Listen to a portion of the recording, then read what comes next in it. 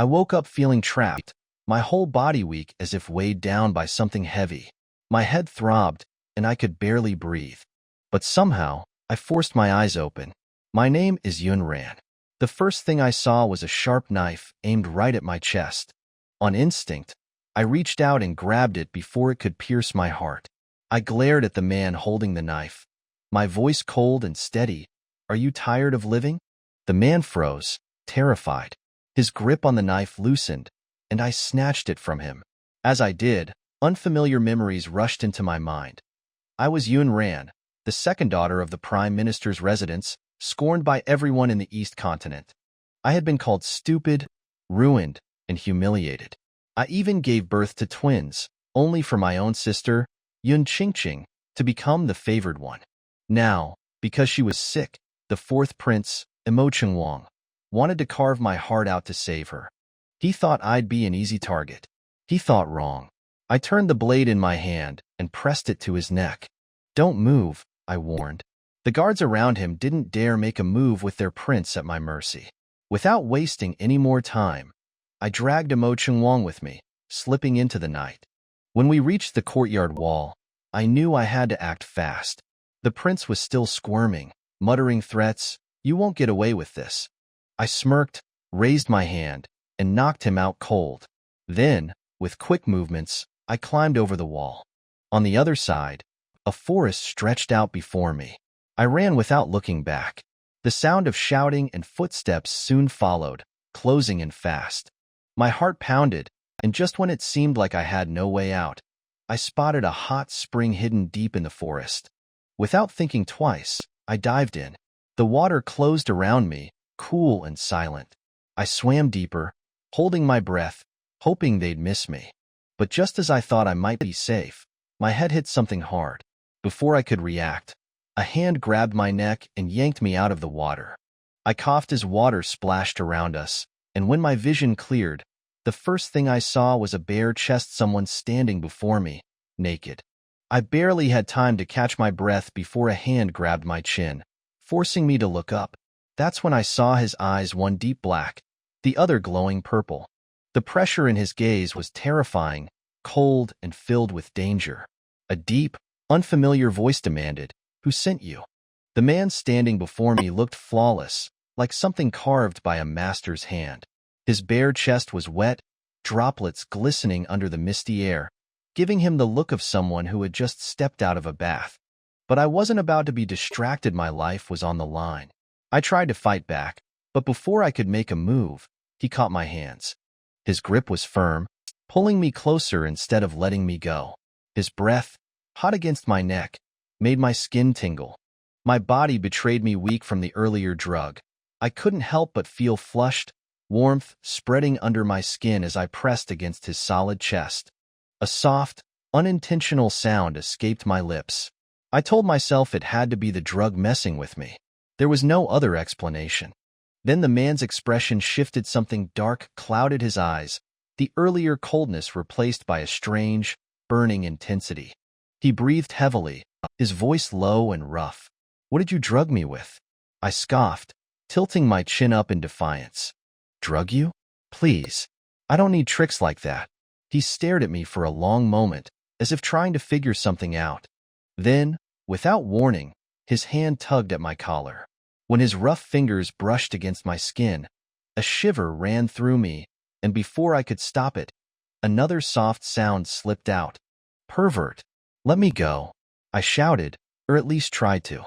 Instead, my voice came out far too soft, almost flirtatious.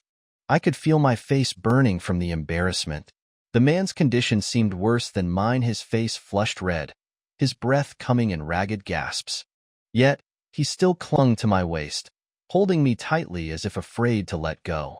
I twisted, trying to push away, but every movement only seemed to make things worse, like adding fuel to the fire. "Stop moving," he growled. "Just tell me who you are, and I'll let you go." As if I'd believe that. I snapped. With no other option, I did the only thing that came to mind. I slammed my head forward, hitting his chin hard. He grunted in surprise, giving me the chance I needed. I tore myself free and swam as fast as I could toward the shore. Behind me, I heard him curse under his breath, watching me flee. Somehow, I knew this wouldn't be the last time I saw him. There was something strange in the way he looked at me, like he remembered something. Or someone. As I dragged myself out of the water, I thought I was safe. But from somewhere in the forest, a voice responded to him. Yes. A shadow slipped into the night, quietly following after me. I had no idea someone was following me as I hurried back to the Prime Minister's residence. But just when I thought I could slip inside, 2 servants blocked my way. "Second, miss, you're at the wrong entrance," one sneered. I frowned. "This is the Prime Minister's residence, isn't it?" The servant's grin turned cruel. "Sure, but the Prime Minister gave orders. After the shameful things you did, you're not allowed to use the front door. If you want in, there's a dog hole in the back." A dog hole? I clenched my fists, anger rising in my chest. No way would I crawl through some filthy hole like a dog. "Move," I snapped, my voice sharp as ice. They stood stunned for a moment, but then tried to grab me. I dodged smoothly and struck each of them in the temple. Both dropped to the ground like sacks of rice. Without looking back, I walked through the front door with my head held high. Using the memories buried in this body, I made my way to the small woodshed by the stables, where the host's children lived. The door creaked loudly as I pushed it open, and what I saw made my heart ache. 2 little children, completely naked, lay curled on a broken straw mat, their small wrists and ankles chained. When they saw me, their big, dark eyes lit up. "Mother!" They cried softly, their voices sweet as honey. In that moment, all the anger I'd felt earlier melted, but my chest tightened with pain. How could the host, weak and helpless as she was, ever protect these poor kids? They'd been treated horribly just because people assumed they were fools, like their mother. Locked away since birth, they'd grown up in this miserable shed. But they weren't fools. They were smarter than anyone gave them credit for. They'd learned to walk and talk before turning one. Yet, they didn't even have proper names. The host had called them Bun and Sweet Cake, after her favorite foods. Bun, the older brother, reached into a torn blanket and pulled out half of a dried, moldy bun. His little face lit up with a grin, showing his tiny teeth. "Mother, eat," he said, offering it to me proudly. Sweet Cake, smaller and more timid, spoke in the softest voice. "Mother, Sweet Cake will just drink water. That's enough." Her thin arms reached for a chipped bowl of muddy water sitting nearby. I felt a wave of sadness. I couldn't let her drink that dirty water. "No," I said gently, "this water isn't safe. You can't drink it." Sweet Cake blinked up at me, confused. To her, this was the water they'd always drunk. She didn't know any better. But her brother nodded, trusting me instantly. I took the old, sour bun from Bun's hands and threw it away. It was rotten and inedible. His little face fell, disappointment clear in his eyes. Sweet Cake's lips quivered, and tears welled up. "Mother," she whimpered, clutching my sleeve. "We'll be good. Please don't leave us." My heart cracked at her words. They thought I was mad at them for offering the only food they had. I knelt beside them, holding their tiny hands. "I'm not angry, sweetie. That bun would make you sick. I just want to keep you safe." Looking around at the miserable shed, I could hardly believe these 2 fragile children had survived in such awful conditions. It was a miracle they were even alive. I swore to myself that I wouldn't let them suffer like this any longer. Not anymore. Bun tilted his head, frowning. "But Mother will be hungry if she doesn't eat." Sweet Cake nodded, her little voice soft. "I don't want Mom to be hungry." Hearing them worry about me, knowing they'd gone hungry so many times, made my anger burn even hotter. The host and these children had barely survived here, eating leftover scraps if they even got food at all. If the servants forgot, they starved. The host had even crawled through that dog hole just to find food. And these poor kids, they'd endured so much suffering. I crouched down and gently brushed their messy hair. "Stay here. I'll find us something to eat." But before I could move, trouble showed up. "Damn fool. What filthy man did you sneak off with this time? How dare you walk through the front door and disgrace the Prime Minister's mansion?" I turned, annoyed, and saw a group of people outside the shed. Leading them was Yunhai, the host's younger brother just 15 or 16 years old, with a nasty grin on his face. Bun recognized him right away. His little body tensed. "Mother, run," he cried. Sweet Cake started sobbing, her tiny voice trembling. "Don't hit my mother. Don't hurt her. Mother, run." I felt a wave of rage as the memories returned how Yoon Hai had tormented the host and nearly killed these two kids more than once. He even broke Bun's arm, and it still hadn't healed properly. I knelt down and wrapped old clothes around their small, naked bodies. "Don't be afraid," I whispered, brushing their hair softly. "I'm here. I won't let anything happen to you." Yoon Hai sneered at us and called to his servants, "Bring Black General. I want him to feast on these two brats." Black General, a monstrous black wolf with gleaming blue eyes, appeared, bigger and meaner than any wolf I'd ever seen. He drooled, sharp fangs glinting like cold steel. This was no ordinary wolf, it was a 5-star demon beast, bloodthirsty and powerful. Bun's small chest puffed out, trembling but determined. He pulled Sweet Cake behind him. "Eat me," he shouted bravely. "Don't hurt my sister. She's scared of pain, I'm not." Sweet Cake stood frozen in fear, her big black eyes wide and wet with tears.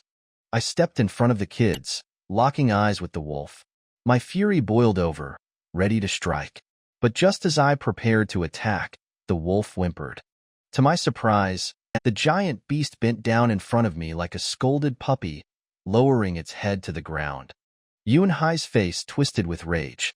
"What are you doing, Black General? Bite them. Kill those brats." But the wolf didn't move.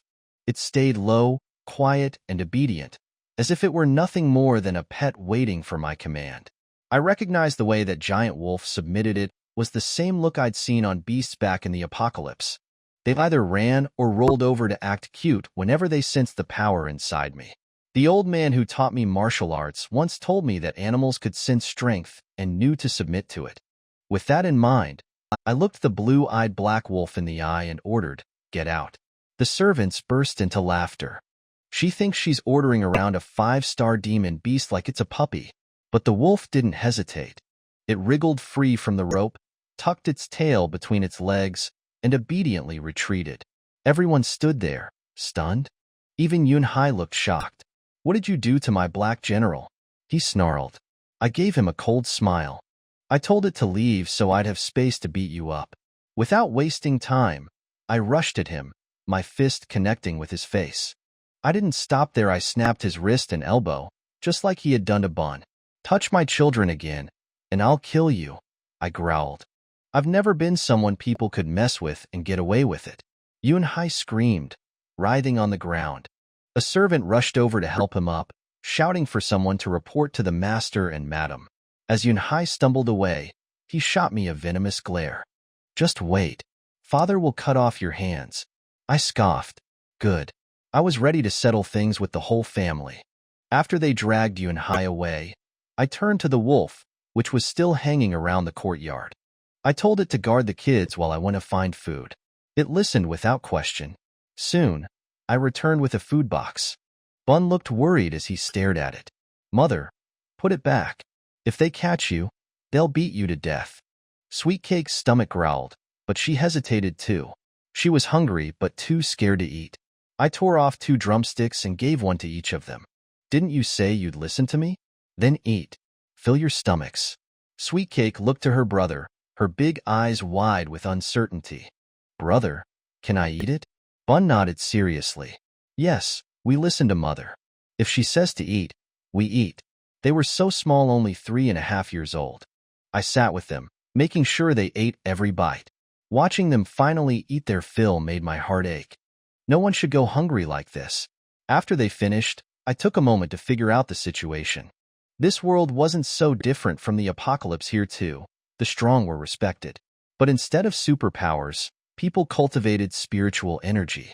Those with spiritual roots could sense and absorb that energy to grow stronger. Unfortunately, the host was labeled as trash, someone without spiritual roots. But when I searched through her memories, I found out something strange. She had sensed spiritual energy when she was little, something only those with rare, heaven-level spiritual roots could do. But after falling ill at 5 years old, she lost that ability. 3 days later, her twin sister, Yun Qingqing, suddenly developed heaven-level roots. It didn't take a genius to see what had happened. My spiritual root had been stolen and transplanted into Yun Qingqing. Only 2 people in this household had the ability to do something so cruel: Prime Minister Yun Ziyuan and his wife, Luo Dai. They'd stolen my power to give it to their favored daughter. I clenched my fists. The host may have been too weak to fight back, but I'm not. And it looks like I've got a long list of enemies to deal with. An entire immortal mountain burp. A belch yanked Yun Ran's attention back. She looked at the 2 bruised and battered children in front of her and sighed helplessly. If only she still had her space.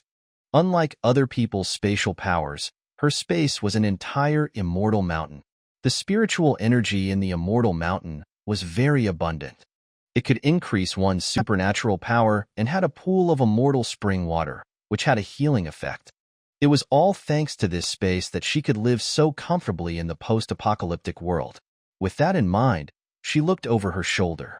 She suddenly realized that there was also a mark identical to her spatial mark under the left shoulder collarbone. Had her space followed her here? Yun Ran eagerly found a quiet place and entered the space. She realized that the resources she had collected in the apocalypse were still there. Yun Ran carried 2 clean blankets and picked some ripe fruits from the tree. She drew a bucket of spring water before coming out.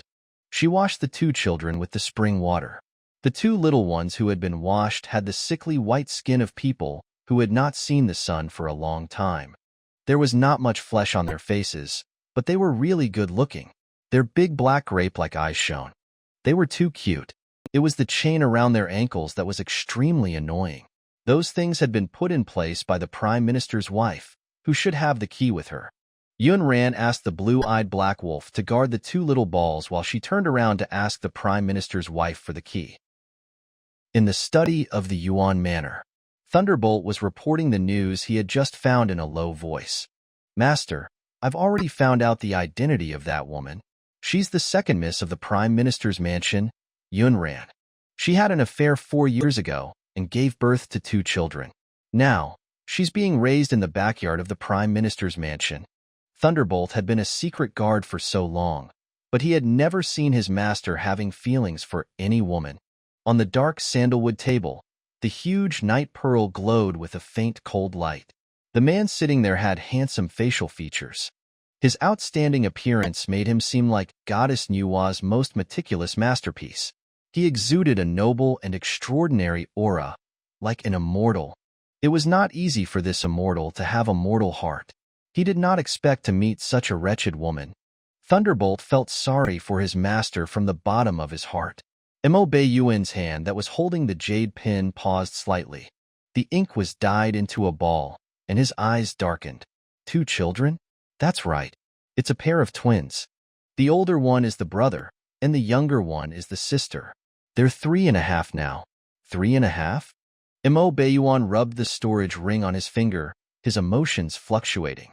He immediately realized something. 10 months of pregnancy. From the looks of it, those 2 children were most likely his bloodline. Mo Beiyuan did not want to have too much to do with that woman, but he did not expect such an accident to happen. If those 2 children were of his bloodline, they could not wander outside. Go and bring the woman and the children. I want to see them for myself. Thunderbolt did not expect his master to be so obsessed with that ugly girl. For a moment, he forgot the rules and advised, "Master, that woman is ugly and silly. I don't understand. What do you like about her?" Mo Beiyuan glanced over coldly. When did he say that he liked that woman? 4.5 years ago. Black Raven Mountain.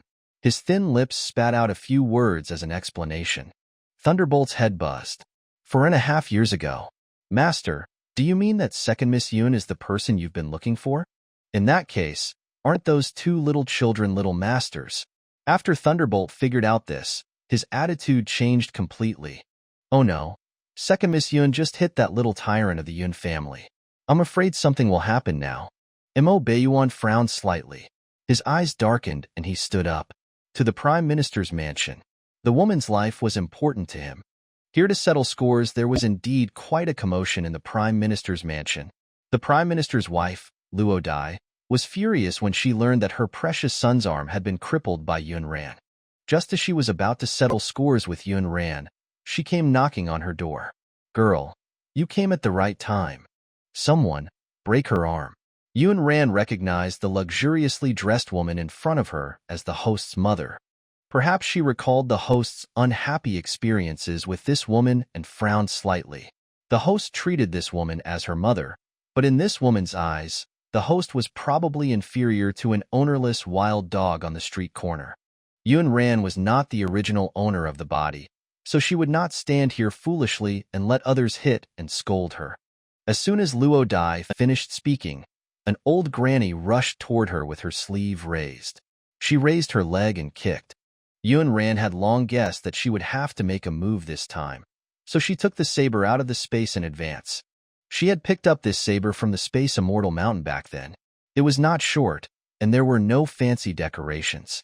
It did not look big, and there were a few holes in the black blade, but this thing had helped her kill thousands of zombies and mutated beasts.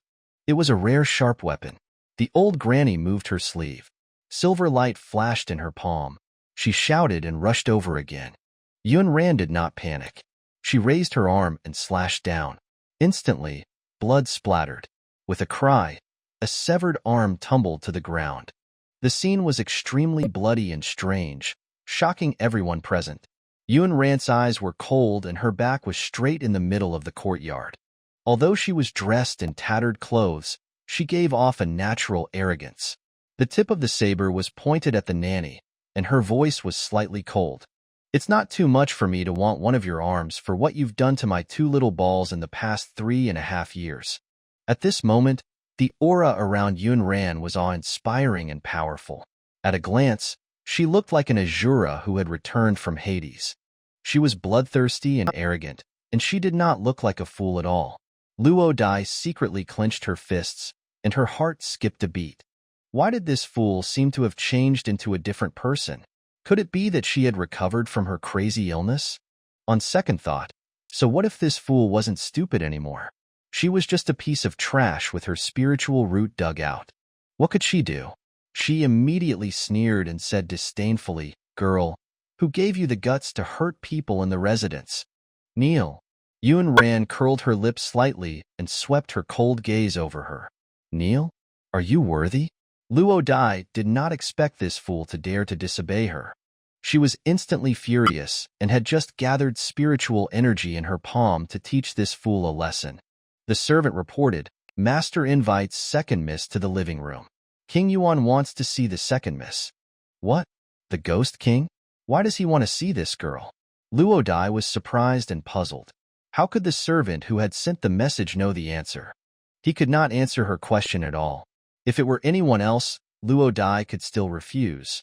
But that killing god was famous for being not to be trifled with. She could only follow Yun Ran over to see what had happened. King Yuan? Yun Ran didn't want to see him. However, when she heard that the host's biased father, Yun Ziyuan, was also there, she decided to settle all these messy matters with the Yun family at once. They entered the parlor. The woman recognized the man at the head of the table immediately. It was none other than the person she had knocked her head against in the hot spring earlier. Only then did Yun Ran remember this person's identity. It was rumored that the king of the East Continent, Mo Beiyuan, was born with a pair of ghostly eyes. He could steal lives and was born to be alone. His temper was strange, and his actions were extremely strange. It must be this person in front of him. Her gaze fell on the bruise on the handsome chin. Yun Ran thought to herself, no way. Is this person here to settle scores with me? Was there a need to do so for such a small injury? Besides, who knew which of them had suffered the most? From now on, she's someone I'm protecting. Yun Ran pursed her lips and walked up to Mo Beiyuan with the saber. When the guards behind Mo Beiyuan saw her coming over with a weapon, they were about to go forward and stop her.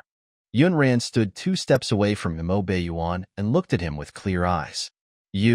When we were at the hot spring previously, I didn't mean to disturb your bath.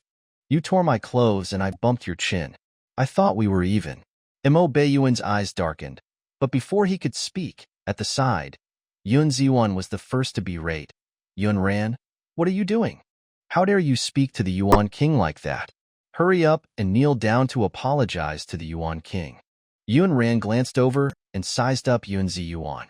He was in his early 30s and wore a first-grade official's uniform embroidered with immortal cranes. He looked like a fair and clean scholar, but Yun Ran knew that his ruthless methods were not clean at all. She frowned and glanced at him. Don't be anxious. It's not your turn yet.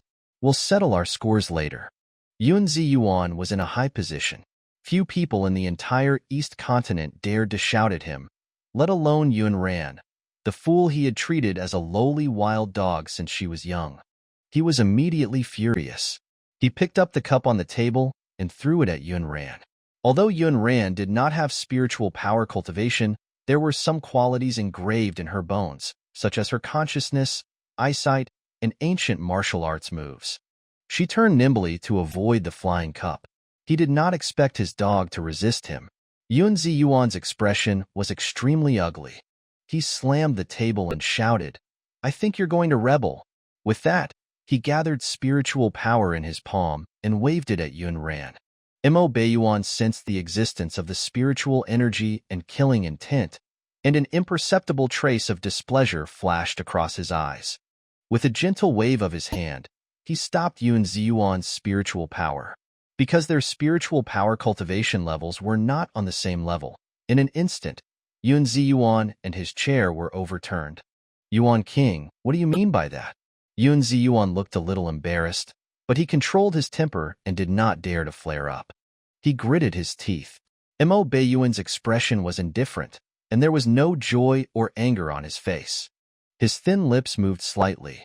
From now on, she is someone I'm protecting. Don't touch her. Yunzi Yuan was surprised. Yun Ran also looked up and frowned.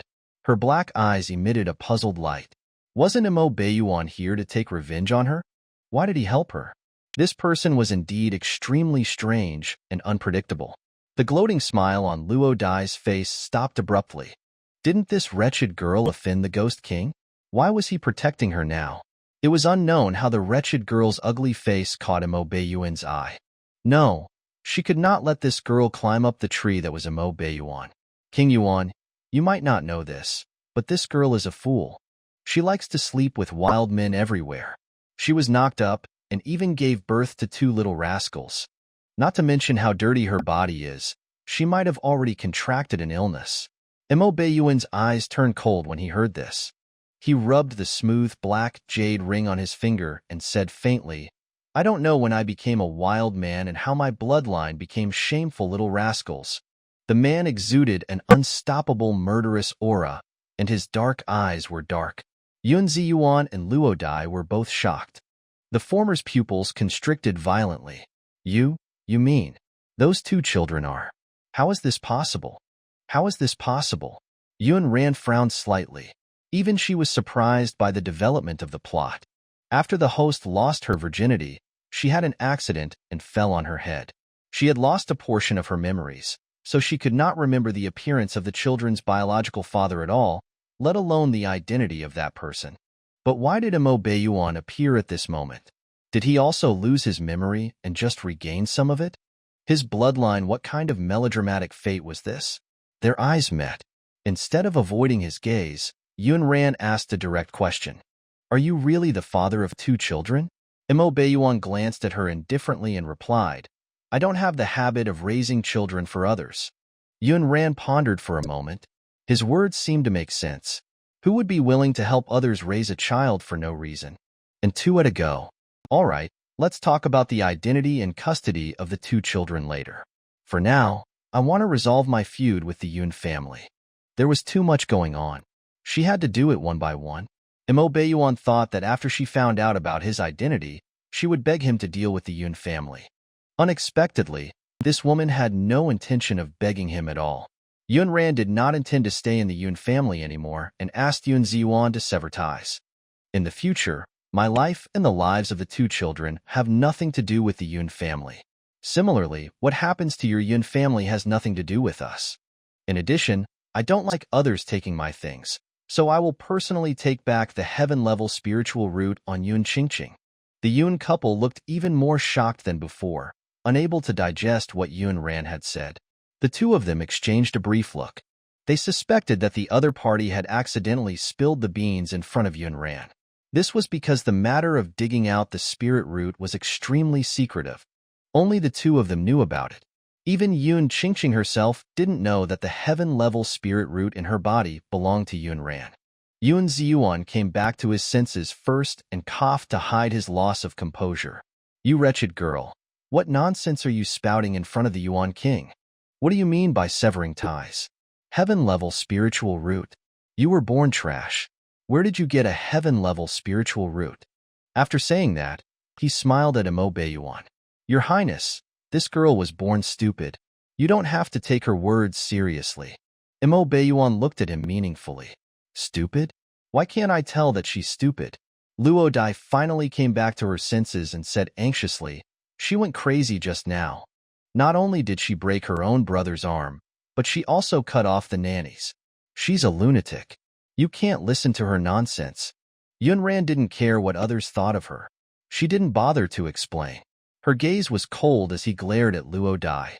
"Where are the keys to the shackles on the ankles of the two little balls? Take them out." Imo Beiyuan had extremely good hearing. When he heard this, his face darkened. "What keys? The children are shackled?" Yunran's lips twitched as she gave a small nod of agreement. Imo Beiyuan's eyes narrowed. Under his long crow-colored eyelashes, a fierce glint flashed across his dark eyes. His figure was as fast as a ghost. He raised his hand and grabbed Yun Ziyuan's neck, throwing him out. "Yun Ziyuan, how dare you? How dare you abuse my bloodline?" Yun Ziyuan fell heavily. Cold sweat broke out on his back. How could he have known that those two little rascals had the bloodline of this god of death? We didn't know they were your flesh and blood in the first place." If he had known, he would have provided well. All the blood drained from Luo Dai's face. Her legs went weak, and she almost fell to her knees. She quickly got someone to retrieve the key. Yunran grabbed the keys and hurried back, not wasting any more time with them. Imo Beiyuan also followed with his men. When he saw the two little dolls, chained and sitting on the broken mat, munching on fruits, a complicated emotion he had never felt before ignited in him. They were his flesh and blood, but they had been abused here without his knowledge. Imo Beiyuan's eyes turned cold, and a strong killing intent burst out of his eyes. The Prime Minister's office? He'll remember this. The two little ones widened their big black eyes. They first smiled at Yunran and addressed her as their mother, before secretly looking at the strangers following behind her. Imo Beiyuan and his guards all had cold faces and did not have any amiable smiles. Bun mistakenly thought that they were guards who had come to the residence to punish them because they had secretly eaten delicious food. She said anxiously, "Catch me if you want. I ate all that food alone. Sweetcake and Mother didn't eat anything." Little Sweetcake didn't want her brother to be taken away. She grabbed his hand tightly. "No, don't take my brother. I've eaten too." Tears glistened in those big eyes. It was heartbreaking. "He's your father, don't be afraid. They're not here to arrest you." Yunran lowered her head and removed the shackles on the two little fellows' feet while explaining Imo Beiyuan's identity to them. "Haven't you always wanted to find Daddy? Here, he's your daddy. Daddy, Daddy." Their eyes lit up like the bright stars in the sky. Observing closely, one could see the dark purple in their eyes. Bun was a little bolder. His big black eyes stared straight at Imo Beiyuan. Suddenly, he pouted aggrievedly, and bean-sized tears rolled out of his eyes. He cried, "That's great. We have a father too. We're not wild children anymore." When Sweetcake saw that her brother was crying, her long eyelashes fluttered violently a few times before golden beans fell. The two little guys cried sadly. Yunran had no experience coaxing children. She wrapped Bun in a blanket and handed him to Imo Beiyuan. His right arm was broken by Yunhai previously. "Be careful when you carry him. Don't touch him." Imo Beiyuan had never carried a child before. He wanted to push him away, but when he met Bun's hopeful and expectant gaze, he could only stiffly take him over. The baby in his arms was almost weightless, but Imo Beiyuan's heart became heavier and heavier. He had already scanned the environment just now. It was obvious what kind of life the three of them had been living all these years. Bun blinked his big, black, grape-like eyes, unable to contain his happiness. He had a mother and a father. He was no longer a wild child. Yunran, on the other hand, bent down and picked up little sweet cake. The little girl was soft and cute, and her voice could make people die of cuteness. From the looks of it, that exquisite and beautiful little face was most likely inherited from her biological father. Why aren't they wearing clothes? Yunran replied, they have no clothes. They've been locked in here and have never left this house. If not for the fact that Yunran had the memories of the original owner of this body, it would be difficult for her to believe that the two children had never worn clothes since they were born. Killing intent flashed in Imo Baiyuan's eyes, and he made a mental note of the Yun family. Did you just say that Yunhai broke his arm? Yes, so I crippled Yunhai's arm. Yunran replied calmly. Imo Baiyuan's usually expressionless face could not hide his anger at this moment. Yes. Thunderbolt cupped his fists and flew out. Yunran didn't stop him. She wasn't a saint. Since Imo Baiyuan wanted to stand up for the two children, she had no reason to stop him. Then, Imo Baiyuan said that he wanted to bring her and the two little cubs back to the imperial palace. Yunran thought for a moment and nodded in agreement. The host didn't have any friends outside. It was one thing for her to leave the prime minister's residence alone with no fixed residence, but the two children were really too small. She could not bear to drift outside with them. Staying in the Yuan Manor for the time being was her best choice now. It just so happened that she could find out what had happened between the original owner and Imo Baiyuan. Master, this 5-star demon beast has been following us. How should we deal with it? When the blue-eyed black wolf saw Yunran leave the courtyard with little sweetcake, it wagged its tail and followed her. Yunran knew that it would not end well for this blue-eyed black wolf to stay, so she simply said, this demon beast has some spirituality. Let it stay with the children. The secret guards of the Yuan Manor were even stricter than the imperial guards in the palace.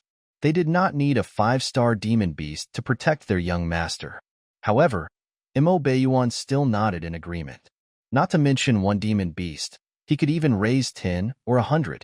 Going out without some money, this was the first time Bun and Sweetcake had gone out in the woodshed, and the first time they had ridden in a carriage.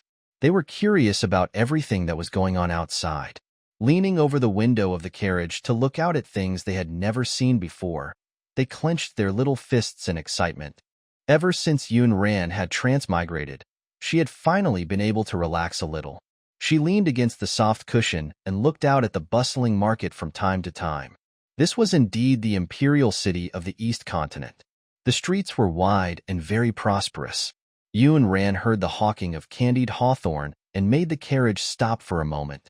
Then she reached out to Imo Baiyuan. Lend me some copper coins. I'll go buy some things. It couldn't be helped.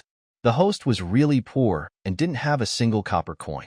Otherwise, she wouldn't have climbed out of the dog hole to snatch food from the beggars on the corner. I don't have any copper coins. Imo Baiyuan was stunned for a moment. However, he did have some crystals in his storage ring. Yunran was about to say, you're a prince. Don't you bring some money with you when you go out? But she saw someone hand him a small box. Imo Baiyuan took it and opened it to reveal a pile of crystals of various sizes. These crystals were dug out from the heads of demon beasts and were even more valuable than gold. A small 1-star crystal could be exchanged for a small box of gold. The crystals in the small box in front of Yunran were all at least 3 stars. They were priceless. I just want to buy 2 sticks of candied hawthorn for the children and 2 sets of clothes. I don't need such expensive crystals. Imo Baiyuan did not care much and replied indifferently, they're just some stones. They're not expensive. What he meant was that these things were no different from stones in his eyes. In that case, she wouldn't argue with him. She took a few pieces and got out of the car. It didn't take long to buy a pile of food and clothes. She stuffed a set of clothes into Imo Baiyuan's hands. These are buns. Put them on for him. I'll change them for little sweetcake. When Imo Baiyuan was dressing Bun, he saw the old and new scars on his body and the deformed arm that had grown after being broken. How did you get these injuries? Did Yunhai do it? Bun answered his question obediently as he licked the candied hawthorn in his hand. The big baddie did it, and the other big baddie poked it with such a long needle. Yunran was afraid that Imo Baiyuan wouldn't understand Bun's words, so she translated for him. Big baddie refers to Yunhai. The other baddie refers to the nanny beside the prime minister's wife, Luo Dai. She must have been instructed by Luo Dai to torture Bun and Sweet Cake. However, I've already cut off that old thing's arm.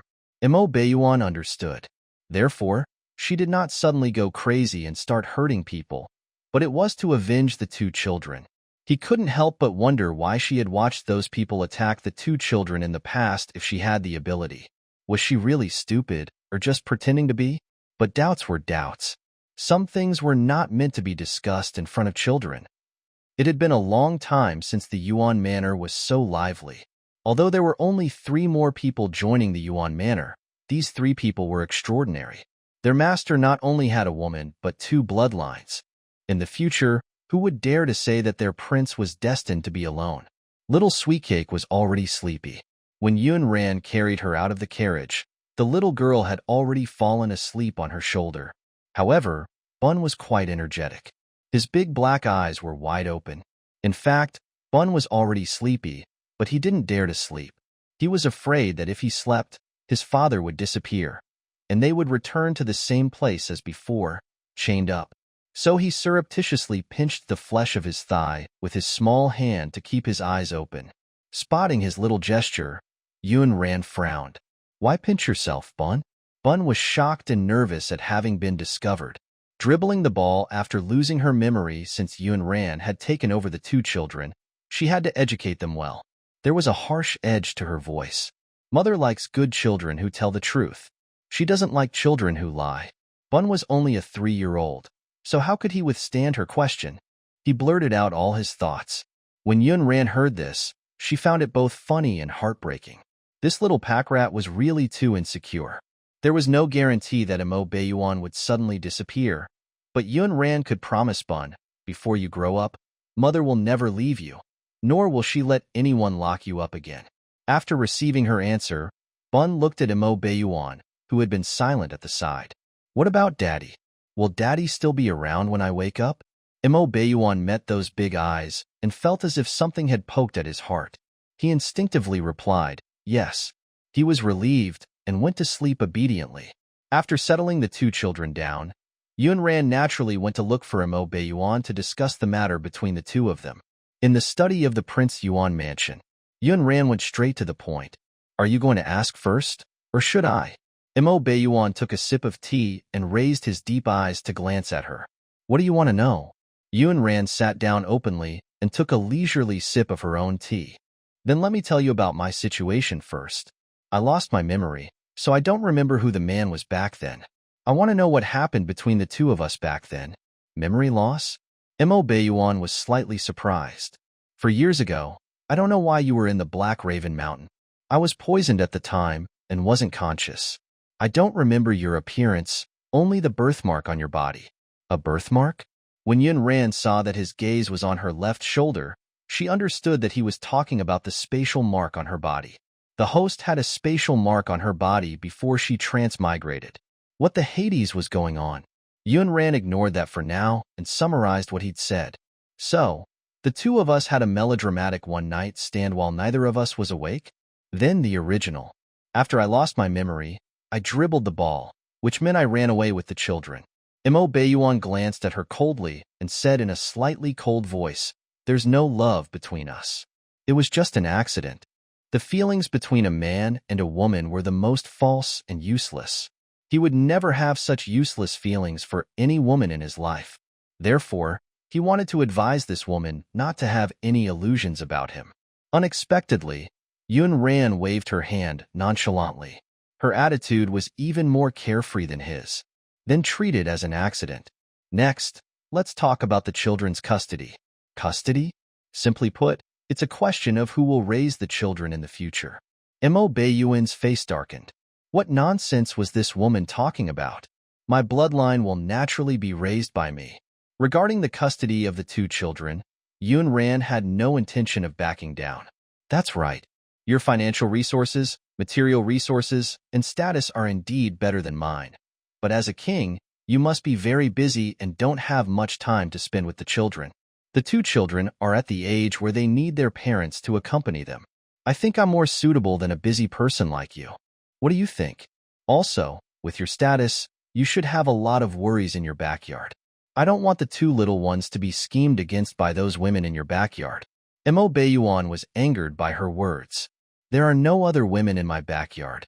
Yun Ran pursed her lips disapprovingly. You may not have any now, but it doesn't mean you won't in the future. Look, with your conditions, you can't be a bachelor for the rest of your life. When you marry a consort, won't the two children be subject to her mercy? In this place, there was a huge difference between the direct descendants. Was this man that miserable? The two little ones had suffered terribly in the Yun family for the past few years. Yun Ran did not want them to be looked down upon in the Yuan manor because of their identity as illegitimate children. Mo Baiyuan explained to her, I won't have any other children, and they won't be illegitimate either. You should be relieved. Yun Ran did not expect this man to value the two children so much that he could even say that he would no longer have children. But even so, as a mother, Yun Ran was still worried. Who knows what kind of princess you'll marry? Who can guarantee that that woman will treat them like her own? What if they met a vicious person? The noble ladies of the imperial city were not simple and harmless. Mo Baiyuan seemed to have heard something funny. His thin lips curled up, and his unfathomable eyes stared at Yun Ran. I'm destined to be a lone star. 6 of the women who were engaged to me have already died. Do you think there are still women who dare to marry me? Yun Ran was momentarily stunned. TSK, TSK, TSK. Was this man that miserable? No wonder he was so concerned about the two little ones. Wait a minute. Now that you mention it, wouldn't it be just as dangerous for you to have two little ones around? Naturally, Yun Ran did not believe in that nonsense. In her opinion, those women's deaths were most likely not an accident. Someone was probably behind this. The existence of the bun and sweet cake had indirectly dispelled the rumors of him being a lone star. The people behind them would definitely not let the two children live peacefully. At the thought of this, Yun Ran frowned. So, who did you offend to mess with you like this? Mo Baiyuan's dark eyes darkened, and an imperceptible dark light flashed in them. She was smarter than he thought. But there were some things she had no right to know yet. You only need to know that no one in the Yuan manor can hurt you. Yun Ran felt a headache coming on. With this person's status and personality, he had probably offended many people and made many enemies. Even if she immediately left with her two children and said that she had accidentally recognized the wrong man as their father, no one would believe her. Therefore, she could only stay in the Yuan mansion for the time being. They returned to the huge courtyard that Mo Baiyuan had arranged for the 3 of them. Yun Ran finally had a chance to be alone and entered the space. She took a comfortable bath in the immortal spring and applied a facial mask with the immortal spring water and the herbs in the space. She had accidentally discovered a herb which had the effect of removing scars. The wounds on the host's face should be healed after about 10 applications. After taking a bath, she fiddled with some medicinal paste and brought it out to apply it to the 2 little balls. In the past few years, there had been many deep and shallow scars on the bodies of Bun and Sweet Cake. Although they were not serious, they still did not look good.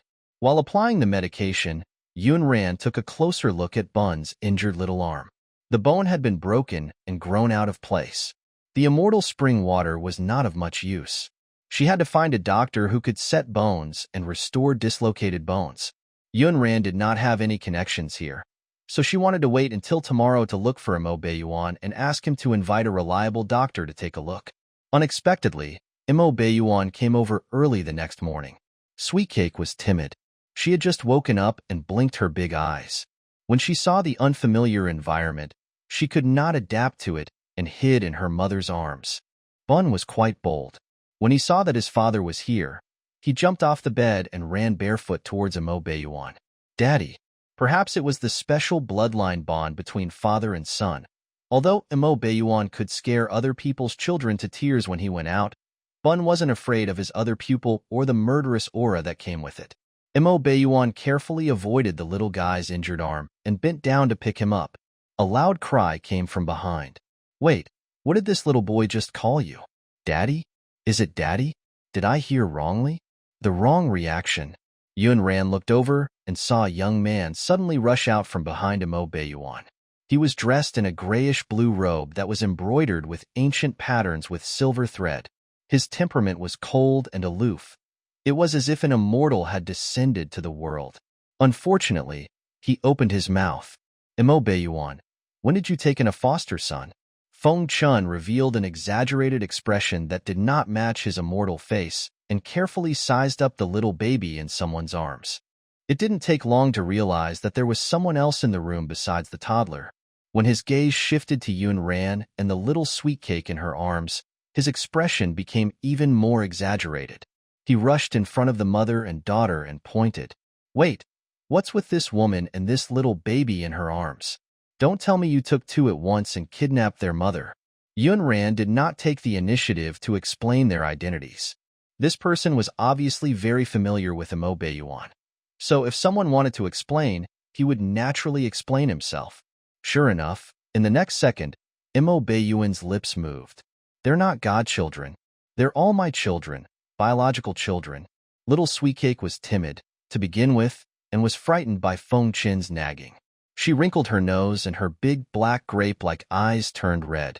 Her eyes were filled with tears as she shouted, Mother, I'm afraid. Before Yun Ran could comfort the little girl, Imo Beiyuan strode over and pulled Feng Chin away. Move. You're scaring her into tears. I was just too excited. Feng Chin touched his nose and smiled awkwardly. As he spoke, he waved at Little Sweetcake. Little Sweetcake, I'm your Uncle Feng. Sweetcake glanced at him and shifted her gaze to Imo Beiyuan. She fluttered her little arms. Daddy, hug. Imo Beiyuan did not put Bun down. Instead, he bent down and picked up the sweet cake with his other hand.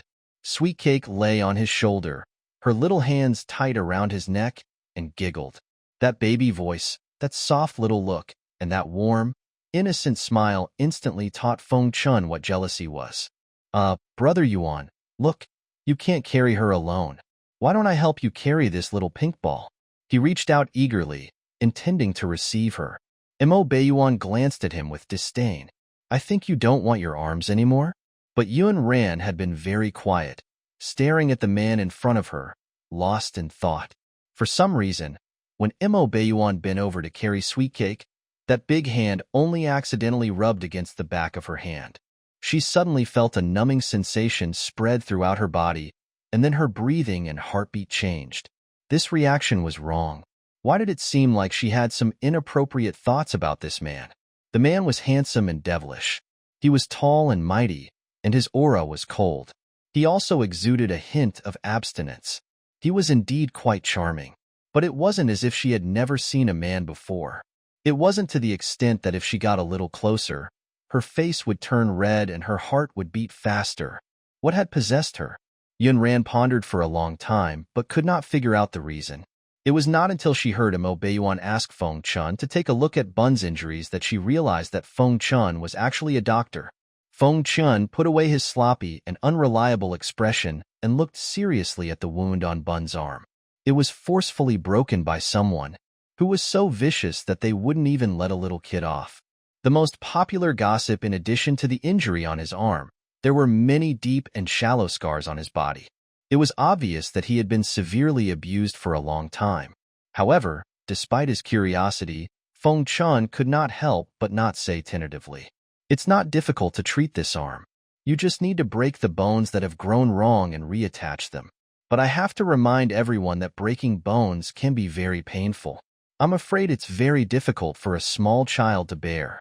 Yun Ran looked at Bun and understood that it was a matter of long-term or short-term pain, but she still hesitated. Bun looked up with sparkling eyes. He tugged at Yun Ran's sleeve. "Mom, I'm not afraid of pain.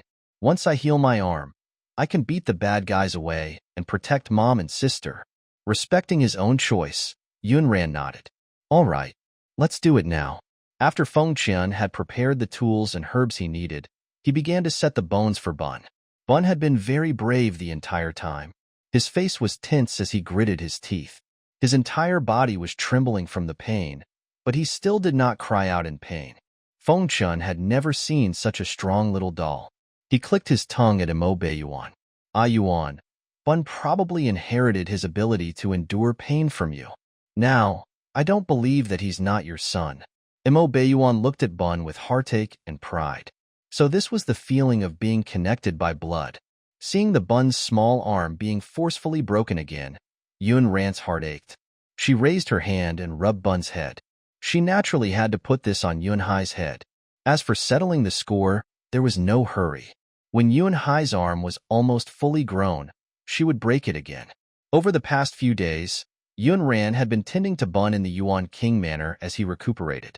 She did not know that the news about her and Mo Beiyuan had already spread throughout the imperial city.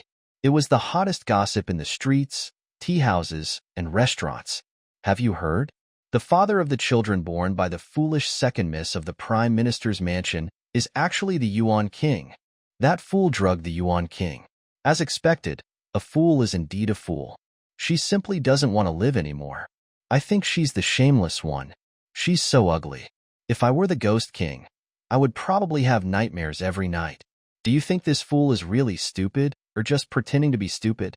She actually schemed against the Ghost King and became famous because of her children. I've underestimated her.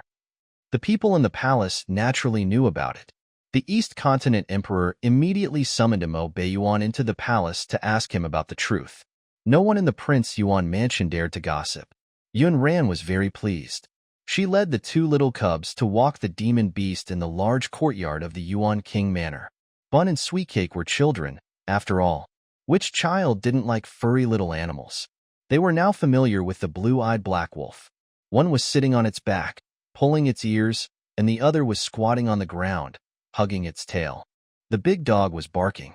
Yun Ran propped herself on her elbows and sat in the pavilion, leisurely sipping her tea. But her gaze never left the two children. At this moment, a graceful maidservant carried a tray and slowly walked toward the two little balls.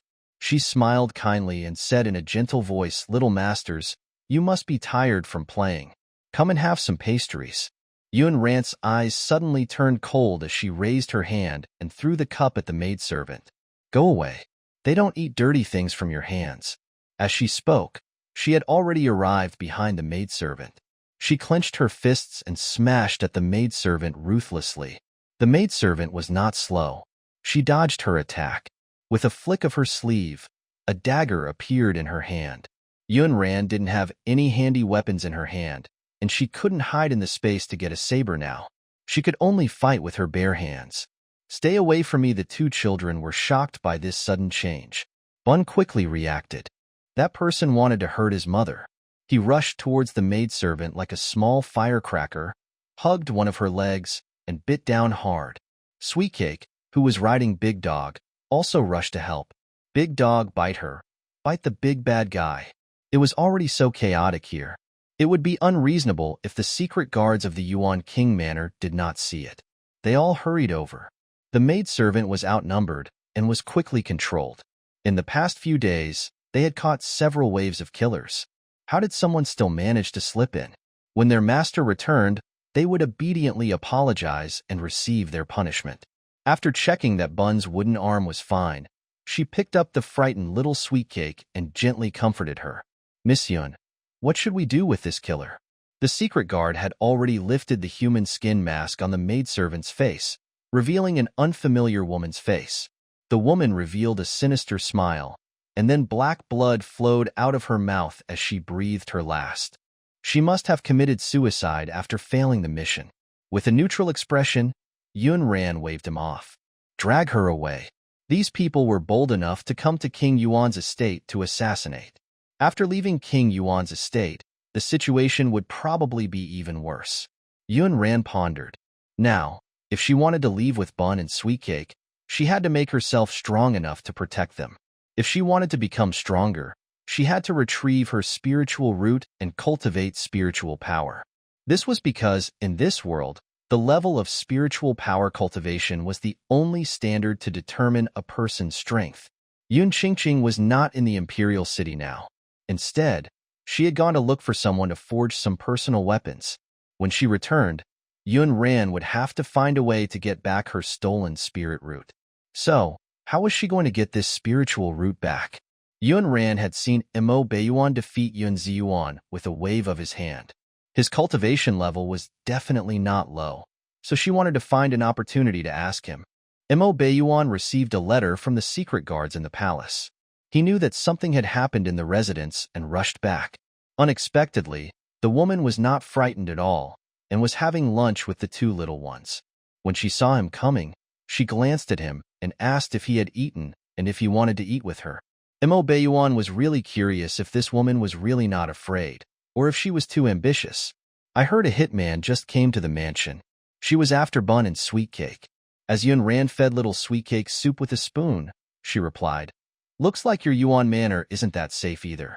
Mo Bayuan choked on her words, and his expression was a little unnatural. "I will punish the shadow guards for their negligence."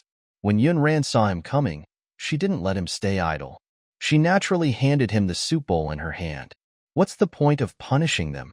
If it were me, I'd expose those dishonest people behind them one by one so that they won't have a chance to attack again.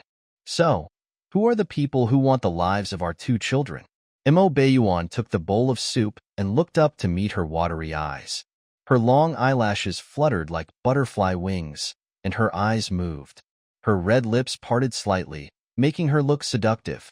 The faint fragrance on her body rushed into his nose, making his Adam's apple move and his eyes turn scarlet. He didn't even hear what she said. He knew that the goo poison in his body was causing trouble. He raised his hand and pushed Yun Ran away. "You, stay away from me." He was afraid that he would not be able to control this goo poison later and lose his composure in front of bun and sweet cake. Yun Ran only knew that she was being despised. Yun Ran's mentality, but then again, wasn't the man being too narcissistic? Did he think all the women in the world had designs on him? What kind of person was this? If it weren't for the fact that the two children were there, and she was afraid that she would cause damage to their young minds, Yun Ran would definitely retort and tell him not to be so narcissistic. However, Bun and Sweet Cake had grown up in that suffocating environment. From a young age, they were more sensitive than other children. They still realized that something was wrong between the two of them. "Father, do you not like Mother?" Sweet Cake asked eagerly. Mo Bayuan felt a headache coming on. He was used to doing things as he pleased. When had he ever cared about other people's feelings? However, the child in front of him clearly meant that if he dared to say no, she would cry. "Eat first." Mo Bayuan planned to avoid this question, but he did not expect Sweet Cake to not be so easy to fool. Her face was taut as she repeated it in a childish voice. "Father hasn't answered Sweet Cake yet. Do you like Mother or not?" Mo Bayuan looked up at Yun Ran and realized that a certain woman was watching him happily. Yun Ran had a good mentality. As long as she wasn't embarrassed, others would be. Mo Bayuan could only say indifferently, "This question is a little difficult. I have to think about it carefully." Little Sweet Cake could only sigh in disappointment. Why is Daddy so stupid? He still has to think about such a simple question. Yun Ran couldn't hold it in. She covered her mouth and laughed. She thought, "Serves you right." Mo Bayuan looked up at the smiling woman. Her face was clearly covered in ugly scars, but her smile gave off a strange feeling. Perhaps it was his imagination, but the scar on the woman's face seemed to have faded a little, and her skin was fairer than before. Perhaps it was because of the goo poison, but his gaze would always seek her involuntarily. He would watch her every move. After coaxing the two little pack rats to take an afternoon nap, Yun Ran stopped Mo Bayuan, who was about to leave. "Wait, I want to ask you a question. What's the problem?" "Don't worry, it's not a question of whether you like me or not." She joked with him good-naturedly. "All right, I won't tease you anymore. I want to ask you how to get back a spiritual root that was snatched away by someone else." When she said that, Mo Bayuan remembered what she had said to Yun Ziyuan back at the Yun family. She seemed to have said that her heaven-level spiritual root had been dug out and planted in another daughter of the Yun family. "You want your spirit root back?" Yun Ran nodded. "Naturally, I must get my things back." She had asked the right person. Mo Bayuan did indeed know the method of snatching the spiritual root and planting it back. Someone with a higher spiritual power cultivation needs to dig out the spiritual root with spiritual power and plant the spiritual root back into the body with the 9 Revolution Spirit Pill. Digging other people's spiritual roots was the dirtiest and most despicable thing to do. However, the selfishness and greed of human nature meant that such things would always exist and could not be completely eliminated. There were even some organizations that specialized in doing such things to obtain huge wealth. Under normal circumstances, people who had their spiritual roots dug out would become cripples. They wouldn't live long and would at most live for 2 to 3 years. Therefore, digging out someone else's spiritual root was no different from killing them. Yun Ran was a rare occurrence. Not ideal someone with higher spiritual power cultivation. 9 Revolutions Spirit Pill? The host was illiterate here, so she did not understand these things at all. Yun Ran understood a little according to the information she had obtained over the past few days. At the moment, she needed to find someone with a very high spiritual power cultivation. Then, she needed a medicinal pill called the 9 Revolutions Spirit Pill to restore her spiritual root. To dig out Yun Qingqing's spirit root, I need to find someone with a high cultivation level.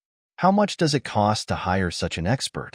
Also, what's the price of this 9 Revolutions Spirit Pill? Where can I buy it? In one breath, the woman asked a series of questions. However, Mo Beiyuan wanted to help her. I can help you with this, but I have conditions. What condition? Xiaoran blinked her big, watery eyes. She was surprised that he would help her and was also very curious about his conditions. You and the children must stay at the manor. You may leave when I say you can. He needed time to find a way to cure the goo poison, so she had better stay in the Yuan King manor obediently and not go out and cause trouble for him. Yun Ran was used to being unrestrained in her previous life. Now that she was trapped in the backyard, she was naturally unwilling to listen to others' arrangements. I don't agree to your terms. I stayed to take care of the 2 little ones because I wanted to. It's also my duty and responsibility as a mother. It's not a deal. In Mo Beiyuan's opinion, this deal was not a loss for her at all. In the Yuan mansion, she could live 100 times more comfortably than in the Prime Minister's mansion. She could have anything she wanted. She shouldn't have refused. Why? Because of freedom. Even as she answered his words, a light seemed to leak from her eyes. Freedom? Mo Beiyuan did not expect to get such an answer from a woman. He had assumed she disagreed because his offer wasn't tempting enough. Or maybe she wanted something more. Instead, she wanted that invisible, intangible, insubstantial thing. What if I were willing to take you as my first consort? Before entering the palace, the emperor had asked him what he planned to do with this woman and her 2 children. He had asked him if he wanted to marry this woman as Princess Yuan, saying it was best for the children. He was just going to have to suffer by marrying an ugly fool. He'd opened his mouth to refuse at the time because he wanted nothing to do with any woman. As far as he was concerned, women were the biggest problem in the world. Did this woman in front of him also want the position of Princess Yuan? If that was the case, it was not impossible for her to stay safely in the imperial palace. Yun Ran smiled. Previously, because of the 2 little ones, she couldn't say anything. Now, she didn't have much to worry about. Aren't you being narcissistic? Why should I marry you? I don't even like you. It was true that she was the mother of 2 children, but she was not selfless enough to marry a man she did not like for the sake of 2 children. To her, there was no need to make a formal appearance of husband and wife. Yun Ran stood there arrogantly and raised her head slightly. Her expression was clear. The man I, Yun Ran, want to marry must be someone I like and am willing to spend the rest of my life with. It's not for a certain purpose and deal. Mo Beiyuan was not stupid. The meaning of her words could not be clearer. This woman was telling him that she did not like him and did not care about the position of Princess Yuan at all. He remembered that the secret guards had found out that this woman seemed to be obsessed with the crown prince, Mo Jinyu, and had done many stupid things for him. Could it be that she wanted the position of crown princess? Taking the children for a walk in that case, he had underestimated her ambition. However, according to the information obtained by the secret guards, Mo Jinyu hated this woman to the core and looked down on her. Yun Ran didn't know what he was thinking and continued. I'll think of a way to get back my spirit root.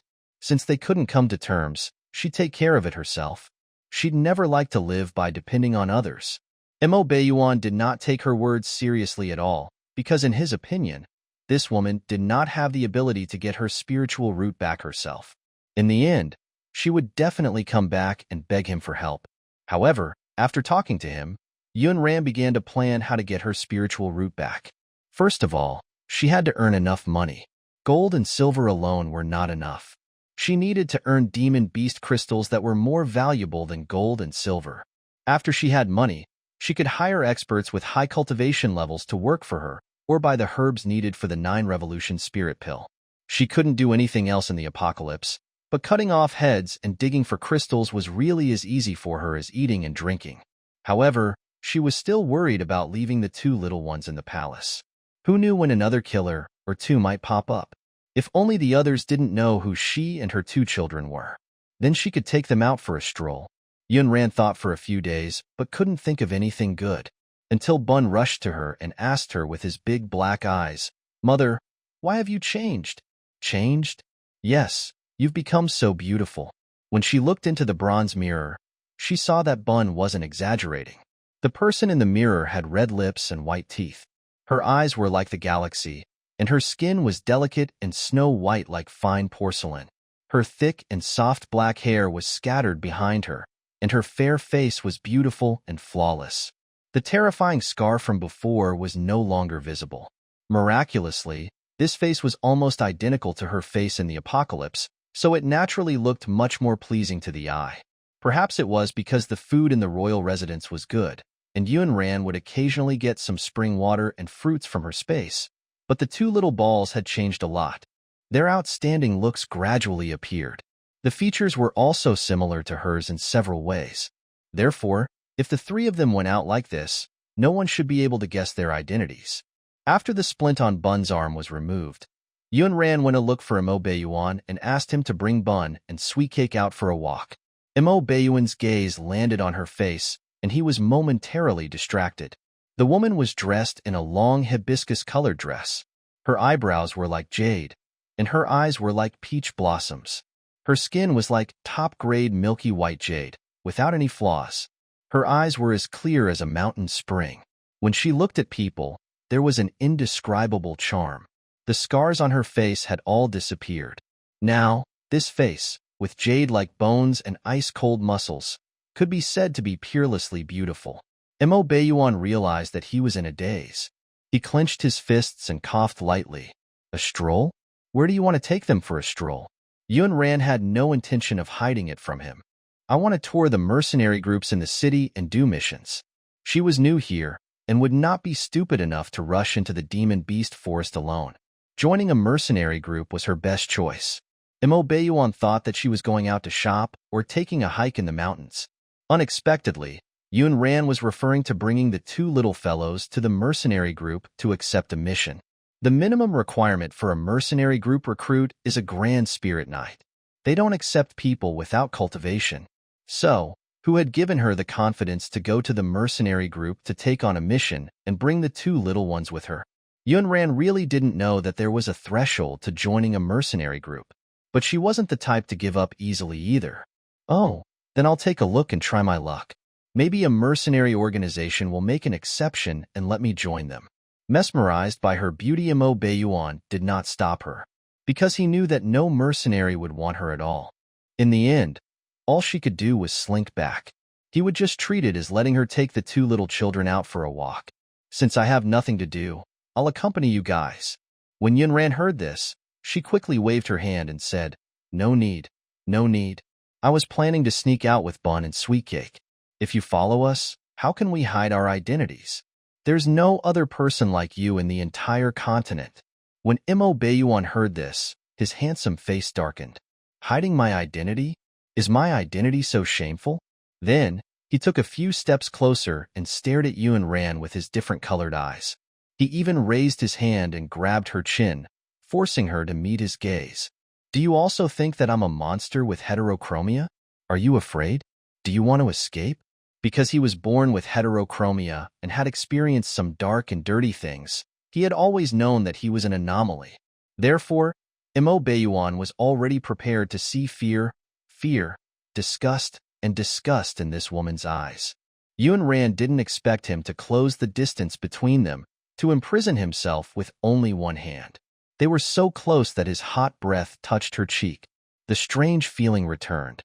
Yunran was about to go crazy. This man seemed to be exuding an inexplicable aura that tempted her to approach him. Yunran's eyes were blurry, and her body was limp. Her eyes were covered with a faint mist as she moaned uncomfortably. Mo Baiyuan had originally planned to scare this woman. For a moment, He forgot about the goo poison binding him to her. At this moment, the goo poison in his body immediately sensed it and became restless. The woman in his arms was also different from the previous few times. She did not struggle, but raised her beautiful and exquisite face and looked at him with such a soft and charming gaze. She had a faint scent that could drive anyone crazy. Mo Baiyuan's eyes seemed to be about to sink into deep water as he stared at those beautiful lips. The waist under his palm seemed so soft that he could hold it with one palm. Yun Ran had never thought that she would be so weak in a man's arms. She bit her lip hard until it bled before she regained some of her consciousness. She raised her hand and pushed him away. Mo Baiyuan looked at her blood-stained lips. The raging restlessness in his body seemed to have intensified, and there was a faint, strange feeling. Instinctively, he raised his fingers to wipe the blood off her lips. "I won't hurt you," he said hoarsely. Yun Ran took a big step back as if she had been electrocuted. Her pupils trembled slightly. In the past, no one could get close to her. But at this moment, she was actually not guarded against this man at all. She even tried to tackle him. When Yun Ran realized how inappropriate her thoughts were, she blushed and ran away. Something was wrong. She was sure that she did not have this strange illness in the past. That was most likely because of the host's body. When Yun Ran returned to the courtyard, she saw Feng Chun playing with the bun and sweet cake. She recalled his identity. He was the only disciple of the third elder of the Miracle Physician sect. His medical skills were superb, and he was known as the Little Miracle Doctor of the East Continent. She could ask him about her strange illness. Before Yun Ran could speak, Feng Chun started shouting at her. "The wound on your face is fake? Oh, I know, it's a disguise. It's a disguise, right? What a superb disguise. Even I couldn't tell. Yuan must have been mesmerized by your beauty." Yun Ran glanced over indifferently. Little Miracle Physician from the East Continent? Was he reliable? Unlucky woman Feng Chun still wanted to discuss the art of disguise, but Yun Ran changed the subject. "Have you ever come across a strange condition that makes your heart beat faster when you're near a man? It makes your whole body go weak and makes you hyperventilate?" Feng Chun was obsessed with medicine and loved to study strange diseases. Now that she mentioned it, her condition sounded familiar. After thinking for a while, he finally figured out why the symptoms sounded so familiar. Glancing at the two little pack rats walking the wolf not far away, he lowered his voice and said, "Miss Yun, are you sure you're not drugged with that kind of unclean medicine? I was drugged once before, but the effects of that drug would never last this long. Besides, the symptoms are different. Previously, when she was in the hot spring, she did not have time to think too much about it. That was why she thought that the abnormality in that body was because of the drug. But after thinking about it carefully, she realized that it was not because of the drug at all. This was because her body was fine when she held Mo Chengwang hostage. However, she could not approach Mo Baiyuan. Feng Chun took her pulse and diagnosed her. "If it is true that you were not drugged, that would be strange." Yun Ran's eyes darkened slightly as she asked, "What if my symptoms only act up when I'm facing Mo Baiyuan?" Feng Chun was stunned for a moment, then came to a realization. There's nothing strange about that. It's because of the goo poison." "Goo poison?" Yun Ran was a little confused now. "You mean I'm poisoned?" Feng Chun also looked at her in surprise. "Why? Didn't Yuan tell you? Tell me what? What goo poison are you talking about?" Yun Ran could tell that Feng Chun knew the reason for her physical symptoms, and so did Mo Baiyuan. Feng Chun realized that he might have spoken too quickly and let it slip. He smiled foolishly at Yun Ran. "I don't know. I don't know anything. My mother called me home for dinner. I'll leave first." With that, he flipped over the wall and flew out. Feng Chun slipped away without a trace, so Yun Ran could only look for Mo Baiyuan again. At this moment, in the main courtyard of the mansion, Mo Baiyuan had just bathed in cold water. His long hair was still dripping with water, and his loose black robe was draped over his white undershirt. He looked normal, but if one looked closely, one would notice that he was in a bad state. The veins on the back of his hand were bulging, and his jaw was clenched tightly as if he was trying his best to endure something. His alien eyes flashed dark and cold. When Yun Ran came in, she saw his ascetic look. With her previous experience, she quickly took a few steps back.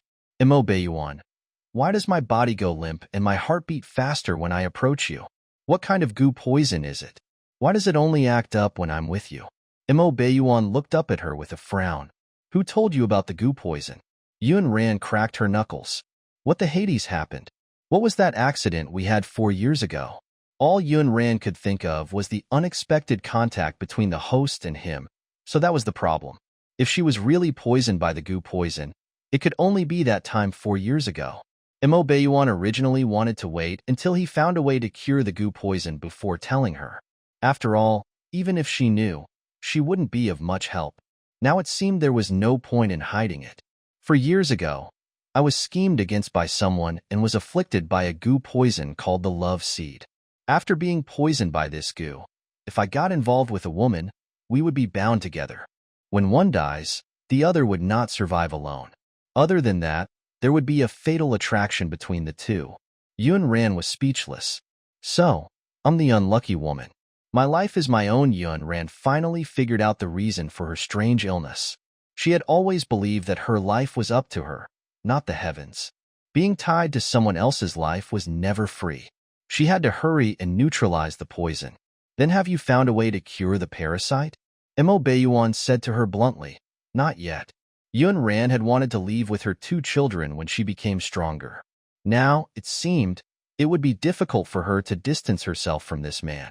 Forget it. There was no point in being anxious about this. Mo Baiyuan waited for her to cry or use this matter to make conditions and threaten him. Unexpectedly, Yun Ran said, Got it. Let's protect our lives for now. Then she left, as if this didn't make much difference to her. Actually, Yun Ran wasn't that open-minded. After all, there were too many people who wanted this man's life. If his enemies found out, killing her would be equivalent to killing Mo Baiyuan. Then her life would be in even more danger. Therefore, Yun Ran felt that the matter of her becoming stronger was imminent. She had to hurry up with her previous plans. The next day, after breakfast, Yun Ran left the residence through the back door with the 2 little dumplings. When Mo Baiyuan heard the secret guard's report, he nodded indifferently. He asked Thunderbolt to bring a few people to protect them secretly. He did not have to show himself unless necessary. After all, the 2 children were still young. How could they not like to come out and stroll around? Yun Ran held one in each hand and led them around the streets of the imperial city. As they walked around, the 2 little pack rats had a lot of good food and fun in their hands. They were over the moon. When they'd had their fun, Yun Ran took them to do their business. She had previously asked the guards in the imperial palace about it.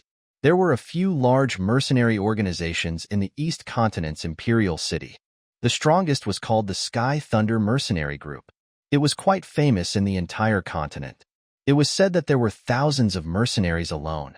If Yun Ran wanted to grow quickly and obtain a generous mission reward, she had to go straight to the Sky Thunder Mercenary Group.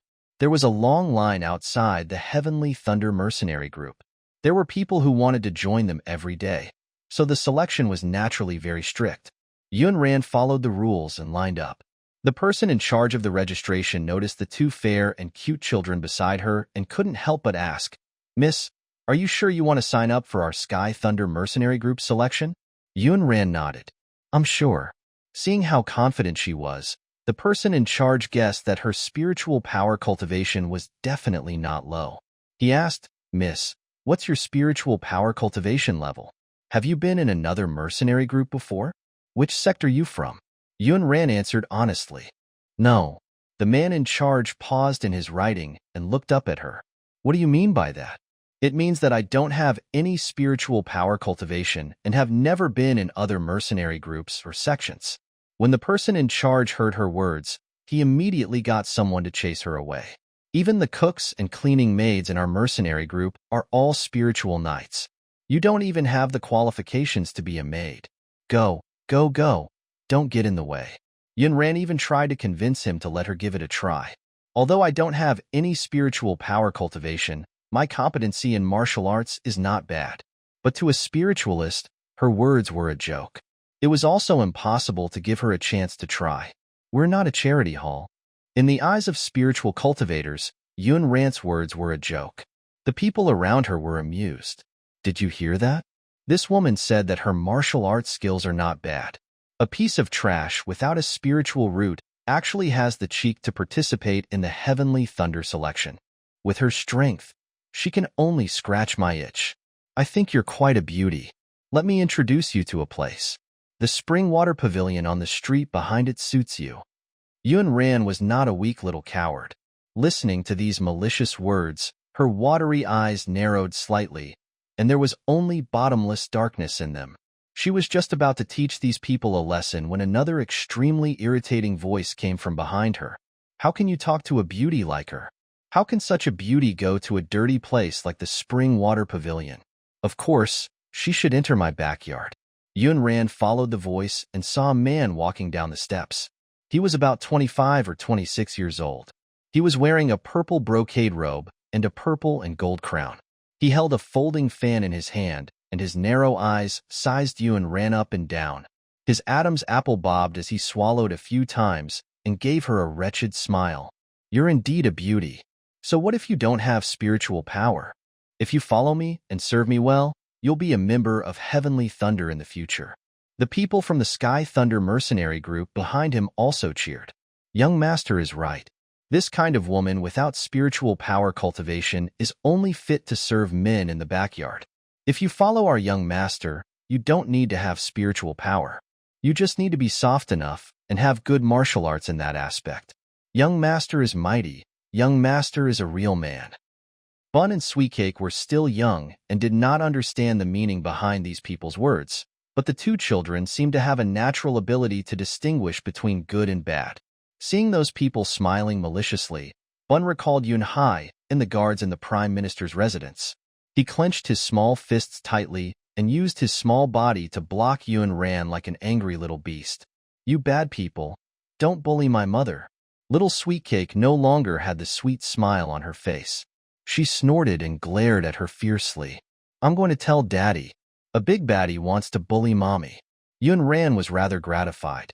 During this period of time, the two little ones had been spending time with Imo Beiyuan in the prince's mansion. In an environment like the prince's mansion, they had obtained respect and built up their confidence. They were no longer the two pitiful people in the prime minister's mansion who could be bullied. But at this moment, she couldn't really let the two little ones rush to the front to protect her. She raised her hand to rub the top of their heads and comforted them. You're still young. Leave this kind of thing to Mother. In the dark, Thunderbolt witnessed all of this and quickly sent someone to report to the prince. Go back quickly and tell His Highness that Miss Yun and the two young masters were bullied. Miss is crying and looking for Daddy. The secret guard quickly returned to the Prince Yuan mansion and reported the situation to Mo Beiyuan. Mo Beiyuan was busy with his work with his head lowered. He did not even look up. The woman had enough fun. She's back? The secret guard replied according to Jinglei's instructions. No, Miss Yun and the two young masters were bullied outside. Miss was even frightened and was crying for her father. Who's so blind? Mo Beiyuan's expression darkened. He stood up and strode out. And where are they now? It's the young master of the Heavenly Thunder mercenary group. He has taken a fancy to Miss Yun. Now, Miss Yun and the two young masters are trapped at the stronghold of the Heavenly Thunder mercenary group. As soon as the secret guard finished speaking, he realized that a black shadow flashed past his eyes. When he regained his senses, he had already disappeared into the courtyard. He had been by his master's side for so long, but this was the first time he had seen his master so anxious. At this moment, outside the Heavenly Thunder mercenary group's stronghold, Yun Ran shielded the two children behind her. Then, she shouted to the crowd, Thunderbolt, come out. Thunderbolt had originally planned to wait for his master to come over and let him save the damsel in distress, but the development of this matter completely exceeded his expectations. Could someone tell him when he was found out? Had his tracking skills deteriorated? At this moment, he couldn't care less about creating a chance for his master to save the damsel in distress. He appeared with a few shadow guards and bowed to Yun Ran. Greetings, Miss Yun. Yun Ran nodded at them. Yes. Please protect Bun and Sweetcake. Immediately, Thunderbolt cupped his fists and accepted the order. Yes. Do we need to deal with these people? She shook her head, her voice cool, her expression neutral. No, I can handle them myself. Yunran didn't want to expose her identity and the two children, but in this situation, she couldn't beg for mercy. She did not want to establish a cowardly image in front of the two small groups. She didn't want to destroy the confidence and courage that the two children had worked so hard to build. After entrusting the safety of the buns and sweet cakes to Thunder and the secret guards, Yunran looked up at young Master Thunder in front of her and slowly drew her saber from her back. She had held the saber behind her back to make it easier to do the task. Who knew that it would be used against this group of trash now? A cold glint appeared in Yunran's eyes. Without saying a word, she slashed with her saber. The saber was so ordinary that when it was pulled out, it did not alert the other party at all. No one expected this woman to be so bold as to use a saber to slash the young Master of Heavenly Thunder at the entrance. Young Master Heavenly Thunder was still guessing the identity of these secret guards, and this woman. There was a sharp pain in that shoulder. He twisted his neck and saw that his left shoulder was a bloody mess. It seemed that a large piece of flesh had been cut off. Blood stained the entire lapel. Such a huge change caused a commotion. However, Yunran had no intention of stopping. Instead, she continued to slash at the men with dirty mouths. After cleaning them up, she said coldly, "So what if I don't have spiritual power cultivation? I can still kill you. Listen up, this time. I've cut off a piece of your flesh. Next time, I'll cut off your heads." Thunderbolt was no less surprised than the others. Why was that smiling and delicate Miss Yun even more ferocious than the secret guards who had risked their lives for her? Little Sweetcake in her arms had never seen such a scene before. Large drops of golden beans fell. As she cried, she raised her little arm and pointed. "Bad guy. Big bad guy wants to hit my mother." Thunderbolt was speechless. Had the girl made a mistake? Her mother was the one who was beating someone up. When Imo Bayuan rushed over, he saw the secret guards hugging the two little balls and coaxing them. Meanwhile, Yunran was surrounded by a group of aggressive mercenaries. The woman was dressed in an ice blue dress and held a worn-out saber in her hand. She was clearly alone, but there was no hint of fear on her face. Imo Bayuan swooped down, immediately drawing everyone's attention to him. The man was dressed in a black brocade robe embroidered with golden beast totems. His face was really handsome and peerless, but when everyone saw purple eyes, their expressions changed drastically. Even the mercenaries who were about to besiege Yunran froze in place. It was him. Ghost. Lord Yuan. It's Lord Yuan. Why is he here? Sweetcake also saw her father and waved her arms in Thunder's arms, asking for a hug. "Daddy, Daddy, hug." During this period of time, the little girl liked to stick to her father even more. When he was in the residence, if she could lie in her father's arms, she would never come down and walk by herself.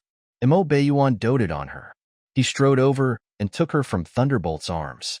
Compared to the helplessness he'd felt the first time he'd held a child, he was now quite skilled. "Daddy, big baddie, bully mommy, hit mommy. Boo-hoo. Father, the big baddie wants to snatch mother away. Sweetcake and brother won't have a mother anymore. Father, you have to beat up the big baddie and protect mother." Sweetcake waved her hands and gestured vigorously. The tears on her face had yet to dry. She puffed up her cheeks angrily and complained to her father. Imo Bayuan carried the little pack rat with one hand and nodded at her from time to time. His face was still cold, but his eyes softened. In the crowd, everyone heard the girl's words clearly. Connecting it to the rumors about the Ghost King Imo Bayuan that had been spreading wildly in the Imperial City recently, they immediately guessed the identities of the two little pack rats and Yunran. Didn't they say that the Yuan King's twins were born by the crazy, silly, and ugly second miss of the Prime Minister's mansion? Who is this beautiful and ruthless woman? I've seen that fool from the Prime Minister's residence before. She's definitely not this fairy-like woman in front of me. Are you deaf? Didn't you hear that little baby call for her mother? The little baby even called him father. You mean this woman is the idiotic second daughter of the Prime Minister? How is that possible? Yunran did not know that she had stirred up another wave of gossip in the Imperial City. She saw Imo Bayuan walking towards her step by step with the sweet cake in his arms. Surprised, she said, "What are you doing here?" Mo Baiyuan glanced at her and explained indifferently, "The secret guard said that Sweet Cake wants to see me." His reason was really irrefutable. Little Sweet Cake also nodded hard, saying, "Yes, it's Sweet Cake who misses Daddy. Mother, Daddy is here to beat up the big baddie and protect Mother. Brother still has Sweet Cake." In Mo Baiyuan's arms, Sweet Cake was no longer as frightened as before. She even swayed her calves wantonly, looking a little like a fox exploiting the tiger's might. She was really cute. One also broke free from the secret guards. He rushed over like a little firecracker and hugged Mo Baiyuan's leg. "Daddy." Yun Ran curled her lower lip and a smile flashed across her eyes. In the eyes of the two little pack rats, Mo Baiyuan was probably an omnipotent super good father. Of course, Mo Baiyuan did not disappoint the two little pack rats. With a light wave of his sleeve, he sent a group of mercenaries flying. Yun Ran finally understood why these people's expressions were so ugly when they saw Mo Baiyuan, and why he was known as the #1 expert in the entire Xuanxia continent. Mo Baiyuan remembered that the secret guard had reported that young Master Heavenly Thunder had taken a fancy to Yun Ran. The current scene must be because young Master Lei wanted to use force. In order to protect her innocence, Yun Ran resisted with a saber. That was why it was so intense. Mo Baiyuan's eyes darkened as he looked at the woman beside him.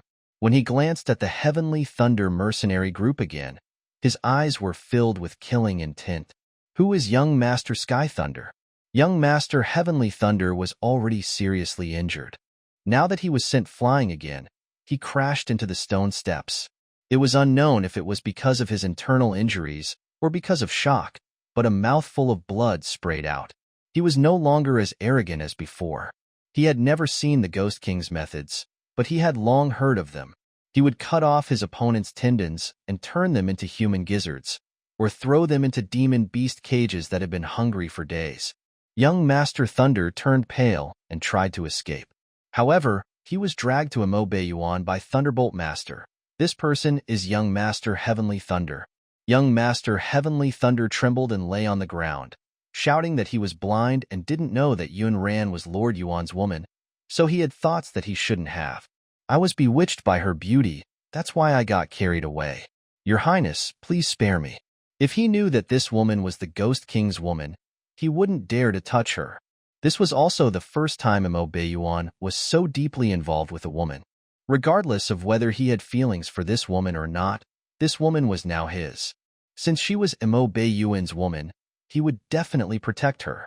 Just as everyone was muttering in their hearts, the one who had taken the initiative to attack the Ghost King's woman would probably die miserably.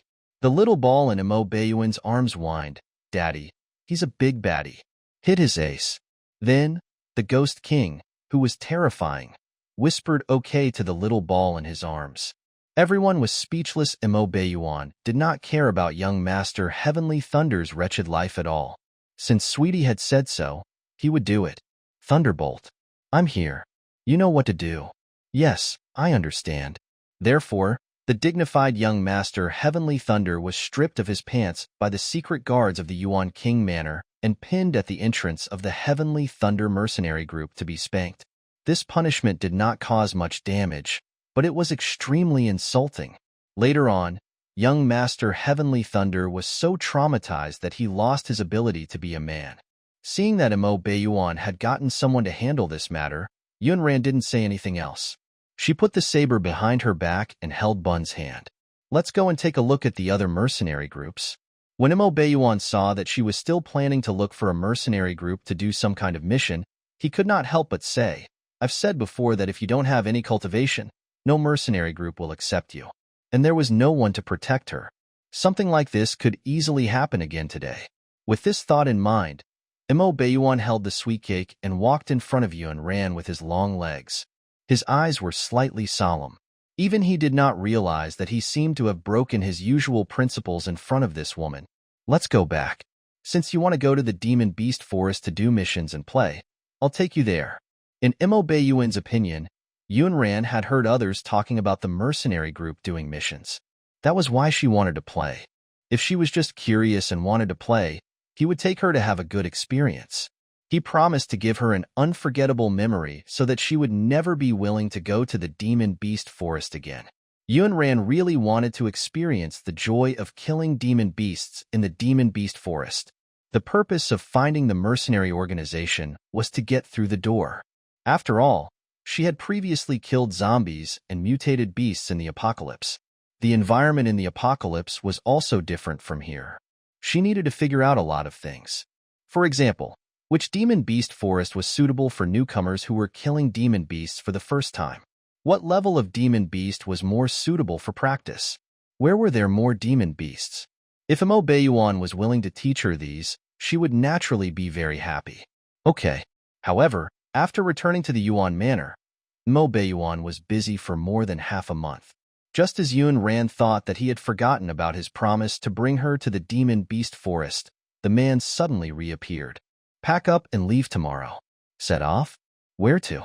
Yun Ran really thought he had forgotten and didn't understand what he meant for a moment. Mo Beiyuan looked at her. Didn't you want to go to the demon beast forest to broaden your horizons? Why? You don't want to go anymore? Afraid that he would go back on his word, Yun Ran immediately replied, "Who said that? I want to go." The next day, Mo Beiyuan saw an adult and two children who were well-groomed. When Sweet Cake saw him appear at the far door, she ran towards him on her short legs and shouted from afar, "Daddy, Sweetie is ready. She's ready to play." Bun, on the other hand, was holding a small wooden sword. He waved his small arms and shouted that he wanted to kill demon beasts. The blue-eyed black wolf in the corner of the yard shuddered. Mo Beiyuan picked up the Sweet Cake and looked at Yun Ran. At this moment, she was dressed differently from her usual attire. She was dressed in red, with black leather wrist guards and moccasins.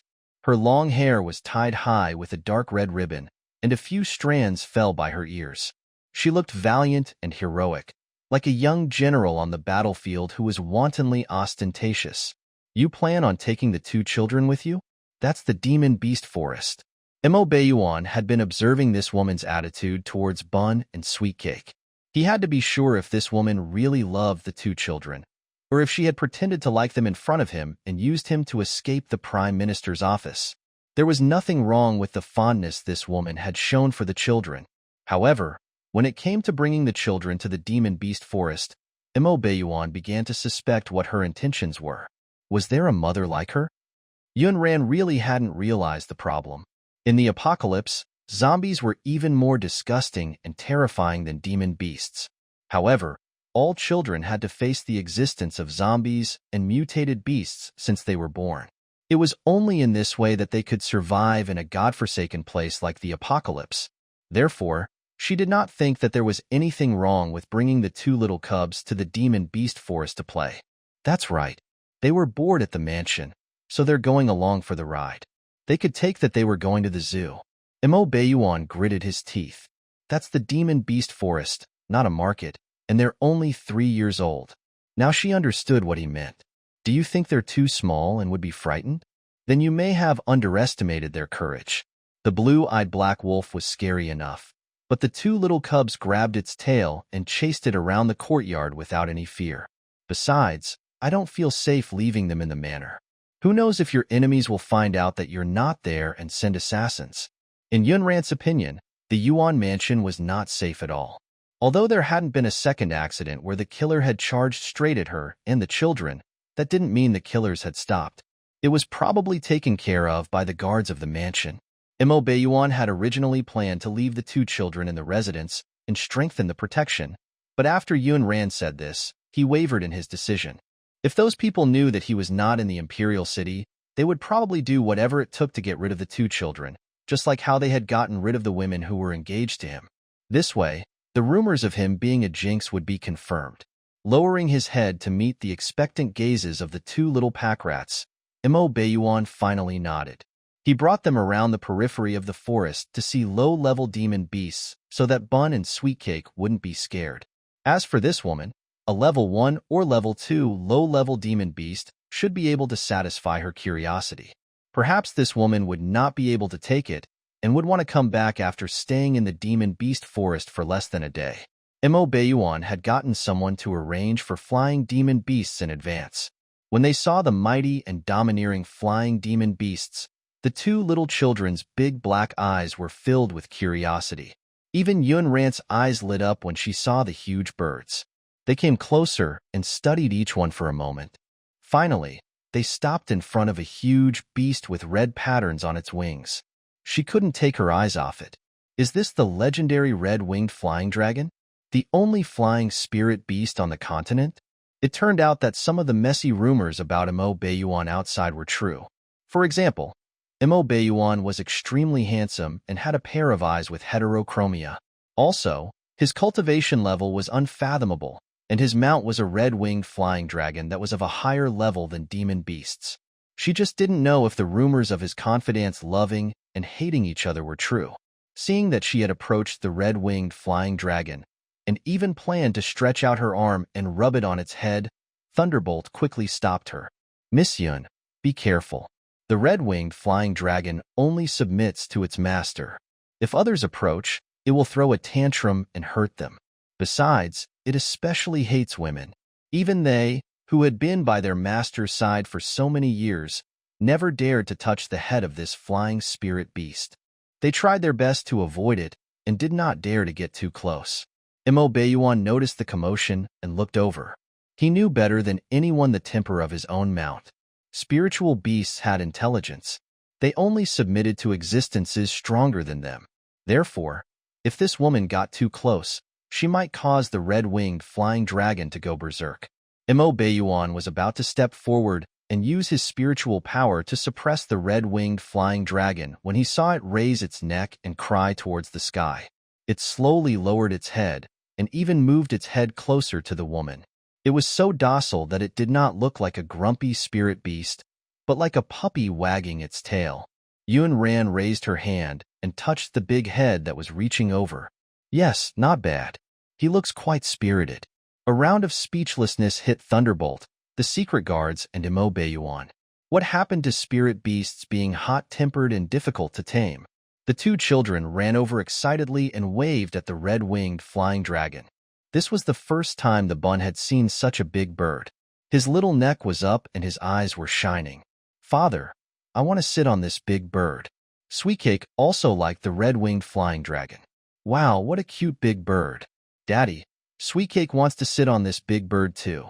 As she spoke, she even flapped her little arms like a bird spreading its wings to fly. Thunderbolt could only sigh. They were indeed the woman and bloodline of their master. The other children would cry when they saw the red-winged flying dragon from afar. The red-winged flying dragon had even become the most terrifying ferocious beast in the eyes of the children in the imperial city. However, their little masters could actually use the word cute to describe such a big and fierce flying spirit beast. This was truly an eye-opener for Thunderbolt. In the end, Mo Baiyuan brought the two little balls to ride the red-winged flying dragon. The other secret guards rode on their flying demon beasts and followed behind. They set off for the demon beast forest closest to the imperial city. There were thousands of demon beast forests on the Xuanxia continent. However, due to the different levels of demon beasts living in them, the danger levels of these demon beast forests were also different. The higher the level of the demon beasts, the rarer and more ferocious they were. That was why mercenary groups existed. Many times, it might require a large group of people to deal with a high-level demon beast. But even so, thousands of mercenaries died in the demonic beast forest every year. Therefore, killing demon beasts and digging for crystals was a gamble. But it had been like this since ancient times. Humans die for wealth and beasts die for food. The flying demon beasts were extremely fast. In less than 2 hours, they flew to the periphery of the forest. Yun Rant's riding experience was not bad. She thought that when she had enough crystals, she would also get a flying demon beast mount. In the future, it would be convenient to travel around with the two little balls. Of course, it would be even better if she could get a flying spiritual beast like the red-winged flying dragon. This was like the difference between an ordinary car and a top-notch luxury car. Who wouldn't love a flying beast that was fast, domineering, and powerful? Mo Baiyuan carried a child in each arm and flew down from the back of the red-winged flying dragon. Yun Ran also jumped down.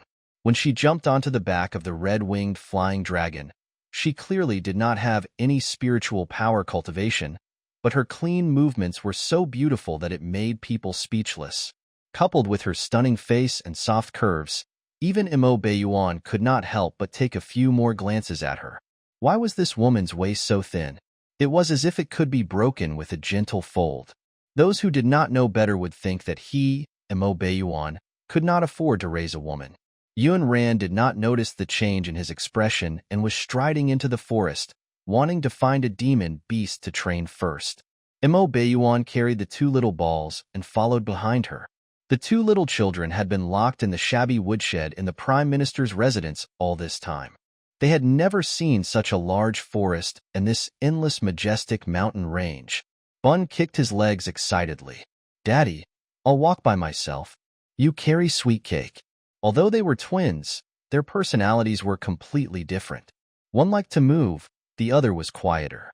Perhaps it was because Sweet Cake had been locked up all this time. Coupled with her malnutrition, her development was a little slow compared to other children, and her legs did not have much strength. That was why she didn't like walking on her own. Basically, after taking a few steps, she would reach out for a hug. Bun, on the other hand, couldn't stay idle. He ran around like a lit firecracker as if he had endless energy. Imo Bayuan gave Thunderbolt a look and asked him to follow Bun. Even though this was the periphery, no one could guarantee absolute safety. After all, this was the Demon Beast Forest. With Imo Bayuan around, Yun Ran was quite at ease in regard to the two little pack rats' safety. She could focus on finding traces of demon beasts. Imo Bayuan saw her walking in front of him. One moment, she was walking to the left, and the next moment, she was walking to the right. She was not walking straight ahead. He thought that she had seen some beautiful flowers and plants, so she leaned over to take a few more glances. This was until Yun Ran suddenly slashed at the bushes in front of them and pulled out a 100-pound fanged boar. Imo Bayuan realized that he was wrong. "Imo Bayuan, do you think this pig is a demon beast?"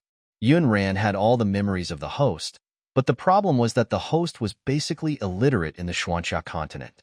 It was impossible to tell which were demon beasts and which were not. That was why Yun Ran asked someone nearby. Imo Bayuan recovered from his momentary daze and tried his best to look normal. He nodded and said, "It's a low-level demon beast." Yun Ran asked again, "Does it have demon beast crystals in its head?" "It does." Receiving an affirmative answer, Yun Ran slashed down again, splitting the boar's head open and digging out the tiny crystals. Yun Ran's actions were so fast that Imo Bayuan almost did not have time to cover the eyes of the little pack rat in his arms. Why did this woman start digging for crystals in front of this child? Wasn't she worried about scaring the two children with such a bloody scene? "Yun Ran, do you know what you're doing?" Imo Bayuan could not help but ask her coldly. Yun ran through the crystals into the bag she had prepared in advance before looking up at a certain someone with a dark expression. She teased, "Digging crystals. What else can I be doing? Demonstrating how to kill pigs?" With that, she strode over to him and asked the little bundle in his arms if she wanted roasted boar.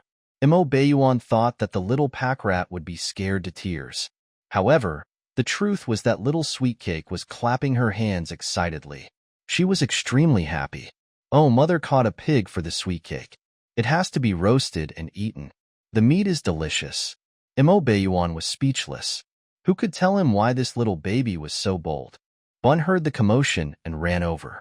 Just as Imo Bayuan thought that he would be frightened by the bloody corpse of the wild boar, Bun said, "Mom, I want to eat roasted wild boar too. Such a big wild boar is enough for us to eat for several days. It's really great." Thunderbolt and the Dark Guards witnessed the entire process. He could only sigh again. His master's woman and bloodline were indeed different. Yun Ran arranged for the secret guards to deal with the wild boar meat and build another fire. Soon, the fragrant smell of roasted meat filled the forest. The roasted wild boar meat sizzled. Yun Ran sprinkled the seasoning she had prepared beforehand. That big boar would be enough for the whole group of them. The two children had never roasted meat like this before. They found it novel and ate a lot. Yun Ran was afraid that they would not be able to digest the meat easily if they ate too much. Seeing that they were almost done, she did not let them continue eating.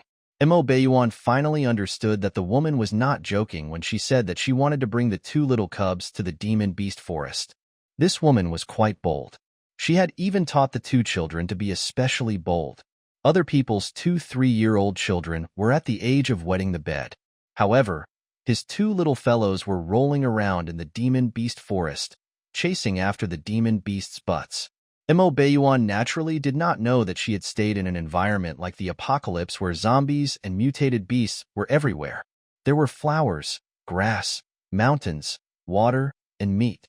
To Yun Ran, the demon beast forest was like a paradise on earth. When the group was full, they walked into the forest. The small bag containing the beast crystals gradually bulged. Long-toothed boars, demon rabbits, fierce-haired bulls, boar beasts. Any demon beast that appeared in her sight could not escape from the saber in her hand. It was a coincidence to kill a demon beast, but to be able to kill more than 10 in a short period of time, she had to rely on true ability. Thunderbolt and the Dark Guard sighed. Why did that demon beast suddenly collapse? How many demon beasts are there? How many? Almost 20. Mo Baiyuan looked calm on the surface, but he was not. He had underestimated this woman. This woman did not have any spiritual power cultivation, but her clean swing of the saber and the powerful killing intent emanating from her body even surpassed top secret guards like Thunderbolt. Her technique was simple and unorganized, but every move seemed to have been carved into her bones. They were not a random slashes at all. How did a fool master such exquisite saber techniques? It seemed that the secret guard who was in charge of investigating her did not do so thoroughly. His subordinates should not have made such a low-level mistake. Therefore, this woman must have hidden her talents too well. Yun Ran was weighing the small bag in her hand. Thinking about it, harvesting beast crystals didn't seem that difficult. At least it was much easier than dealing with zombies. She had a golden finger that could make demon beasts submit. It almost didn't take much effort. In a short while, the small bag in her hand was almost full. It was not easy to fly all the way here. She wanted to walk into the forest again and see if she could encounter any higher-level demon beasts. It was a worthwhile trip. Meanwhile, Mo Baiyuan had also changed his original plan. He acquiesced and continued to head towards the hinterland of the demon beast forest. Thunderbolt looked at the darkening sky and the group of black crows passing by in the air. He asked in a low voice, "Master, the sky is getting dark. Should we continue forward?" Large demon beasts would show up at nighttime. Even experienced secret guards like them were unwilling to enter the hinterland of the demon beast forest at night. Keep going. Mo Baiyuan wanted to see how bold this woman was. The group continued forward, not expecting to encounter another group in the forest ahead. Yun Ran had a temper and did not like to interact with strangers, so she planned to walk past this group of people. Zhaoqing then said, "Sir, the map shows that the northwest of Shaoyuan County is mostly poor quality mines. Do you want to send people to mine? Poor mine?" Jiang Wumian became interested. What kind of mine is it? What's the exposed part like? Is it a metal mine or a non-metal mine? Is there any iron ore? In the map drawn by Zhao Cheng, there are almost no marked metal minerals. Most of them are barren mines. They cannot produce good ores and the content is not much. Poor ore is better, as it contains more than barren ore, but the content of useful ingredients is still low. In the early stage, it requires multiple processing and smelting procedures to extract the minerals before putting them into use. Zhao Cheng shook his head. No iron ore was found in the shallow mines. Most of them are copper ore. The others are mostly non-metallic ores. I have seen limestone, fluorite, and other minerals. The detailed map is still being compiled. Jiang Wumian took out the construction plan and said, "There is no rush for now." The others also thought that Mo Jinyu would wait for the host to grow up before marrying her. But it didn't last. After the Empress Dowager died, the host lost her value to Mo Jinyu. When he became the crown prince, he revealed his true colors. Many times, he had insulted the host who pined after the warmth he had given her when she was young. After the host accidentally lost her virginity and became pregnant with another man's child, Mo Jinyu started to insult her even more. What was even more disgusting was that after Mo Jinyu became the crown prince, he actually got together with Yun Qingqing. How could the host not be sad to see the person she liked with her own sister? In order to make Imo Jinyu happy, she did many stupid things. Yun Ran felt uncomfortable just thinking about it. Seeing that she was stopped in front, Thunderbolt quickly brought people over to ask what was going on. Miss Yun, what happened? Yun Ran picked at her lower lip. They say this is the Crown Prince's domain. They won't let us go any farther. The Crown Prince's domain? If it were other mercenary groups, there was a high chance that they would just give in. No one would want to become enemies with the East Continent's Crown Prince. However, in the eyes of Thunderbolt, the Crown Prince should be the one giving way to his master when his master went against the Crown Prince. Do you know who she is? I don't care who this woman is. No matter how noble her status is, can she compare to the East Continent's Crown Prince? That person glanced at Thunderbolt arrogantly without even looking at him. He only treated them as a small mercenary group that had come to the forest to do a mission. Before Thunderbolt could reveal his identity, Imo Beiyuan had already walked over with the sweet cake. He said calmly, "Go back and ask Imo Jinyu if he dares to stop my people." The night was dark, and Imo Beiyuan was far away earlier, so this group of people did not see Imo Beiyuan's other pupils just now. But now they could see clearly. They also immediately recognized him. There was only one person in this world who had the other pupil. There was no mistaking it. "Why, Your Highness? Why you? Why are you here?" As arrogant as those people were previously, they were now as cowardly. Even their voices had softened. "Your Highness, we're working for the Crown Prince. We have no intention of offending you. It's like this. Miss Yun is about to participate in the sect meeting. The Crown Prince wants to give her a personal weapon, but there aren't enough materials for refining. Therefore, we're here to help her gather materials. Do you think it's convenient? If it were anyone else, they would probably do him a favor. But when had Imo Beiyuan ever done anyone a favor?" His thin lips twitched and his eyes turned cold. "What does his woman's weapon have to do with me?" As soon as he said that, Yun Ran understood why he had so many enemies. However, his words were quite pleasing to her ears. After saying that, Imo Beiyuan walked forward, probably too lazy to bother with these people. Yun Ran paused for a moment and asked, "By the way, what are you looking for here?" When the mercenaries heard her question, they thought she was easy to talk to. Things had changed. He hurriedly replied, "It's the reverse scale of the 8-star demonic beast, the Jade Phosphorus Snake. The Crown Prince is preparing to embed it on Miss Yun's personal weapon to please her." "Oh," Yun Ran said, pretending to be serious. She asked again, "Is that thing you're talking about precious?" The other party replied, "Of course. That 8-star demonic beast, the Jade Phosphorus Snake, is rare, to begin with. Its entire body is covered in jade green scales, but only its reverse scale is blood red. Not only is that reverse scale more beautiful than rubies, but it also has a miraculous effect of resisting the poisonous fog." Yun Ran nodded seriously. "That's indeed quite precious and special." Femme fatale, the group of people nodded in agreement. "His Highness, the Crown Prince is very concerned about Miss Yun, so he sent us here to find this green phosphorus snake." Yun Ran's eyes darkened and the corners of her lips curled up slightly. "You're quite attentive. Is His Highness and Miss Yun about to return to the Imperial City?" She had already figured out Yun Qingqing's whereabouts so that she could get her spiritual root back. "Not in the near future. His Highness, the Crown Prince, has to accompany Miss Yun to the sect meeting this year." "Oh, I see." After getting the information she wanted, Yun Ran had no intention of continuing the conversation. But these people had obviously misunderstood her.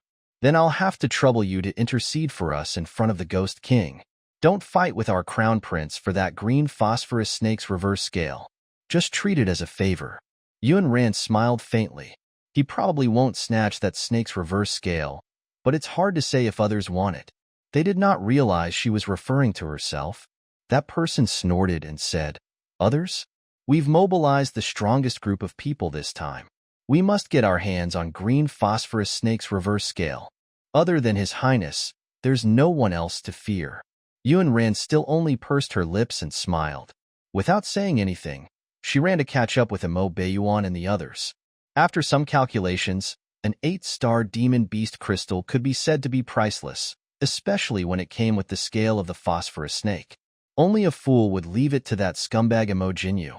Although Imo Beiyuan kept walking forward, he heard every word of the conversation between Yun Ran and that person. How could this woman still smile so happily when she heard that Imojinyu was fawning over another woman? Shouldn't you be sad? Could it be that she didn't hear clearly and thought that the Miss Yoon that group of people were referring to was her? In that case, he would be kind enough to remind her. The Miss Yoon they're talking about isn't you. It took her a moment to realize that his sudden outburst was directed at her. Oh, I know. They're talking about Yoon Qingqing. Then you. Mo Baiyuan was not the kind of person who liked to gossip with others. In addition, he was still holding a little girl with big black eyes. Therefore, he fell silent again. What did it have to do with him whether this woman was happy or not? How Mo Jinyu treated her had nothing to do with him. He was halfway through his sentence, confusing her.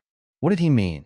Mo Baiyuan's eyes were cold and silent, but because his face was really handsome, it was quite pleasing to the eye. Yun Ran felt that anyone who did not have a firm will would not be able to resist his face and his aura even without the goo poison. Yun Ran's thoughts drifted away, and she didn't notice the corners of her mouth curling up again. This was noticed by Mo Baiyuan. After this woman finished chatting with Mo Jinyu's subordinates, her smile never stopped. She must be so happy after hearing about Mo Jinyu. Then her feelings for Mo Jinyu were really deep. Too bad. With Mo Jinyu's ambition, it was impossible for him to marry her. Besides, the woman had given birth to his child. It was impossible between her and Mo Jinyu. The East Continent royal family cared about their reputation the most. Mo Jinyu was so meticulous and scheming for that position.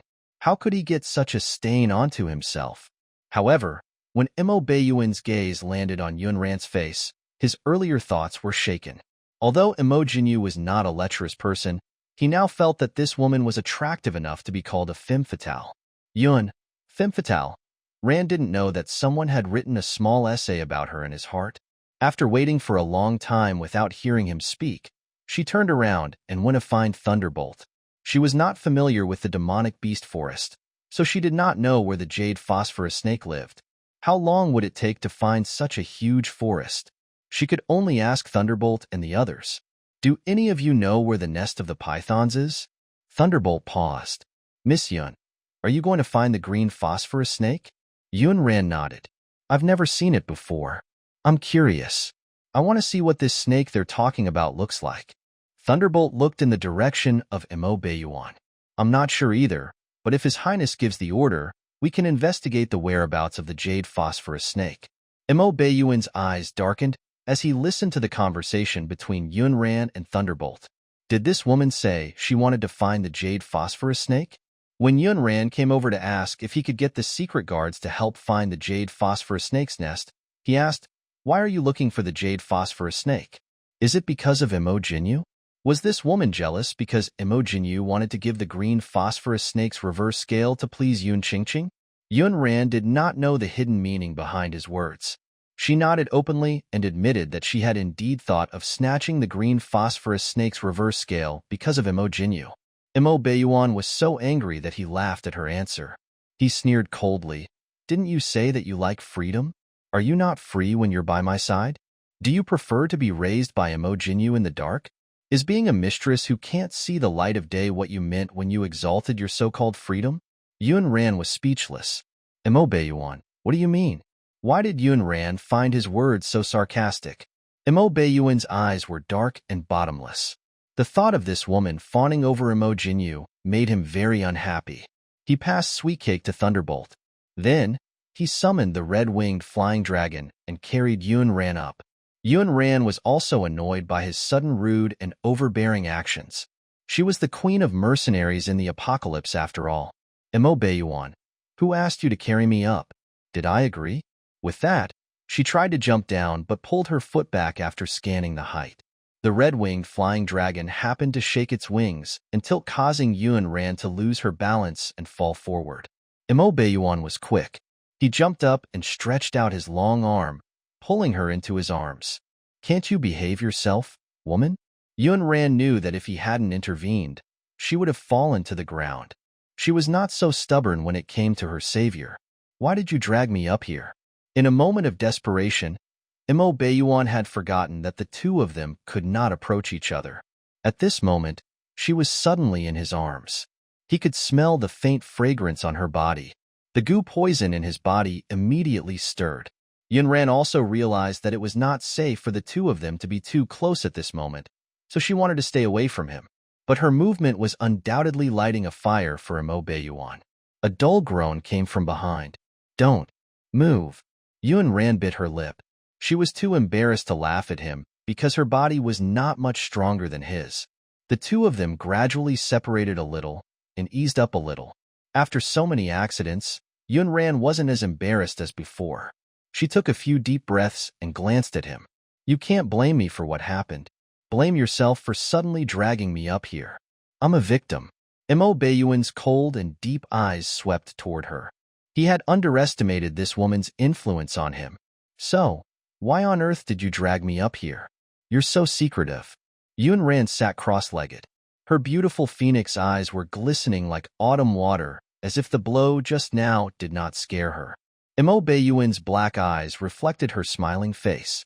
His handsome brows drew together. He wondered if this woman knew any shame. After all, she had shamelessly pestered Mo Jinyu all these years and refused to give up. Would she be able to smile later? "I won't allow you to bring my bloodline to be Mo Jinyu's mistress. Do you understand?"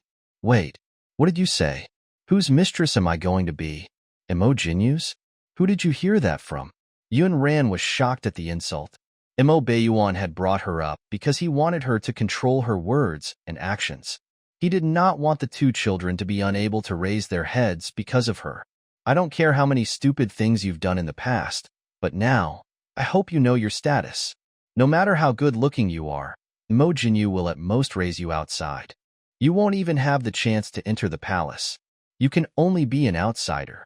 Yunran recalled the stupid things the host had done and carefully pondered over his words. She finally understood why he was being sarcastic. Her pink lips curled up slightly as she smiled coldly. "If it were Mo Jinyu, I wouldn't care even if the position of the empress was given to me." She didn't care for that scumbag's favor. Besides, she was a clean freak. She wouldn't share a man with another woman. She felt sick at that thought. Mo Baiyuan originally thought that she would argue with him because of Mo Jinyu.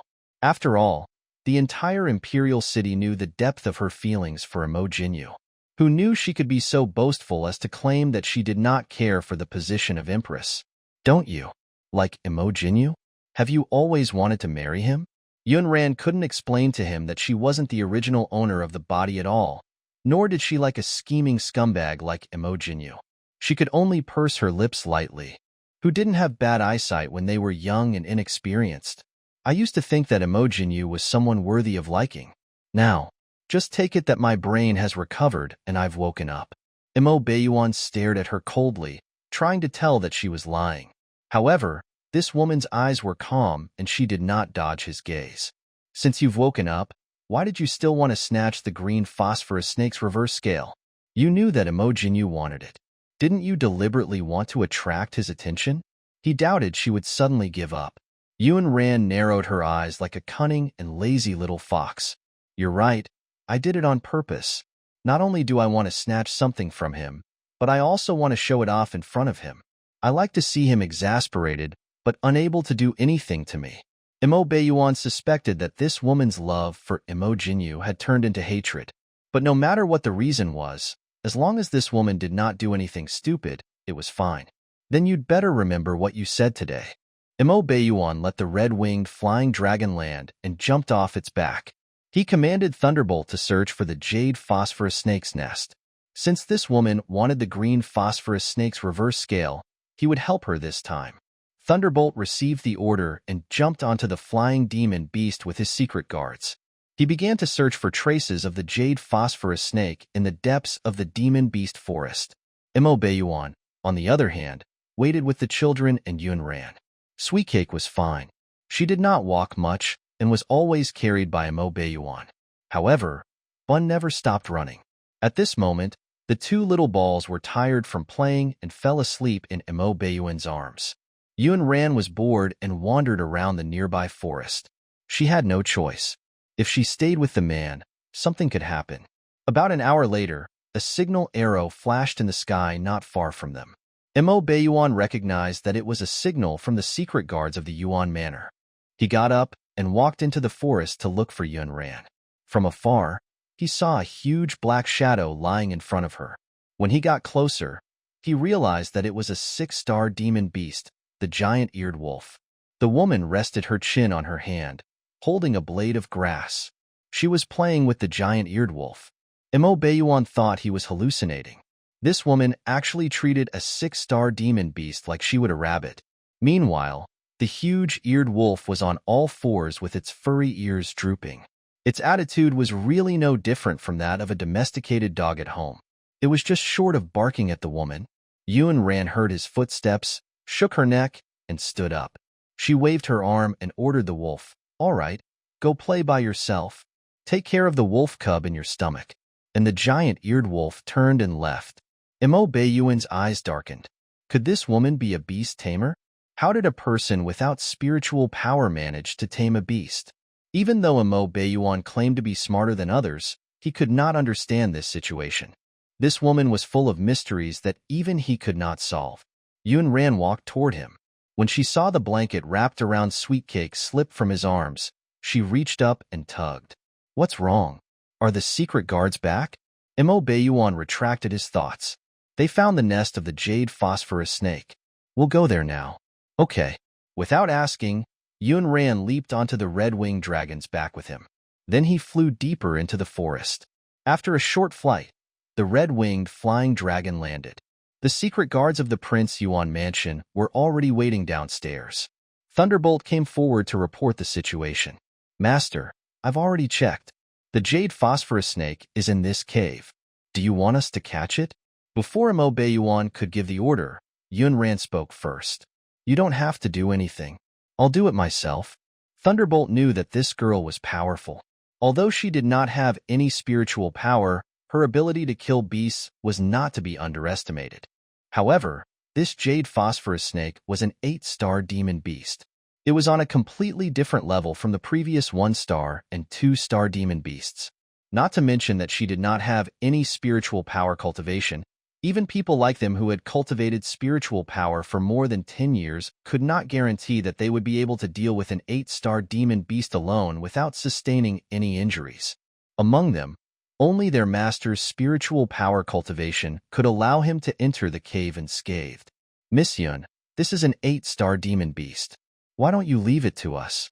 Thunderbolt reminded her how dangerous this hole was. Yunran naturally knew that this jade phosphorus snake was an 8-star demon beast. That was the reason why she wanted to attack it personally. "It's like this. I want to see if I have the ability to kill 8-star demon beasts." "Well, Master, look." Thunderbolt was in a difficult position. He could not make this decision.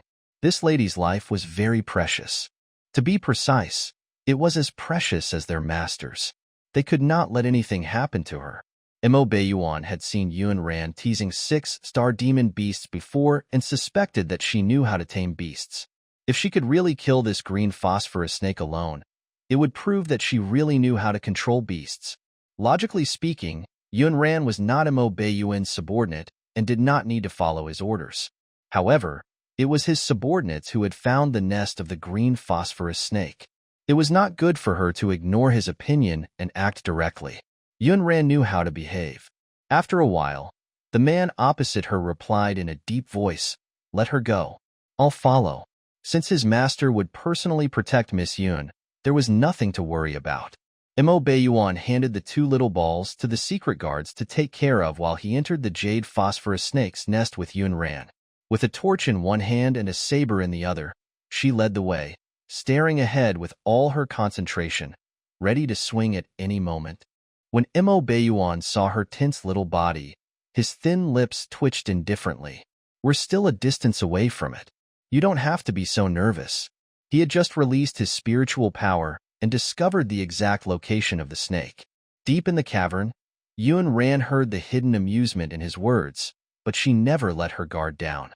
This was a habit she had developed in the apocalypse. After entering such a dark cave, her body would naturally react like this. This was because when they surrounded the zombie nest, it was very likely that the moment they relaxed, their necks would be bitten off by the zombies hiding in the dark. These were all instincts that she had trained to survive in the apocalypse. They continued deeper into the cave, the light from their torches wavering slightly. But her steps never faltered. Be careful. It's just ahead. After walking for about an hour, Mo Beiyuan suddenly reminded her. Yun Ran made a soft sound and tightened her grip on her saber. Her gaze hardened. She raised the torch slightly and took a few more steps forward. She saw a few natural stalagmites in the cave in front of her. On one of the stalagmites was a huge snake covered in green scales. The giant snake must have heard them. It raised its huge head and spat its bright red tongue at them. There was a strange, indefinable smell in the air. Mo Beiyuan's eyes darkened slightly, and he immediately released his spiritual power. He reached out and pulled Yun Ran behind him. Let's go. Before Yun Ran could figure out what he meant, Mo Beiyuan said, it's too late.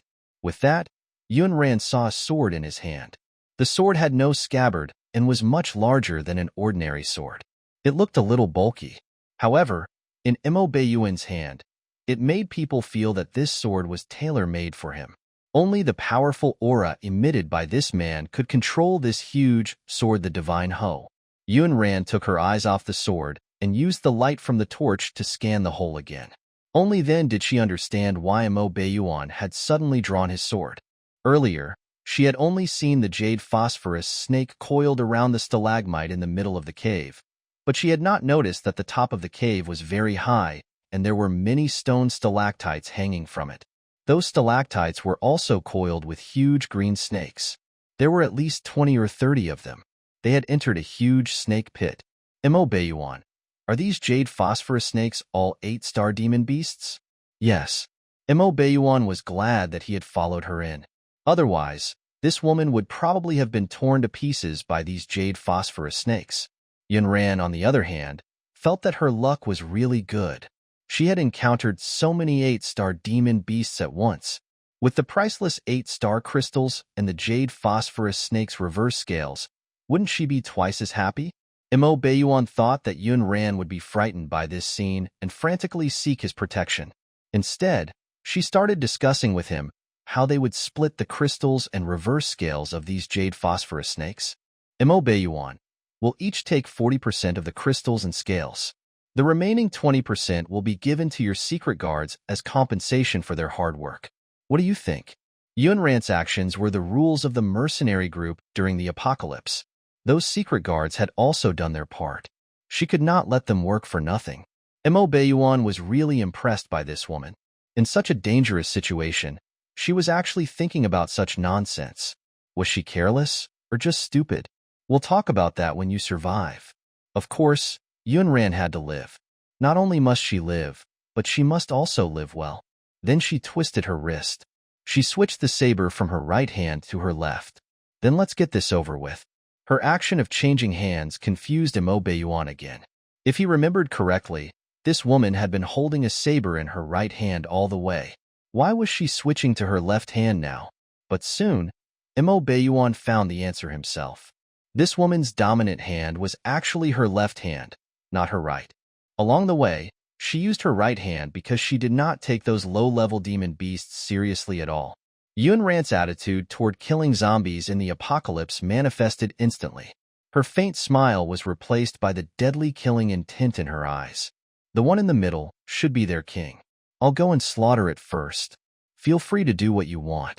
Mo Beiyuan was dumbfounded. Did this woman know he'd come in here to protect her?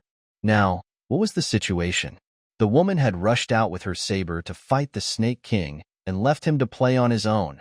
Out of those without spiritual power cultivation, she had to be the most fearless. Although she clearly did not have any spiritual power cultivation, her aura made it seem like she was a top-notch big shot. She did not even take these 8-star demon beasts seriously. He did not know that Yun Ran's way of survival in the apocalypse was to fight to the death. The bravery and fearlessness in her had been tempered by thousands of zombies and mutated beasts. The Jade Phosphorus Snake King probably did not expect this weak human to raise her saber and charge at him. Mo Beiyuan thought for a moment and followed. Yun Ran rushed to the head of the Jade Phosphorus Snake King in one breath, her watery eyes fixed on those terrifying snake eyes. The Jade Phosphorus Snake suddenly seemed to be frightened by something, and its huge body jerked abruptly. Yun Ran raised her saber, leaped into the air, and brought it down on the snake's head without any hesitation. She stepped on the head of the Jade Phosphorus Snake King and dug out the 8-star Demon Beast crystal. The Snake King died tragically. The other Jade Phosphorus snakes in the cave also became restless when they detected the scent of blood. They slithered down from the stalactites and formed a giant snake formation around the two of them. Yun Ran didn't panic at all. She threw the crystal into her small cloth bag. She was standing on the Snake King's head with the saber dripping blood, waiting for the snakes to come and attack her. With her calm expression, it was probably not strange to picture her sitting on a stool and eating a slice of watermelon while waiting. Mo Beiyuan stood not far from her. He held a shrine in his hand. After releasing his spiritual power, his entire body was suspended in midair. His clothes and hair were stirred by the spiritual energy. Yun Ran was distracted and took a look. She had to admit that this man's natural aura was very strong. When he fought with those giant snakes, he revealed his extremely high and powerful cultivation. Although the two of them didn't have any verbal communication, they cooperated quite well. More and more snake carcasses appeared around them. However, an accident happened at this moment. During the intense battle, the torch was extinguished by a violent green phosphorus snake with its tail. After losing the light, Yun Ran's vision darkened, and she found it difficult to adapt to the sudden darkness. In the chaos, she could only rely on her sense of hearing and smell to detect danger. The snakes, however, were not affected at all. They slithered towards Yun Ran in the darkness. Yun Ran's golden finger had a bug. It had to confront those beasts squarely to intimidate them. But now it was dark, and her golden finger was useless. Mo Beiyuan also fell into darkness, but at his cultivation level, he did not need to rely on his eyes to see. After all his spiritual power was activated, he could accurately detect everything around him even with his eyes closed. Seeing that Yun Ran was stunned on the spot, he guessed that she probably couldn't adapt to this sudden change. He flew over and landed in front of her. Mo Beiyuan? Yun Ran also heard him flying down. Stay there. Don't move. I'll take care of the rest. Previously, they had taken care of most of the snakes. There were not many left alive. Yun Ran didn't try to be brave anymore. She stayed where she was obediently and waited for him to finish off the remaining snakes. When complete silence settled over her ears, Yun Ran knew that the battle was over. Next, it was time to dig for the reverse scale. Rest. Leave this kind of work to me. Yun Ran quickly took out a torch and found the previous one. Then she lit it again and began to huff and puff as she dug for crystals and took the reverse scales. Mo Beiyuan realized that this woman was not boasting. She was really good at digging up crystals. As she dug, she muttered to herself, "The bag is too small for it. I'll have to bring a bigger bag next time." Mo Beiyuan looked at her stuffed bag and was sincerely convinced. After Yun Ran was done, she got up and stretched lazily. "Let's go." They retraced their steps. Bun and Sweet Cake were awake and looking for their parents. Perhaps it was because she had just woken up and was in such an unfamiliar environment that Sweet Cake was not used to it. At this moment, she did not see her father and mother. She pursed her lips and tears welled up in her eyes. This made Thunderbolt and the other secret guards extremely anxious. They surrounded her and coaxed her, but being a group of single men, they had little experience with coaxing children. Food and games were brought out. They told jokes and made faces. With all that effort, the little pack rat still burst into tears. She flapped her little arms, looking for her father. Before Mo Beiyuan came out of the cave, he heard his daughter crying. He flew out. That action was even faster than when he had just dealt with the green phosphorus snakes. What happened to her? Mo Beiyuan went over and picked up Sweet Cake. He glanced at the secret guards with a displeased expression. Thunderbolt did not know if others could read it, but from his many years of experience with this person, this gaze meant, "Why did she cry when I handed her to you?" Thunderbolt shuddered and hurriedly explained. "When little mistress woke up, she kept asking for you and Miss Yun. Then, she cried." Mo Beiyuan glanced at him coldly. "She cried. And all of you just let her be? Don't you know how to coax?" Thunderbolt's forehead was already covered in sweat from the crying earlier. At this moment, he was sweating profusely. "We tried coaxing. but little mistress is still crying badly. We don't know how to coax her. Yunran understood their emotions. She stepped forward and said, "All right." She tends to wake up grumpy to begin with, and this is an unfamiliar environment. Crying is normal. Just hold her and coax her. Bun was bold and adaptable. Even if he was left alone in the dark forest, that brat wouldn't even cry.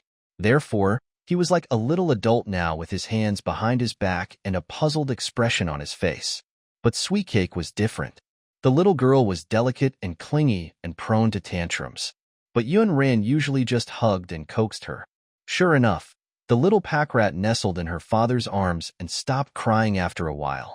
"Father, where did you and Mother go? Why didn't you bring Sweet Cake with you? Don't you want Sweet Cake anymore?" The baby, who had been crying, pouted with an aggrieved expression. She was so coquettish. Yunran pulled the shiny red scales from the bag and teased the girl. "We want to find something fun for you. Look, aren't these beautiful? Wow, they're beautiful." Most children liked shiny things like these. No matter what they were, as long as they were shiny, they were beautiful. Thunderbolt saw the scales of the jade phosphorus snake and congratulated. "Congratulations to Miss Yun for obtaining such a treasure. These scales are precious. It's hard to find them in the auction and on the black market. You have to take good care of them and don't lose them." Yunran nodded and handed the scales to Sweetie to play with. Thunderbolt wondered if he had said it in vain. Yunran did not notice the change in his expression. She pulled out the 8-star crystal from the small bag and shook out other crystals and scales from her sleeve. The crystals and scales fell to the ground, shining brightly. The two little balls were attracted to them and squatted there to play. Sweet Cake held a scale in her hand and grabbed another crystal. She waved her little hand as if she was comparing which one was prettier. Bun joined her, grabbing a scale and examining it intently. Then he asked, "Do you like this stone?" Sweet Cake nodded. "I do. I like pretty rocks." Bun puffed out his chest and nodded solemnly. "Okay, then when I grow up, I'll give you a carriage of beautiful stones like this." Hearing that there would be many beautiful stones for her, Sweet Cake swayed happily, her big black grape-like eyes curved into crescents. "Yes, thank you, brother." Yunran was charmed by the two children's innocent conversation and smiled. Mo Bayuan silently remembered that his daughter liked crystals and wondered if the crystals in his vault were enough to make a carriage. After all, with her elder brother giving her a carriage, he, as her father, had to give her at least 5 or 10 carriages full of crystals. Thunderbolt and the other secret guards did not know what their master was thinking. At this moment, everyone was already gaping in disbelief at the pile of priceless 8-star demon beast crystals and the scales of the jade phosphorus snake in front of them. "So, how many jade phosphorus snakes are there in this cave?" Yunran smiled gently because of the two little balls. "They're all here. Count it and you'll know." Thunderbolt hadn't had time to count. Bun said from the side, "There are 30 stones of each type, a total of 60. Yunran smiled and nodded. She raised her hand and rubbed it against his head twice. The baby's hair was too soft and smooth. "Then help me calculate. What's 20% of these things?" Bun calculated in his heart. After 3 to 5 seconds, he had an answer. 20% is 6 of each type of stone, a total of 12. Thunderbolt thought that Yunran was using this question to test Bun. He praised, "Young master is really smart. You know how to count and calculate at such a young age." Yunran did not deny that the two children were smarter than the other children. After all, not many children could learn simple addition, subtraction, multiplication, and division in 3 days and have a photographic memory. Yunran took out 6 crystals and 6 scales and handed them to Thunderbolt. "These are yours. You can decide how to distribute them." "For us?" No, we can't take it. Miss Yun, you risked your life to get these. How can you give it to us?" Yunran said, "It was just killing a few snakes. I didn't need to risk my life." Thunderbolt kept waving his hand to refuse. He knew how precious this thing was. He did not dare to accept such an expensive thing. Seeing that he refused, Yunran explained why she had given them crystals. "You were the ones who found this nest. When we went in to kill the snakes, you were the ones guarding the 2 little pack rats outside. Therefore, you deserve these things." Thunderbolt and the secret guards were really touched, but they still refused. Our lives belong to Master. Working for Master and protecting the two young masters is what we should do as the secret guards of the prince's mansion. Miss Yun, you're too polite. Seeing them pushing the crystals and scales back and forth, Imo Beiyuan, who had been silent at the side, suddenly said, "Take them. Take it as a reward for you." Thunderbolt wanted to ask if this reward was too much, but knowing that they all understood their master's personality, they didn't say anything else. He accepted the crystals and scales and thanked Yunran. Yunran divided the remaining crystals and scales into two and pushed one to Imo Beiyuan. "It was nice working with you. Here's your 40%. Be it crystals or scales, they were nothing in Imo Beiyuan's eyes. He did not treat them as treasures and quickly accepted them. Instead, he gathered them and pushed them in front of little Sweetcake. Let her play with them.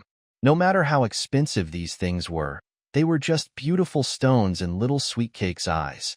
Wow, Sweetcake has so many beautiful stones." Yunran did not say much. Seeing that Sweetcake especially liked the scales of the jade phosphorus snake, she picked out the scales in her portion and let the little pack rat play with them. The secret guards watched as little Sweetcake treated the priceless jade phosphorus snake scales as toys. One moment, she would poke into the soil and say that she wanted to make a beautiful home for the little bugs. The next moment, she would pile them together and make them look like flowers and grass. As the little pack rat giggled, Thunderbolt and the secret guards began to doubt their lives. In the end, the children were still too young. They had never seen anyone raise a child like this. At this point, Yunran's day trip to the Demon Beast Forest was over. Everyone boarded their flying beasts and returned to the Yuan Mansion. They did not know how much of a shock Imo Jinyu's subordinates were in when they saw the carcasses of the jade phosphorus snakes in the cave. Were all these done by the Ghost King? Who else can it be? Who else has the cultivation ability to kill so many 8-star jade phosphorus snakes in one go? Not a single scale on these 30 jade phosphorus snakes was left for us. He didn't even leave a small piece for us. What he did was too ruthless. Isn't he publicly slapping our crown prince's face? That person probably doesn't even take the people from the 5 countries seriously. Let's think about how to report to the crown prince. What else can we do? We're not doing well. Just wait to be punished. Sigh. Blame it on ourselves for being so unlucky to meet that person. Yunran did not know that Imo Beiyuan had taken the fall for her. Moreover, in the near future, this matter would become one of Imo Beiyuan's many legendary rumors and spread widely in the Xuanxia continent. It added to his cruel persona. After returning to the Yuan Mansion, Yunran began to plan her next step. She had enough crystals now, but she couldn't find a suitable candidate. Yun Qingqing's identity was special, and she had the Prime Minister's mansion, the Crown Prince, and a group of admirers backing her up. Ordinary mercenary groups did not dare to offend these dignitaries. They probably would not accept her mission at all. Yunran could not think of any way out herself, so she could only ask the secret guards in the residence. These secret guards had traveled around with Imo Beiyuan and should have seen a lot. Ever since their trip to the Demon Beast Forest, Yunran's image in the hearts of Thunderbolt and the other secret guards had changed. They admired the woman who could make the red-winged flying dragon submit and face an 8-star demon beast without batting an eyelid. Coupled with the fact that Yunran's spiritual root had been snatched, they felt that what was done to her was inhumane and infuriating.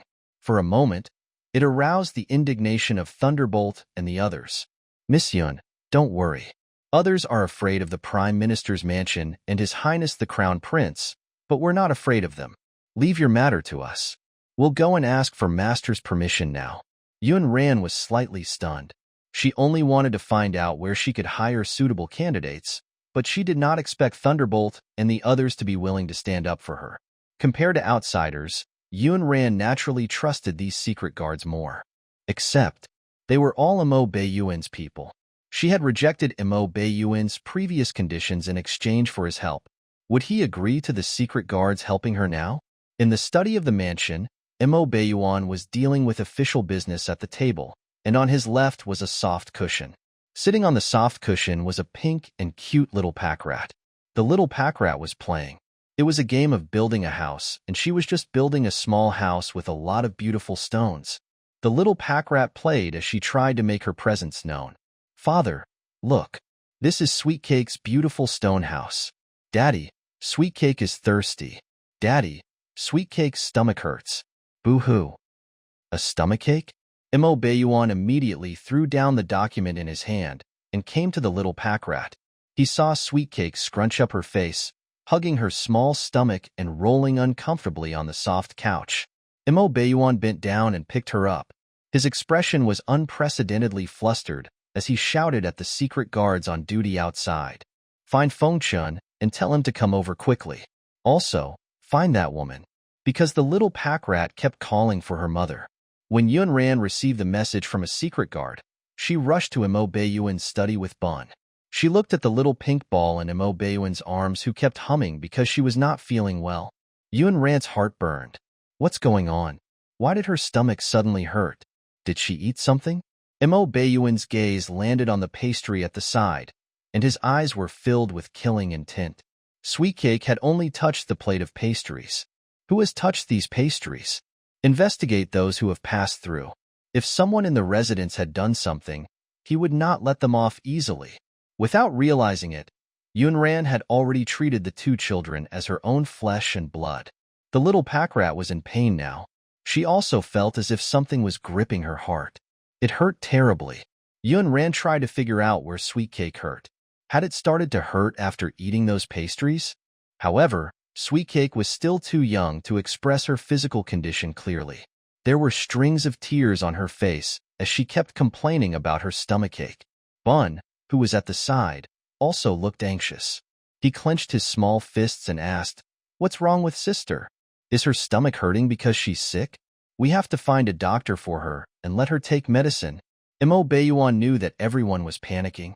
As a man and father, he had to be calm. He comforted Bun in a low voice. The secret guard has already gone to invite Uncle Feng Chun. Sweet Cake will be fine. Yunran could not care less about not being too close to Mo Bayuan. She leaned closer and stroked Sweet Cake's head to comfort her. Sweet Cake, be good. Don't be afraid.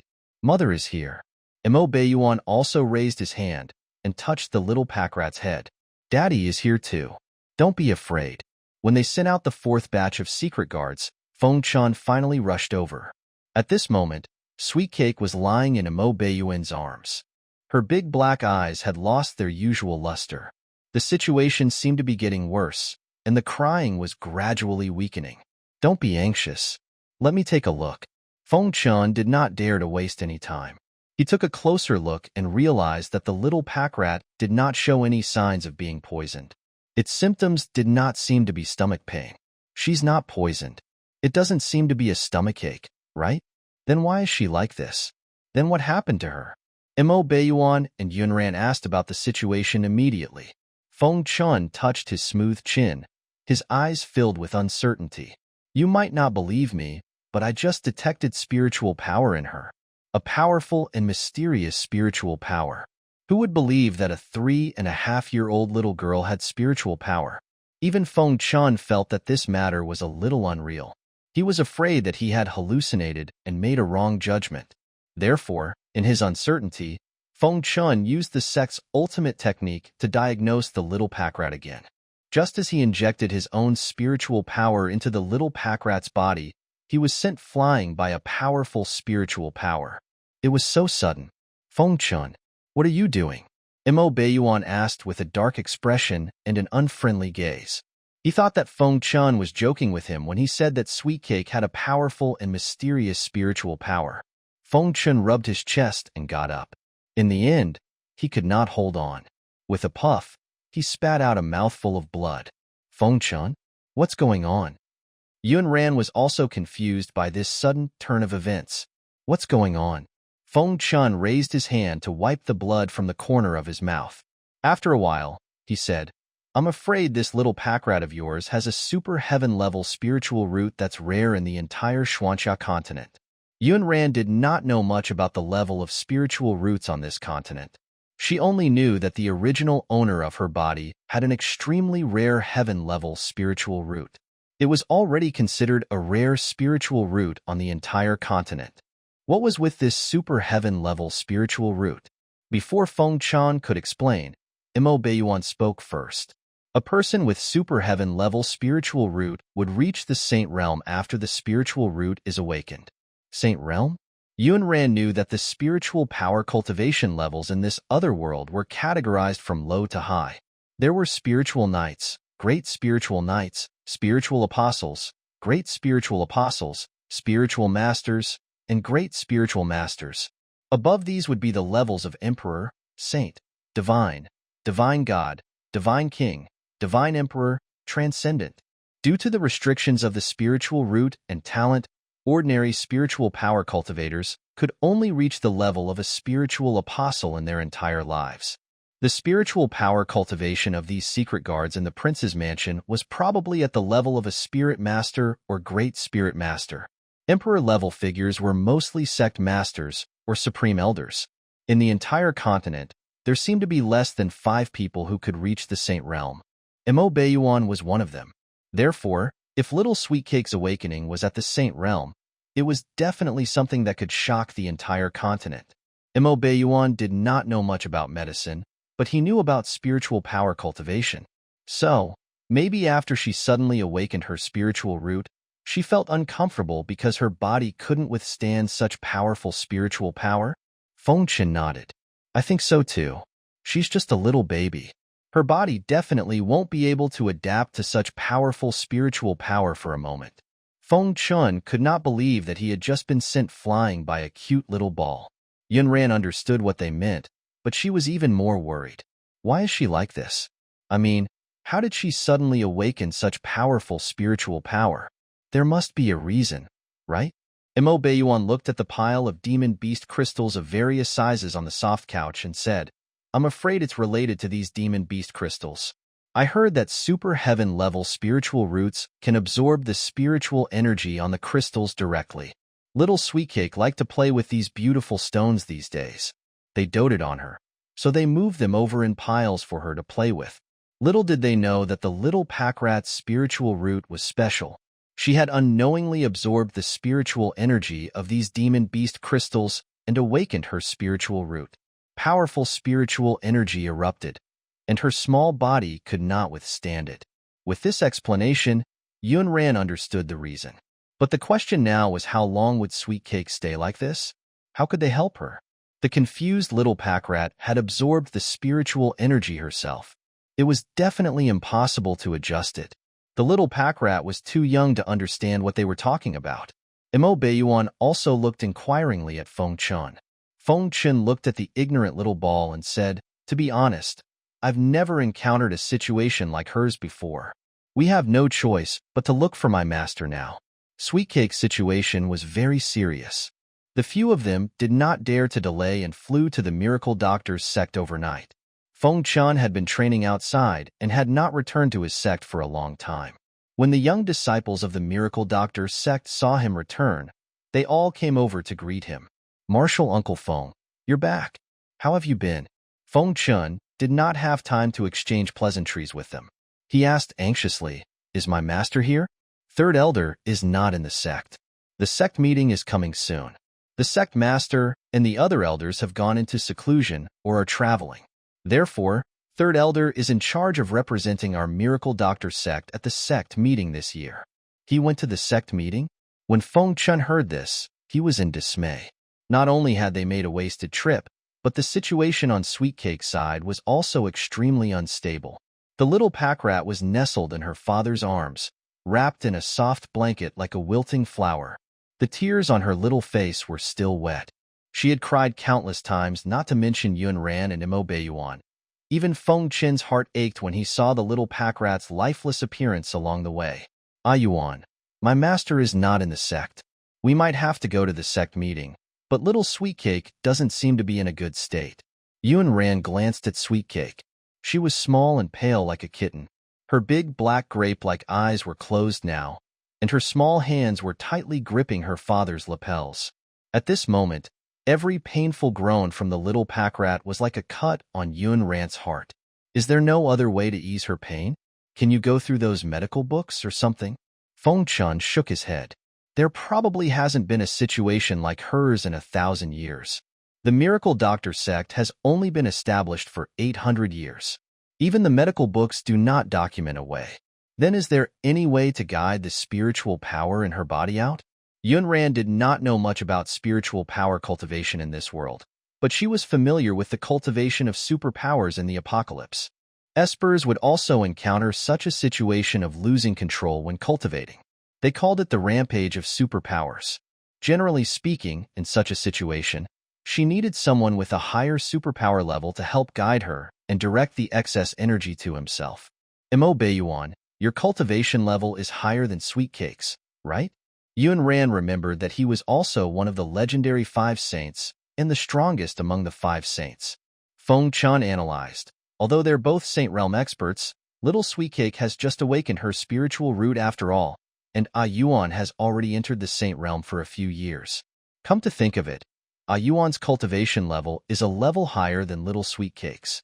Why are you asking? Feng Qin guessed that Yun Ran would not ask this for nothing. She must have some idea. Mo Beiyuan also asked in a low voice, do you have a way? Yun Ran said, I'm not sure it's feasible. I wonder if you could find a way to direct the spiritual power from Sweetie's body to yourself? Lead the spiritual power to himself. Do you mean to let Yuan forcefully absorb the spiritual power from Sweet Cake?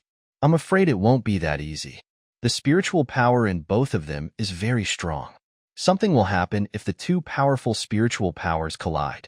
As a physician, Feng Qin did not agree with her suggestion. It would be easier for Yuan to control if the difference in spiritual power between the two of them was relatively large. But he had personally experienced Little Sweet Cake's spiritual power. He was not afraid of embarrassing himself if word got out. Facing this little pack rat, he was an extremely weak chicken with extremely weak spiritual power cultivation. After Yun Ran finished speaking, Mo Beiyuan seriously considered the feasibility of her method. Then let's try. The little pack rat in his arms was clearly about to collapse. He could not watch something happen to her. Seeing that he was really going to do this, Feng Chun said in surprise, Yuan, do you want to die? Yun Ran knew that there was some risk in this operation. Even in the apocalypse, no one would be willing to do such a thing unless one had a life and death relationship with the inflicted. Therefore, when Mo Beiyuan nodded in agreement, Yun Ran had a better impression of this man. This good impression had nothing to do with the goo poison in their bodies. She simply admired him. As Mo Beiyuan spoke, he moved. He activated his cultivation technique and placed his large hand on the back of the little pack rat. A powerful spiritual power seeped into his body. It was domineering and pure, and completely different from the spiritual power he cultivated in his body. At this moment, the spiritual power in Mo Beiyuan's body sensed the existence of other spiritual power and did not intend to show weakness. However, Mo Beiyuan knew that once he resisted, the little pack rat would be injured by the backlash. Therefore, he had to forcefully control his spiritual power and let the other spiritual power occupy his body. The consequence of this was that his body could not withstand it, and he spat out a mouthful of blood. Mo Beiyuan had almost forgotten how long it had been since he had been injured. The last time he felt such intense pain should have been when he was in his teens. Yun Ran took Little Sweet Cake from his arms. Go over and let Feng Chun take a look at you. Don't let something happen to you again before Sweet Cake is cured. This man was injured because of Sweet Cake. No matter how cold Yun Ran was, she could not ignore what he had done. Fortunately, this method really worked. Little Sweet Cake was clearly better than before. Although she was still listless, at least she could open her eyes and call him Daddy. This method only temporarily alleviated Little Sweet Cake's situation and did not completely resolve the problem. Therefore, after a little rest, they still rushed to the sect meeting.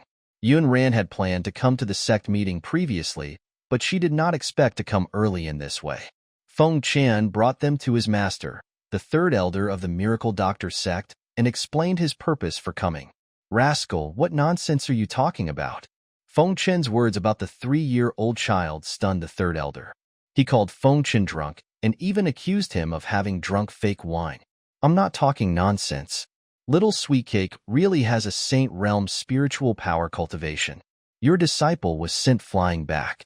Feng Chan tried his best to explain. He was just short of performing for everyone again before flying out.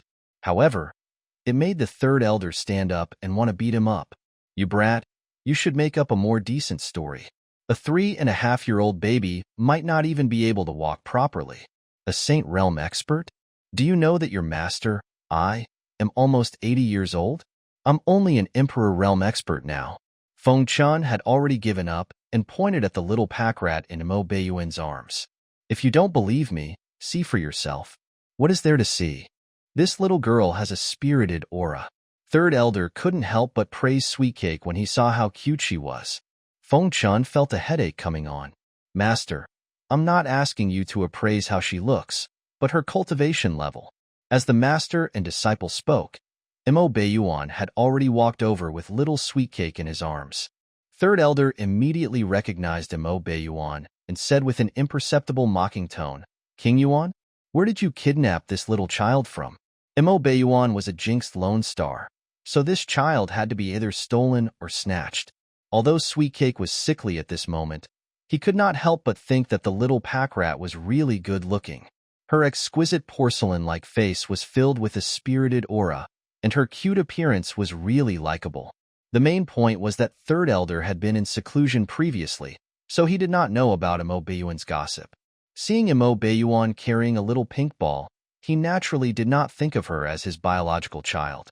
Mo Beiyuan was fierce and cold. He must have nabbed her because she was beautiful. It was not as if he was not capable of doing such a thing. Yet, Feng Chun, the brat, was following him all day long. Little Sweet Cake was not used to seeing a room full of strangers. Now that she was sick, she was very delicate. She hid in Mo Beiyuan's embrace and called him Daddy. Father? Is this little baby the adopted daughter of the Ghost King? Third Elder was the same as Feng Chun back then. He had guessed that the little pack rat was an adopted daughter and did not think that she was Mo Beiyuan's biological bloodline. Mo Beiyuan was probably worried that he would not have any descendants in the future, so he took in an adopted daughter. She's my bloodline, my biological daughter. Mo Beiyuan could not be bothered to explain to anyone else. However, this person was Feng Chun's master. His explanation was also for Feng Chun's sake. She's your little girl? How is that possible? When Third Elder heard this, his expression was even more terrifying than when he had just heard that the 3-year-old girl had a Saint Realm cultivation and a Super Heaven Realm spiritual root. At this moment, Bun also ran forward and hugged Mo Beiyuan's thigh. He called out, Daddy. Then, he raised his little face at Third Elder. This is my father. The one in his arms is my sister. How is that impossible? We clearly look very similar. Grandpa, are you old and your eyesight isn't good? Then I don't blame you. Third Elder was dumbfounded. You little baby. What are you talking about? My eyes are fine. Putting aside Mo Beiyuan's bad temper and past style of doing things, this person's appearance was actually not bad. On a closer look, these two little children did look a little like him. After some analysis, Third Elder gradually accepted this fact. Feng Chun, look at him. Even a jinx can have a pair of children. Feng Chun did not expect this matter to involve him. Master, let's not talk about this now.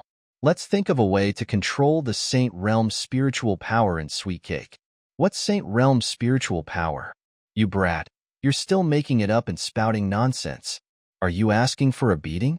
Third Elder believed in the identities of the two children, but Saint Realm's spiritual cultivation was really too ridiculous. Tell me, what do you mean by making up these stories? What do you want from me? Pills? Feng Chun had no choice but to say, if you don't believe me, use your spiritual power to check her pulse. However, you have to be careful not to be injured by her spiritual power. This kind of thing would probably only be believed after experiencing it once.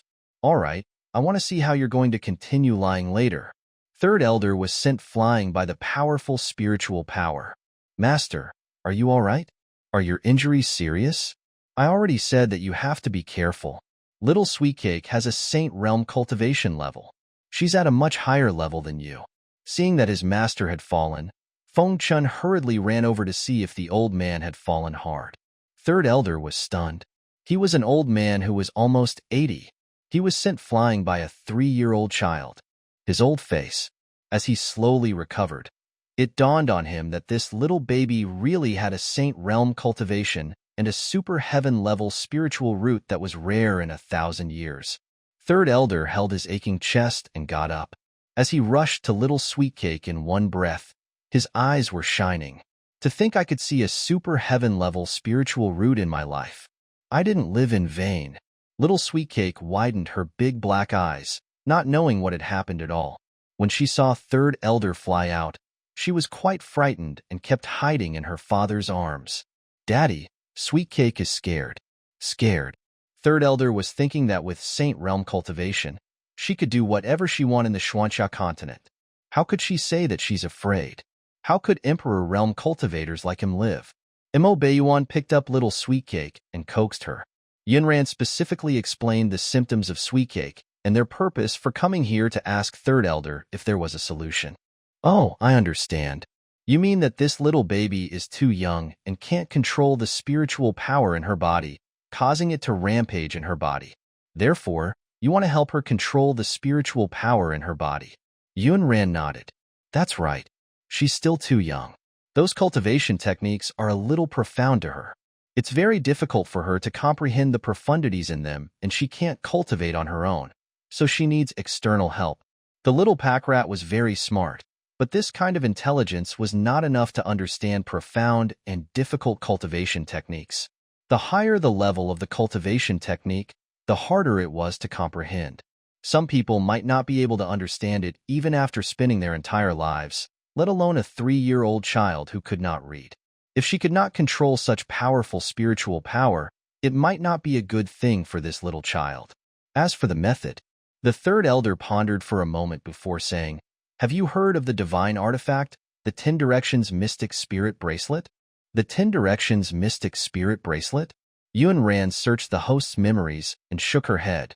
I've never heard of it. What's that? Can it help Sweetcake? Feng Chen explained. The 10 Direction Profound Spirit Bracelet is a legendary divine artifact. It's said that a sect master refined it for his daughter 1,000 years ago. It can suppress the violent spiritual power in one's body when he cultivates spiritual power and goes berserk. Master should be saying that this 10 Direction Profound Spirit Bracelet might be useful for Sweetcake's symptoms. Mo Beiyuan was also aware of this 10 Direction Mystic Spirit Bracelet, but he had only heard of it. Where is this thing now? The Third Elder sneered. The Yuan King should still remember the Bai family, right?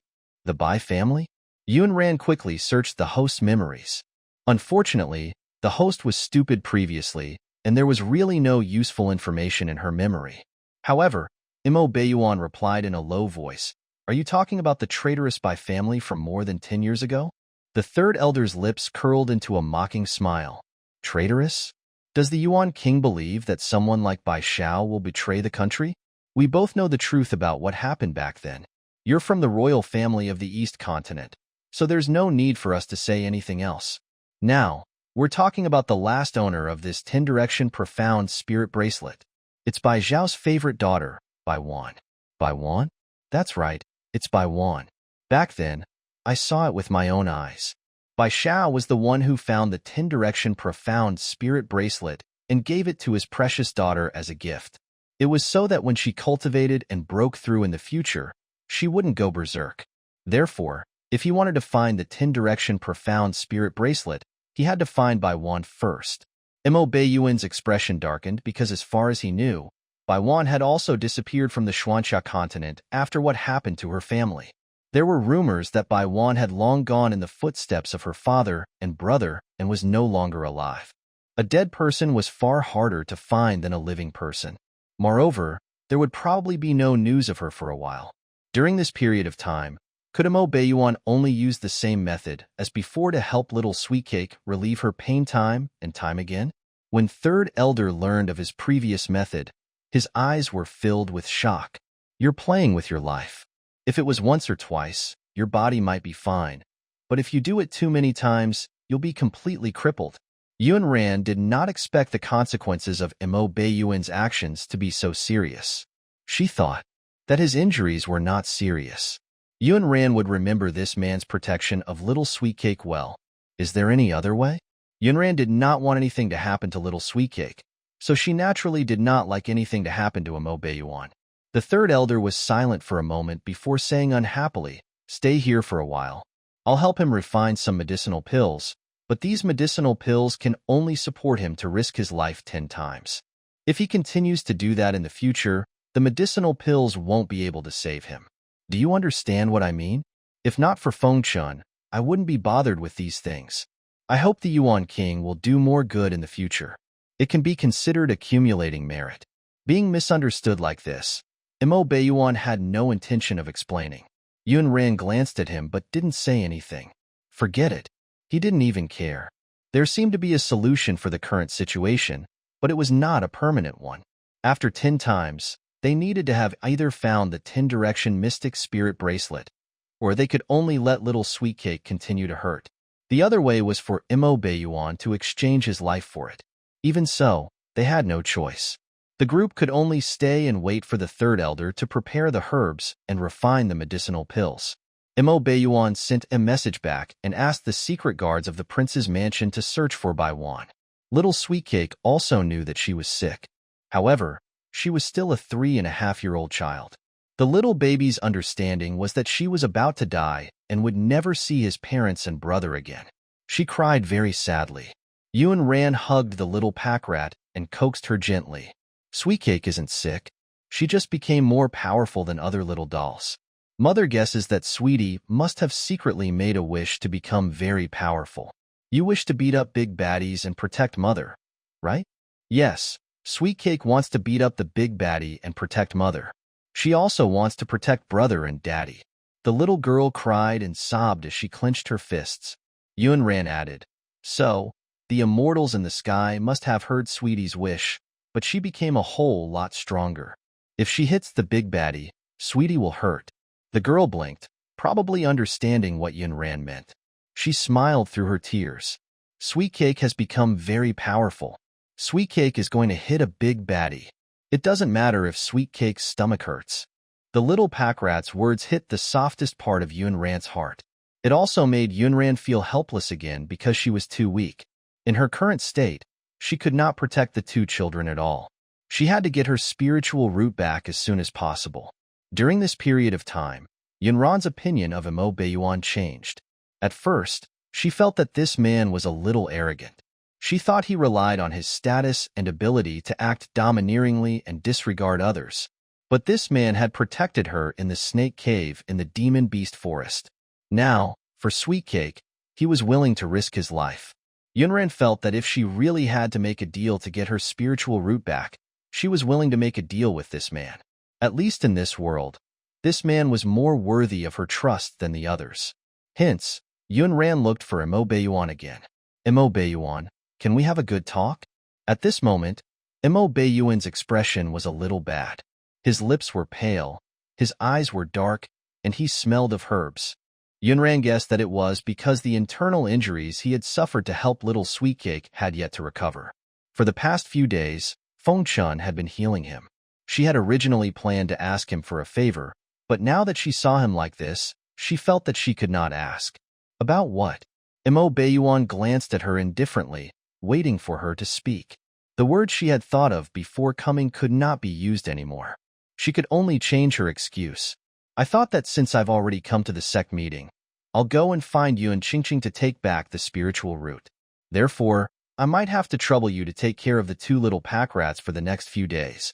Mo Beiyuan's thin lips curled up slightly. Take back the spiritual root? How do you plan to take it back? It was not that he looked down on her, but other than Yun Qingqing's cultivation level being not low, she also had Mo Jinyu protecting her. With Yun Ran's current ability, it was impossible for her to take back her spiritual root from Yun Qingqing. Moreover, this woman did not know the technique of extracting the spiritual root at all. Yun Ran took out the crystals she had dug up earlier and smashed them on the table in front of him. She said seriously, I plan to use these crystals to hire an expert to help me retrieve the spiritual root. This was her previous plan. Unexpectedly, after Mo Beiyuan heard her words, he was amused by her. His originally cold eyes smiled even more clearly. What are you smiling at? Yun Ran immediately widened her eyes. That expression reminded Mo Beiyuan of little Sweet Cake when she was acting cute.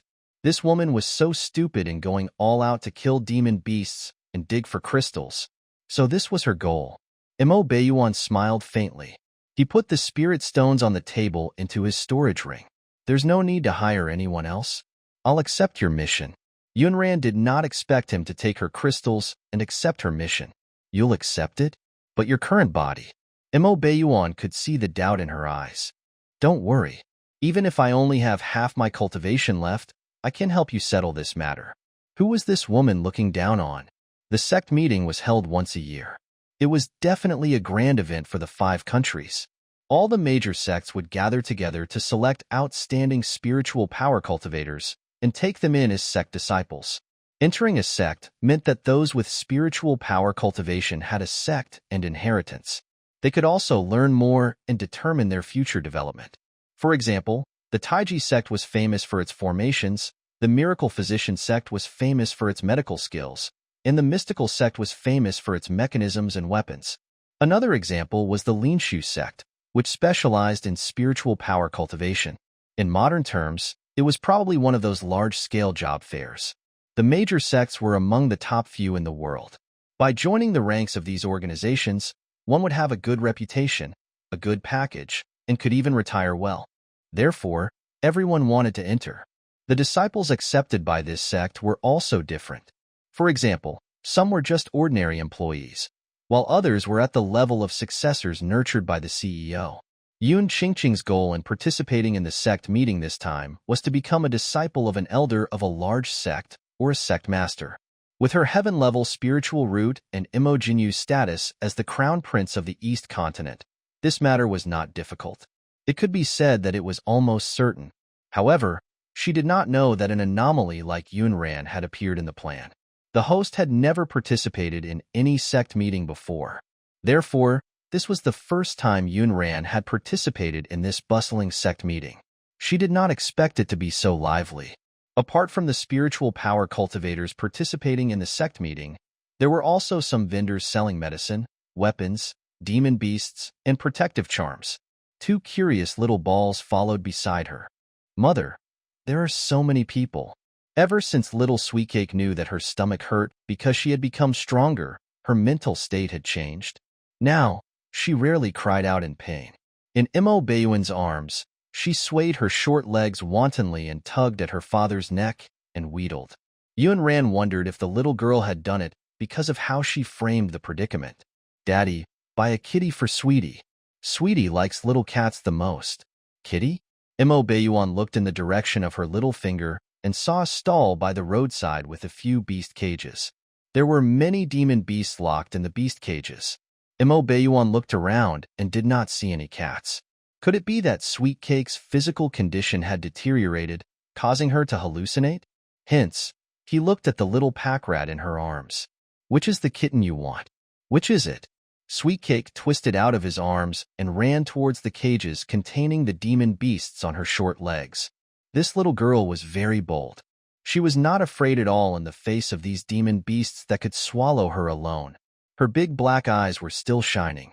When the carnivorous demon beasts in the cage saw such a tender and fair child, they drooled. They squeezed their heads and howled at the little pack rat. The little pack rat was still giggling. She waved her little arms and shouted, "Kitty, kitty, come out quickly. I'll take you home." Yunran's gaze also shifted over. She glanced at the demon beast in the cage and understood which kitten the little pack rat was talking about. Sweetcake wants the one in the corner. Yunran did not know what demon beast it was, but from its figure, it was definitely not a cat. No cat was as strong as an ox. Imo Beiyuan doted on the little pack rat. Not to mention this demon beast, he would definitely buy all the demon beasts in these few cages as long as little Sweetcake wanted them. He gave Thunderbolt a look, indicating for him to buy the demon beast. Thunderbolt received the order to trade with the seller and quickly brought back the demon beast that Sweetcake liked. "Master, the seller said that this demon beast has a strange illness. I'm afraid it won't live long. Should we buy another one for Miss to play with?" When little Sweetcake heard his words, worry flashed across her big black grape-like eyes. "Is the kitten sick? Is it also suffering from a stomachache? It's not stomach pain? Then where does it hurt?" Oh, Sweetcake knows. Everyone thought that the little pack rat was talking to herself and playing house, so they did not think too much about it. However, the little girl and the demon beast conversed for a while. She nodded and turned around to pull Mo Baiyuan's big hand. Daddy, the kitten said that it's not sick. A big baddie nailed a Yaoi talisman to its claws. Everyone was stunned. What the Hades was a Yaoi talisman? No. Wasn't this little girl talking to herself just now? Ever since Little Sweetcake awakened her super heaven-level spiritual root, Yun Ran had felt that her little pack rat was not ordinary. Therefore, no matter what other people's attitudes were, she would seriously decipher the meaning behind Little Sweetcake's words. She had once taught her 2 children not to lie. Moreover, Little Sweetcake had said that the kitty had told her that she was not sick, but that someone had cast some charm on her. The little pack rat could not make up such a thing. Mo Baiyuan, Sweetcake might be telling the truth. Feng Chun, who had followed them to watch the commotion, was amused. What do you mean by that? Don't tell me you think this demon beast can speak. Then this demon beast has become a spirit. Mo Baiyuan glared at him coldly and asked Thunderbolt to bring people to check the claws of the kitty. Thunderbolt also did not believe Sweetcake's childish words. What Yaoi talisman? He had never heard of it at all. And this little baby actually said that this demon beast in front of her had told her all of this. This was too ridiculous. However, as a secret guard, he had to obey his master's orders. He would treat it as coaxing his little mistress. A few secret guards pressed the demon beast to the ground and checked its claws one by one. It turned out there was really a small copper plate with a strange pattern on the demon beast's left back claw. Master, look. Feng Chun leaned over to take a look. What's this? I've never seen it before. Sweetcake also stretched her neck and looked over. Then, she nodded her little head and said, It's a Yaoi talisman. The kitten said this is a Yaoi talisman. Feng Chun was also dumbfounded. And so were the secret guards of the Yuan mansion. They had no choice but to believe it now. This little baby could really talk to demon beasts. Then, what else did the little kitty say? This was the first time Feng Chun had seen someone who could communicate with a demon beast, so he was naturally extremely curious. Little Sweetcake squatted in front of the demon beast and began to mutter to herself again. Yes, yes, yes. Sweetcake understands. Little kitty, don't be afraid. My father is very powerful. After the little pack rat finished communicating with the demon beast, she turned to look at Mo Baiyuan. Father, the kitten said that Yaoi talisman has to be taken off its claws so that it can grow up. Mo Baiyuan agreed and asked Thunderbolt and the others to remove the plate. Thunderbolt took out his short dagger to pry the plate off the demon beast's claws, but after struggling for a long time, there was no movement. It was as if the thing had already grown together with the demon beast's flesh.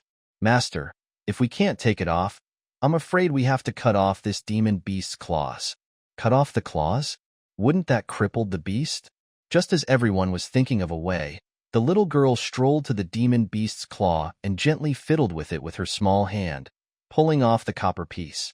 Everyone was stupefied when they turned around to look. The little pack rat was happily clapping her little hands and giggling. That's great. The little kitty can grow up. The little kitty has to grow up quickly.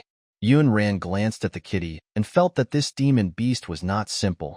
Ordinary beasts would bow their heads and admit defeat when they saw her, but this demon beast had no intention of submitting to her. Everyone was still immersed in the shock of Little Sweetcake's actions when a white light suddenly flashed in front of them. The demon beast in front of them suddenly erupted with powerful spiritual power. Mo Baiyuan realized the danger and did not think too much about it. He seemed to have an instinct that urged him to go and protect Yun Ran and the 2 little balls within the range of his spiritual power. Be careful. Thunderbolt and the others also gathered their spiritual power and prepared to protect their master. At this moment, Little Sweetcake's cute voice sounded again. The kitten has grown up. Daddy, the kitten has grown up. The kitten has even grown wings. So the kitten can fly. During this period of time, Feng Chun was sent flying for the second time. The first time was when the 3-year-old ball sent him flying. The second time was when he was sent flying by the 3-year-old ball's kitty. Looking at the winged demon beast in front of him, he swallowed silently. What's going on? No. Why is this demon beast transforming? Demonic beasts naturally could not transform, but holy beasts could. Mo Baiyuan said in a low voice, This shouldn't be a demon beast, but a holy beast. Previously, the spiritual power in its body was restricted by the talisman, so it appeared in that form. It was even above his red-winged flying dragon. With such a huge commotion, a group of people naturally surrounded them. What's going on? What kind of demon beast is this? Its spiritual power is so strong. I've never seen it before. It looks like a tiger, but it doesn't look like a 7-star winged tiger. The person who regretted the most was naturally the seller who had sold what he thought was a demon beast to them. Initially, he thought that it was a demon beast that was about to die. Who knew that not only had it been cured, but it had also changed its form, and he had only sold it for 1 demon beast crystal just now. If it was a holy beast, it was not a matter of money. It was a unique existence in the entire continent. Wait, we're not selling this demon beast anymore. I'll return this crystal to you. The seller knew nothing about Little Sweetcake's ability and did not know much about holy beasts. He only thought that Mo Baiyuan and the others were lucky to have bought a holy beast with 1-star crystals. He wanted to claim back the holy beast. However, the little pack rat liked the kitty very much. She had already asked her father to put her on the back of the beast. No, Kitty is Sweetcake's friend. It wants to play with Sweetcake. Mo Baiyuan knew that holy beasts only submitted to the strong. So this holy beast must have sensed the powerful spiritual power of Little Sweetcake and taken the initiative to recognize her as its master. At this moment, if this group of people wanted to go back on their word, they had to have the ability to ride the holy beast. His cold eyes narrowed as he glanced at the group of ugly people. This is the first time someone has dared to blackmail me. The group of people rushed over aggressively before noticing his strange eyes. They quickly bowed and apologized. It's a misunderstanding. It's all a misunderstanding. Because the 2 children were around, Mo Baiyuan restrained his temper a lot. In the past, none of these people would have been intact. The crowd also went into an uproar. Firstly, it was naturally because of this transformed holy beast, and secondly, it was because of the existence of Mo Baiyuan. Soon, these 2 pieces of news spread throughout the sect meeting. It swiftly reached Mo Jinyu and Yun Qingqing. Because of Mo Jinyu's noble status, he was arranged to rest in the upper courtyard. At this moment, he was eating with Yun Qingqing. Under his sharp eyebrows was a pair of slender peach blossom eyes that were filled with deep emotions and could easily mesmerize those who gazed into them. What? Imperial Uncle is here? And he brought 2 little children? He just obtained a holy beast? The first few sentences were very stable, but there were obvious fluctuations in his voice when it came to the last sentence. Is the news reliable? Why did a holy beast suddenly appear on the continent without my knowledge? What did a holy beast represent? It was a symbol of ability, power, and supreme glory. Mo Baiyuan had previously relied on the red-winged flying dragon to become the strongest among the 5 saints. The citizens of the entire East continent knew that the Ghost King was the strongest expert in the entire continent. Therefore, even if Mo Baiyuan was a jinx, it did not affect his image as an expert in the hearts of the citizens. In fact, many people would compare Mo Jinyu to Mo Baiyuan to see who was more worthy of that ultimate position. As a member of the royal family, Mo Jinyu was naturally unwilling to be subordinate to others. Not only did he want to surpass Mo Baiyuan in terms of spiritual power cultivation, but he also wanted to surpass him in other aspects. Therefore, he had been looking for a holy beast that belonged to him. Unexpectedly, before he could find his holy beast, Mo Baiyuan suddenly had another holy beast. He then recalled how Mo Baiyuan had snatched his jade phosphorus snake's reverse scales in the demon beast forest. Mo Jinyu felt that Mo Baiyuan was doing it on purpose. Everything he did was deliberately targeting him and slapping him, the crown prince of the East continent, in the face. It was not good to flare up in front of the woman he loved. But at this moment, Mo Jinyu's heart was already burning with anger. His hand at the bottom of the table was clenched into a fist, and the veins on the back of his hand were bulging. This group of trash. Yun Qingqing also exclaimed softly. She covered her mouth and revealed a shocked expression. However, her focus was not on the holy beast, but on the 2 children. Is the Ghost King here too? He even brought 2 children with him. Could they be Sister Yun Ran's 2 children? Is Sister Yun Ran here?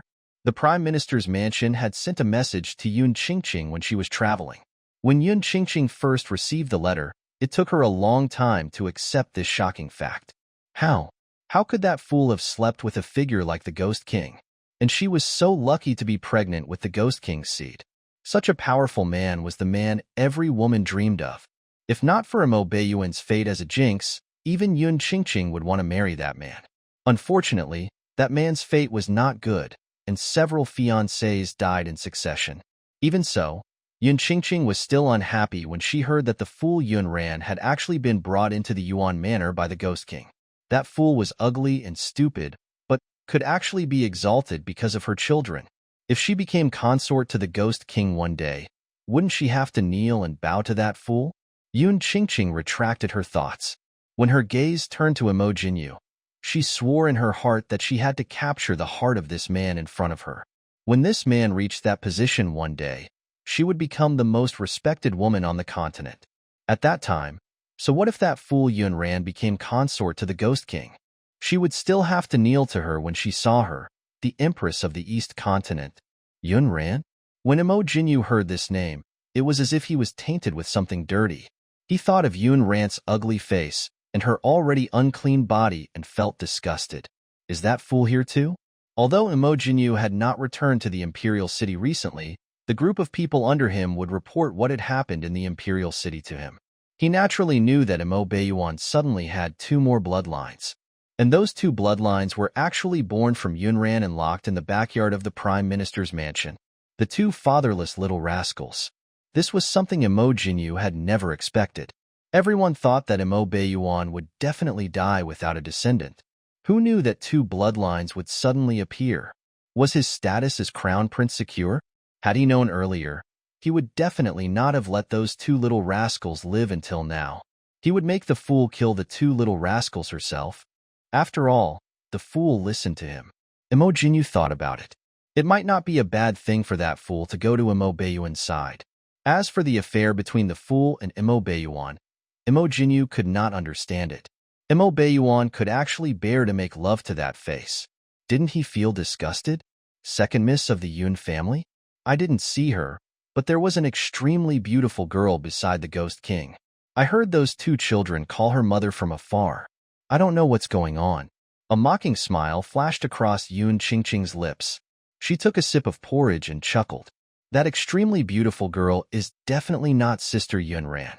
Sister Yun Ran has a few deep scars on her face since she was young. She was born with them. Mo Jinyu also replied, how can it be that fool? Yun Ran?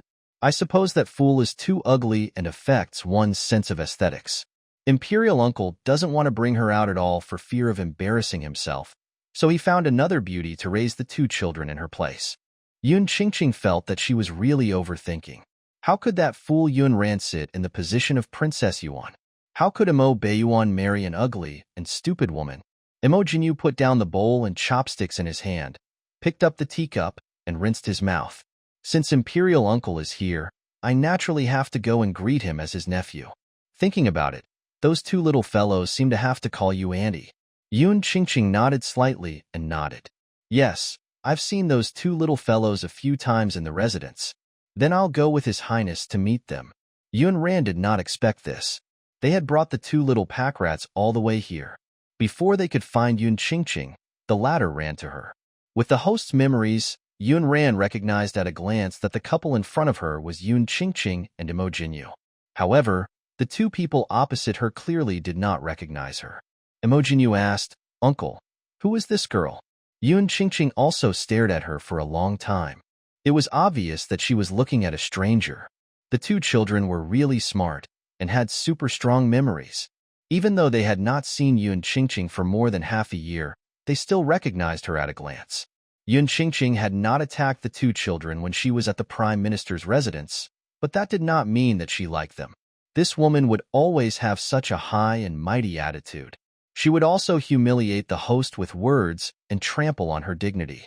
She would not say anything nice to the two children and kept calling them little rascals. Therefore, neither of the children liked her. Bun clenched his small fists and protected Yun Ran. He glared at Yun Qingqing with a cool expression. It seemed that as long as Yun Qingqing dared to approach, He would rush out like a small firecracker and send her flying. Little Sweetcake was different. The little girl's other abilities had not improved much during this period of time, but she had learned a lot from her father. Seeing Yun Qingqing coming over, she turned around and ran into her father's arms with her short legs. As she ran, she raised her small arms. "Father, hug." Mo Baiyuan bent down and skillfully scooped the little pack rat into his arms. Little Sweetcake lay in her father's arms and instantly felt confident. She even turned her head and made a face at Yunqing. Yunran realized that this little girl looked soft, but she was actually skinnier than Bun. After making a face, little Sweetcake even shook her calf wantonly. She looked like she was not afraid of anything with her father backing her up. Yun Qingqing had seen Bun and Sweetcake in the Prime Minister's residence, but the little girl in front of her seemed different from the two rascals locked in the Prime Minister's residence's woodshed in her memory. Those two rascals were dirty and smelly. She had always thought their father was a disgusting beggar. Therefore, she looked down on the two little rascals from the bottom of her heart and did not pay attention to their appearances.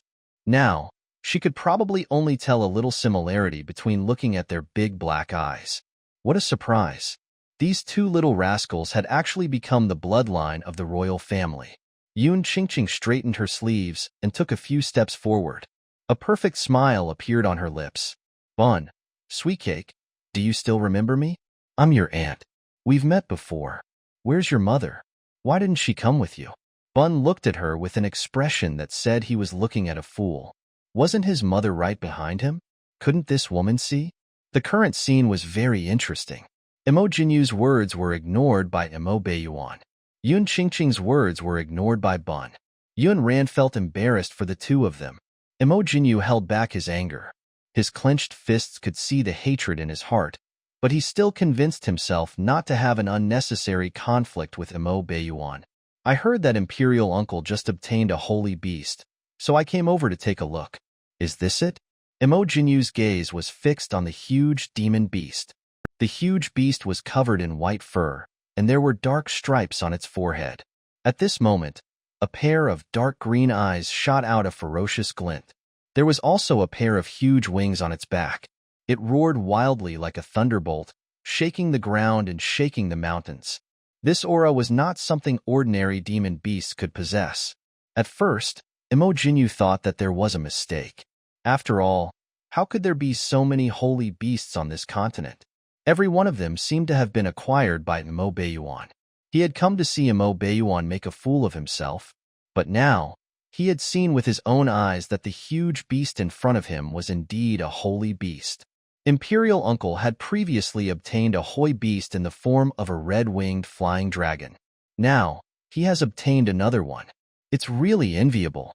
I see that this holy beast is very compatible with me. I wonder if Imperial Uncle can give it to me. Yun Ran caught the implication in his words. Seriously, he sounded like he was stirring trouble. Mo Jinyu felt that his status was worthy of a holy beast. When Mo Baiyuan heard this, a cold smile appeared on his lips. "Why can't I tell that you hit it off with this holy beast? Since it's what I love, why should I give it to you?" Yun Ran had to admit that it was really satisfying to see Mo Baiyuan roasting the shameless couple. Needless to say, Mo Jinyu's expression was especially ugly. However, he had to maintain his image as the crown prince of the East Continent. He endured it and did not dare to flare up. The little pack rat in Mo Baiyuan's arms vaguely understood the gist of their conversation. She understood that Mo Jinyu was here to snatch her new good friend. Little Sweetcake was unhappy. She turned around and widened her big black eyes. She gave Mo Jinyu a look that she thought was very fierce. "Kitty is Sweetcake's good friend. It doesn't want to play with you." With that, she flapped her little arms and asked Mo Baiyuan to place her on the back of the holy beast.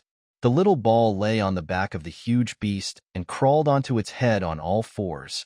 She gently patted the beast's head with her small hand and said in an adult tone, "Kitty, you have to be good. Don't run around. Otherwise, you'll be captured by the bad guys. If you're captured by the bad guys, you'll never see Sweetcake again." Mo Jinyu felt that this little rascal was targeting him. She was deliberately mocking him. He had no interest in those two rascals in the past. Therefore, when that fool Yun Ran begged him to help her two little rascals, He didn't care about their lives at all. The two dirty and lowly bloodlines were as good as dead to him. Now, he had been slapped in the face by these two little rascals. You said that this holy beast is yours. If you call it that, could it possibly agree to it? Imo Jinyu curled his lips and sneered, his eyes filled with mockery. He had been angered by Imo Bayuan previously and felt uncomfortable holding it in. He was so angry that he opened his mouth to quibble with the child. Unexpectedly, the little ball on the holy beast raised her little face and replied crisply, "Of course, little kitty would listen to me. It's my good friend." As she spoke, she patted the holy beast's head. "Kitty, lie down. Kitty, charge. Little kitty, fly high." Under the little pack rat's instructions, the holy beast lay down, rushed forward, and spread its wings to fly into the sky. When Imo Bayuan saw the holy beast fly up with the little pack rat, he quickly flew over and landed behind it, pulling her into his arms. This little girl sat on the holy beast's head. As her small body swayed, she had looked as though she could fall at any moment. The little pack rat was forcefully carried down and lay in her father's arms again. She raised her chin proudly at Imo Jinyu. "See, Kitty listens to me." Yun Ran watched the commotion from the side. Although the person opposite her was Imo Jinyu, she did not have to worry about the two children being bullied with Imo Bayuan around. This man gave her a very strong sense of security. Yun Ran seemed to understand why the two children were so dependent on Imo Bayuan as their father. By now, it was no longer a question of whether Imo Jinyu's expression was ugly. His delicate face became even stiffer, and a dark look flashed across his eyes. Imperial Uncle really dotes on his daughter. I wonder where the mother of these two children is now. I also have some connections with the second daughter of the Yun family. I haven't seen her for a long time. I wonder how she's doing now. Imperial Uncle only brought the two children out, but left the second daughter of the Yun family behind. Could it be that he thinks she's stupid and ugly? Then I don't understand. Since you despise her, why did you have these two children with her? Could it be that Imperial Uncle's eyesight is not good? Yun Ran could tell that this dog couldn't win and was deliberately using her to disgust Imo Bayuan. Now, Imo Bayuan could be considered her teammate. Yun Ran had no reason to watch him be bullied by Imo Jinyu. After watching the commotion, it was time to reveal her identity. I think His Highness is the one with bad eyesight. I'm clearly standing here, but you can't recognize me. As soon as Yun Ran spoke, she attracted everyone's attention. At this moment, Imo Jinyu and Yun Qingqing were naturally the most shocked. The latter exclaimed, "Yun Ran, did you say you're Yun Ran? How is that possible? How is that possible?" Yun Qingqing had always been confident in front of Yun Ran. This was because Yun Ran had had those ugly scars on her face since she could remember. She liked to bring the fool wherever she went. Naturally, it was not because she liked her silly and ugly sister. Instead, it was because an ugly woman like Yun Ran could accentuate her beauty. Every time someone mentioned the ugly and silly second miss of the Prime Minister's mansion, they would mention her, the talented and beautiful eldest Mississippi. However, the woman in front of her was slender and had skin as fair as snow. She had a pair of almond-shaped eyes that were filled with spirituality, a small nose, a cherry mouth, and soft hair that was casually tied with a ribbon. A few strands of hair fell by her ears, making her small face seem as small as the size of a palm. There was no makeup on her face and no eye-catching adornments on her body. She was wearing an ordinary pink dress that made her look even more beautiful than the blooming flowers in the mountains. Yun Qingqing had always been proud of her looks, but now they were inferior, and she lost her color. She refused to believe that the stunning beauty in front of her was that fool. Yun Ran? Yun Ran? Imo Jinyu had noticed this woman from the beginning. It was not because she looked familiar, but because this woman's appearance was too outstanding. Hers was the kind of existence that men could not take their eyes from. Imo Jinyu wanted to confirm if this woman was lying, but he couldn't remember what that fool Yun Ran looked like. In his memory, there were only ugly scars on the fool's face. What happened to your face? It was not possible to heal such serious scars without a trace. However, her face was snow white and clear like high-grade suet jade. There was no flaw at all, and it was sparkling with a moving luster. Of course, Yun Ran wouldn't explain much to him. What's wrong with my face? It doesn't seem to have anything to do with His Highness the Crown Prince. Yun Qingqing was stunned for a long time. After thinking hard, she finally came up with an answer that made her feel comfortable. It's a human skin mask. Sister Yun Ran, you must have worn such a beautiful human skin mask because you're afraid that you're too ugly, right? Mo Jinyu was also enlightened and chuckled. A human skin mask? So that's how it is. I heard that Imperial Uncle has a friend from the Miracle Doctor sect who is an expert at making human skin masks. Looks like the rumors are true. I wonder when Imperial Uncle can introduce me to this expert. Feng Chun had been watching the commotion for a long time. He was just short of moving a small stool and grabbing a handful of melon seeds to munch at the side. He did not expect it to suddenly involve him. I'm not so talented. I'm the expert from the Miracle Doctor sect that the Crown Prince mentioned, so I'm willing to swear on my head that Yun Ran isn't wearing a human skin mask at all. Feng Chun was indeed an expert in disguise, so he could tell if Yun Ran was wearing a human skin mask. That face was definitely real. It was so clean that there was no makeup on it. Impossible. This is absolutely impossible. Yun Qingqing's reaction was especially intense. The wounds on Yun Ran's face can't be healed at all. Father and mother said that her wounds were not just scars, but a strange poison. Moreover, Sister Yun Ran's skin is not so fair. So, who are you?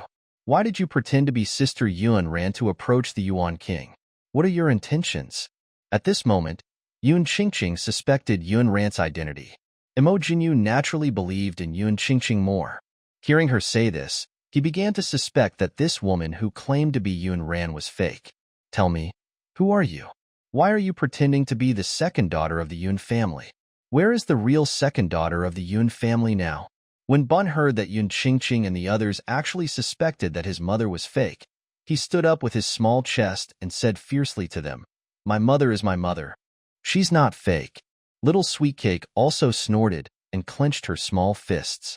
She shouted fiercely at Yun Qingqing, "You bullied Sweetcake's mother. Sweetcake wants to beat you up." Yun Ran was warmed by the two children.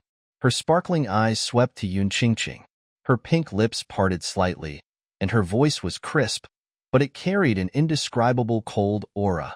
I'm indeed not the second daughter of the Yun family because I've already cut ties with the Yun family. My Yun Ran is no longer the Yun family's Yun. Yun Ran didn't care about the identity of the Yun family's second daughter. She was Yun Ran. She was used to calling herself that after so many years in the apocalypse, so Yun Ran did not plan to change her name. In this entire continent, the Prime Minister's estate of the East Continent was not the only one with the surname Yun. Let's cut to the chase. I'm here today to take back what belongs to me from you. Stuff? What stuff? Are you implying that I took your stuff? Yun Qingqing was slightly stunned when she heard this. For a moment, she did not understand the meaning of her words. She was furious at being called a thief in front of so many people. What a joke. I'm the eldest daughter of the Prime Minister's mansion. I can have anything I want. Do I need to snatch your things? Yun Ran looked at her coldly, her lips curling into a faint smile. You took my spiritual root. Spiritual root? Wait, what do you mean? Yun Qingqing's expression changed drastically because she suddenly remembered the letter her parents had gotten someone to send her. Not only did it say that Yun Ran and the two little rascals had been picked up by the Yuan King, but it also carried some inexplicable words. Her parents told her to be careful and said that Yun Ran had gone crazy. She thought that the heaven-level spiritual root in her body was hers and wanted to snatch it back. It was simply ridiculous. How could that fool awaken a heaven-level spiritual root? What nonsense are you talking about? It's really ludicrous. Who in the 5 countries doesn't know that I, Yun Qingqing, awakened a heaven-level spiritual root when I was 5 years old? I'm a rare spiritual cultivator. Mo Jinyu also stood up and shouted coldly, "How dare you? How did Qingqing's heaven-level spiritual root become yours? I think you're jealous of her spiritual root and cultivation and want to snatch it." Yun Ran did not hide her dislike for Mo Jinyu at all. Her face was filled with clear disgust, and she could not be bothered to look at him. She walked straight to Yun Qingqing and said as she walked, "I awakened my heaven-level spiritual root when I was 3 years old and felt the existence of the surrounding spiritual energy, but Yun Ziyuan and Luo Dai kept lying to me, saying that I had a strange illness and didn't tell anyone else. Then, when I was 5 years old, they dug out my spiritual root and planted it on you. The reason Yun Ran explained so clearly was not to reason with Yun Qingqing. She knew that no matter what she said, Yun Qingqing would not be willing to return the spiritual root. Yun Ran wanted to make the truth clear to the people who were watching the commotion. It was so that they would understand that Mo Beiyuan was not doing anything immoral, but helping her take back what belonged to her when he dug out Yun Qingqing's spiritual root later. She did not want this man to be infamous for digging out human spiritual roots because of her. This was in spite of the fact that this man's reputation could not be any darker. As soon as Yun Ran said this, the surrounding crowd went into an uproar and discussed fervently. This matter also involved the righteous Prime Minister Yun of the East Continent. How could such a big gossip not explode? So, Prime Minister Yun of the East Continent dug out the heaven-level spiritual root from one of his daughters and planted it on another daughter? How can a parent do such a wicked thing? That's not right. I heard that the second daughter of the Yun family is a fool, but this girl doesn't look like a fool at all. Speaking of which, do you think this eldest miss looks like second miss? Didn't they say that the two daughters of the Prime Minister's mansion are twins? Eldest miss is the #1 beauty in the imperial city, but why do I feel that this second miss is even more beautiful? You don't say. They don't look alike at all. Hence, some people started to make connections and made guesses. Could it be that this second miss of the Yun family is not biological? Otherwise, if both of them are biological daughters, there's no reason to dig out one's spiritual root for the other. Although the second daughter of the Yun family is a legitimate daughter, it's said that when she was in the Prime Minister's mansion, she was treated even worse than a maidservant. In the past, she often rummaged through pig food buckets on the streets and was beaten up until she was covered in injuries. How could she be treated like this by her biological parents? The surrounding discussion was very noisy, but Mo Beiyuan still heard their conversation. He turned to Yun Ran and Yun Qingqing and realized that the two of them did not look alike. Yun Ran's facial features were very outstanding and exquisite. Her skin was sparkling like jade, and she had bright white teeth. Her temperament was otherworldly. Hers was the kind of existence that would stun anyone who saw her. However, Yun Qingqing's facial features were ordinary. Her lips were thick, her nose was flat, and her face was thick and pink. Coupled with her plain brocade dress, if one had to pick something she was stronger at, it was probably only her hair that was slightly longer than Yun Ran's. If the two of them were not twins, it made sense why the Prime Minister's mansion treated Yun Ran and the two children the way he did. He would get someone to investigate this matter when he returned. This was Yun Qingqing's first time being compared with Yun Ran and coming up inferior. These people's words were like sharp blades stabbing into Yun Qingqing's body, making her feel uncomfortable. How dare you tarnish the reputation of the East Continent's Prime Minister? I'll avenge my father today. With that, spiritual power gathered in her palm, and she waved it at Yun Ran. Mo Beiyuan carried little sweet cake in one hand and gathered spiritual power in the other. He gently raised his hand and blocked Yun Qingqing's spiritual power attack on Yun Ran. His powerful spiritual power cultivation flipped her over, and she fell to the ground with a thud. Yun Ran did not expect Yun Qingqing to fly into a rage out of humiliation and attack her, but she did not panic. Without a spiritual root, she could not sense the fluctuation of spiritual energy. She planned to avoid her attack by observing Yun Qingqing's movements. However, a black shadow suddenly blocked her way. Yun Qingqing was sent flying before she could get close to her. In the apocalypse, Yun Ran was always the one at the front because her superpower was the strongest, and she had the immortal mountain's spiritual spring to protect her. Even if she was injured, it did not matter. She could recover after soaking in the spiritual spring. Therefore, this was the first time someone had stood in front of her and truly protected her. Perhaps it was because of the goo poison between the two of them, but Yun Ran felt her heart suddenly beat irregularly. Imperial uncle, what do you mean by that? Mo Jinyu was surprised to see Mo Beiyuan attack. In his impression, Mo Beiyuan had always been indifferent and heartless, as if everything in this world had nothing to do with him. Even when the women who were engaged to him died tragically, he never avenged anyone. But now, he had attacked for the sake of this woman. Could it be that he had really fallen in love with this woman? However, Mo Beiyuan did not seem to see him. He passed by him and strode towards Yun Qingqing. When Yun Qingqing met his ghostly eyes, fear instantly swept through her body and she could not help but tremble. You? What do you want? My father is the Prime Minister of the East Continent. Even if you're the Ghost King, you can't touch me. At this tense and exciting moment, the little pack rat in Mo Bayuan's arms suddenly spoke up and said cutely, My father is the most powerful. Your father is definitely not as powerful as Daddy. My father can fly high, beat up big baddies, beat up big demons, beat up. And he can beat up anything. With that, she raised her chin proudly. The onlookers were speechless. Was this little girl fighting for her father? Between Prime Minister Yun and the Ghost King, the latter was indeed more powerful. Yun Ran was also amused by Sweet Cake.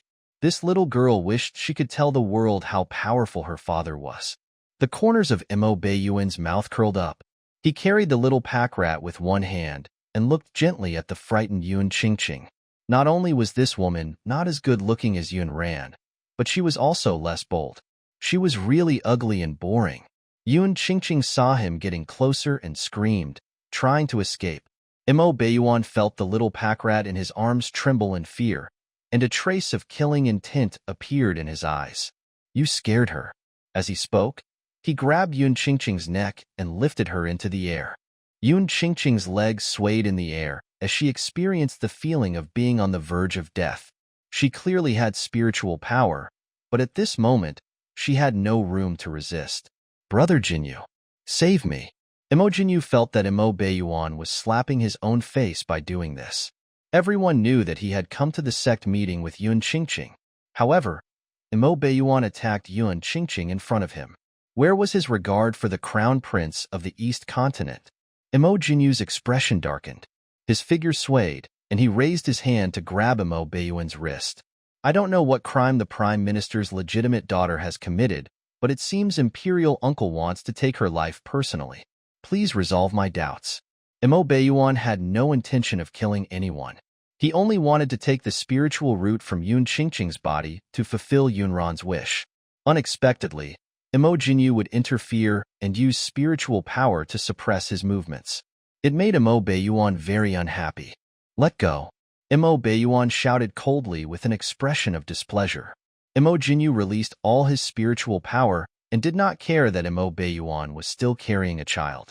He did not realize that if his spiritual power completely erupted, he might hurt the baby.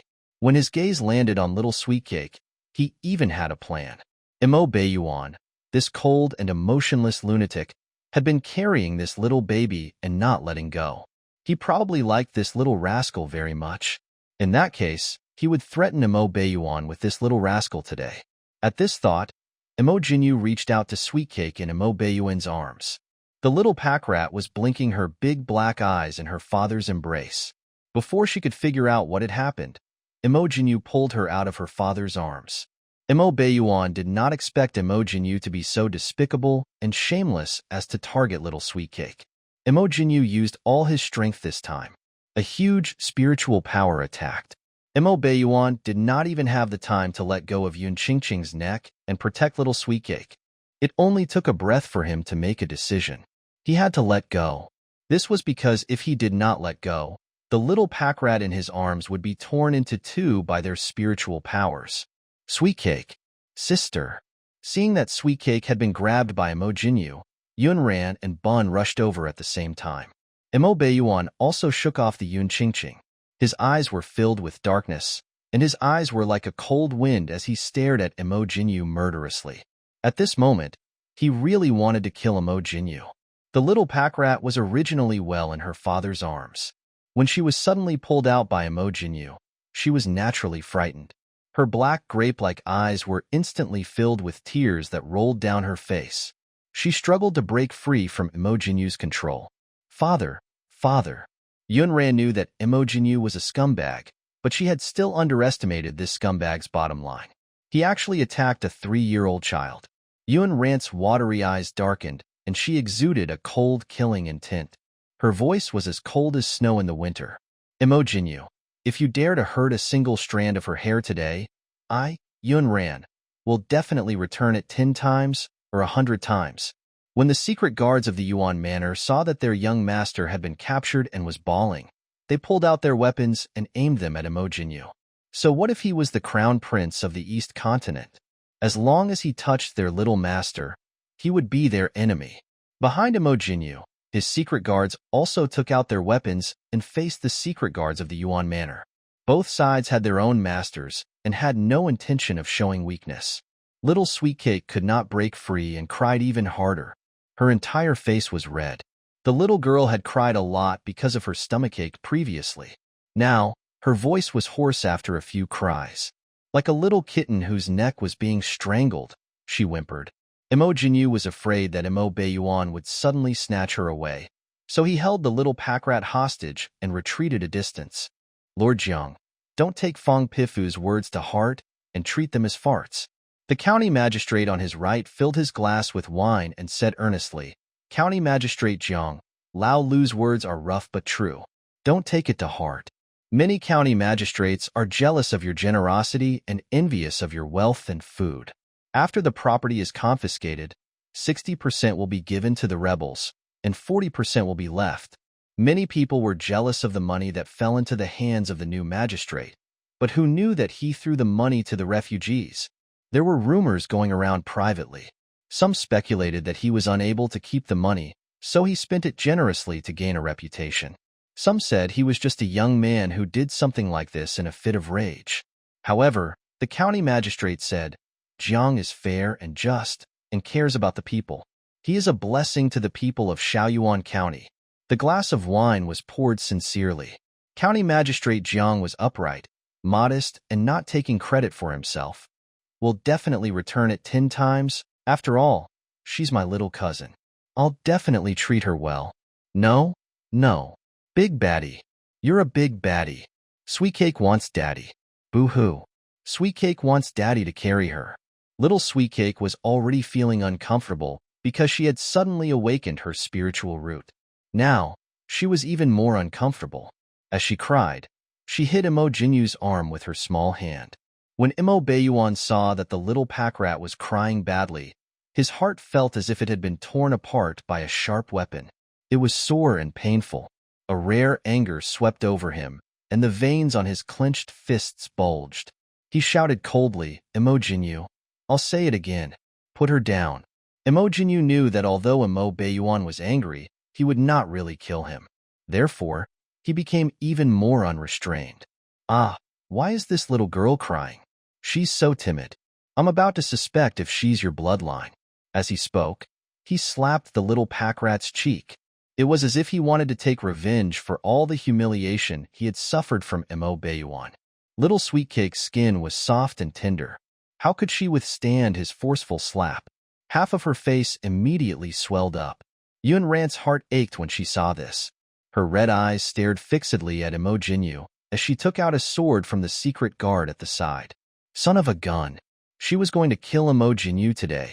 Seeing that his sister had been beaten up, Bun rushed toward Imojinyu like an angry little beast, only to have Feng Qian carry him back. Bun, don't go over. Trust your father. He can handle this matter. Not to mention Yunran and Imo Beiyuan. Even Feng Qian had the urge to kill Imojinyu. However, he knew that Imo Beiyuan could handle this matter himself and did not need his help. Imo Beiyuan had been secretly observing.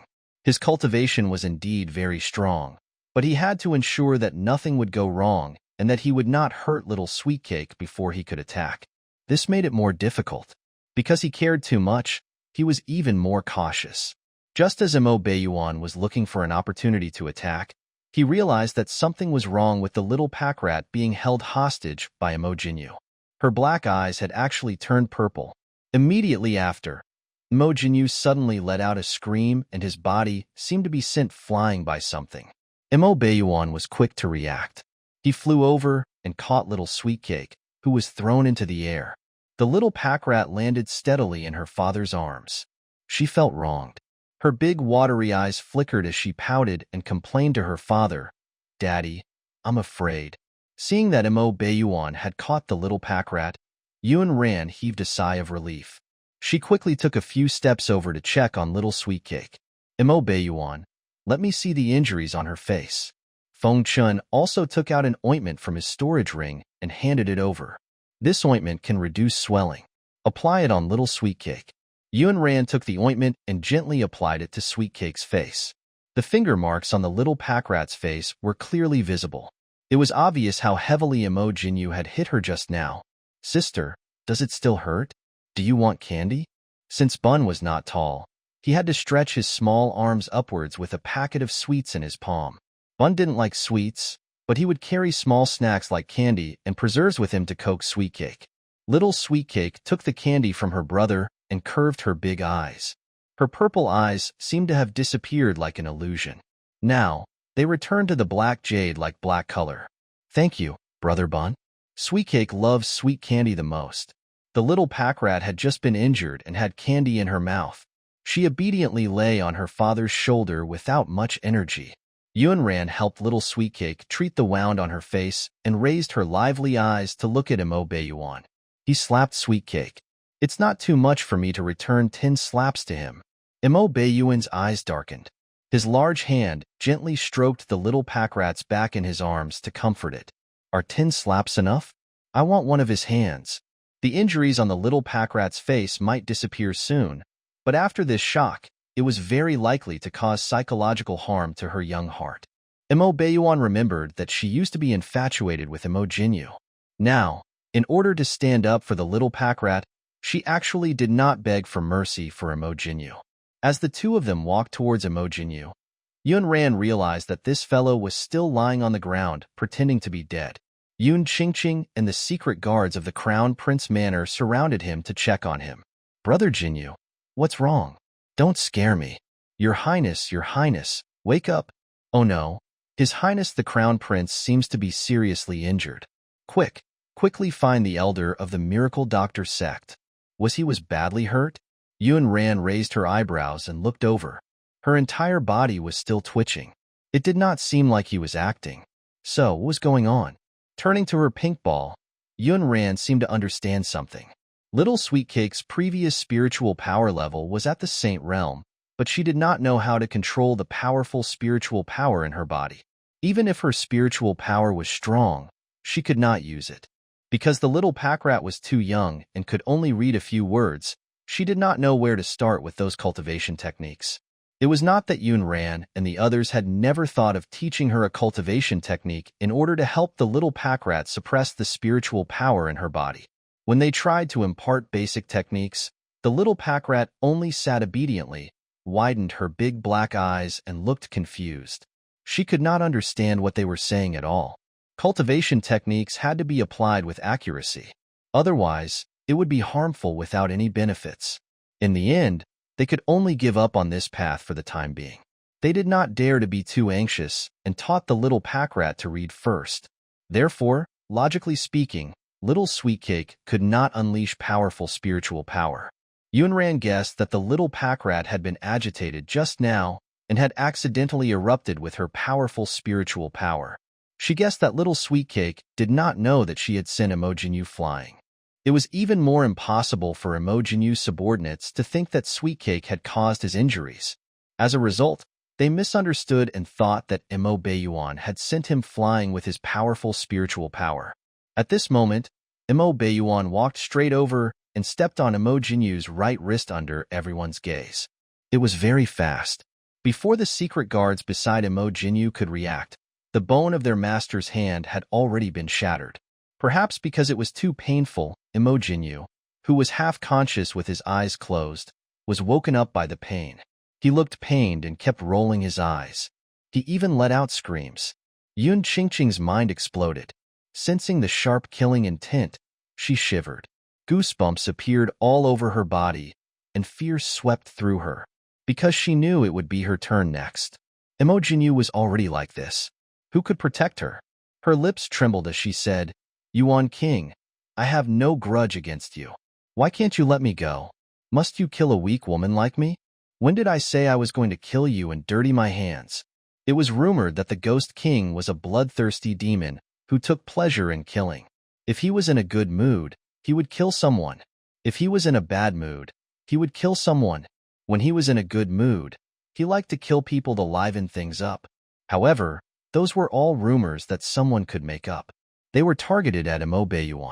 In fact, he did not like killing, nor did he have any penchant for blood. He was a human and not a demon. Moreover, Imo was carrying the little pack rat in his arms. He was not stupid enough to kill someone in front of the child. You don't want to kill me? Yun Qingqing did not expect it to take so long. It turned out that she had made a mistake.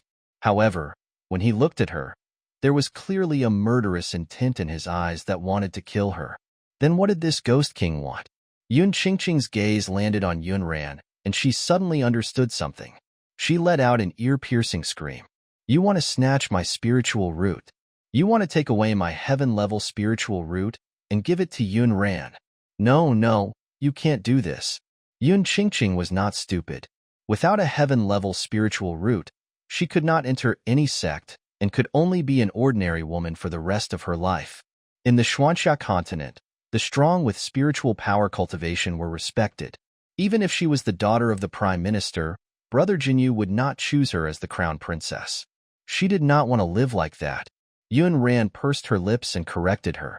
Please understand that it was your good parents who took the spiritual root from me first, so I took it back, not away. As soon as she spoke, Yun Qingqing vented all her anger on her.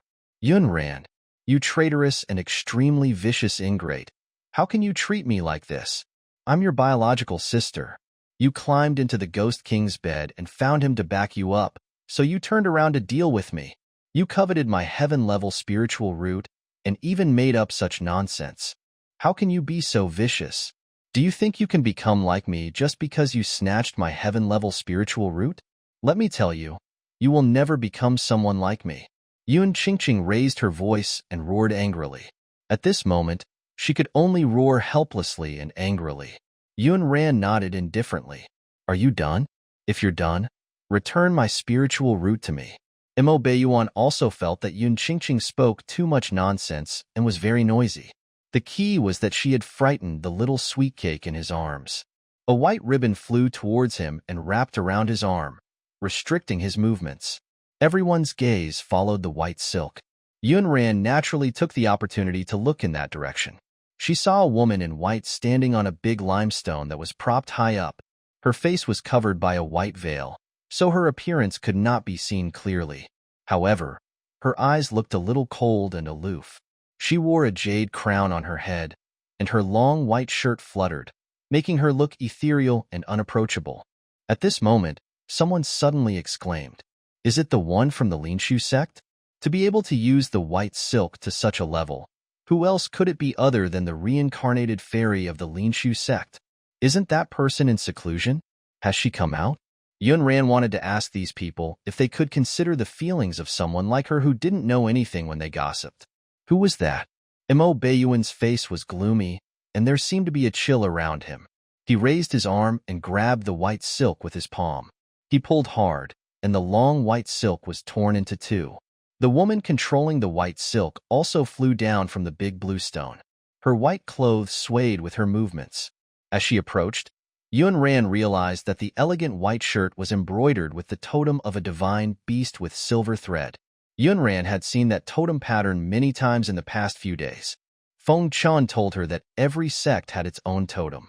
The Miracle Doctor sect had the gourd, the Crimson Sun sect had the sun, the Taiji sect had the Taiji symbol, and the Phoenix sect had the fire phoenix.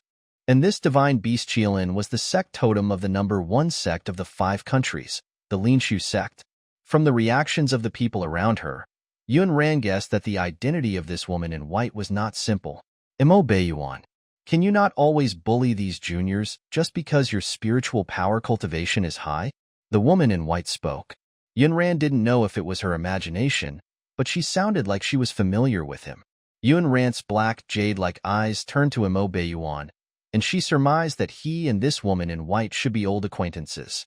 Hence, Yun Ran remained silent and stood quietly at the side, so as not to disturb the two of them from catching up. Imo Baiyuan, we haven't seen each other for so long. Can't you ask me if I'm doing well? Yun Ran said to herself, listen to that. There's probably a story between the two of them. When the little pack rat in Imo Baiyuan's arms heard someone call her father's name, she widened her big black eyes and looked over. She stared curiously at the white-robed woman before asking in a childish voice, "Father, why is this auntie wearing a handkerchief on her face?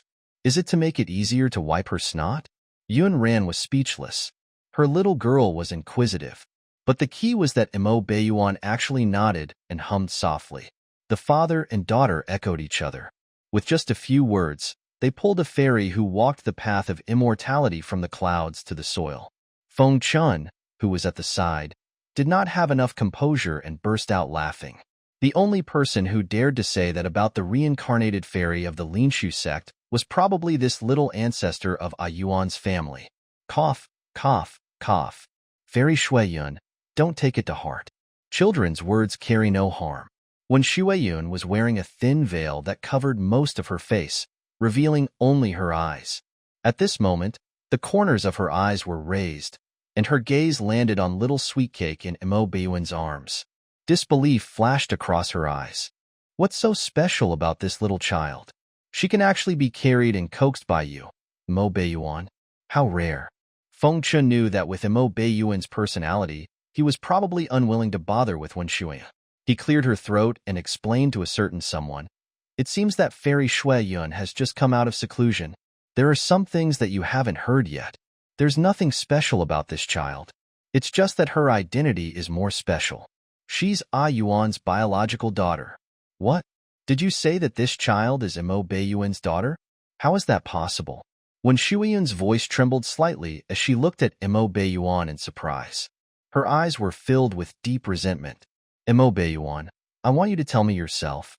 Is she really your child?" Imo Bayuan pulled off the white silk that had just wrapped around his arm. His face was cold as he was a little impatient with Wen Shuiyan's pestering. He was also unhappy that he had been interrupted by Wen Shuiyan.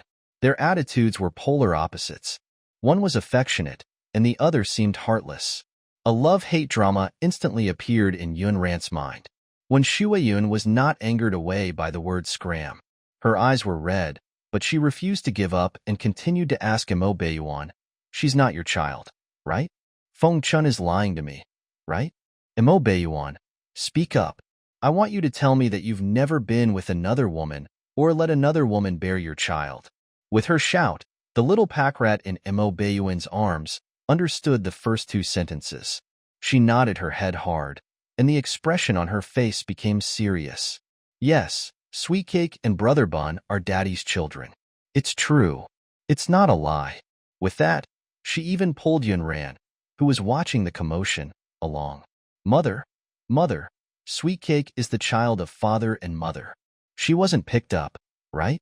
Yun Ran was suddenly stared at by the little pack rat's big expectant eyes.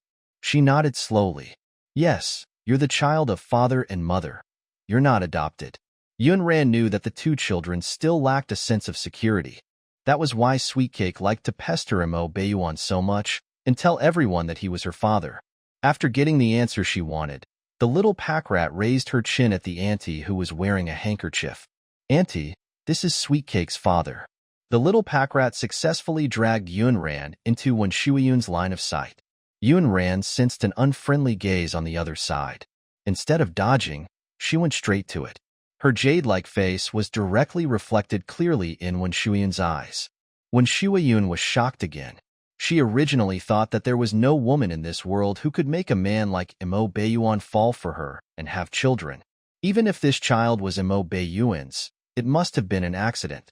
That woman must have used despicable and dirty methods. But when she saw Yun Ran's face, she suddenly realized that she had been wrong. This was because the woman in front of her had black hair that came down her shoulders like a waterfall, a delicate face, and beautiful lips. Her charm was peerlessly beautiful, enough to make all men crazy. Even a man like Imo Bayuan would perhaps be infatuated with such a beautiful woman. When Shuiyun's face was pale, and her eyes were wooden, her mind seemed to have suffered a huge blow. "Imo Bayuan, you liar. You clearly said that you won't fall in love with any woman in this life. Even if it's not me, it won't be anyone else. But now? What's with this woman now?" Those who were watching from the side did not expect to hear several pieces of gossip in a short half a day. Previously, there was the Crown Prince of the East Continent and the Ghost King fighting over women. Later, There was love and hatred between Fairy Shui Yun of the Linshu sect and the Ghost King. Today's sect meeting was really lively. Mo Beiyuan's current mood was already reflected very realistically on his face.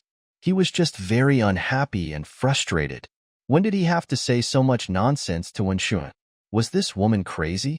He had barely spoken to her at all. Why did this woman act as if he had abandoned her? In the past, Mo Beiyuan would not have bothered to explain, because what other people thought had nothing to do with him. It didn't matter if others thought he was an evil spirit, a fiend, or a murderous demon. Over the years, he had gotten used to the rumors and evil words that had been placed on him. He felt that there was no need to explain and could not be bothered to. But now, he instinctively opened his mouth to refute Wen Shuyun's words. I remember that we're not familiar with each other. So what does it have to do with you who I like? What does it have to do with you whether I have children or not? Why should I explain to you? Who do you think you are? With that, he carried the little pack rat and turned around, wanting to continue taking the spiritual route from Yun Qingqing. Yun Qingqing felt a chill run down her spine. She hid behind Wen Shuiyun and asked for help. Fairy Shuiyun, please save me. They want to dig out my spiritual root. Dig out your spiritual root? Wen Shuiyun did not know what had happened here previously and thought that they had just had a conflict. That's right. The Ghost King was bewitched by this vicious woman and wanted to dig out my heaven-level spiritual root to plant on this woman. I was unwilling, so they insisted on snatching it. Yun Qingqing quickly explained her situation. When Shuiyun frowned and said coldly, "Don't be afraid. I'll definitely take care of this matter. This is the sect meeting. I won't allow such a dirty and despicable thing like digging other people's spiritual roots to happen." When Feng Chun saw this situation, he knew that something was wrong. When Shuiyun was much harder to deal with than Mo Jinyu. Moreover, A Yuan had not recovered from his injuries because of sweet cake. The others did not know, but he, the doctor who had treated Mo Beiyuan's injuries, knew very well. If Mo Beiyuan really wanted to fight Wen Shuiyun, he might not be able to escape unscathed. At this moment, the sect masters and elders of the major sects rushed over after hearing the news. When they heard about the spirit root digging, they all condemned Mo Beiyuan. Ghost King, although you're not from our various large sects, you know the rules of the 5 countries. Digging spiritual roots is no different from digging up someone's ancestral grave. That's the most despicable behavior. That's right. The 5 nations have always forbidden such despicable digging of spiritual roots. You can't bully people with low cultivation just because you have a high cultivation level. That's wrong. We hope that you will stop this wrong behavior, Ghost King. Otherwise, even if we old bones risk our lives, we will definitely stop you. Feng Qin glanced at their identities. They were either sect masters or sect elders.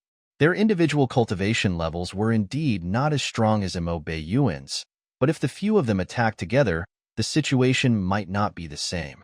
Ah Yuan. Feng Chan did not say anything and only shook his head at Mo Beiyuan. He gestured for him not to be rash in helping Yun Ran retrieve her spiritual root. They could think about it at length. Yun Ran was not stupid. This group of people clearly had high status and cultivation. Mo Beiyuan would probably be at a disadvantage against such a group of people. Otherwise, Feng Chan would not have stopped them. She wanted to get her spiritual root back as soon as possible, but there was no need for Mo Beiyuan to fight everyone for her. Yun Ran stood up and faced the group of sect masters and elders without any intention of cowering. Her voice was beautiful, but it carried an aura. I have no objections if you want to uphold justice, but shouldn't you figure out the cause and effect? For example, why didn't we dig out someone else's spiritual root and only wanted Yun Qingqing's? Those sect masters and elders were not young anymore. It did not look good to be questioned by a young lady. One of them followed Yun Ran's words and asked, "Then tell me why?" Yun Ran enunciated each word and said very calmly, "Because the spirit root in Yun Qingqing's body belongs to me. Is it wrong for me to ask her to give it back? If your spiritual root was dug out, don't you want it back?" These words rendered the sect masters and elders speechless. If what she said was true, it would be difficult for them to interfere in this matter. Of course, Yun Qingqing had another excuse. "No, seniors, don't listen to her nonsense. She's been jealous of me having a heaven-level spiritual root since she was young. so she asked the Ghost King to snatch my spiritual root for her. Everyone, think about it carefully. How can a fool like her awaken a heaven-level spiritual root? Now, their words were obviously the opposite. But there was only one person who spoke the truth. The seniors of those sects did not know whom to believe. At this moment, one of them suggested, in that case, let's test it and see to whom this spiritual root belongs. Yun Ran was a person who was extremely afraid of trouble. She liked to do things quickly. However, this time, she nodded in agreement without thinking. All right, if there's a way to test who this spiritual root belongs to, I'm willing to test it. She did not want Mo Beiyuan's reputation to worsen because of her. She agreed very quickly, but Yun Qingqing hesitated and panicked. Why had Yun Ran agreed to the test? Was she crazy? Or was she suffering from hysteria? Did she really think that the heaven-level spiritual root on her was hers? The others were waiting for Yun Qingqing to agree.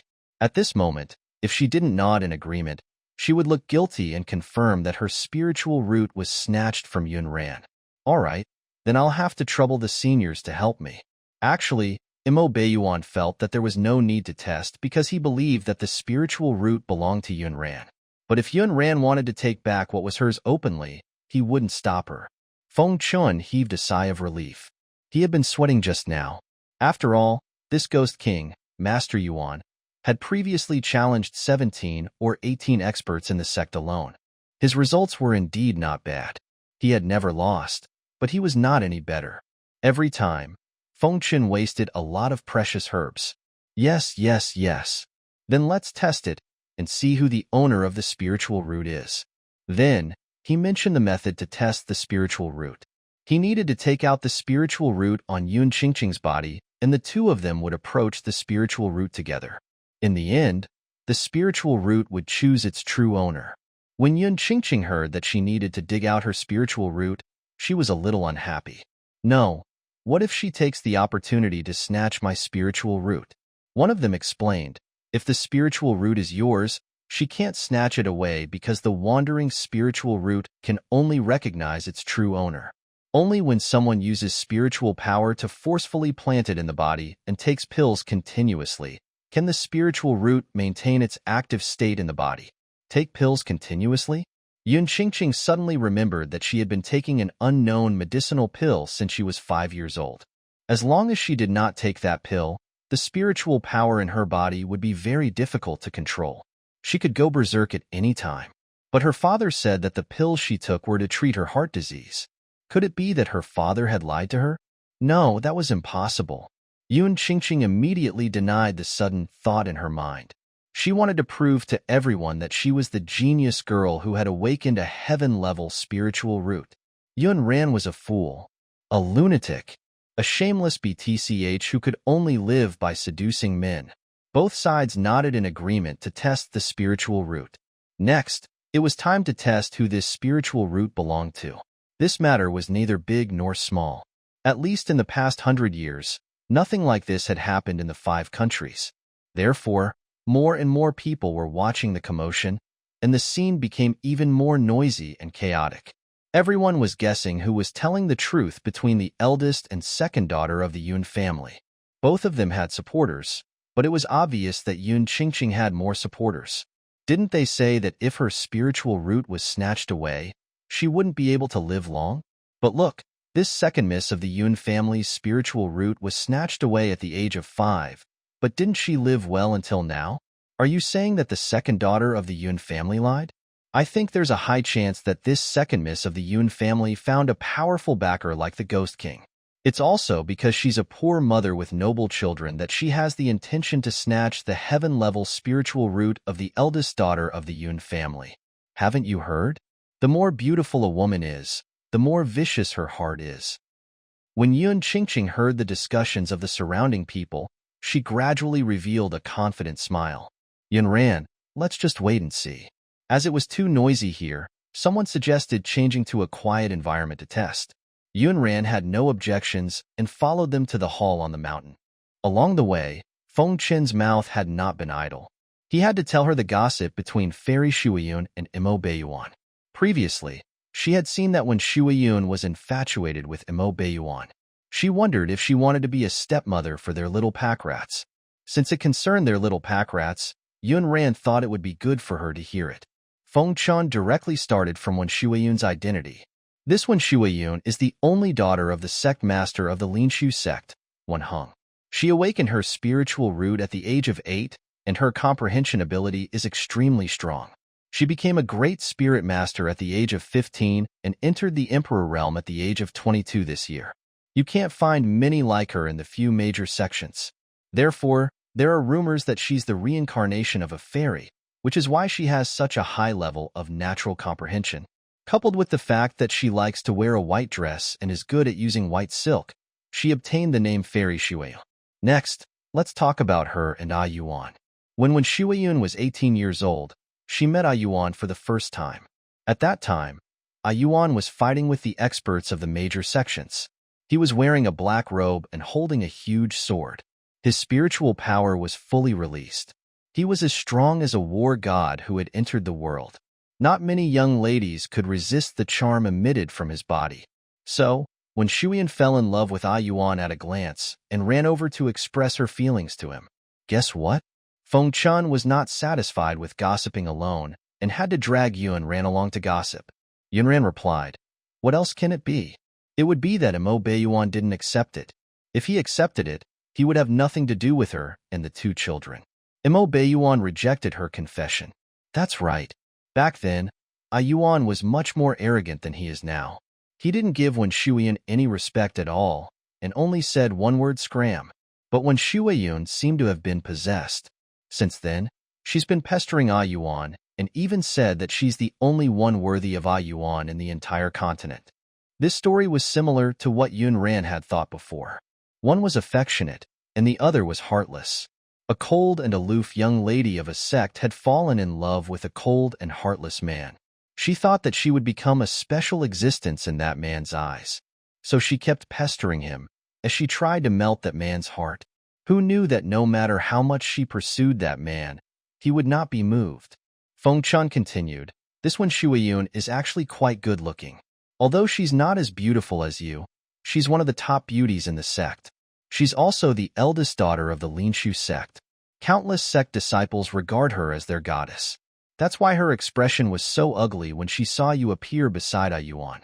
This eldest miss thinks highly of herself, but lost to you. She'll probably feel uncomfortable for a while." Yun Ran nodded softly and echoed his words, but her mind had been on Mo Beiyuan. Her gaze landed on the man walking in front with the little pack rat in his arms. She was also curious. So, what kind of woman would such a man fall in love with? Looking at how much he doted on the 2 children, she realized it was not that this person did not have a heart, but that he only cared about the people that mattered to him. It was fine if such a man did not fall in love, but once he did, he would definitely dote on that woman to the bone and treat her like his life. Yun Ran thought of the goo poison binding the 2 of them again. She pursed her pink lips indifferently.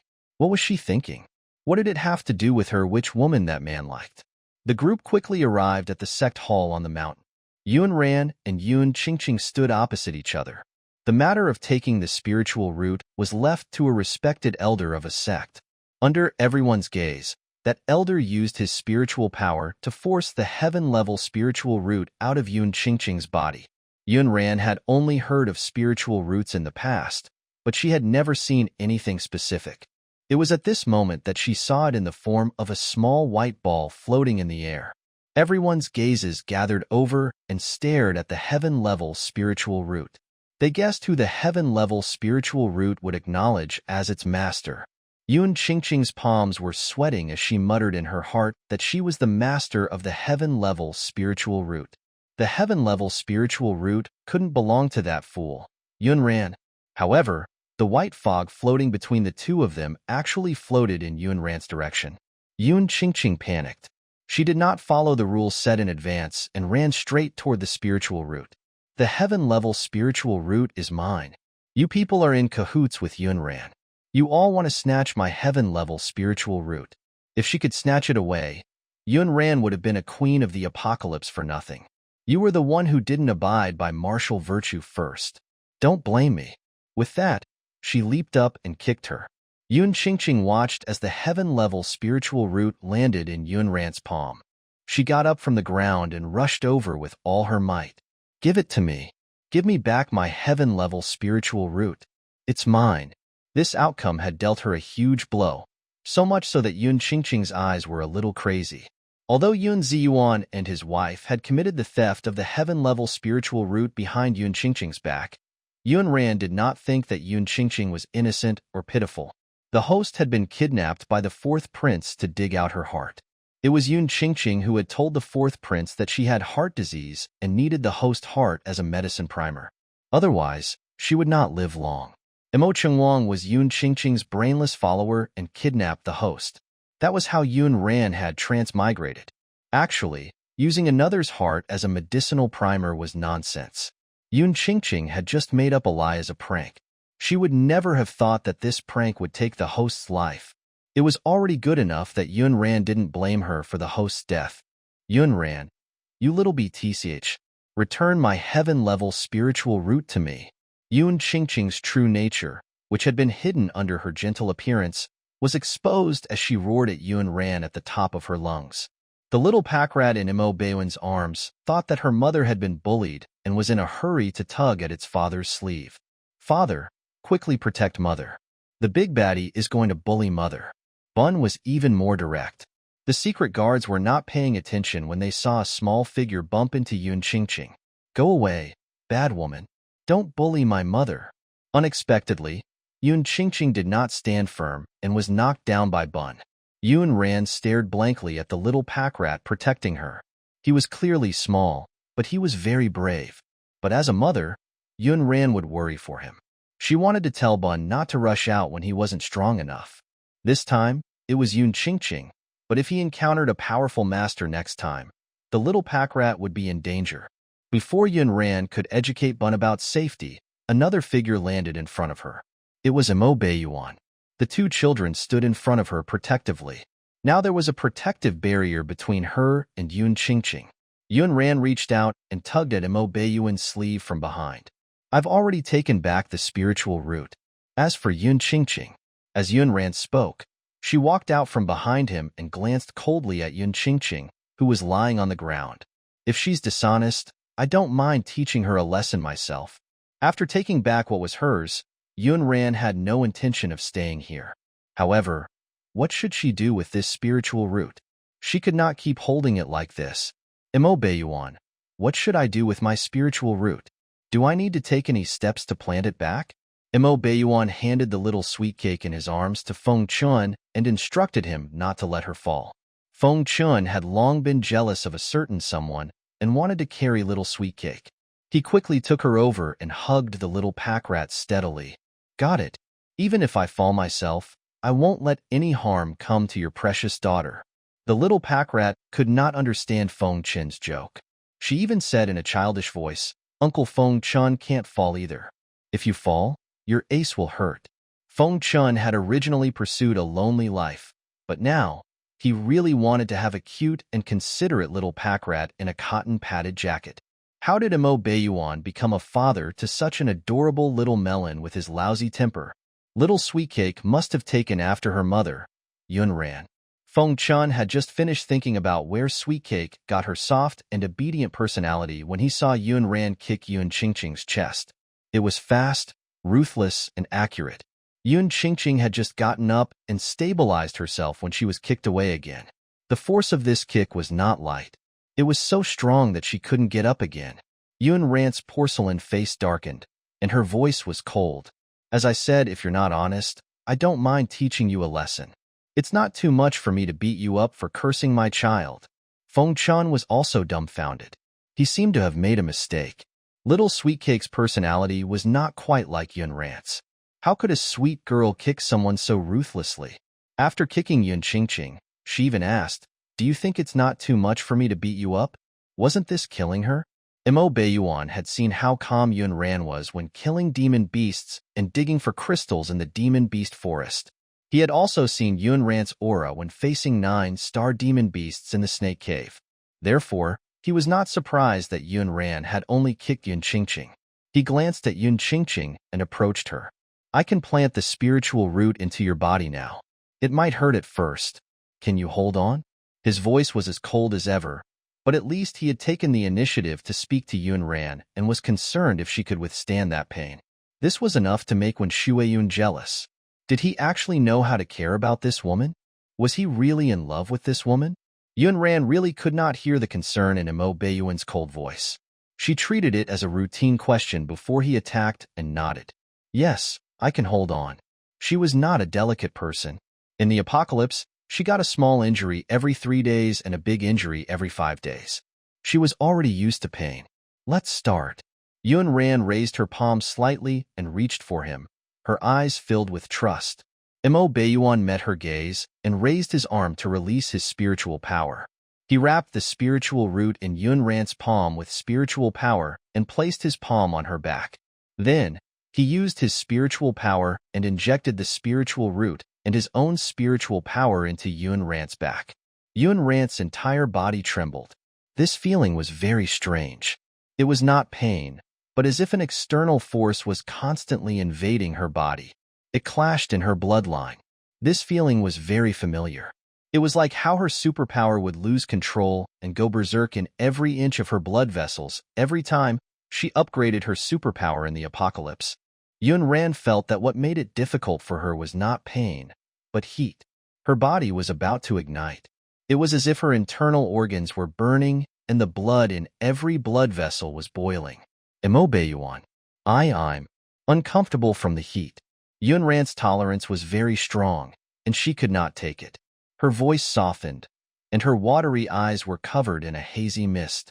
Yunran clearly just wanted to express that her body was uncomfortable and hot, but when she said it, it sounded different. It was as if she was coquettishly asking the man in front of her to take her. Mo Beiyuan knew that the two of them could not get too close, so he had been deliberately maintaining a distance between them. Unexpectedly, when this woman opened her pink lips and called his name softly, her moving appearance still affected him. Hot? Yes, it's so hot. It's unbearable. It's as if there's a fire burning inside me. Yunran remembered that when she came, she had passed by a stream. She needed to cool down now. Therefore, she stumbled out of the hall. Mo Beiyuan's eyes darkened as he chased after her. The spiritual root in her body was still unstable. Who knew if anything would happen? Their lives were connected. If anything happened to her, he wouldn't survive. Yunran's steps swayed all the way. She finally found the stream and jumped in without a word. Mo Beiyuan followed her and understood why she was in a hurry to run out. Mother is taking a bath. Sweetcake needs a bath too. Feng Chun followed with the little pack rat in his arms. When the little pack rat saw Yunran soaking in the stream, she thought that she was taking a bath, so she flapped her little arms to insist on taking a bath too. Feng Chun had just taken 2 steps forward when he was stopped by someone. That water is too cold to wash Sweetcake. Wait where you are with her. At first, Feng Chun did not think too much about it and waited on the spot. However, after a certain someone asked all the secret guards to turn around and clean up all the unrelated people by the stream, he suddenly realized something. Mo Beiyuan, the rascal, did not let him carry Sweetcake to the stream not because the water was cold, but because he was afraid that men like him would go over and see Yunran in the water. This was probably a man's possessiveness. Yunran soaked in the bone-chilling stream of cold autumn before the unbearable heat in her body eased a little. After her clothes were soaked in water, they clung to her body, outlining her exquisite figure. Her black silk-like hair was also wet and cold against her cheeks and pink neck. Mo Beiyuan stood by the stream, his dark and deep eyes staring at the woman in the water. He frowned as he a hint of anger. How did this woman grow up? Was she not guarded at all? She didn't even look at the situation here before jumping into the water. Didn't she know how many pairs of eyes were following her? If word got out, her reputation would be ruined. Yunran didn't know that someone had worried about her. After all, in an environment like the apocalypse, no one could live exquisitely. Yunran raised her watery eyes slightly and met Mo Beiyuan's gaze. Their gazes intertwined. Yunran blinked at him, and the water droplets on her eyelashes trembled. Her small face looked even more delicate, pure, and flirtatious. Only then did Mo Baiyuan realize how long he had been staring at this woman. He said stiffly, "I'm not a lecherous person. I'm afraid that the spiritual root in your body will be unstable and you'll drown here. Don't think too much." Yun Ran was speechless. Who was thinking too much? When did she say that he was a lecher? Was there a lecherous person who would tell someone to get lost when facing the confession of the number one goddess? Yun Ran didn't speak. Her slightly pursed lips drew a graceful arc.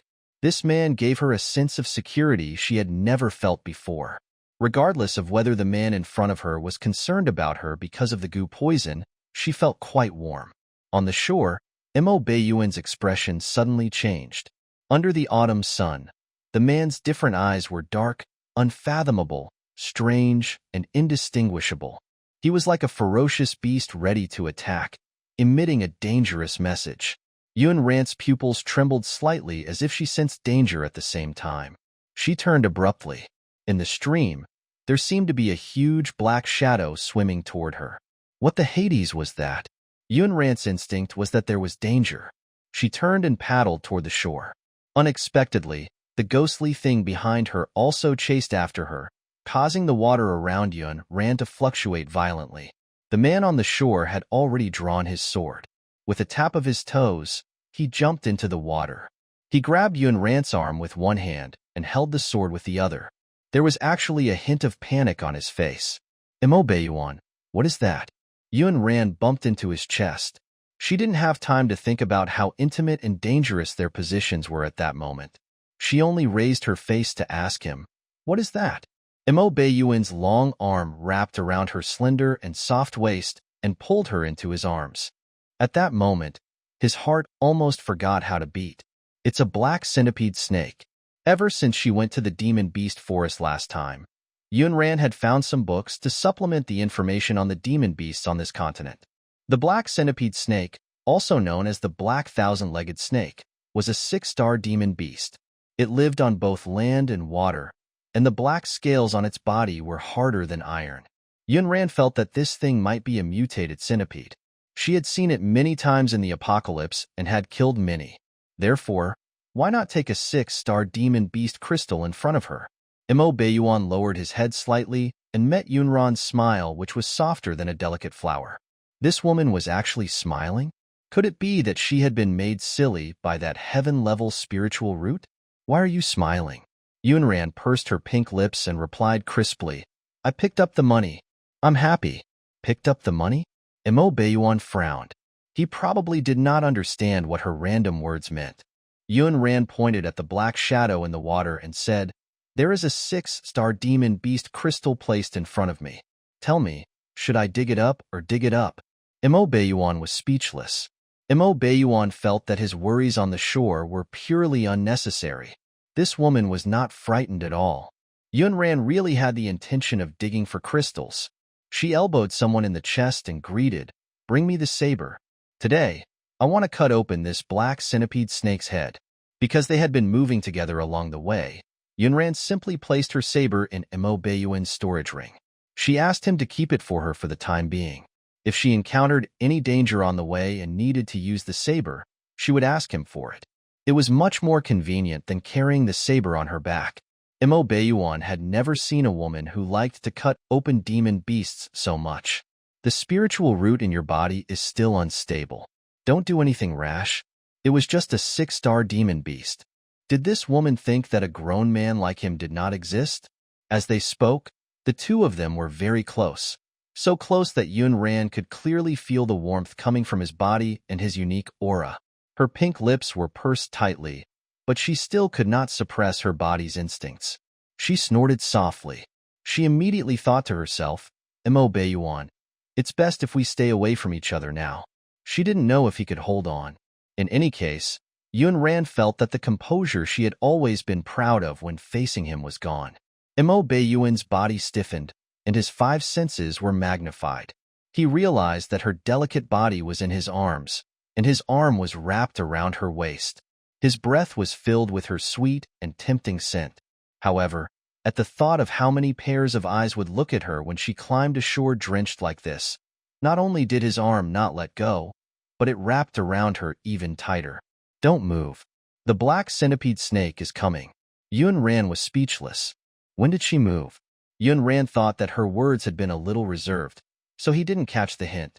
Hints. She bit her lip and said softly, Mo Beiyuan, my body and legs are weak. Do you understand what I mean? A certain someone's voice was hoarse. Your legs are weak? I'll carry you. With that, the strong iron arm tightened. Yun Ran didn't pay attention and bumped into his chest again. Even the softest part of her body could not avoid his touch. Even in the apocalypse, Yun Ran had never been so intimate with any man. Coupled with the goo poison, 2 red tides suddenly surged up Yun Ran's cheeks. The redness spread from her cheeks to the corners of her eyes and eyebrows, and her eyes were seductive. Mo Beiyuan. Yun Ran wanted to shout at him to let go of her, but the man lowered his head and shushed her. Looking up, she saw sparkling water droplets slide from his angular jaw to his bulging Adam's apple. It was just a bump. Wasn't that nonsense? But now, she felt that she had been too young and inexperienced. Mo Beiyuan had previously released his spiritual power at the black centipede snake opposite him, shocking it and preventing it from coming forward rashly. At this moment, he slightly restrained the spiritual power in his body. The black centipede snake sensed that the powerful spiritual power had disappeared and immediately became restless. It swung its tail and rushed towards them. Little did it know that someone's sword was already waiting for it. Mo Beiyuan held his sword in one hand and emitted a cold aura. He raised his arm slightly and jumped up with Yun Ran in his arms, slashing at the black centipede snake. Yun Ran was so close that she didn't see his skills clearly. She couldn't help but sigh. A big shot was indeed a big shot. The head of the black centipede snake was instantly cut in half and dyed a large area of the stream red. Yun Ran had already landed on the shore and was wearing a large cloak. You don't have to thank me. I'm just afraid that you'll catch a cold and spread it to the 2 children. Yun Ran did not refuse his kindness. She tidied her cloak and her gaze fell on the head of the demon beast in the water. Yun Ran asked, Why is there a 6-star demon beast running around here? Would anyone raise such an ugly thing? What kind of strange aesthetic taste was that? Mo Beiyuan also sensed that something was wrong. There was no demon beast forest nearby, and this black centipede snake liked to live in the cold and dark swamp. It was indeed strange for it to appear here. Was someone after this woman? Perhaps this woman's existence had already attracted some people's attention. Someone wanted this woman's life and wanted to create the illusion that it was an accident. That person was nearby. He had been secretly following them, waiting for an opportunity to kill this woman. Mo Beiyuan scanned his surroundings warily. There were only forests around them. There was no one in the forest closest to them, but there were many people less than half a mile away. They had been watching the commotion previously, but now they were stopped by the secret guards and kept a distance from them. He glanced at Yun Ran again and saw that she was wrapped tightly in a cloak. Only then did Mo Beiyuan call Thunderbolt and the other secret guards over. Did you find anyone suspicious around here? Thunderbolt and the secret guards immediately replied, No, they're all spectators. There are sect disciples and cultivators who are participating in the sect meeting. While Mo Beiyuan was asking the secret guard, Yun Ran, who was wrapped in the cloak, squatted on the shore. She was still staring at the demon beast in the water. Sweet Cake and Bun also ran to Yun Ran's side and squatted down like 2 cute mushrooms. Mother, what are you looking at? You have to look at Sweet Cake too.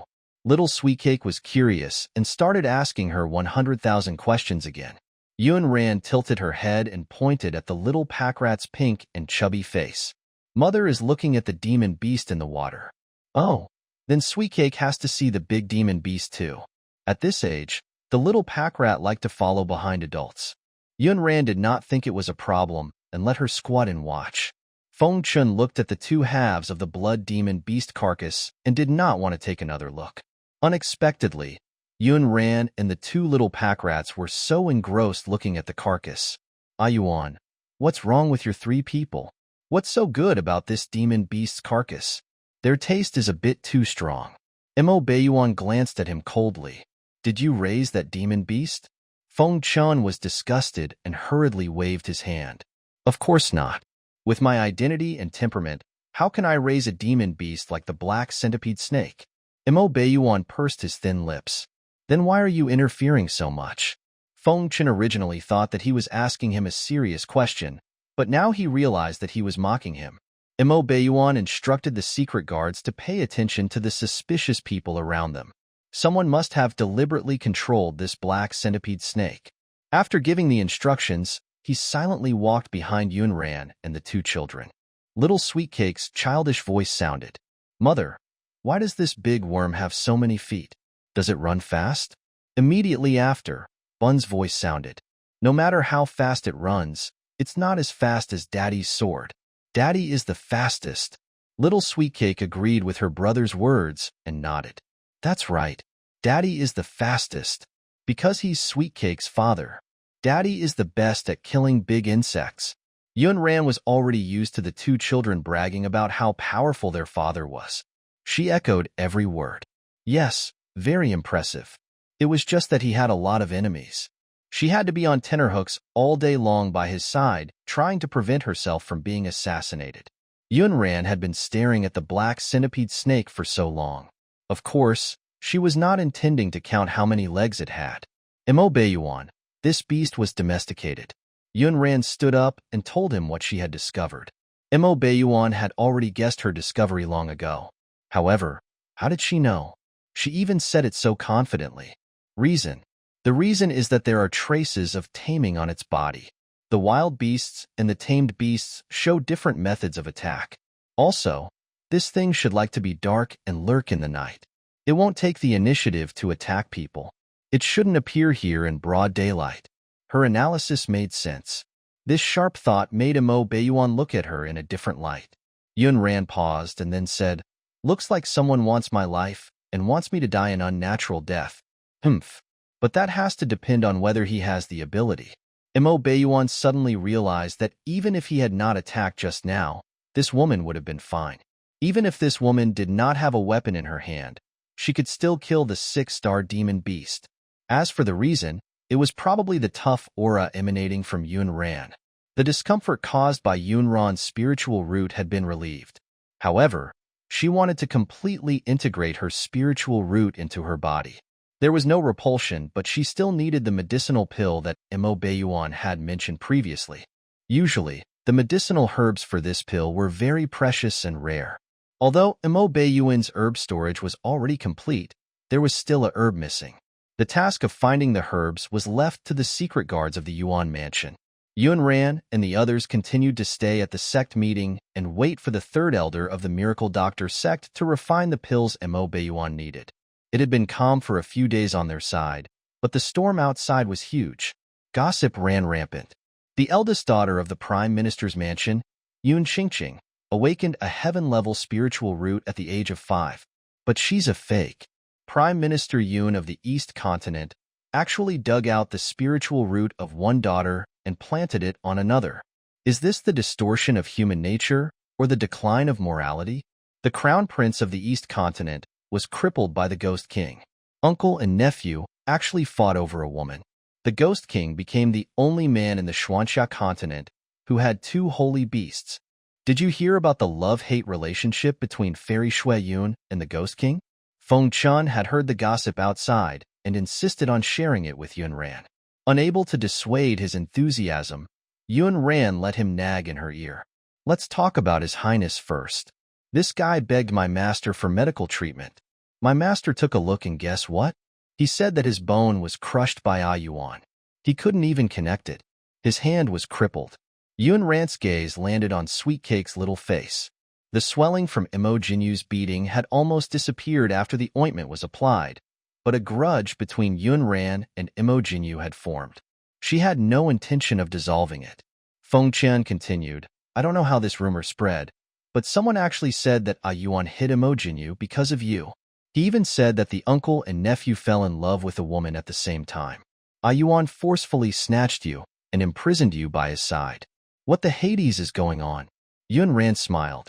"You already said it was gossip. There's no need to take it seriously. By the way, I heard that after Yun Qingqing lost her spiritual root, she went crazy and searched everywhere for her spiritual root." As Feng Chun spoke, he observed the expression on Yunran's face. Are you really twin sisters from the same mother? Yunran also wanted to figure out the question he was asking now because she also suspected that the host was not of the Yun family's biological bloodline at all. After recovering her appearance and seeing Yun Qingqing in person, Yunran realized that she did not look like anyone in the Yun family at all. Coupled with the Yun family's attitude towards her and the two children, it would be strange if they were biological.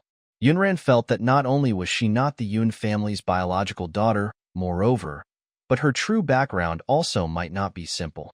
In addition to studying books related to demon beasts, Yunran also studied some other books. For example, one of them explained the inheritance of the bloodline spiritual root in detail. The book said that when people of two powerful bloodline spiritual roots were combined, there was a high chance that their descendants would inherit a powerful bloodline spiritual root. Parents without spiritual roots usually could not give birth to powerful bloodlines. This was like genetics in the apocalypse. In other words, Little Sweetcake's bloodline was most likely inherited from her and Imo Beiyuan. There was no doubt about that. Then from whom did the host inherit the bloodline of this heaven-level spiritual root? Yun Ziyuan's cultivation seemed not to be low, but Luo Dai's cultivation was very ordinary. As for the children of the Yun family, there was no need to mention Yun Hai. He was a profligate son who only knew how to eat, drink, and have fun. Yun Qingqing had snatched her spiritual root. All these years, she had gained the reputation of a genius girl in the imperial city. According to the set of spiritual root bloodline genetics in the Xuanxia continent, the host's parents were probably not simple. However, if that was the case, why was the host in the prime minister's mansion since she was born? Why did the Yun family announce to the public that she and Yun Qingqing were a pair of twins? Was it because the host's true identity could not be exposed? It was 20 years ago, so it definitely wouldn't be easy to investigate. Yun Ran didn't have time to investigate now. She had to wait for the problem with Little Sweetcake to be resolved. Feng Chan had already begun to answer his own question. I don't think you two look like twin sisters at all. You don't look alike, and your personalities are worlds apart. You were probably picked up from outside.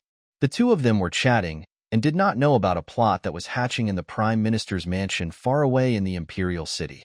When the Yun family received the letter about Yun Qingqing's spiritual root being snatched back by Yun Ran, they were shocked. Old Madam Yun almost fainted from anger. She held her chest and panted heavily. I knew that little rascal was restless and a jinx, but you insisted on keeping her alive and raising her. Now, she's been bitten back. Poor my precious granddaughter, Qingqing, has suffered so much. The Prime Minister's wife, Luo Dai, was already at a loss. She stared at Yun Ziyuan and said in a panic, Master, what should we do now? The news has spread outside that we dug up that little rascal Yun Ran's spiritual root and planted it on Qingqing. They even said that that little rascal isn't our biological daughter. What if someone really investigated her background and found out about those things? What should we do? Yun Ziyuan's face was ashen. His usual elegant and easygoing temperament was gone, and his eyes flashed with a ferocious glint. Investigate? Everything that happened 20 years ago was dealt with cleanly. Who can find out? Besides, that faction is dead. Who will investigate? Yun Ziyuan sneered in his heart. He felt that women were timid and afraid of trouble. They couldn't achieve anything big. Was there a need for his wife to be so frightened over such a small matter? Luo Dai controlled her emotions a little, but she was still worried about her biological daughter. After all, that was the flesh that had fallen off her body after 10 months of pregnancy. Then what about Qingqing? Now that she's been humiliated by that little rascal in front of so many people at the sect meeting, how can she live in the future? The old lady echoed and scolded Yun Ran again. Even Bun and Sweetcake were not spared. That little jinx is obviously not a well-behaved person. You should have killed those two little rascals long ago. Now, this jinx's mother is relying on her children and bullying our family with Imo Beiyuan's support. She then mentioned that the Bun and Sweetcake were Imo Beiyuan's bloodline. Yun Ziyuan said, who knew that she would climb into Imo Beiyuan's bed? Now, let's think about how to explain Qingqing's heaven-level spiritual root. When we dug out that little rascal's spiritual root back then, no one saw it. Therefore, even if this matter is exposed, we can just pretend not to know. Get someone to spread some news outside and say that that little rascal is a fool. No one will believe a fool. Yun Ziyuan paused and said, as for Qingqing, if I can dig out the spiritual root in that little rascal for her, I can also dig out someone else's. My child will never be useless. Luo Dai's expression finally improved a little. She forced a smile. I knew it. Master, you dote on me the most. Yun Ziyuan did not look at her. Instead, he continued to think about how to deal with this matter. Only then would it be more logical for everyone to think that the Yun family was the most innocent victim. No matter how the rumors spread, we have to insist that that little rascal is of the Yun family's bloodline. As for whether she looks like us or not, it's not important at all. No one will appear and acknowledge her. That family is dead. Even if some survivors are still alive, they don't know the existence of this little rascal at all. What about Mo Beiyuan? Will he investigate Yun Rant's background? Luo Dai was still a little worried. After all, Yun Rant's background was a huge secret that was enough to implicate their prime minister's family. Yun Ziyuan shook his head. No, Mo Beiyuan is the most cold-blooded person. Previously, when his fiancés died, I've never seen him interfere and investigate the cause of their deaths. After hearing Yun Ziyuan's words, old Madame Yun and Luo Dai seemed to have taken a calming pill. They also decided to fetch Yun Qingqing back first and collude with her to make up a story in case she let it slip in the future and expose the secret of Yun Rant's background. At the sect meeting, the two little pack rats were bored staying in the courtyard every day. Seeing this, Yun Ran led the two little cubs to the sect meet selection venue to watch the commotion. Yun Ran was used to being free. Although she had regained her spiritual root and could cultivate her spiritual power, she did not want to join any sect or become a disciple. The two children had the temperament of children. When they saw that there were many people, they felt excited. In her father's arms, little Sweetcake shook her little head happily. The two small braids on her head swayed with her. She was extremely cute. Yun Ran was holding Bun's hand. The family of four became the focus of everyone's attention. It's the Ghost King. Why is he here? The woman beside him is that fool second miss of the Yun family, Yun Ran. She just found her heaven-level spiritual root. Could it be that she wants to participate in the sect meeting? Is a heaven-level spiritual root that powerful? If I can instantly become a cultivation expert with it, I want it too. Bullshit. Not everyone can have a heaven-level spiritual root. This second miss of the Yun family is obviously not simple. Otherwise, how could she make the Yuan King fall for her? You have to know that the fairy of the Linshu sect has been chasing after the Yuan King to confess her feelings. The Yuan King didn't even look at her. Wherever there was someone, there was gossip.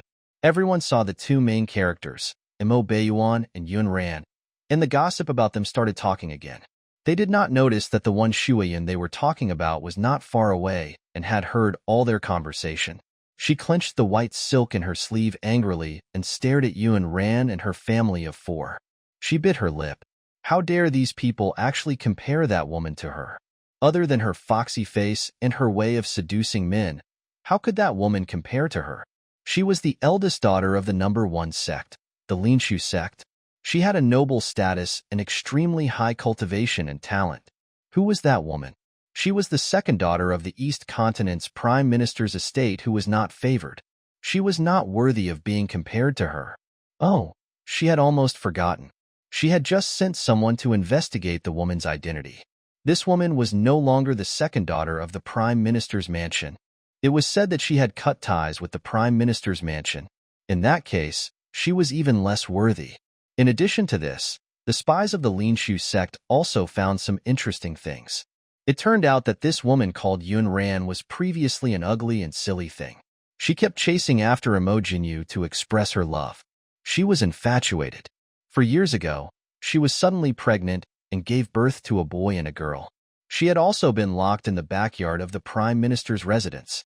However, not long ago, Mo Beiyuan suddenly appeared in the prime minister's mansion and said that the two rascals were his bloodline. He brought the three of them back to the Yuan mansion. This woman used to be extremely ugly and a fool. She had not interacted with Mo Beiyuan for 4 years.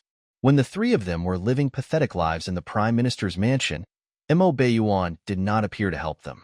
In other words, This woman called Yunran was not the woman Mo Beiyuan loved at all. Her previous guess was wrong. The reason why Mo Beiyuan was with this woman now was because of those two bloodlines. After when Shuayun understood all of this, she was overjoyed. She knew it. Even if a man like Mo Beiyuan did not fall in love with her, he would never fall in love with another woman. No matter how beautiful that woman was, it was the same. However, that woman was using the children to play tricks to stay by Mo Beiyuan's side. It was really disgusting. Mo Beiyuan did not love anyone, but for the sake of his bloodline, would he let that woman become his consort Yuan? When Yunxue thought of this, an uncontrollable hatred surged in her heart. No, she would never let Yunran's scheme succeed. The position of consort Yuan in Mo Beiyuan's heart could only be her, Yunxue. She would let Mo Beiyuan see how stupid and useless that woman called Yunran was. With this thought in mind, when Shuayun ascended, the figure stopped in front of Yunran. Her eyes were cold and provocative as she looked at her. What are you doing here? Participating in the sect meeting? Our Linshu sect doesn't want trash. I don't think the other sects need trash either. True to her words, Yunran had really brought the two little balls out for a walk. However, the current situation was like having a dog suddenly rush out in the middle of your path and bark at you when you were shopping happily. Yunran's mood was definitely going to be affected. Her delicate brows furrowed unhappily. Is this the Linshu sect? Or is the place I'm standing on owned by your Linshu sect? If not, then who cares if I come or go? Yunran was not a good-tempered person, to begin with. In the apocalypse, even zombies were afraid of her. It would be strange if she could swallow this anger after being called trash. When Shuayun was stunned by her retort, you are relying on Mo Beiyuan to back you up, right? Otherwise, do you dare? Do you dare to shout at me here? She put on the aura of a sect's eldest daughter and looked at Yunran with even more disdain. Because in her eyes, Yunran was a scheming woman who relied on her face and body to get to where she was. She seduced men and was shameless. As for her, she was pure and loyal. She was noble and cold, and she was even more worthy of Mo Beiyuan's love. Yunran raised her eyebrows. If I rely on Mo Beiyuan to support me, what do you rely on? Your father? In the apocalypse, Yunran had seen such a delicate and self-centered young lady before. She was the daughter of a wealthy family, a second-generation tycoon, and the daughter of the richest man.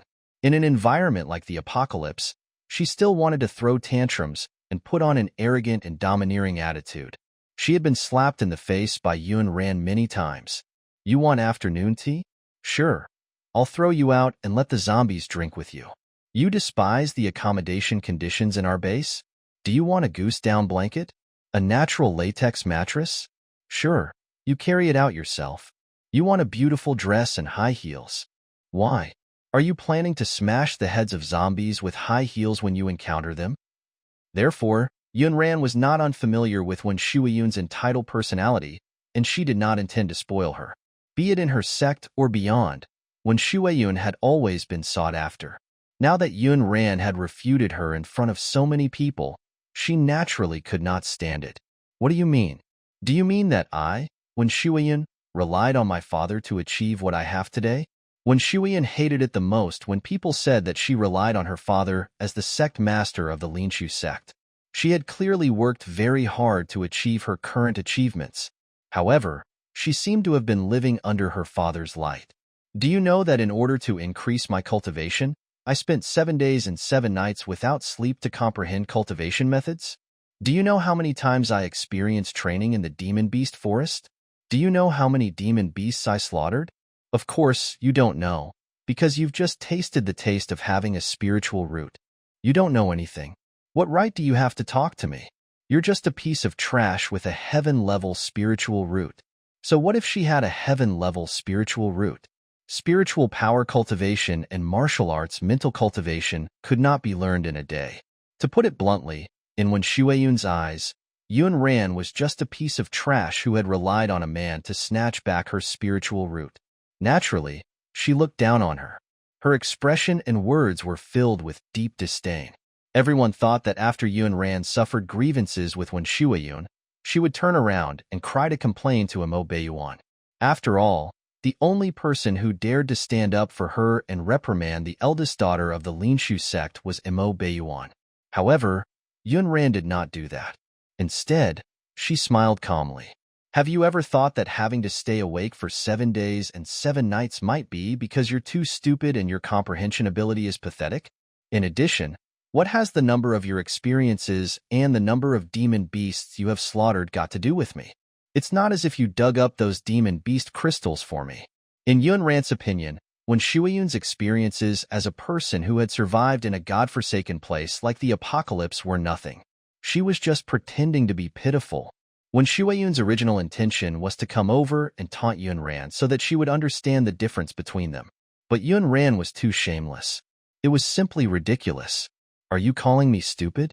Do you know what cultivation method I've been comprehending for 7 days and 7 nights?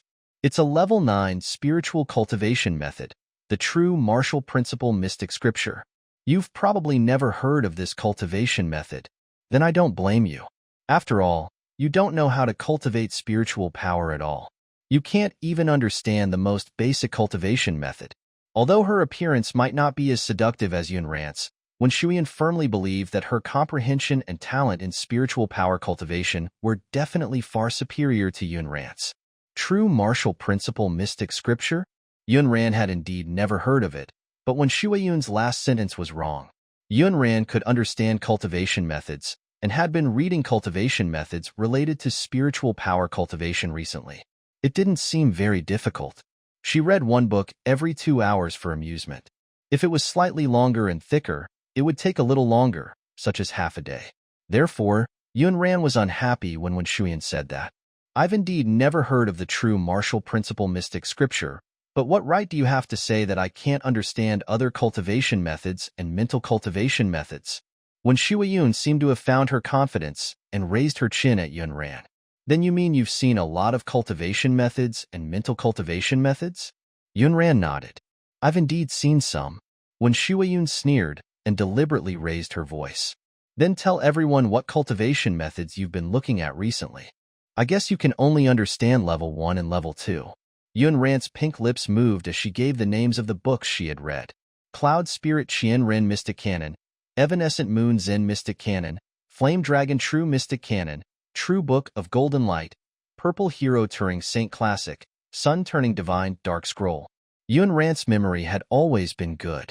Although the names of these cultivation techniques were quite difficult to remember, she still said them word for word. Little did she know that every time she said the name of a cultivation technique, the surrounding crowd would sigh. It was as if they had heard something that shocked them. Before Yunran could finish, when Shuyan laughed coldly. Are you kidding me? The Cloud Spirit Chien Ren Mystic Canon, the True Book of Golden Light, the Sun Turning Divine Dark Scroll. These books have long been lost. Where did you see them? In your dream? Not to mention so many books, even if it was one of them. If you can really take it out, I will believe your nonsense today. Lost? Yunran looked at a certain someone who had been standing at the side with the little pack rat in his arms. Imo Beiyuan had given her those books.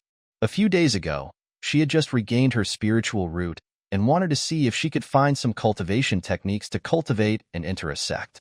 Hence, she went to look for Imo Beiyuan and asked him if there were any books about cultivation methods and mental cultivation methods. Since Imo Beiyuan casually threw these books at her, she would read them for fun. When Yunran thought about how casually he had thrown them away without any reluctance, she thought that these books should be very ordinary cultivation methods. She even accidentally let Sweetcake draw some pictures on a number of the pages. Since it did not affect her reading, Yunran ignored it. For those that did interfere with her reading, Yunran relied on her memory to write down the pages and paste them back again.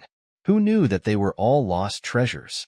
I don't have those books now, because after she finished flipping through them, she couldn't bring them with her, so she returned them to Imo Beiyuan.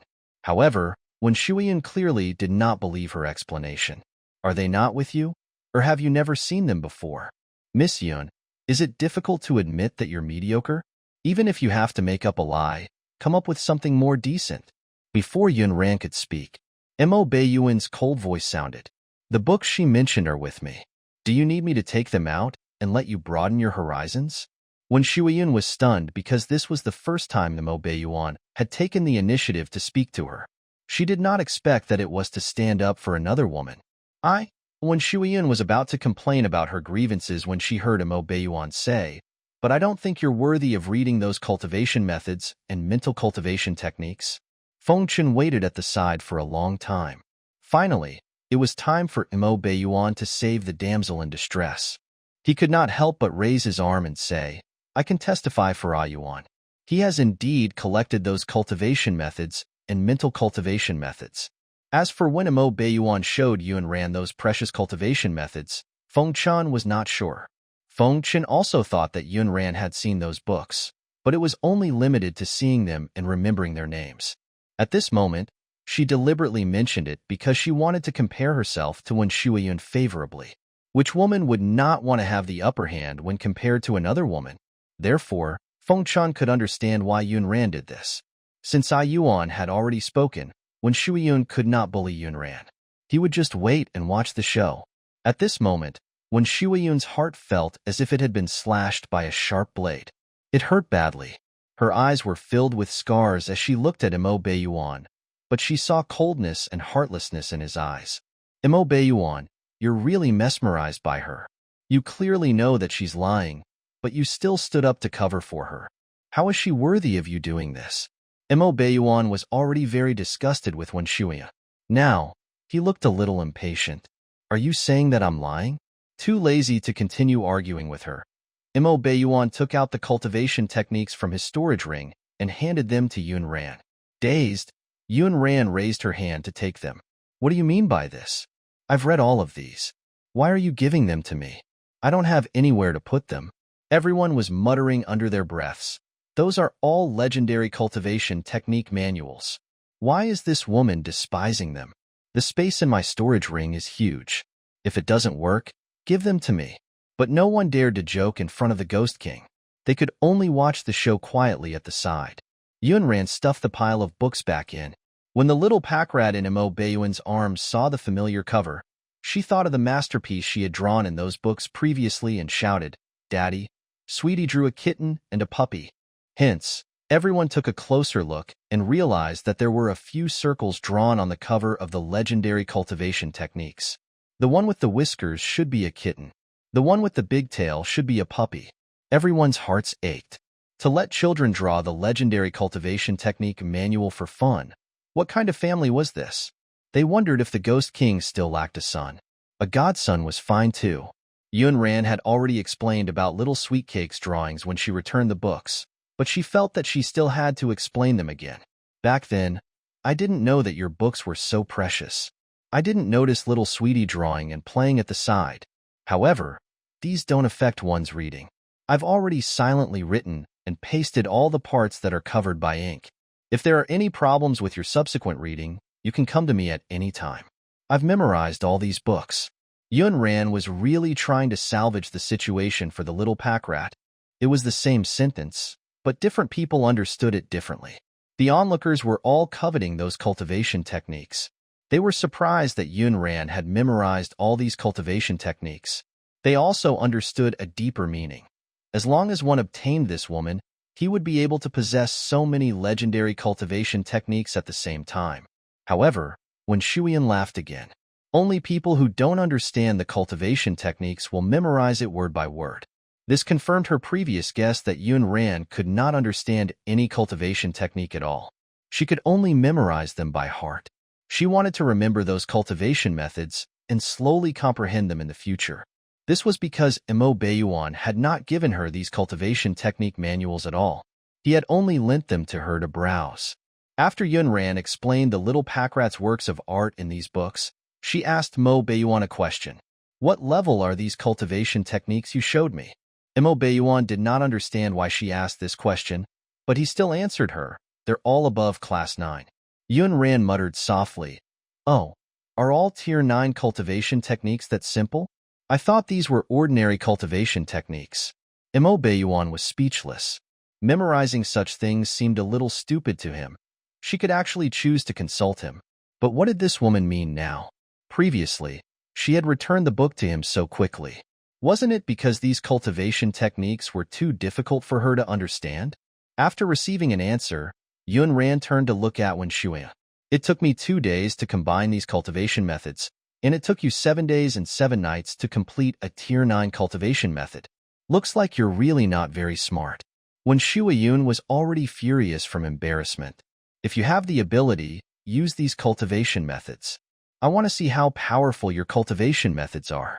Yunran nodded. If you wanted to see it, you should have said so. As soon as she finished speaking, she gently raised her arm. Powerful spiritual power gathered in her palm, and she waved it at Wenshui. Wenshui did not expect Yunran to come straight for her. In her daze, she wanted to defend herself, but it was already a little too late. She forced herself to retreat for a distance, but she still bumped into a tree, causing a thick tree behind her to fall. Mo Beiyuan was speechless. Feng Chan was also dumbfounded. The secret guards were speechless. So were those who were watching the commotion and wanted to kidnap Yunran. The walking cultivation technique. Only the 2 little balls reacted the fastest. One asked, "Mother, the sound was so loud just now. Does your hand hurt?" Little Sweetcake said, "Mother, your hand hurts. I'll blow on it for you. It won't hurt anymore." The group of onlookers watched the family's performance quietly. Didn't they say that the women around the Ghost King are very weak and need his protection? Didn't she just find her spiritual root? Then what's with her spiritual power cultivation? When they were watching the commotion, they thought that this girl was going to be bullied to tears by the eldest daughter of the Linshu sect.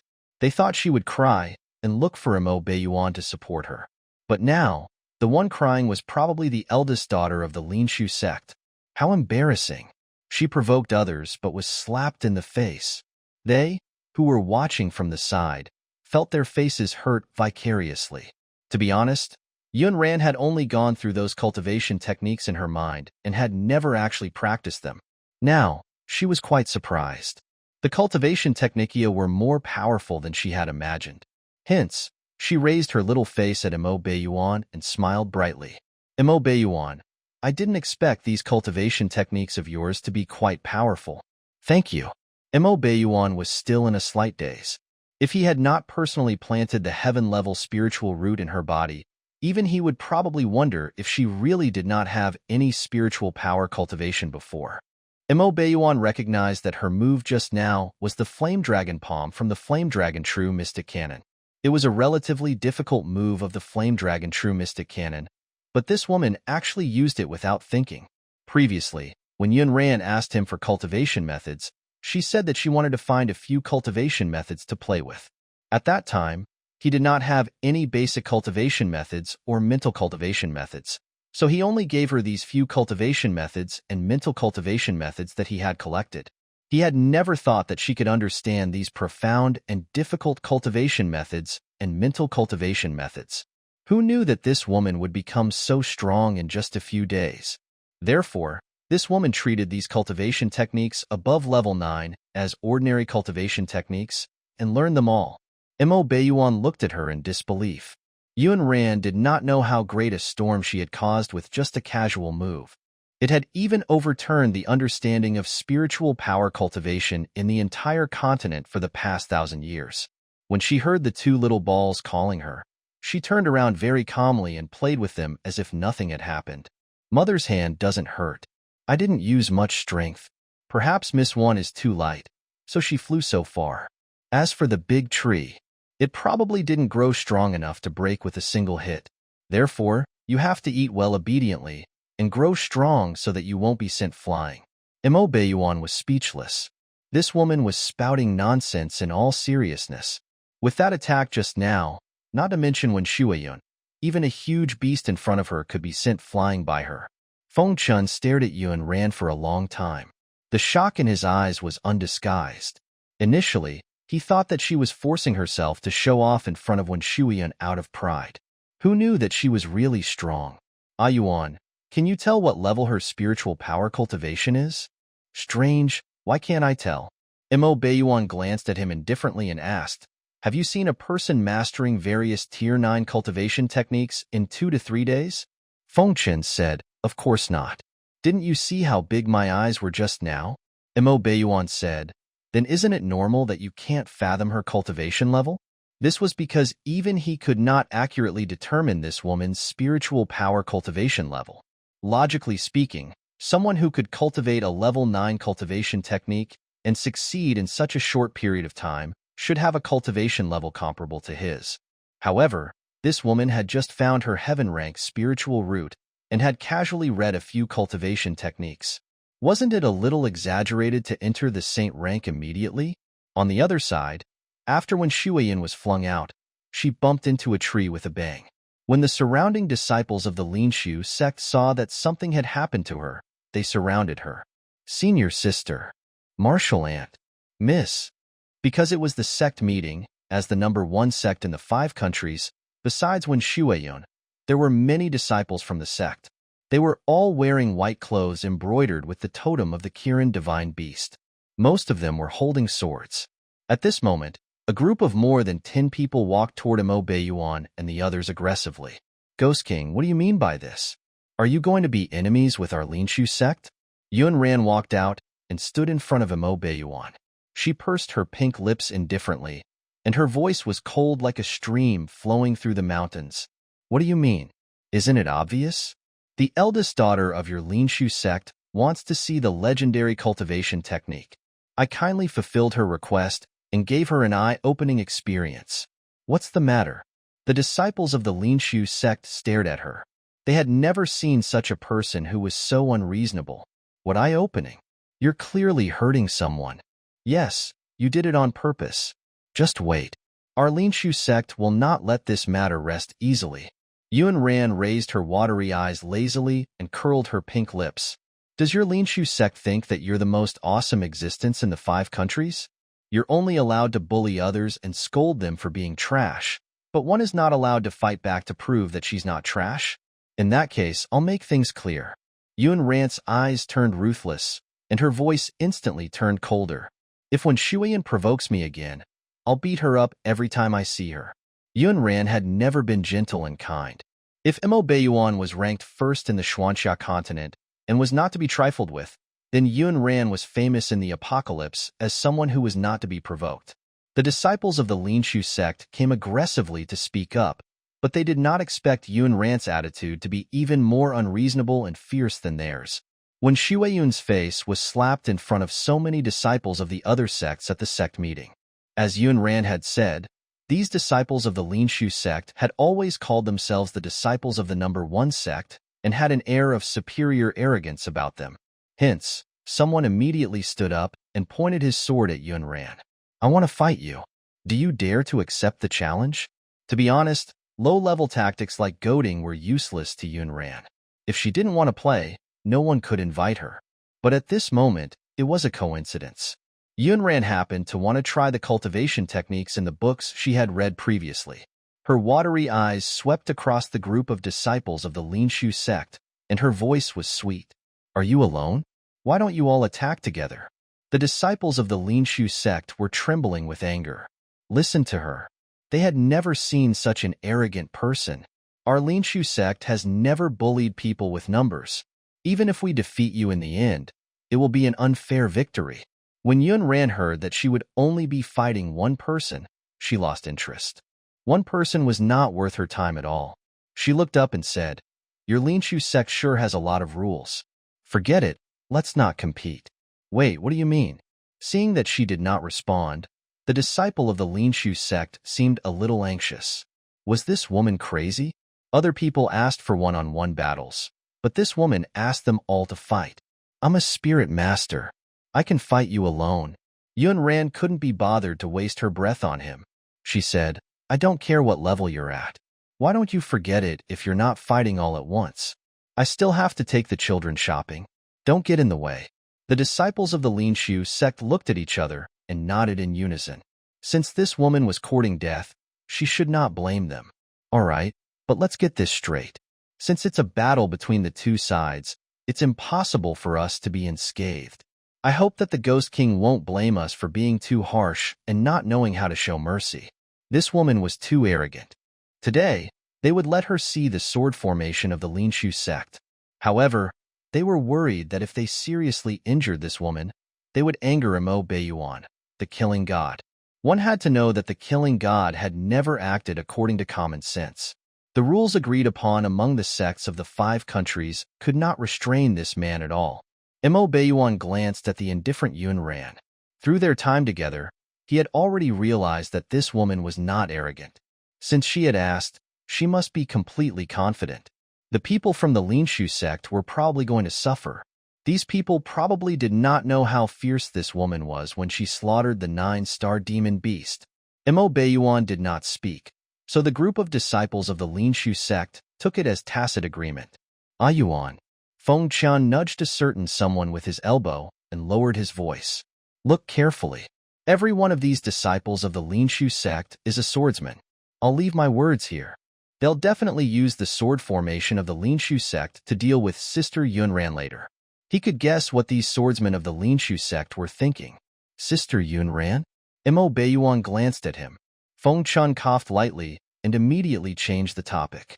Is the main point about how I address her? It's the sword formation of the Linshu sect. Sword formation. It's not like you don't know how much the sword formation of the Linshu sect. Mo Baiyuan nodded indifferently. His thin lips parted slightly and he said, they can't withstand a single blow. Feng Qian was also dumbfounded. Yes, that sword formation is indeed fragile in your opinion, but Sister Yunran, she has never come into contact with a sword formation before. If she fights rashly, I'm afraid she'll suffer greatly. While the two of them were talking, the disciples of the Linshu sect had already spread out and quickly set up a sword formation, surrounding Yunran. Feng Qian suddenly clapped and shouted, Look, what did I say? These swordsmen have indeed begun to set up a sword formation. No, I have to keep an eye on them. Once they realized that something was wrong, they had to rush into the sword formation to save her. Mo Baiyuan was probably the calmest person apart from Yunran. However, he lowered his head and realized that the little pack rat in his arms seemed to be a little unhappy. It was clenching its little fists. Father, Sweet Cake wants to help Mother beat up the bad guys.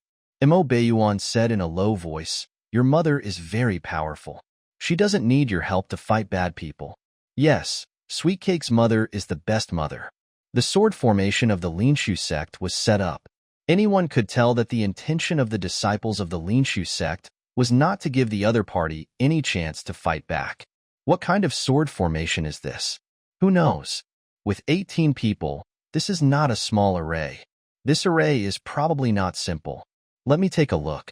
This is one of the 8 formations of the Linshu sect, the Scattered Stars sword formation.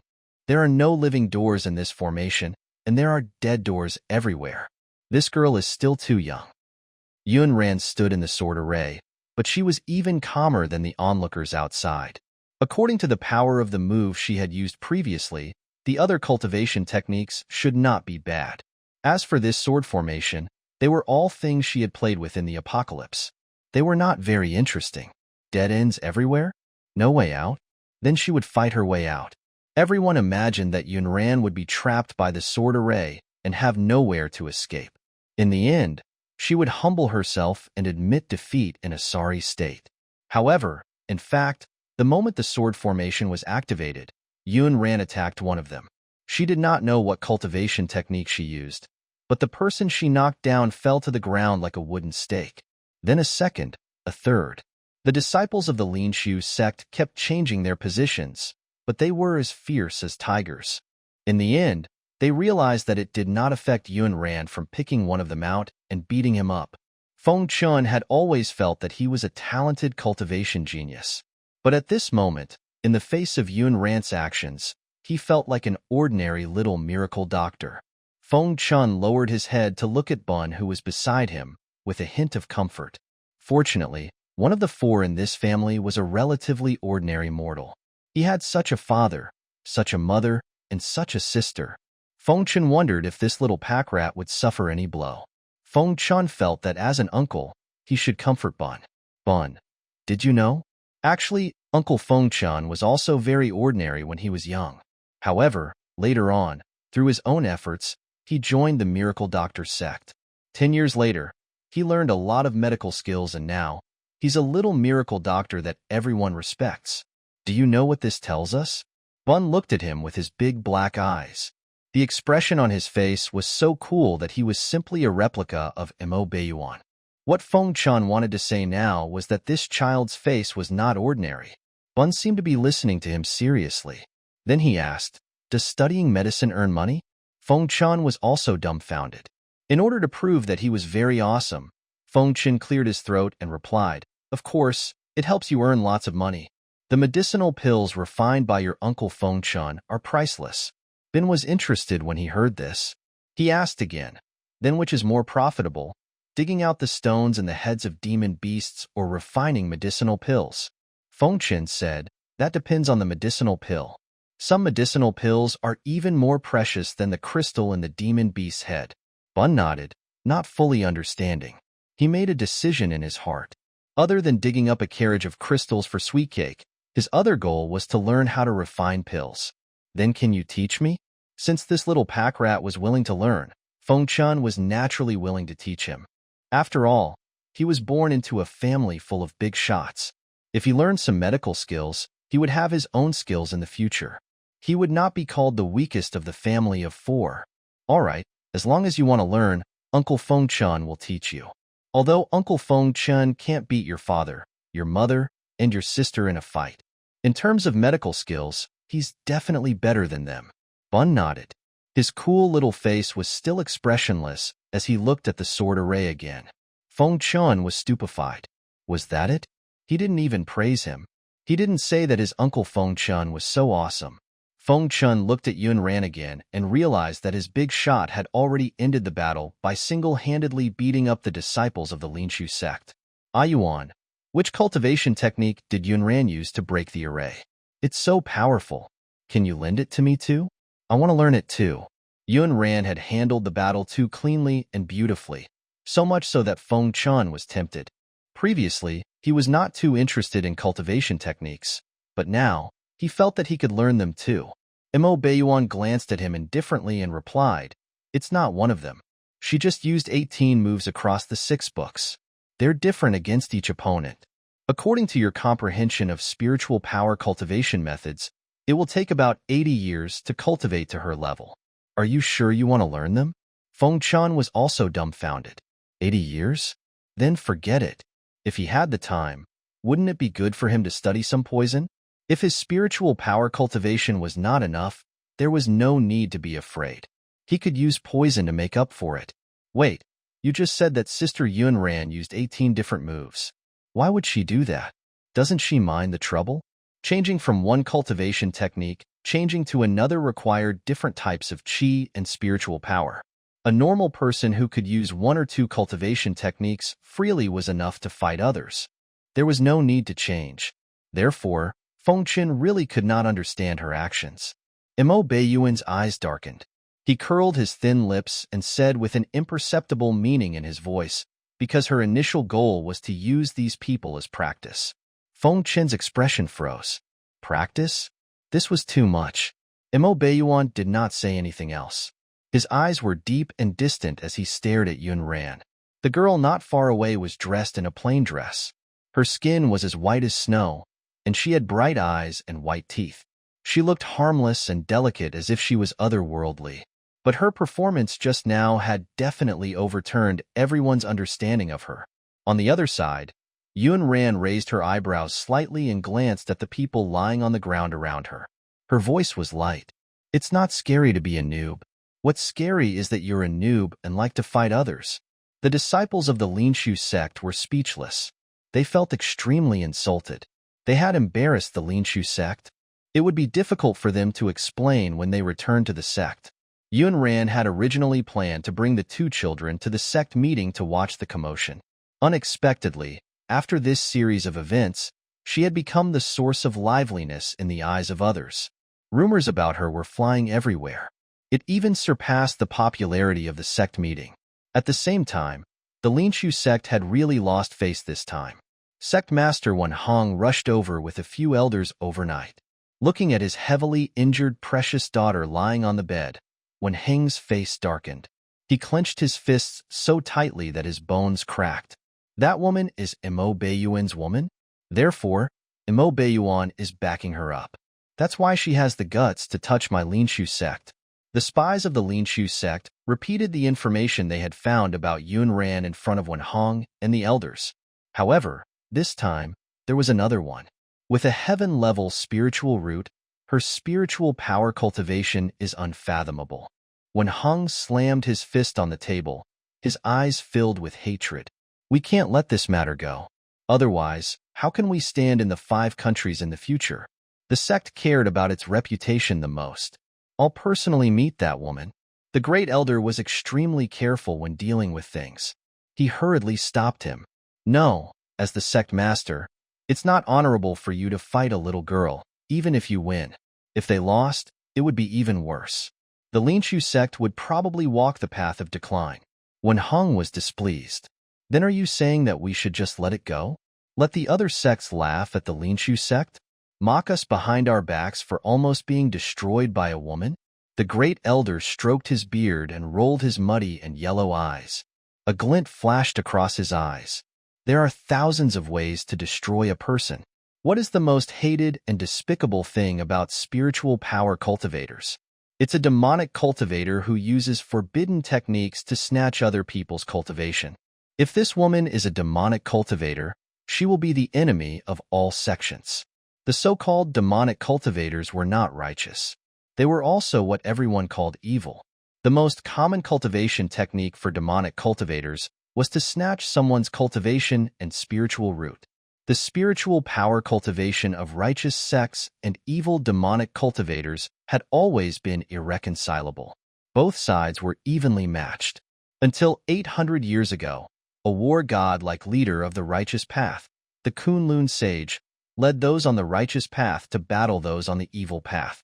In the end, those on the righteous path won, and their opponents suffered great damage. They gradually declined and hid in forbidden areas. Until now, there were often evil demonic cultivators on the continent, causing everyone to be in panic. All the sects were responsible for purging demonic cultivation. Demonic cultivator? You mean that woman is a demonic cultivator? Wenheng's pupils suddenly trembled. A ferocious glint appeared in the great elder's eyes as he said sternly, "For the sake of the sect, she has to be." The other elders were shocked. They all understood the meaning behind the first elder's words. He planned to use underhand methods to slander that woman as a demonic cultivator. Isn't that bad? The person behind her is Imo Beiyuan. The great elder stood up and tugged at his right sleeve with his left hand. The right sleeve was actually empty. Have you forgotten how I lost my arm? Back then, for the glory of the sect, my arm was crippled in the battle with Imo Beiyuan. I will never forget the humiliation Imo Beiyuan brought me in my life. The elders fell silent. No one forgot the humiliation Imo Beiyuan had brought to the major sects and their Linshu sect. Therefore, that woman could only blame herself for being involved with that killing god. Imo Beiyuan. Yunran did not know that these people from the Linshu sect were secretly plotting against her. Over the past few days, she had brought the 2 children out to watch the commotion as usual. Yunran was not very interested in a large-scale recruitment event like the sect meeting. However, the 2 children had been locked up. It was not easy for them to come out, and they were at a stage where they were very curious about everything. So Yunran brought them out to take a look. She could also divert Sweetcake's attention. This was because Sweetcake's health had begun to deteriorate again. Just like before, she was in so much pain that her entire body was trembling and her face was pale. Imo Beiyuan could only use the same method as before to transfer the uncontrollable spiritual power from the little packrat to himself. This caused the injuries that he had not recovered from to become even more serious. However, he endured it in front of the 2 little balls. It was not until he strode out that he suddenly spat out a few mouthfuls of blood. After comforting the little packrat, Yunran chased after him, wanting to see how he was doing. She heard Feng Chen's voice. "Yuan, are you all right? I asked you to do it bit by bit. Why didn't you listen to me?" Imo Beiyuan rubbed the corner of his mouth and wiped away the blood. Then, he took the pill from Feng Chen and swallowed it. He adjusted his aura. "I won't die." He knew his own body well and would not die for the time being. As for the pain, it was nothing to him. Yunran knew that this man was Sweetcake's father, which was why he had done this for her, but she was still grateful for everything he had done. because not all fathers in the world were the same. Imo let me try next time. I also have spiritual power cultivation now. It shouldn't be low. Yunran did not know her spiritual power cultivation level, but she had easily won against Wen Shuiyun and the disciples of the Linshu sect. That was probably not low. Imo stared at her with his cold eyes and said calmly, "There's no need. I'm not as weak as you think. As long as he was not dead, he would not let this woman suffer for him." Yunran pursed her lips and raised her face slightly before she could meet his eyes. "I never thought you were weak. You're very strong. Sweet Cake is also my child. If I can help, I want to help her as much as I can." Imo was already injured.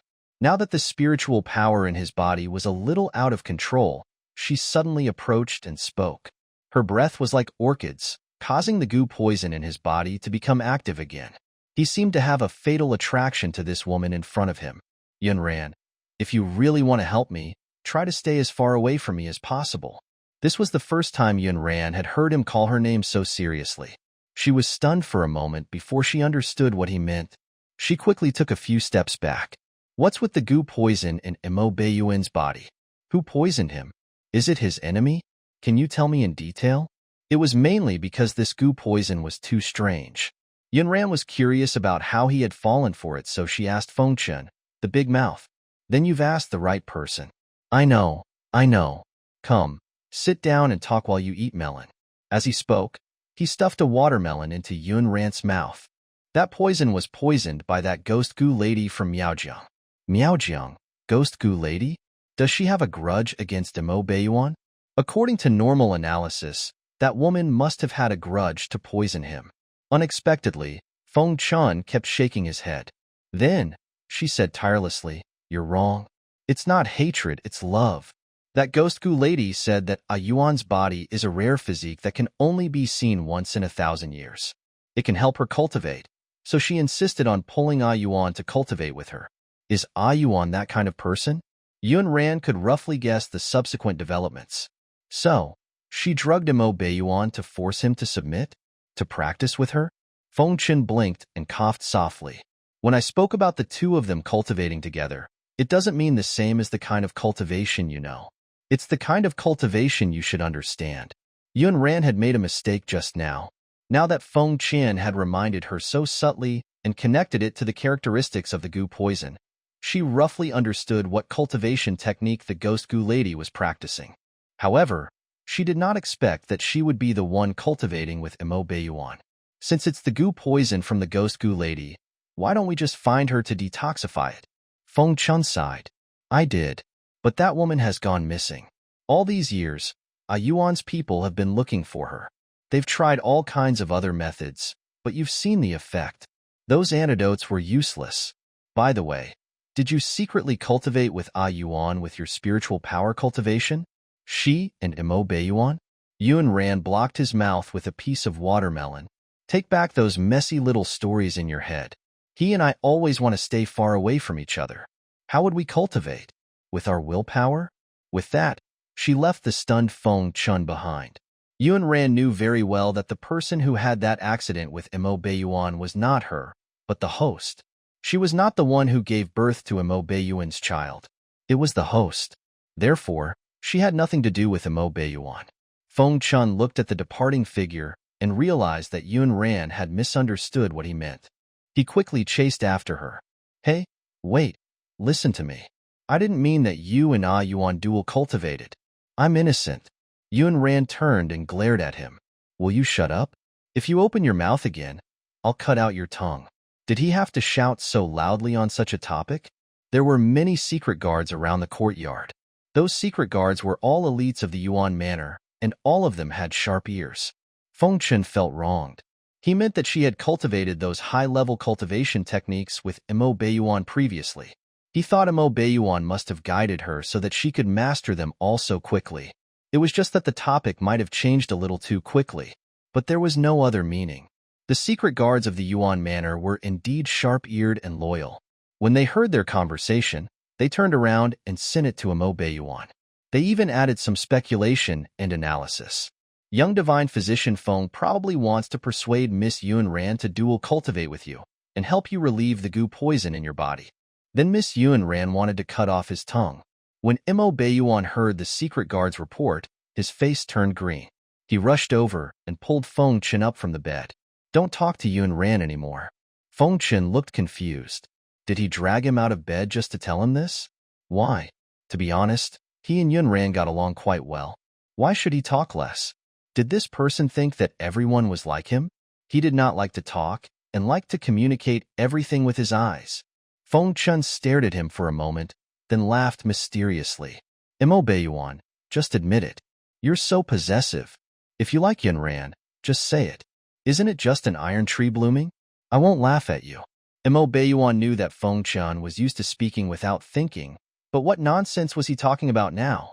What did Feng Chen mean by saying he liked Yunran? And possessive? Handsome brows furrowed. Don't make things up about me and her in the future. There's nothing between us. He was a man. It was fine to listen, but Yunran was a girl and was very thin-skinned. She couldn't stand such nonsense. Feng Chen pursed his lips, clearly not believing him. Nothing happened? Go ahead and be stubborn. Don't regret it in the future. With Sister Yunran's fairy-like appearance, others might snatch her away if you are not careful. Women all like those sweet-tongued, handsome young masters. Mo Baiyuan glared at him coldly. His aura was cold, and his eyes were cold. Feng Chen, cut off your tongue if you don't want it. Feng Chen muttered to himself, I'm not allowed to say this or that. I can't praise Sister Yunran for being good-looking. I can't even talk about sweet-tongued, handsome young masters.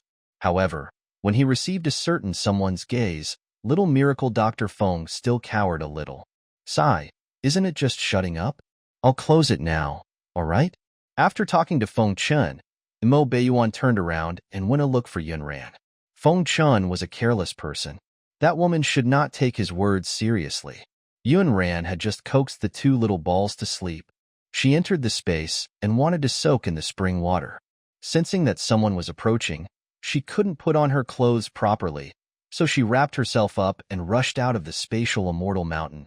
After the door opened, what greeted Mo Baiyuan's eyes was a peach blossom demon in the wilderness. Her face was red and suffused with mist, like a peach blossom that had bloomed in March. Her hair was messy around her ears and cheeks. She was dressed in a white robe wrapped around her petite figure. Her footsteps were light, and her entire body seemed to emit a faint fragrance. When Yunran saw that it was him, she made way and let him in. Are you here to see Sweetcake? Come in. She's asleep. Mo Baiyuan's Adam's apple moved imperceptibly, and his eyes darkened. Did this woman have any defense at all? She opened the door for a man in the middle of the night and was wearing such thin clothes. For some reason, Feng Chen's stupid words just now suddenly appeared in his mind. A sweet-talking, handsome young master? This woman was probably really gullible to have fallen for a rascal like Mo Jinyu. Mo Baiyuan felt that even for the sake of the two children, he had the obligation to remind her of the dangers of this world. Your vigilance is poor. What if there's an assassin outside this door? Yunran blinked her watery eyes and realized that he was talking to her. Oh, I know it's you. How could someone who had survived in a godforsaken place like the apocalypse not be guarded? Yunran only trusted the abilities of her subordinates and would not let strangers approach the little packrat's room.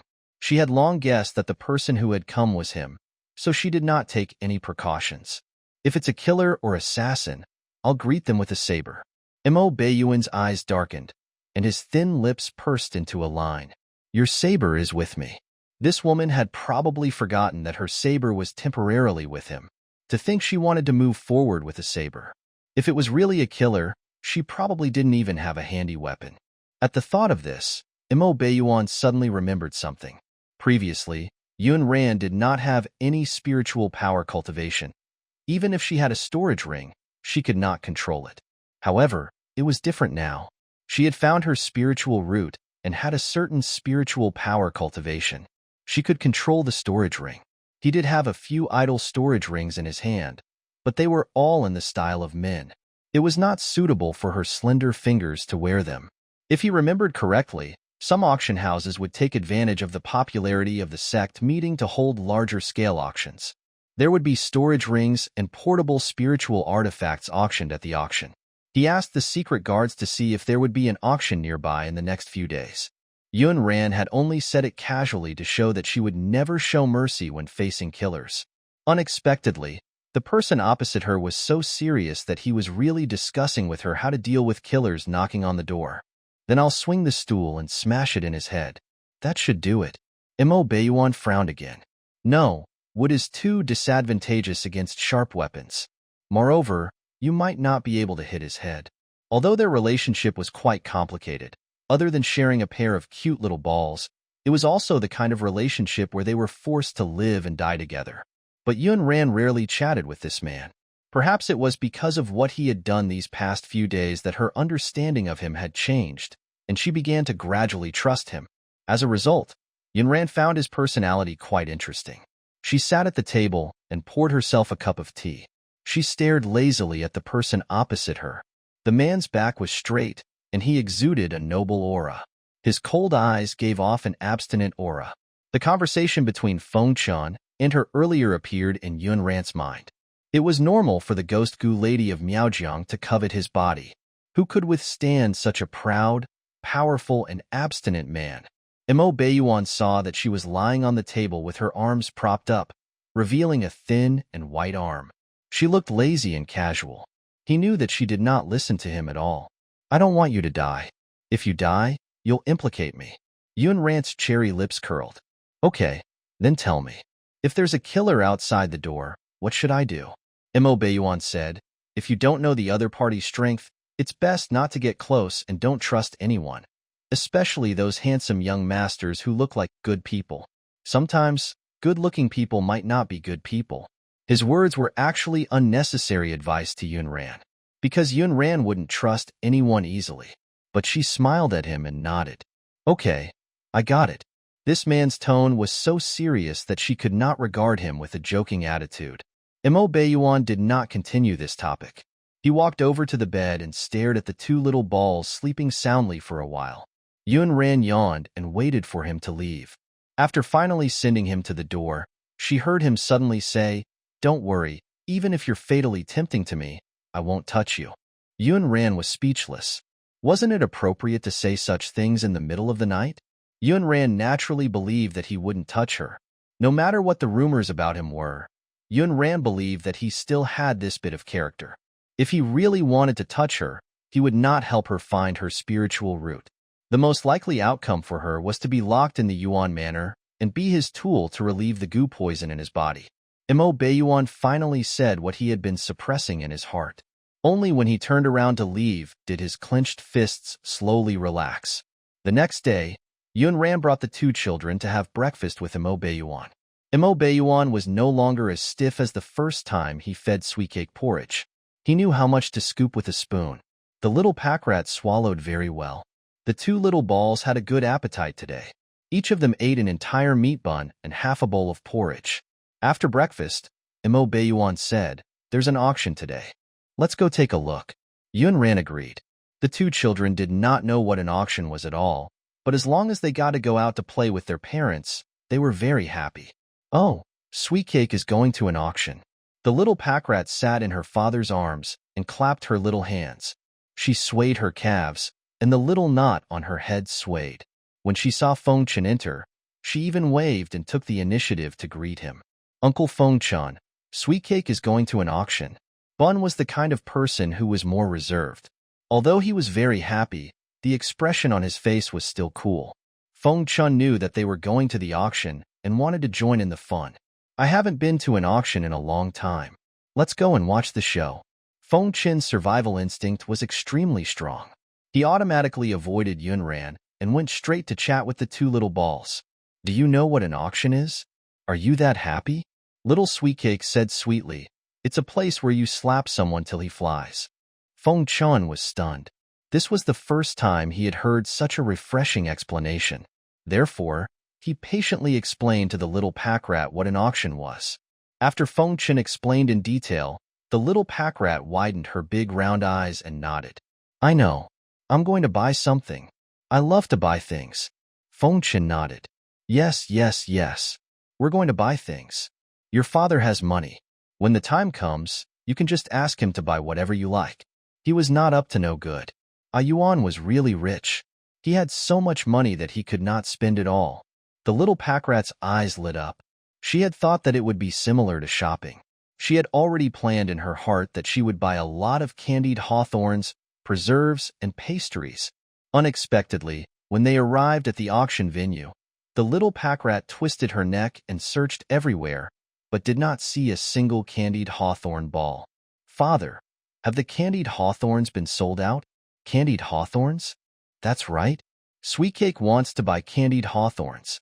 Feng Chen's candid words destroyed the little pack rat's wish. There's no candied hawthorn here. Only this big shot's little pack rat could think of buying candied hawthorn at the auction. Seeing that the little pack rat had gone from happy to disappointed, Mo Beiyuan glanced at Feng Chen coldly and told the little pack rat in his arms in a low voice, "The candied hawthorn seller isn't here yet. He'll be here later." The little pack rat immediately perked up again. Her big eyes flickered. He's not here yet? Didn't they sell everything? What about the sellers of sweet preserves? What about the sellers of sweet cakes? Are they all not here? Yes, none of them are here yet. They'll all be here later. Feng Chen finally understood. Regardless of whether this was an auction or not, someone would make sure the candied hawthorns were sold. This was how big shots doted on their daughters. Thunderbolt received a look from his master and immediately understood what it meant. He left with a group of secret guards. Candied hawthorns, preserves, pastries. They were going to bring the vendors and the goods to their little master. Yun Ran could not agree with Mo Beiyuan doting on the little pack rat so much. Giving her whatever she wanted might not be a good thing for the little pack rat's growth. However, she did not expose Mo Beiyuan's coaxing. Thunderbolt and the other secret guards were really efficient. They left on the flying demon beast and quickly brought back their goods. In addition to the candied hawthorn seller, the candied fruit seller, the pastry seller, there were also the dough maker, the kite seller. Yun Ran was speechless. Why didn't they bring back an entire street of vendors? Mo Beiyuan's expression was normal. He carried the little pack rat and strode over, letting the little pack rat experience the joy of buying. Father, I want a lot of candied hawthorns, candied plums, and sweet pastries. Yeah. The little pack rat had a stick of candied hawthorn in her left hand and a small dough figurine in her right. The rest of the things were packed and put into Mo Beiyuan's storage ring. The vendors were also very happy that they had each obtained a gold ingot. One of them asked a secret guard who did not look so fierce in a low voice, "Little brother, will your little master still come tomorrow?" The secret guard was speechless. After the little pack rat finished shopping, the auction officially began. The auction here was a little different from the auction house. First of all, it was a different occasion. It was different from the meticulous arrangement of the auction house. The auction here was open air. A large stage had been temporarily built outside the sect. There weren't many restrictions and rules on the auction items. There were medicinal pills, weapons, medicinal herbs, living demon beasts, and dead demon beast items. In short, there was a dazzling array of all kinds of things. Although the scene was a little simple and shabby, it was not inferior to some auction houses. Many sect masters and elders also came to join in the fun. Some prepared some items for auction, while others came to see if there were any good items to take. For example, the Miracle Doctor sect would prepare some pills for auction. The Blazing Mystic sect would auction the spirit artifacts they had refined. Mo Beiyuan had already asked the secret guards to investigate. There would be a few women's storage rings being auctioned today. They were made by an elder of the Blazing Mystic sect who was good at refining storage rings. The storage space wasn't big, but it was enough for the woman to store a saber and some clothes. Compared to a large-scale recruitment fair like the sect meeting, Yun Ran was more interested in the auction venue. Being a shopaholic was probably in the nature of women. She still had some demon beast crystals in her hand. She did not know if they would be enough for her to squander later. However, she might not be interested in ordinary things. In an auction like this in the wild, there were no VIP rooms. Everyone on the second and third floors stood around the stage and raised their hands to bid. However, most people were actually just here to watch the show. After all, not everyone could afford those medicinal pills and spirit weapons. Mo Beiyuan was too eye-catching. Heterochromia was the symbol of his status. Behind this identity were those terrifying rumors. Therefore, no one would rush toward them. It was so crowded elsewhere that only the space beside them was very empty. Yun Ran had benefited from him and found a spot with an excellent view. She didn't have to be pushed around in the crowd, nor did she have to worry about a tall person in front of her blocking her vision. Amidst the chaos and noise, the auction officially began. The first item was the special spirit gathering pill of the Miracle Doctor sect. It could help new spiritual power cultivators gather energy better. The spirit gathering pill was not a rare item, but because it was produced by the Miracle Doctor sect, it was quite sought after. 30 spirit gathering pills were sold for 3 3-star demon beast crystals. Feng Chun was showing off to Bun. Do you see that? It's that thing that I'm just casually refining it for fun. Bun nodded. His expression was very serious. Okay, then I want to refine it casually in the future. The second item was a dagger polished from a black beast horn. The shape was good, but Yun Ran knew that it was a pleasant-looking but useless trinket and was not much interested. The third item was a bottle of 100% nourishing wine. It had been soaked in the bones, brains, claws, and other materials of demon beasts for 49 years. Yun Ran wanted to ask if it was really fine to drink this thing. When the fourth item, a storage ring, was brought up, Yun Ran heard Thunderbolt, who was next to Mo Beiyuan, bid. Previously, those people had raised the price by 1-star crystal per bid. However, Thunderbolt only said, "Our master wants this." Yun Ran did not know that there was another rumor about Mo Beiyuan in the 5 countries. It was that his family had a mine and demon beast crystals had piled up into a small mountain. The wealth of one mine was comparable to that of a country, but this one was comparable to that of 5 countries. Therefore, as soon as Thunderbolt spoke, no one dared to bid against him. Soon, the storage ring was delivered to Yun Ran. Yun Ran stared at the ring for a moment. "Ah, this is for me?" The man's voice was cold and unnatural. "You're not planning to continue getting me to keep that ugly saber for you, are you?" Yun Ran was speechless. How much did this person despise her saber? When he said that, Yun Ran also felt that it was inconvenient to keep her saber with him. Other than the saber, all the clothes she and the children had changed into were stored with him. She had to ask him every time she changed. Her immortal mountain was huge, but she did not want to expose it for the time being. Therefore, she did indeed need a storage ring that belonged to her. Mo Beiyuan doted on the little pack rat and bought things for her because she was his bloodline. However, Yun Ran felt that it didn't seem right to accept this big gift from him. "Well, I still have some demon beast crystals I dug up previously. It should be enough to buy this storage ring." Mo Beiyuan was a little unhappy. "I'm not that poor. It was just a storage ring," yet she felt the need to pay. Feng Chen also said, "We're all friends. It's too tacky to talk about money. Sister Yun Ran, don't stand on ceremony with him. This person has so many crystals that he can't spend them all. Just treat it as a chance for him to spend money." Yun Ran did not argue with him anymore. After taking the storage ring, she put it on her finger and thanked him sincerely. She also remembered this matter in her heart. When she had the chance in the future, she would find a gift to return. Mo Beiyuan did not say anything else and continued to look at the auction stage. He then bought the next few storage rings that were meant for women. Yun Ran didn't speak when he made the bids because she thought he had taken them for other family and friends. After all, there were many little princesses in the palace. Unexpectedly, the pile of storage rings was sent to her in the end. "Are these for me?" Mo Beiyuan's gaze swept past and stopped on her face. He raised his eyebrows. "Who else could they be for? Do I wear them myself?" Yun Ran waved her left hand. "But I already have one." Mo Beiyuan frowned, his voice filled with confusion. "Don't you women like to collect all kinds of storage rings?" She felt the gazes of the surrounding women. Yun Ran roughly understood that a storage ring in this world might be equivalent to a limited edition luxury bag. It was something many women dreamed of having. It was not just storage. What Mo Beiyuan had done just now was probably to give her a few limited edition bags. That was why those women looked envious. Since these things had already been bought, there was no way to return them. Yun Ran could only accept them for the time being. She thought that when little Sweet Cake grew up, she would pass them to her. The auction continued. Next were still some medicinal pills, demon beasts, spirit weapons, and so on. They were not big treasures, but there were many people bidding. Finally, It was the last item. On the temporary platform, a beast cage was pulled up. It was a child, between 6 to 7 years of age, judging by the shape, chained and cowering in a corner of the cage. His dark eyes on his dirty little face were wary.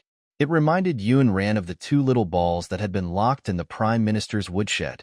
Feeling a little uncomfortable, she frowned slightly. Why are their children being auctioned? Is this allowed in the 5 countries? Even in the apocalyptic environment, no one would sell children as goods. Yun Ran could not get an answer from the host's memories, so she asked Mo Beiyuan. Mo Beiyuan's eyes darkened, and his tone was cold. He's not an ordinary child. What do you mean? Yun Ran was puzzled. A child was a child. Was there anything ordinary? He's half a ghoul. Half a ghoul? Yun Ran didn't ask him this time because she knew what a ghoul was. Other than the humans, there were 2 other races in the 5 nations continent, the ghouls and the wolf ghosts. Compared to the human race, there were fewer ghouls and wolf ghosts. The ghouls fed on the blood of humans and beasts. They lived longer than humans and lived in caves in the mountains. They did not see sunlight all year round and liked to hunt humans at night. As a half-ghoul, the child was the progeny of a human and a ghoul. This bloodline was deemed the lowliest and most dirty bloodline by the 5 countries. It was not accepted by the humans, nor would it be recognized by the ghouls. In the eyes of humans, ghouls were not humans. When they preyed on humans, they were equivalent to demon beasts in the demon beast forest. Therefore, this child was auctioned off as an item. However, a person's birth was not something they could choose. If they could choose, who would be willing to be born with such a bloodline? Yun Ran was definitely not a saint, but the child in front of her really reminded her of the first time she saw the 2 children. The little pack rat in Mo Beiyuan's arms also saw the person in the cage. It blinked its big eyes and looked over curiously. Father, why is that brother locked in the cage? Is it because his father hasn't come to save him yet? When will his father come to save him? The little pack rat's innocent words stunned everyone present. This was because it was Mo Beiyuan who appeared back then and saved them from the Prime Minister's mansion. Therefore, in the little pack rat's understanding, children without a father would be locked up and had to wait for their father to save them. Little Sweetcake had the potential to be a chatterbox. Even if no one answered her, she could talk to herself. Little brother's father probably doesn't know that he's here.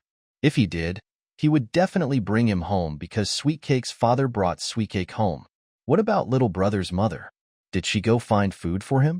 It's not good to be hungry. Sweetcake doesn't like to be hungry either. Father, can little brother eat Sweetcake's candied hawthorn? The girl's words touched the softest string in Yun Ran's heart. Obviously, she was not the only one who was touched. Thunderbolt, go and bring him here. Mo Beiyuan gave the order. Thunderbolt made a bid and brought the child in the cage to them. The child was draped in the ill-fitting clothes of the secret guards and was carried to them by Thunderbolt like a little chick. Little Sweetcake greeted him with a smile. She revealed her signature sweet smile and called the child little brother. Then, she reached out her little arm to hand over the candied hawthorn in her hand. However, she was stopped by Mo Beiyuan. Because he knew how dangerous the ghouls were, even though this was only half a ghoul, he could not let his guard down. Besides, he didn't like his little daughter sharing a stick of candied hawthorn with strangers. Candied hawthorn won't fill his stomach. They have something else for him. Thunderbolt immediately understood. Yes, yes, yes. Little Master Sweetcake, these ghouls don't like candied hawthorns. They like to drink blood. As she got closer, Yun Ran saw the child clearly. She understood why Mo Beiyuan said that he was half a ghoul. It was because this child had the characteristics of a ghoul. He had 2 sharp fangs and a pair of pointed ears. He seemed to be a little afraid of the sunlight and kept raising his arms to block the sunlight. However, other than the characteristics of fangs and ears, the true ghouls also had a pair of dark night blood eyes. Their skin had the pallor of a dead person, and one could clearly see greenish-gray blood vessels covering their bodies. Moreover, the skin of true ghouls would be burned by the sunlight at noon. Seeing that he was not feeling well, Yun Ran went to the secret guard and asked for an umbrella. She held the oil paper umbrella to block the sunlight above his head. Seeing Yun Ran approach, Feng Chen reminded her, Sister Yun Ran, be careful. Although he's only half a ghoul, he still has the bloodline of a ghoul. Be careful. He may jump up and bite you. Feng Chun and Imo Beiyuan had seen real ghouls hunt humans. That was why he was so wary of this half-ghoul. Yun Rant's misty eyes seemed to be enshrouded in dazzling starlight. Her lips curled up slightly, and her voice was lazy with a faint smile. Bite me? Then I might pull out all his cute little teeth. Feng Chun was dumbfounded. What was cute? Little teeth? What was going on with Sister Yun Ran? Was her eyesight bad? Yun Ran could tell from the child's eyes if he was aggressive after staying in the apocalypse for so long. The group returned from the auction. The child was also brought back by the secret guards and raised for a few days. Since they did not hear their master mention how to deal with this little ghoul, the group of secret guards did not know what to do next. It would have been fine if it was an ordinary child, but the problem was that this was a little ghoul. They couldn't kill him, and they didn't know where to send him. Normal people wouldn't dare to adopt him. Master, how should we deal with this ghoul? Thunderbolt couldn't make up his mind, so he could only ask his master for his opinion. Mo Beiyuan had almost forgotten about the existence of such a little thing. Throw it away. Throw it? Thunderbolt was a little surprised. Didn't his master have other plans for saving this little ghoul previously? How could he throw it away just like that? Do I have to raise him? Mo Beiyuan admitted that he had been compassionate by making a move at the auction, but he had never thought of raising a little ghoul by his side. This was undoubtedly akin to raising an untamed demon beast by his side. No, I'm thinking where to throw him. Thunderbolt was also confused, so he must have been thinking too much. His master might have only saved this little ghoul on account of Sweetcake and had no other plans. Mo Beiyuan glanced at him coldly. You can throw him wherever you want. Do you need me to teach you this? No need. I'll do it now. Thunderbolt could not stand that gaze, so he really admired Sweetcake, who could act cute in his master's arms. He also admired Miss Yun for being so calm in front of his master. Thunderbolt turned around and left, but because he suddenly had something else to do, he did not carry out the mission of throwing the little ghoul immediately. Yun Ran had been relatively free these few days, and continued to wait for the third elder of the Miracle Doctor sect to refine the pills. On the other hand, Bun had gotten closer to Feng Chen recently. He seemed to be interested in Feng Chen's medical skills and alchemy. Yunran knew that Bun was not the kind of boy who needed to be watched at all times, so she let him play with Feng Chun. However, Feng Chun had already begun to doubt his life. At first, he felt that since Bun wanted to learn from him, he could be considered Bun's master. In front of his first and only young disciple, he had to show his strength. Therefore, he brought Bun to his master's alchemy room to play. He planned to show Bun a unique pill refinement technique on the spot. Master, how's the pill refinement? The third elder of the Miracle Doctors was refining pills with a few junior disciples. Seeing that Feng Chen had brought a 3.5-year-old child over, he was a little unhappy and instructed, look after this little child. Don't let him touch the things here. Do you hear me? Those herbs of mine are not ordinary things. It had to be known that every step of pill refinement had to be precise. Otherwise, if it was too light, the pill would be damaged, and if it was too heavy, the furnace would explode. Therefore, generally speaking, outsiders were not allowed to enter the alchemy room. Feng Chen agreed and instructed Bun not to touch the things there.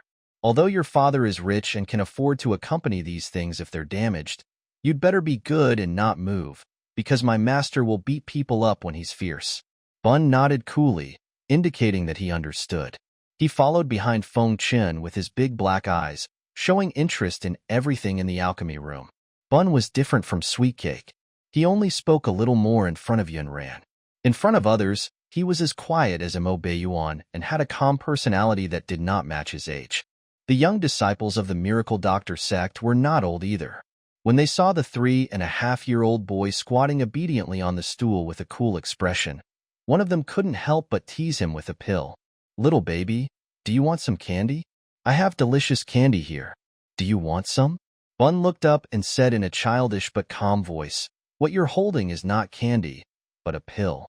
Can't the disciples of the Miracle Doctors sect even differentiate between candy and pills? The little packrat's words amused the other disciples of the Miracle Doctor sect. The disciple who had teased him felt that he had been rebuked by a little child and felt a little embarrassed. Who said that? This is candy. It just looks like a pill. Bun raised his chin and glanced over indifferently.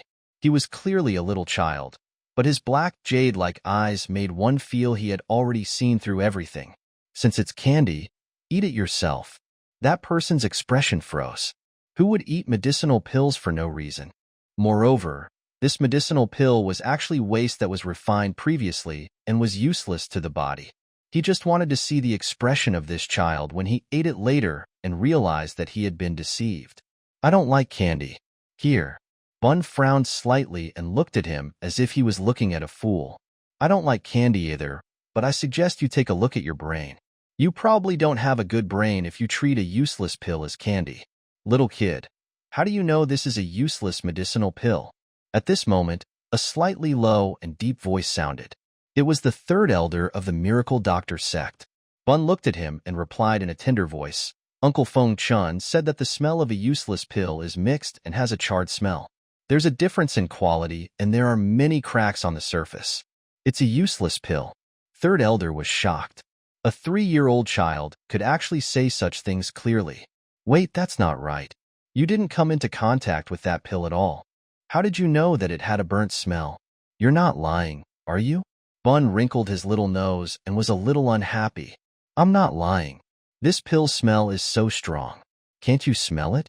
Why would this old man ask such a strange question? It was obvious that the pill did not smell good, but he still said that he was lying. Mother doesn't like children who lie, so I won't lie. Didn't Uncle Feng Chun say that the Miracle Doctor sect was very powerful? Could it be that Uncle Feng Chun was lying to a child? If that was the case, he didn't want to go to the Miracle Doctor sect. Feng Chun sneezed loudly. He turned around and realized that Bun was surrounded by a group of disciples from the Miracle Doctor sect. His master's body seemed to be trembling. No way. Could it be that little Bun didn't listen to him and touched something he shouldn't have? Feng Chun hurriedly rushed over and said, Master, don't be angry and hurt your body. Did this little pack rat touch your precious medicinal herbs? It's fine. His father is rich. Just ask his father for compensation. Hearing this, Bun was a little unhappy and immediately retorted, I didn't touch anything. Third elder glared at Feng Chun. Who's angry? Am I the kind of person who gets angry easily? I'm chatting with this little kid. Feng Chun asked, then why are you trembling with anger? You little brat, shut up. I'm just excited, understand? Third elder turned around and smiled kindly at the little pack rat. To think he was able to smell the scent of that medicinal pill from such a distance. It would be a pity for a child with such a sensitive sense of smell not to learn alchemy. It had been a long time since their Miracle Doctor sect had received a talented disciple. During this sect meeting, he did not find any good seedlings that caught his eye. He was definitely going to recruit this baby. However, he had to test this child's sense of smell again to avoid making a mistake. Do you want to play a game with me, doll? I don't. Bun didn't like to play games, so he decisively rejected his suggestion. Feng Chun was also stunned. Master, aren't you busy refining pills? Why do you have time to play with the children? Third elder slapped his arm. What do you know? Master has discovered an extremely talented seedling. Alchemy was not as important as this rare good seedling. However, this child's bloodline was a little unsatisfactory. He was actually Mo Baiyuan's child. A good seedling? Who are you talking about? Bun? Does he have the talent to study medicine? Feng Chun knew his master's criteria for taking in a disciple were harsh. Usually, it was others who came to beg him to be their master. He had never seen the old man want to take someone else as his disciple. Therefore, when Bun wanted to learn alchemy, Feng Chun planned to teach him himself. He did not plan to let him join the Miracle Doctor sect. However, at this moment, his master actually said that this little pack rat was talented. Wait, did master want to take this little pack rat as his disciple? If his master accepted Bun, Bun would be his junior brother. Then wouldn't Yuan be a generation higher than him in seniority? From a brother to an elder? No, master. Don't snatch my disciple. He's already prepared to take me as his master. Bun blinked his big eyes and did not refute Feng Chun's words. He only asked him, Uncle Feng Chun, your Miracle Doctor sect doesn't seem to be smart at all. Are you really very powerful? Feng Chun was also dumbfounded. The young disciples of the Miracle Doctor sect were speechless. Even Third Elder was stunned. Did their Miracle Doctor sect look stupid? So, who did something stupid to make this child think that the people from the Miracle Doctor sect were stupid? The young disciple who had pretended a useless medicinal pill was candy had clearly become everyone's target. Third Elder smiled and said, "One or two of them are indeed not very smart." Little did he know that in Bun's heart, he also belonged to one or two of them who were not very smart. Bun was a little bored sitting there. So he looked up and urged Fengchun, "Uncle Fengchun, are your pills ready?" Fengchun said, "Do you think it's so easy to refine pills?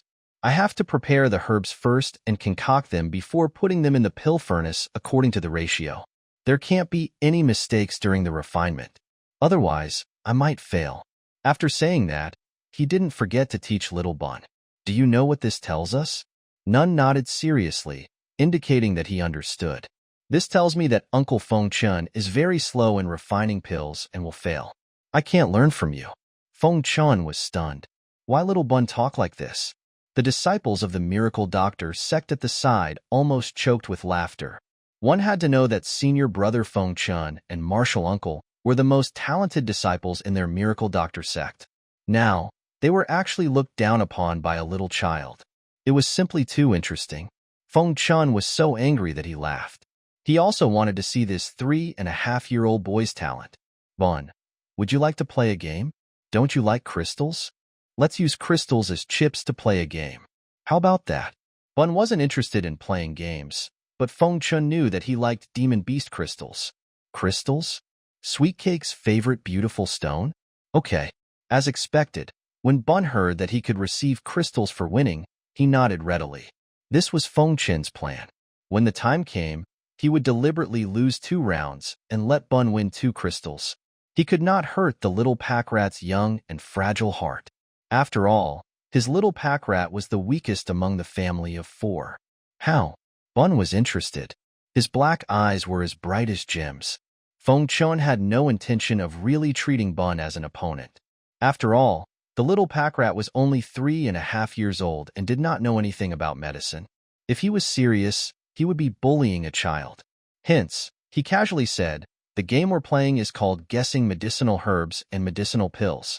We'll smell each medicinal herb and medicinal pill first and remember their smell. Later, we'll close our eyes and see who can quickly and accurately guess the names of the medicinal herbs and medicinal pills." This sounded simple, but it was actually not easy. This was because not only did one have to remember the smell of those herbs and pills, but they also had complicated names. Not to mention a little child. Even the disciples of the Miracle Doctor sect might not get it right.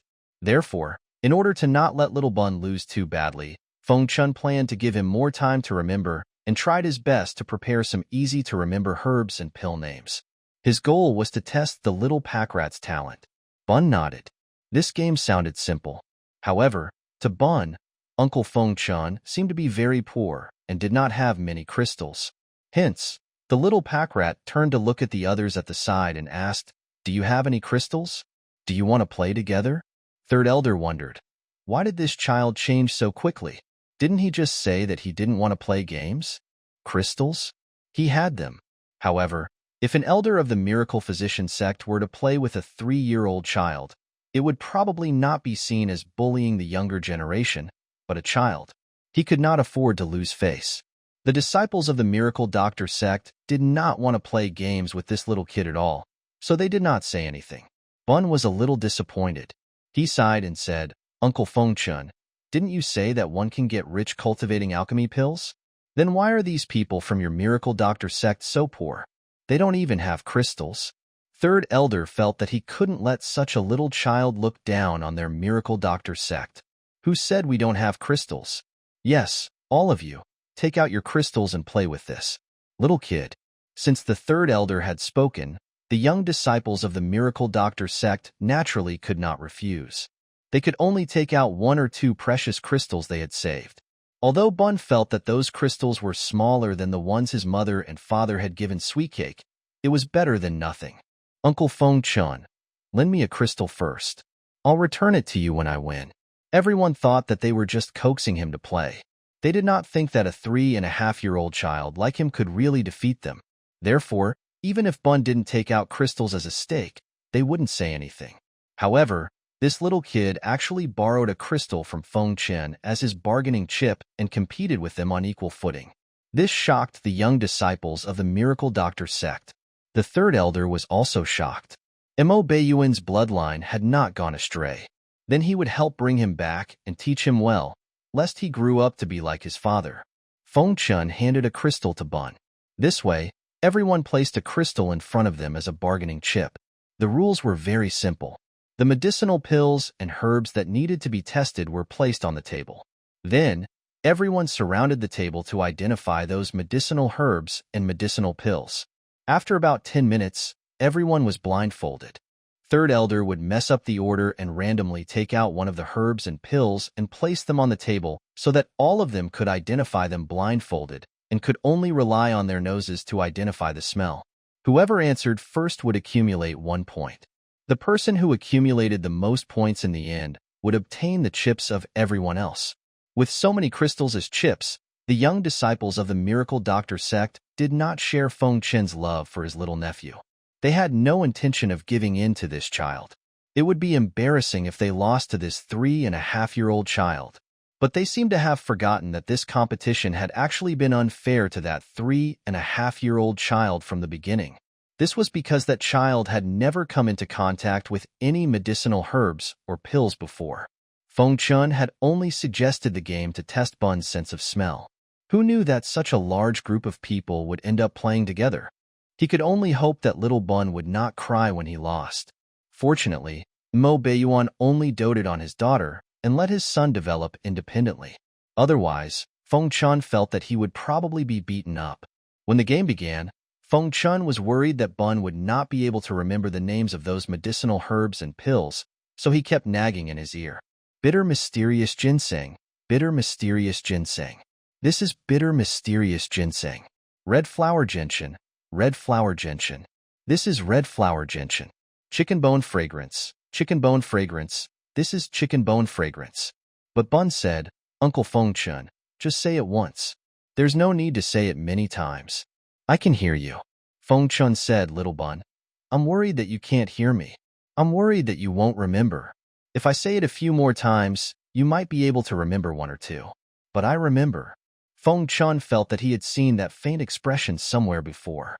He suddenly remembered. Wasn't this the expression on Yun Ran's face when she was fighting those young disciples of the Linshu sect? He must have thought too much.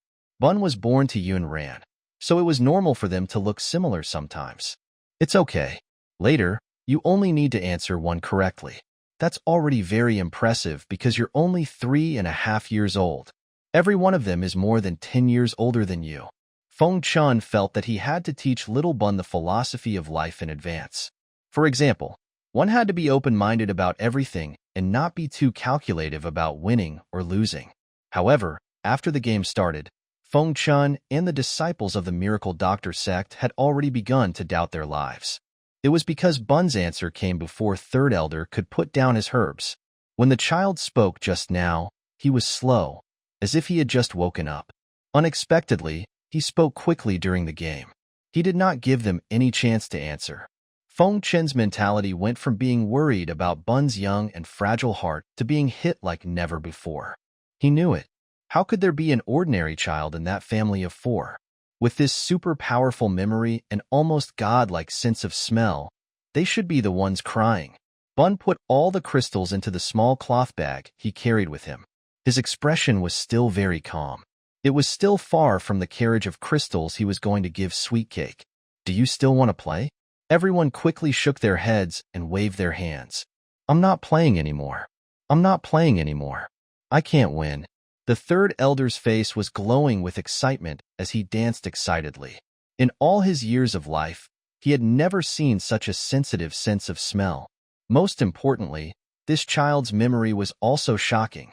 Feng Chen, bring me to see the Ghost King now. Master has something to discuss with him. Third elder knew that this child was Mo Beiyuan's son, so if he wanted to snatch him away, he had to get that person to agree before bringing him back to the Miracle Doctor sect.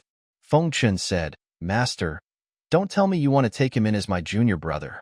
Then wouldn't my Seniority be lowered in front of Ah Yuan. Third elder glanced at him. You're thinking too much. Feng Chun slowly heaved a sigh of relief. Then I'm relieved. The secret guard came to report that the third elder of the miracle physician sect had arrived. Mo Beiyuan and Yun Ran thought that the medicinal pills they needed had been refined, and the third elder had personally delivered them himself to them. Unexpectedly, third elder said with a smile, "Your son is smart and talented. He's a genius at learning medicine and refining medicine. I came to ask if you're willing to hand your son over to me." Yun Ran was not surprised. The talent Bun had displayed previously was already obvious. But what kind of request was that? I don't want to. Yun Ran decisively refused. Her Bun was so soft and cute. Why should she let the Miracle Doctor sect take him away? This was the first time Third Elder had been rejected so bluntly. He coughed softly. Miss Yun, you might not understand what I mean. I mean to bring him back to the Miracle Doctor sect and let my Grandmaster, the Supreme Elder of the Miracle Doctor sect, take him in as a disciple. In the future, his status in the entire continent will not be ordinary. The Supreme Elders in the sect were the ones with the highest seniority and status. This person from the Miracle Doctor sect was even more impressive. He was 2 seniorities higher than all the sect masters. If Bun became his disciple, then all the sect masters would have to address the little pack rat as Little Uncle Master. Feng Chun thought about the seniority of this sect. Therefore, when his master said that he was thinking too much, he meant that Bun was not his junior brother, but his little grandmaster. Yun Ran didn't care if it was an elder or not. Her Bun was only 3.5 years old. She didn't want to send the child away. Moreover, Yun Ran felt that in the current situation, she would only be at ease if the little pack rat was by her side. Oh, I'll say it again. Our Bun is still too young. I don't intend to let him leave his parents' side. However, Third Elder was a little persistent. Miss Yun, aren't you going to ask this child's opinion? Who knows, he might be willing to leave with us. Bun had never felt safe and was afraid that she and Mo Beiyuan would suddenly abandon him. Therefore, Yun Ran knew Bun's choice. Meeting Bun's big black eyes, Yun Ran touched the top of his head gently. No, he doesn't. Bun was very happy. He rubbed against Yun Ran's side. Now, he finally looked like a baby. I'm not going to the Miracle Physician sect. I want to stay and protect mother and sister. Third Elder thought to himself, this woman is too short-sighted. She couldn't bear for her child to leave her side. She was a simple woman. Then he could only convince Mo Beiyuan. The Ghost King should know what to do. It's the best choice for this child. Mo Beiyuan fumbled with the storage ring on his finger and said indifferently, "Does my bloodline need any other identity?" When Yun Ran heard this, the corners of her lips curled up imperceptibly. Mo Beiyuan's personality was quite to her liking. What was the status of a sect? What was the admiration of the world? What she wanted was for the 2 children to grow up happily. This was also what she had been looking for in the apocalypse. However, Mo Beiyuan's words displeased the Third Elder. Ghost King, are you looking down on our Miracle Doctor sect? Then why do you need me to refine this pill for you? You should find someone else. He had come personally and even brought out the Supreme Elder of the Miracle Doctor sect. He had already given them a lot of respect. Unexpectedly, the 2 of them did not give their Miracle Doctor sect any respect at all. Yun Ran frowned slightly. What did the Third Elder of the Miracle Physician sect mean? Could it be that he had taken a fancy to Bun's talent and felt they were looking down on the Miracle Doctor sect if they didn't agree? What kind of logic was this? Feng Chun was in a difficult position. On one side was his good brother, and on the other was his master's sect. Master, that's not what a Yuan meant. He just can't bear to part with his precious son. Besides, Bun is also homesick. Unexpectedly, Mo Beiyuan did not intend to give in. He said bluntly, "Then I won't trouble the Miracle Doctor sect." In his anger, the Third Elder was not to be outdone. All right, then I want to see who else in the entire 5 nations continent can refine this life-prolonging pill for you other than our Miracle Doctor sect. After saying that, he even glared at Feng Chun. If you dare to help them, get lost from the Miracle Doctor sect. I'll take it that I've never taken you in as my disciple. It was really too difficult for Feng Chun. He winked at Mo Beiyuan crazily. However, Mo Beiyuan ignored his small actions. Feng Chun saw that this person could not be persuaded. He could only place his hopes on Yunran. Yunran should be easier to talk to than Mo Beiyuan. Sister Yunran, look this. The corners of Yunran's lips twitched slightly, and a lazy smile appeared on her beautiful face. Threatening us? That's interesting.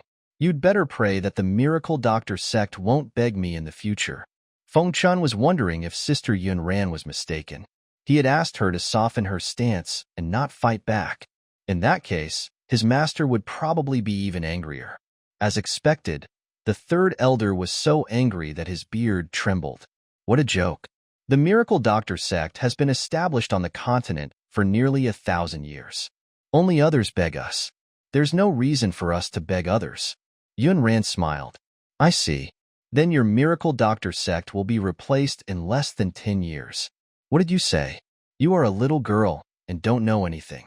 It's fine if you're disrespectful to me, but you actually dare to curse my Miracle Doctor sect. The humiliation of the sect was greater than anything else. When the third elder of the Miracle Doctor sect heard this, his face turned even redder.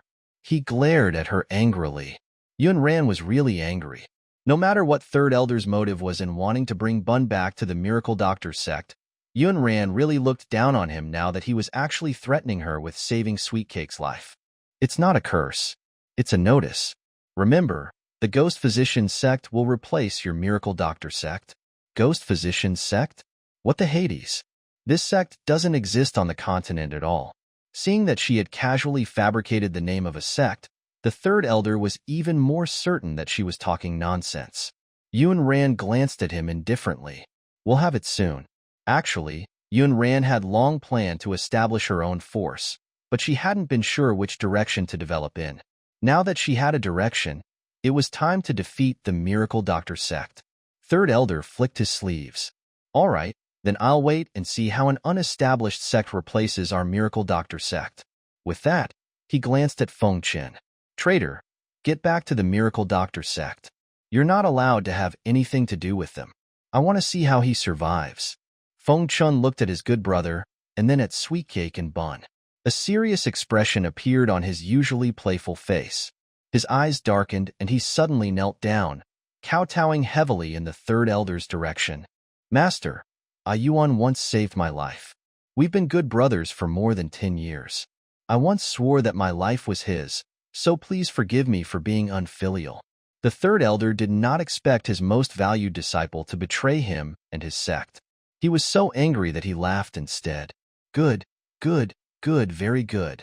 I was blind back then to take in an ingrate like you. Today, I'll do as you wish and expel you from the sect. Feng Chen, I want you to swear to the heavens that from now on, you're not allowed to use any medical skills learned from the Miracle Doctor sect to save people. Nor are you allowed to use any pill formula of the Miracle Doctor sect to refine pills. Otherwise, you'll definitely suffer divine retribution. The third elder knew that Feng Chun had always been proud of his medical skills and alchemy skills. Without these, he was nothing. With this as a threat, Feng Chun would definitely waver in his decision. However, he never expected that Feng Chun would swear according to what he said without much thought. I, Feng Chun, swear to the heavens that from now on, I will no longer use what the Miracle Doctor sect has taught or use the Miracle Doctor sect's pill formula to refine medicine. Otherwise, I will definitely suffer the wrath of the heavens. Mo Beiyuan's resolute thin lips pursed into a line. His back was stiff, and his eyes were filled with forbearance. He took a deep breath and said in a hoarse voice, "You don't have to do this." Feng Chun gave him a bitter smile and did not speak again. In the current situation, Feng Chun felt that he had to take some responsibility. He shouldn't have brought Little Bun to the alchemy room. Yunran's eyes darkened and she shook her head, feeling that she might have mistaken the attributes of the Miracle Doctor sect. She wondered if the original intention of the ancestors of the Miracle Doctor sect hundreds of years ago was to save lives and heal injuries. However, the current Miracle Doctor sect carried a strong utilitarianism, be it in medical practice, pill refinement, or taking in disciples. If it was not for money, then it would be for fame. It was more like a business organization. The third elder's character could not be said to be terrible, but he was a classic egoist. For the sake of his so-called dignity, He actually did not care about their past master-disciple relationship. Making such a request was to give Feng Chun no way out and make him unable to recover for the rest of his life. Feng Chin and Mo Beiyuan were really brothers. He was too young. Forget it. She would help him. Feng Chun, since you've left the Miracle Doctor sect, are you willing to join the Ghost Physicians sect? Feng Chun was stunned. Wait, is there really a Ghost Physicians sect in the 5 countries?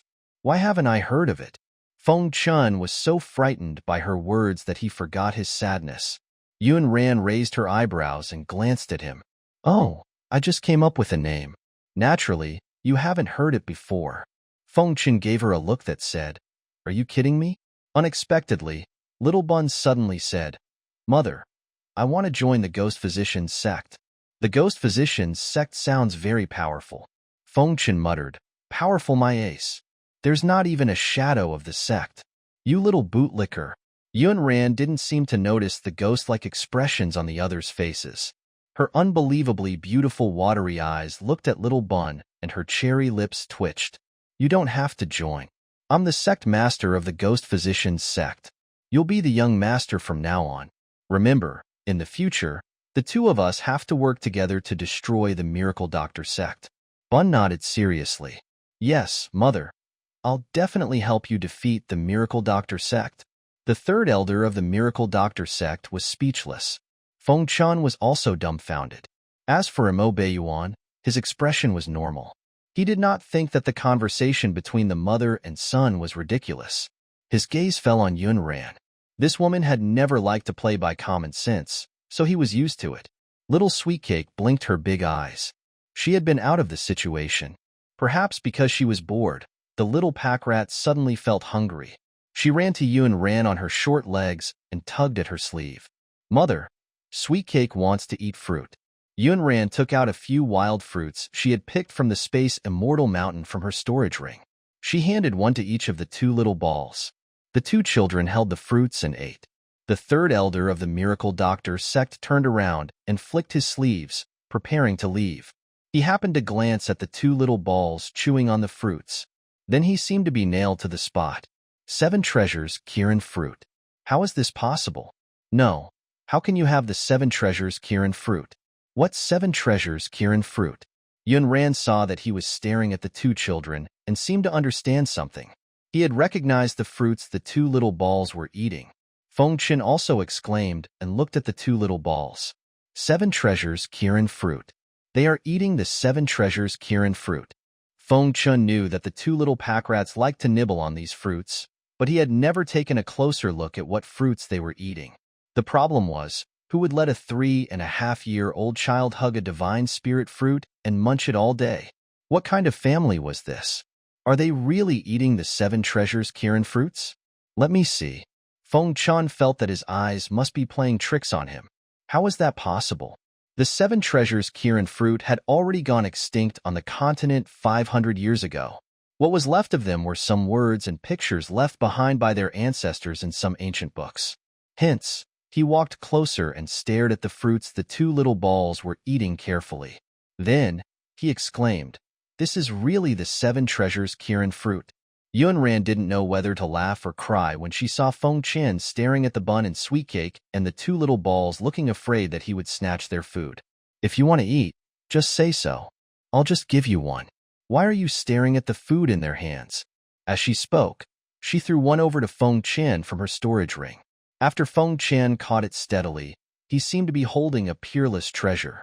Hey, how can you throw it like this? This is the 7 treasures Kirin fruit, a legendary spiritual fruit that has already gone extinct. Yun Ran did not know much about the fruits on this continent.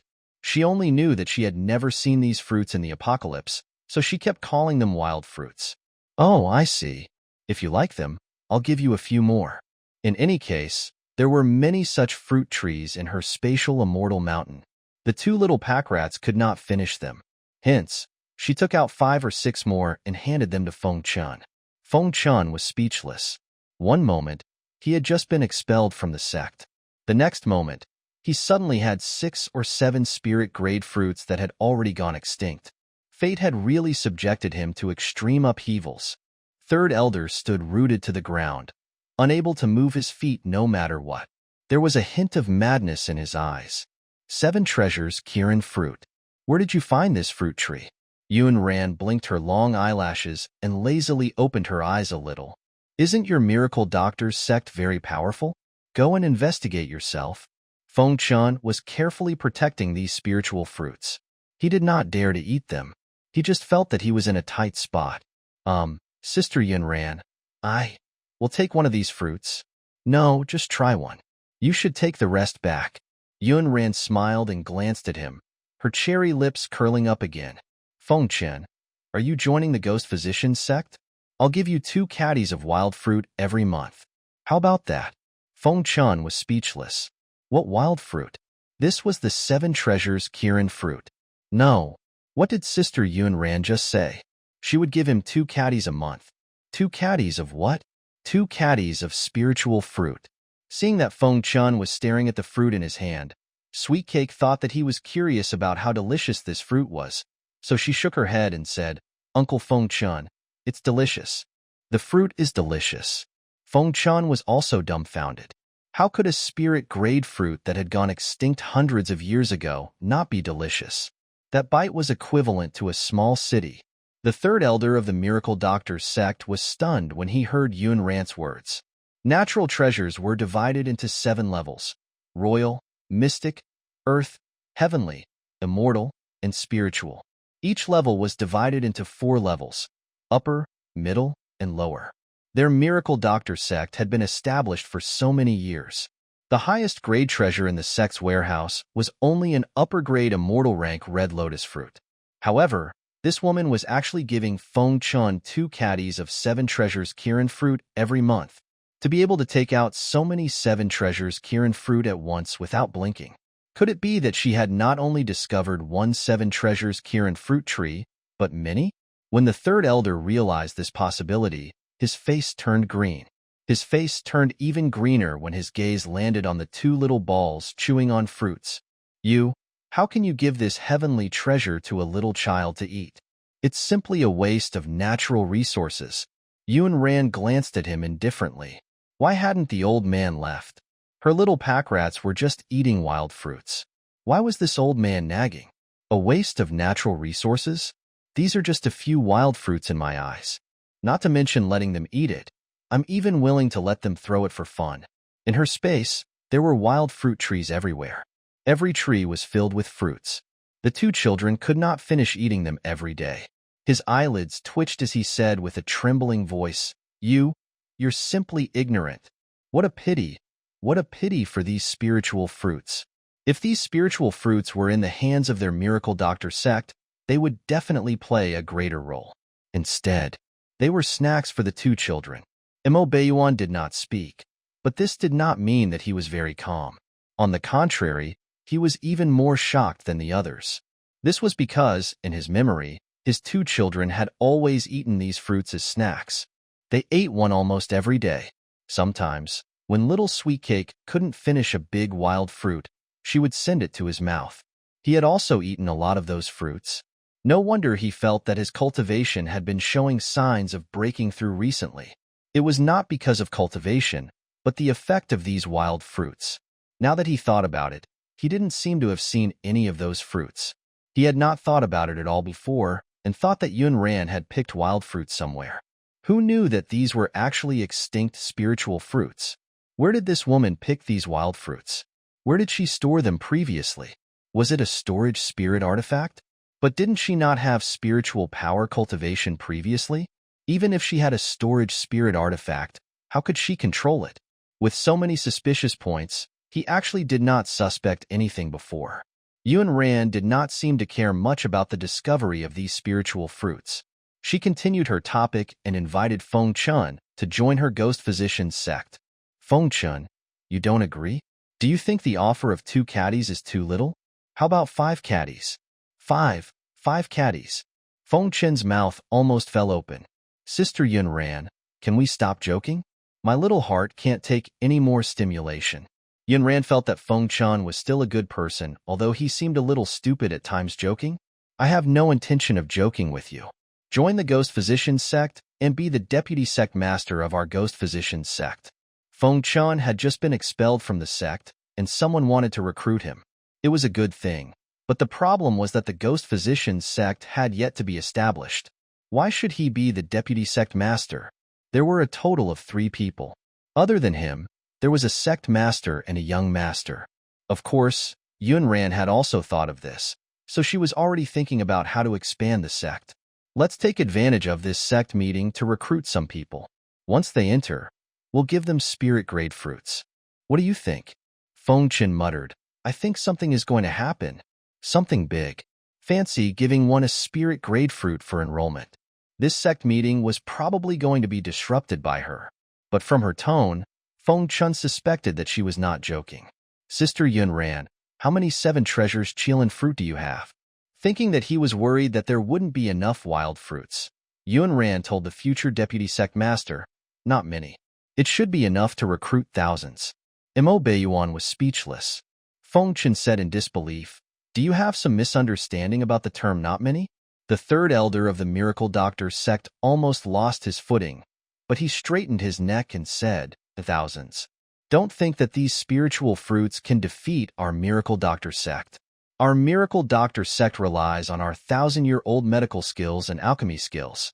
These things can't be compared to those spiritual fruits.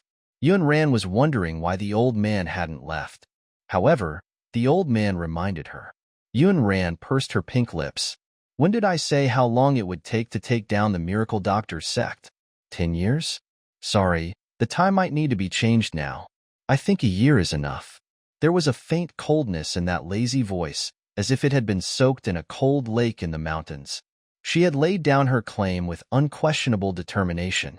Mo Beiyuan felt that with his understanding of this woman's previous actions, she was not joking.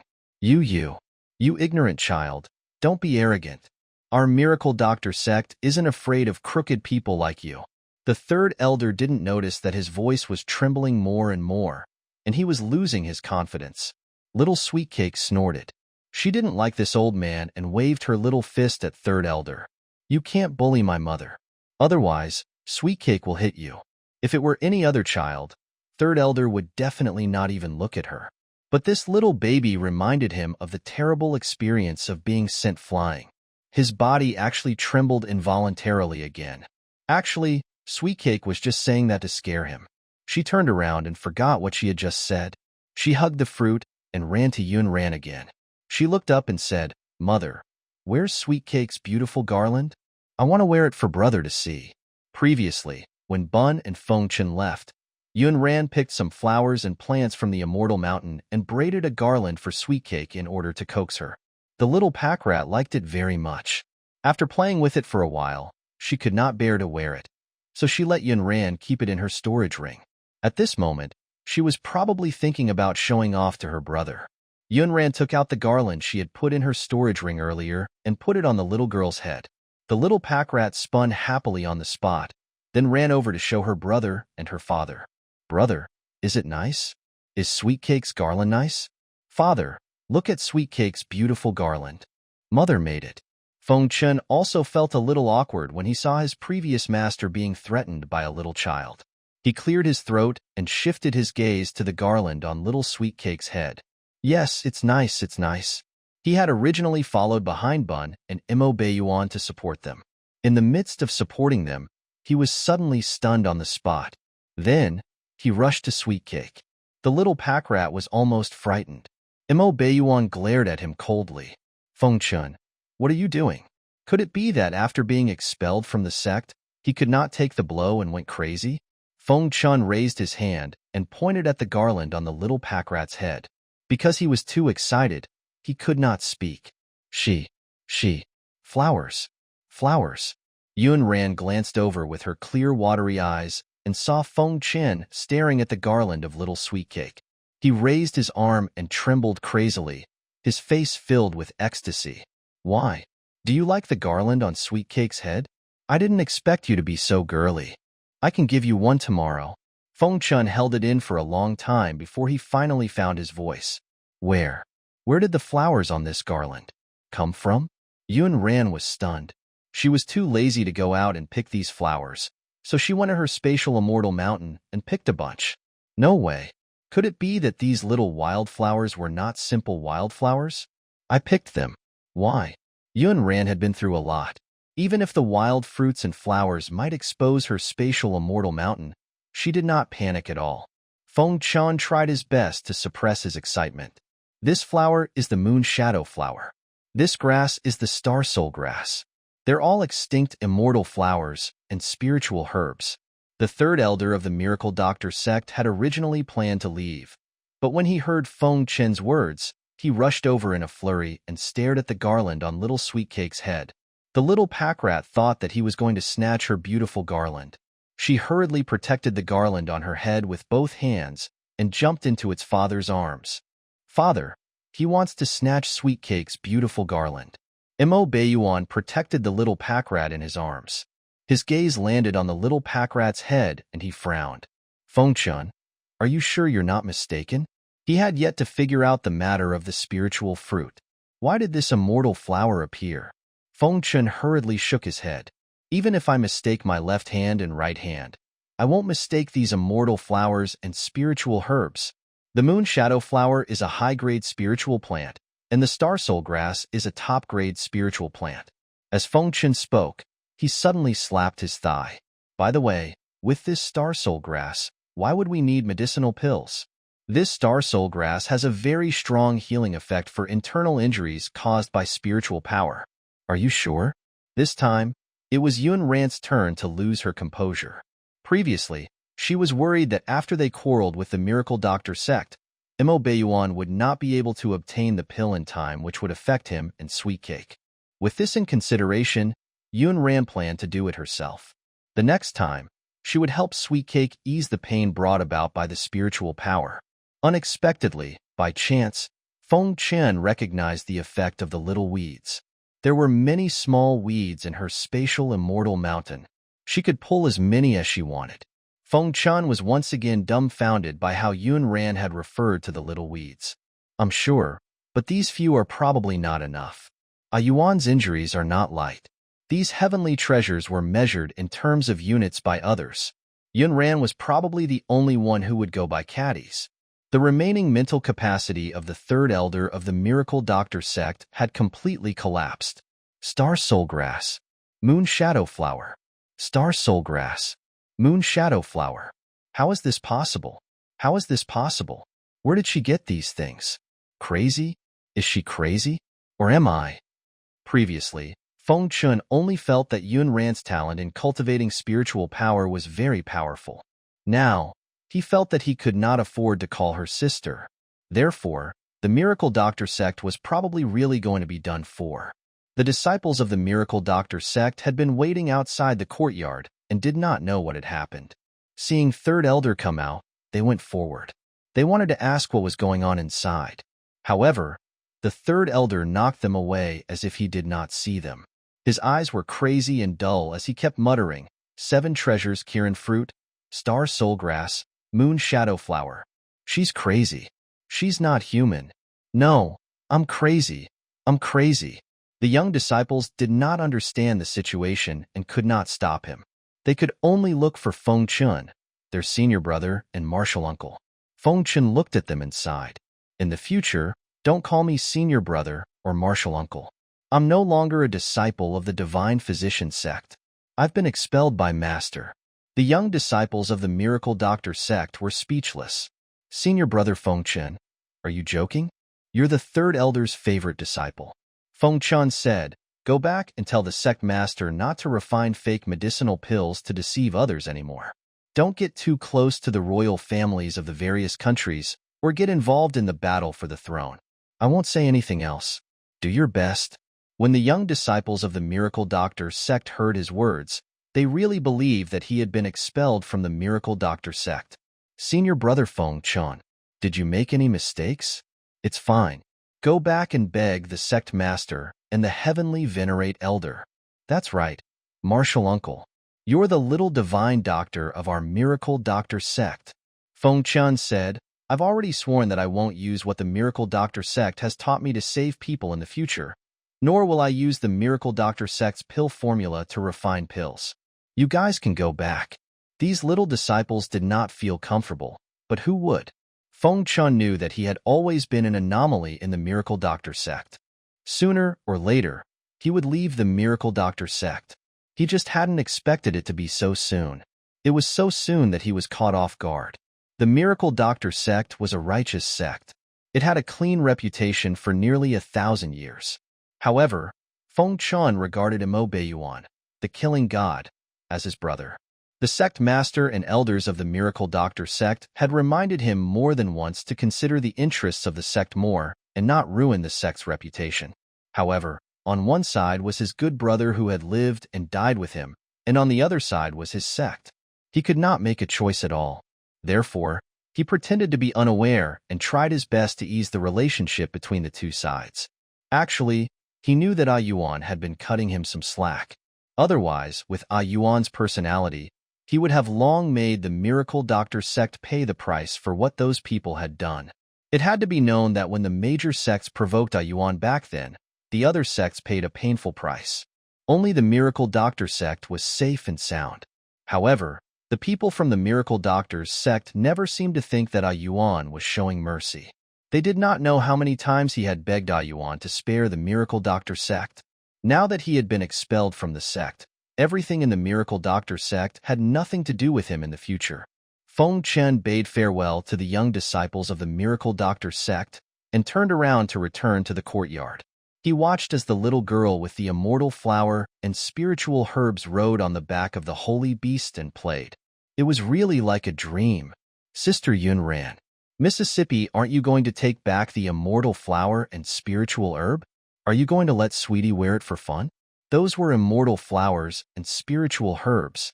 Yun Ran sat at the stone table at the side and slowly drank a cup of tea.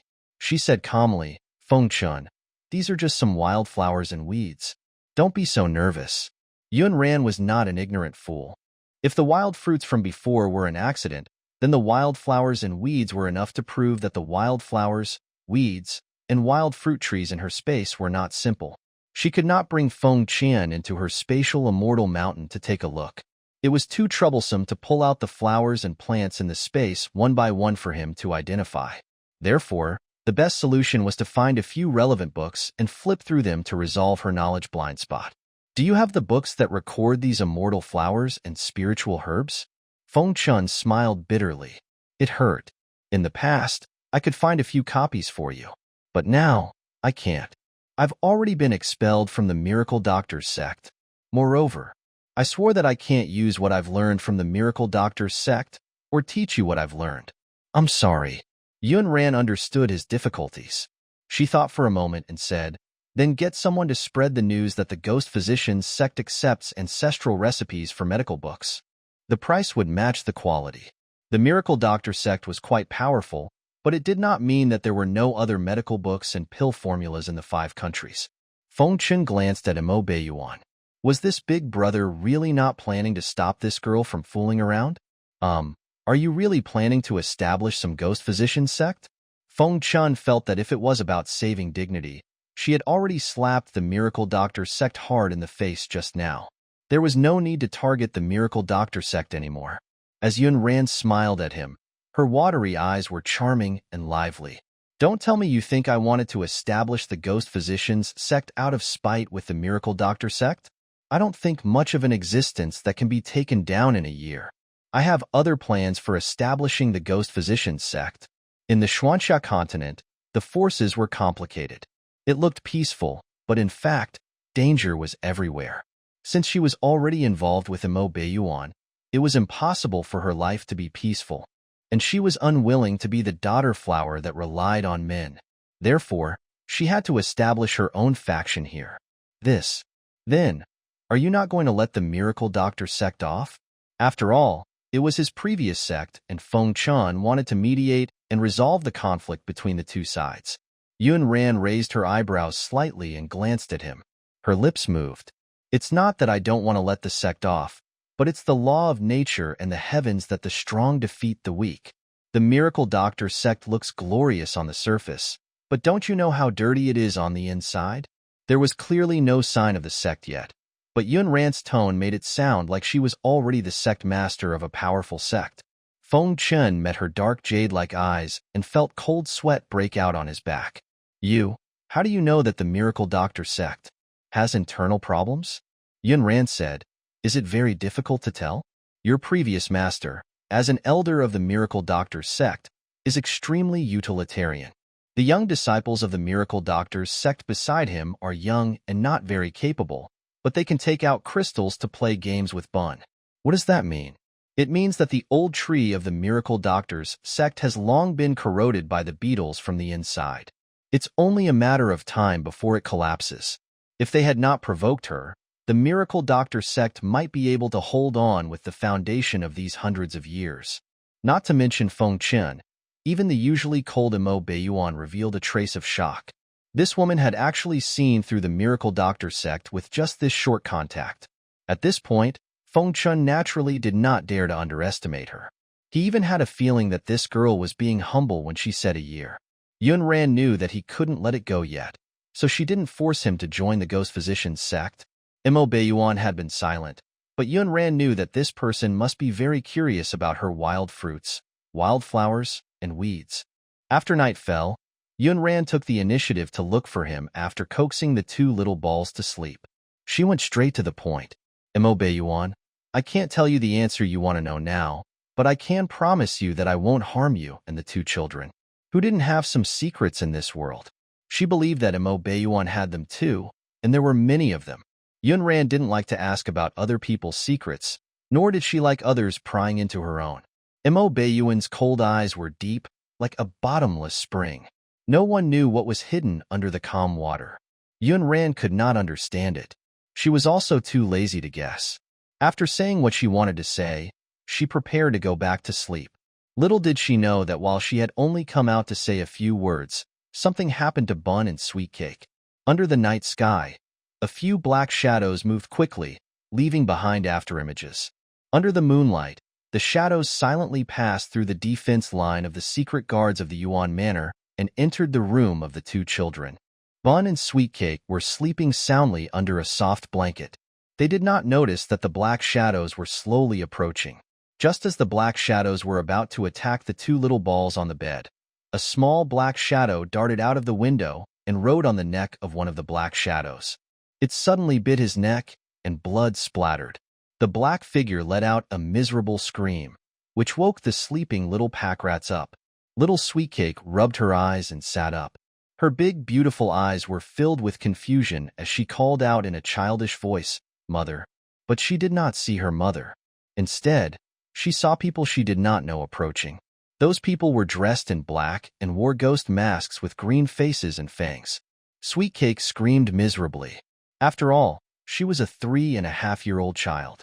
Usually, when she had her parents by her side, she was very playful. However, now that she did not see her parents, she was shocked. Her face turned pale. "Daddy." Sweet Cake is afraid. Boo-hoo. The black shadows probably did not expect such a sudden change and said sinisterly, "The child is awake." "What the Hades is this? Hurry up and get rid of this thing. I'll take the child away." "Are you that it's this little girl and not the boy?" "I'm sure. The buyer wants the little girl. As for the little boy, just kill him." A few black shadows conversed quickly. One of them stared fixedly at little Sweet Cake, who was sitting on the bed, like a poisonous snake flicking its tongue. Little did he know that he had just taken a step forward when a scream came from behind him. "It's a ghoul. It's actually a little ghoul. They actually raised a little ghoul." The little girl on the bed rubbed the tears at the corners of her eyes. Her big eyes were misty, but she seemed to have recognized someone she had seen before. "Boo-hoo. Little brother. I'm scared." Bun had yet to awaken his spiritual power cultivation, so his perception of danger was not as strong as Sweet Cake's. When he heard Sweet Cake crying, he opened her eyes. Realizing that something was wrong, he lifted the blanket from her body and stood up. Bun was more mature than Sweet Cake and immediately understood the current dangerous situation. He shielded Sweet Cake behind him and used his small body to block Sweet Cake's view. "Don't look if you're afraid. Close your eyes and count sheep. Mother and father will be here soon." For his part, he maintained a calmness that belied his age. His mind raced as he wondered what he would do to protect Sweet Cake if those people got close. His gaze landed on the small black shadow that was entangled with those people, and his pupils trembled. It was him, the little boy that his father had asked the secret guards to save at the auction. Why was he here? Was this little brother protecting him and Sweet Cake? Screams sounded, but Bun didn't even blink. At that moment, there was a loud bang. When a huge black shadow rushed in, a large hole was punched in the entire wall. Bun and Sweet Cake recognized the big black shadow at a glance. Kitty, are you here to protect Sweet Cake? Are you here to bite the bad guy? There were still tears in the corners of the girl's eyes as she asked in a childish voice. However, the situation was a little tragic for those ghost-masked men. What the Hades is this? My arm. What kind of demon beast is this? Why is it here? Haven't we already hidden our whereabouts? Why can this thing still sense us? Just as Yunran stepped out of Mo Baiyuan's courtyard, she heard a loud bang. The sound came from their courtyard. Her eyelids twitched a few times before she flew towards the courtyard. Mo Baiyuan also heard the sound. He was a step slower than Yunran and headed toward the two children's courtyard with a dark expression. The two of them landed in the courtyard one after another and saw a scene of broken limbs and blood splattering everywhere. Yunran's heart skipped a beat, and her body temperature plummeted. She tried her best to stabilize her legs and rushed into the room. She heaved a sigh of relief when she saw her two children sitting on the bed. Bun was fine. There was no expression on his face. He was still cool. However, the little one was already crying from fear. Therefore, Yunran bent down and picked up Sweet Cake first. She patted her back and coaxed her gently. It's okay. Mother is here. Take care of them and don't come out. I'll clean up outside. Mo Baiyuan followed her in. Seeing that the two children were still alive, he turned around and left. The secret guards also heard the commotion and rushed over. Their gazes landed on the tragic situation in the courtyard and the room, and they all shivered. They had failed in their duty. They actually let these killers into the little master's courtyard, and something happened. Thunderbolt was about to admit his mistake when he was stopped by Mo Baiyuan's murderous voice. Catch them alive. I want to know who's behind them. If these people wanted the lives of the two children, he would make them die without a burial place. Thunderbolt quickly accepted the order and brought a group of secret guards to make up for his mistake. They wanted to capture one or two of them alive. However, when they rushed over and found the courtyard outside the house, they realized that there was no one left alive. Master, they're all dead. They were bitten to death. When Mo Baiyuan first entered the courtyard, he saw the broken limbs on the ground and Sweet Cake's little kitten. He guessed that this holy beast must have attacked those people to protect Sweet Cake. However, he did not expect that not a single person was left alive. Thunderbolt found some other wounds on these people's bodies and did not dare to hide it. Other than the traces of the holy beast's attack, there are other injuries on these people's bodies. From the looks of it, it seems to be the doing of a ghoul. A few of them had their throats bitten by a ghoul. Mo Baiyuan's eyes moved, and he was especially murderous. You mean that little ghoul? Didn't I ask you to throw him away? Thunderbolt felt that he might be in big trouble tonight. I was going to throw him away, but I was busy with something else and forgot about this. Master, please punish me. Mo Baiyuan had already regained his usual calmness. His eyes darkened and his lips pursed coldly. Go and bring him over to me. The little ghoul had freely entered and left the two children's courtyard under the eyes of the secret guards. But this group of people actually did not know. Mo Baiyuan believed that his people were not bad enough to make low-level mistakes while on duty. Therefore, that little ghoul was not simple. Yunran hugged Sweet Cake in the room and coaxed her for a while. The little pack rat calmed down a little and started to look for her father. Yunran called out to Mo Baiyuan, "Your daughter wants to be carried by you." When Mo Baiyuan heard this, he strode into the house. His nose was filled with the strong smell of blood, making him frown again. He was already used to this bloodshed and cruelty. When he encountered them, he looked at them indifferently. However, noting that the two children suffered this, his anger reached its peak. Yunran lowered the bed curtains, temporarily blocking the two little balls' vision. She took off her shoes and got into bed. Mo Baiyuan, take off your shoes and come up to coax her. Yunran saw him standing by the bed and frowning as if he was trying to figure out what to do. She patted the spot beside her. Mo Bayuan was stunned for a moment. He bent down, took off his long boots, and sat over. Originally, this bed was not small, but with 2 adults and 2 children squeezed in, it seemed a little crowded. As a result, when Mo Bayuan raised his arm, he could rub against Yun Ran's arm. His long legs pressed against her skirt, but at the moment, neither of them had the time to pay attention to these places. All attention was on the 2 children. Yun Ran handed the aggrieved little ball in her arms to him and turned to check on Bun. When Sweet Cake was lying in her arms just now, she spoke about the incident intermittently, but Yun Ran couldn't connect the whole thing. She only had some general information. For example, the little pack rat opened her eyes and saw a few people she didn't know wearing masks that frightened her. The little pack rat also mentioned Little Brother and Little Kitten. Yun Ran could only connect Little Kitten to the holy beast. She had indeed seen it in the courtyard just now. She could roughly guess that when these killers were about to attack the little pack rat, the holy beast rushed out to protect it. But who was this little brother? Yun Ran did not think of the little ghoul for a moment. This was because she had not seen that little ghoul since she returned from the auction. Bun, can you tell Mother what happened just now? Compared to Little Sweet Cake, Bun's narrative was more organized and clearer. When I woke up, my sister was already crying from fright. Those people were probably coming to catch Sweet Cake and me, but the little brother Daddy had saved at the auction was biting the bad guy's neck and not allowing them to approach us. They were fighting fiercely, and then Sweet Cake's kitten rushed in. Yunran learned what had happened from him and figured out who little brother was. So it's him.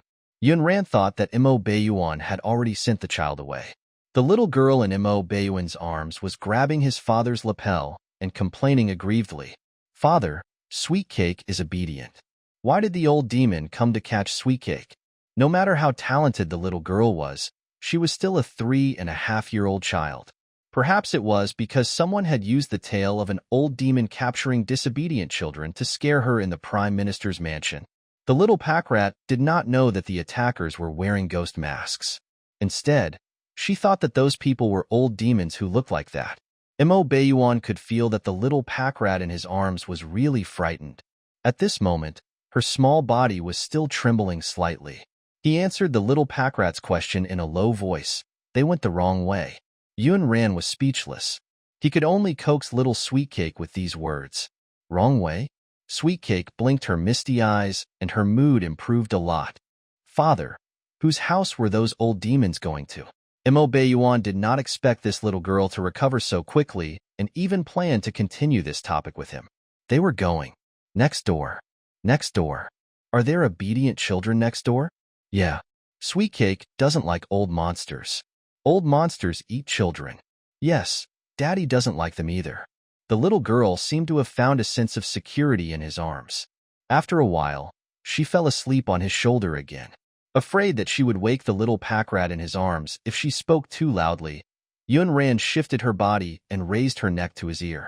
She lowered her voice and said, Mo Bayuan, when she has slept a while longer, carry her out. This room is too dirty. Even the bed curtain could not hide the pungent smell of blood. Yun Ran could not let them stay in the room any longer. As she got closer, Yun Ran's warm breath sprayed on Mo Bayuan's ears and neck. He immediately stopped breathing. He clearly knew that she did this in order not to wake the little pack rat up and had no other thoughts, but because of the goo poison, Mo Bayuan still could not control the changes in his body. His Adam's apple bobbed as he agreed hoarsely. Yun Ran thought of something else and whispered into his ear. Wrap her in a blanket when we go out later. It's a little cold outside. She's not as strong as Bun and can catch a cold easily. All right, I understand. The two of them answered in a low voice. Mo Bayuan felt that they were like a loving couple from an ordinary family. They were huddled together and talking intimately. And he didn't hate the feeling. Yun Ran did not think too much about it and handed the 2 children to Mo Bayuan to take care of. On the other hand, she left the room and went to the courtyard with the anger she had been suppressing. Thunderbolt happened to bring the little ghoul over. When he saw Yun Ran, guilt flashed across his face. Miss Yun, are the 2 little masters all right? Their duty as secret guards was to protect the 2 little masters, but who knew that something would happen to them right under their noses? There was no need for their master to punish them. They felt ashamed. It's fine. It's all thanks to this child and that holy beast. They sensed the danger and saved Bun and Sweet Cake. Yun Rant's gaze landed on the little ghoul that Thunderbolt had carried over. Although her expression was normal now, she was still a little afraid. If not for this little ghoul, something would have happened to her two children. Miss Yun, do you mean that this little ghoul saved the two little masters? Thunderbolt and the secret guards were shocked because this little ghoul was actually a little monster in their hearts. His master had saved him in a moment of kindness and had planned to throw him away. Who knew that this little monster was actually human? Yun Ran bent her knees and half squatted, her gaze meeting that of the little ghoul. Her cold voice sounded, "You can understand me, right?" Yun Ran had discovered this the first time they met. Although the child moved roughly like a wild and untamed beast, his gaze was different. Beasts would not show such calm eyes. However, Yun Ran had not thought that she would be too involved with this child in the future, so she did not make it clear. Yin Chi's eyes flickered. He remembered that the woman in front of him was the woman who had held an umbrella for him to block the sunlight that day. Yin Chi did not see the fear and disgust people had for the ghouls in her eyes that day. She did not show it today either. Yun Rant's lips curled. He didn't speak and didn't really care. She raised her hand and rubbed it against the ball of loose hair on his head. "Thank you for protecting our Bun and Sweet Cake today. You're very brave." Yin Chi did not expect her to touch his head. His small body stiffened and straightened. Because apart from Mother, everyone in this world hated ghouls. Other than his mother, no one was willing to come into contact with a half-human, half-ghoul like him. In the past few years, he'd seen too many disgusted and frightened eyes and heard too many vicious curses. But she was the only one who smiled at him and stroked his head in praise. Yin Chi even felt that he was dreaming. Other than his mother, how could there be a human who did not despise his ghoul bloodline? He had just bitten those people to death. Why wasn't this woman afraid of him? Wasn't she afraid that he would bite her to death? Oh, right. This woman had said before that if he dared to bite her, she would pull out all his teeth. "Child, if you're homeless, follow me. In the future, I'll bring you around." Yun Ran smiled at him. She had wanted him to address her as pretty sister, but her little Sweet Cake called him little brother. In order not to mess up their seniority, Yun Ran could only be an aunt. A child? Yin Chi had only heard people refer to him as a little ghoul or little monster, but no one had ever treated him as a human and called him a child. "Aren't you afraid of me? I'm a ghoul." Yin Chi suddenly spoke, and a pleasant young voice reached Yun Rant's ears. He deliberately lowered his voice, but because he wanted to bluff, he looked a little childish. Yun Ran raised her hand and pointed at his forehead. "You? I've seen real evil spirits. What about you? You're just a brat. A brave brat." Thunderbolt and the secret guards were speechless. They had been worried that this little ghoul would hurt Miss Yun Ran, so they had been watching from the side. Unexpectedly, Miss Yun Ran and this little ghoul actually chatted. Wait, Master had asked them to throw this little ghoul away previously, but now, Miss Yun Ran wanted to keep this little ghoul. The two of them did not see eye to eye. Thunderbolt and the guards did not want them to quarrel over this little ghoul. Yin Chi's face turned red from her teasing. He was not a brat. He was a little ghoul. A little ghoul. "I'm not a brat. I have a name." "Oh, then what's your name?" "Yin Chi. My name is Yin Chi." "All right, thank you, Yin Chi." Yun Rant's eyes were tainted with a faint smile. It could be seen that this child was still arrogant. "Those people were after your daughter." Yin Chi could understand human language and naturally heard their conversation clearly. Yun Ran was stunned for a moment before she restrained her smile. Her eyes were cold. "Do you mean that their target was Sweet Cake?" Yin Chi knew that Sweet Cake was the name of the beautiful little child who liked to eat candied hawthorns and smiled beautifully. Other than his mother, the little baby was the first person to smile at him. They had saved him and given him food. He had to repay them. This was what his mother had taught him. That was why he had rushed over today when he sensed that the two children were in danger. "Well, I heard them say they were going to take your daughter and kill your son." Yun Ran was not stupid and could tell what he meant. If those people's goal was to capture Sweet Cake, it was very likely that they were not serving the same master as the previous killers, because their goals were different. Therefore, how many enemies did Mo Beiyuan have? When their conversation had just ended, Imo Baeyuan walked out of the house with the two children, who were covered with blankets. This was what Yun Ran had instructed him to do before she left. The blanket on Sweet Cake's body was wrapped very gently and carefully, but wasn't the blanket on Bun's head thrown over too casually? Indeed, daughters were their father's little lovers in his previous life. As for sons, they were probably free gifts. Although the courtyard had been cleaned up by the secret guards, it was still covered in blood. Imo Baeyuan did not stop. He carried the two children and placed them on his bed. Yun Ran asked the secret guards to take Yin Chi back and let him rest. Go to sleep. Children need sleep. They won't grow taller otherwise. Thunderbolt was too embarrassed to tell her that the ghouls move at night. Now was the time for them to get up and have fun. Yet she asked him to sleep. The two children changed beds and slept quite peacefully. Even Yun Ran admired the adaptability of her two children. They probably inherited this from her. After what had just happened, Yun Ran and Imo Baeyuan tacitly stayed awake and guarded the two children. Since she couldn't sleep anyway, Yun Ran poured a cup of tea and chatted with him about what Yin Chi had just told her. So, do you have any suspects in mind? Imo Baeyuan looked at her with deep and dark eyes. His side profile was cold and his entire body exuded a murderous aura. Yun Ran knew he must be furious. Why do you think they wanted to catch Sweet Cake? Logically speaking, doesn't your royal blood value sons more? Isn't a prince more valuable than a princess? Even if they wanted to capture the child to threaten Imo Baeyuan, they should be catching Bun, not Sweet Cake. They didn't capture Sweet Cake to threaten you, to make sure you won't have any descendants and blacken your lonely life. So what were they after? Why capture Sweet Cake? Yun Ran held her pink cheeks and told him her analysis. What's so special about Sweet Cake compared to Bun? Is it because of the super heaven-level spiritual root in Sweet Cake? Did someone capture her because they wanted her spiritual root? Just like me and Yun Qingqing back then? Yun Ran's thoughts had always been active. She connected one thing to another to reach this conclusion. Imo Baeyuan felt that the possibility she was talking about was very high. He knew how eye-catching a super heaven-level spiritual root was. However, he did not expect anyone to dare to have such thoughts about his daughter. I don't think it's the Yun family. He doesn't have the guts. Previously, the Yun family dared to touch Yun Ran and the two children because they did not know about his relationship with Yun Ran.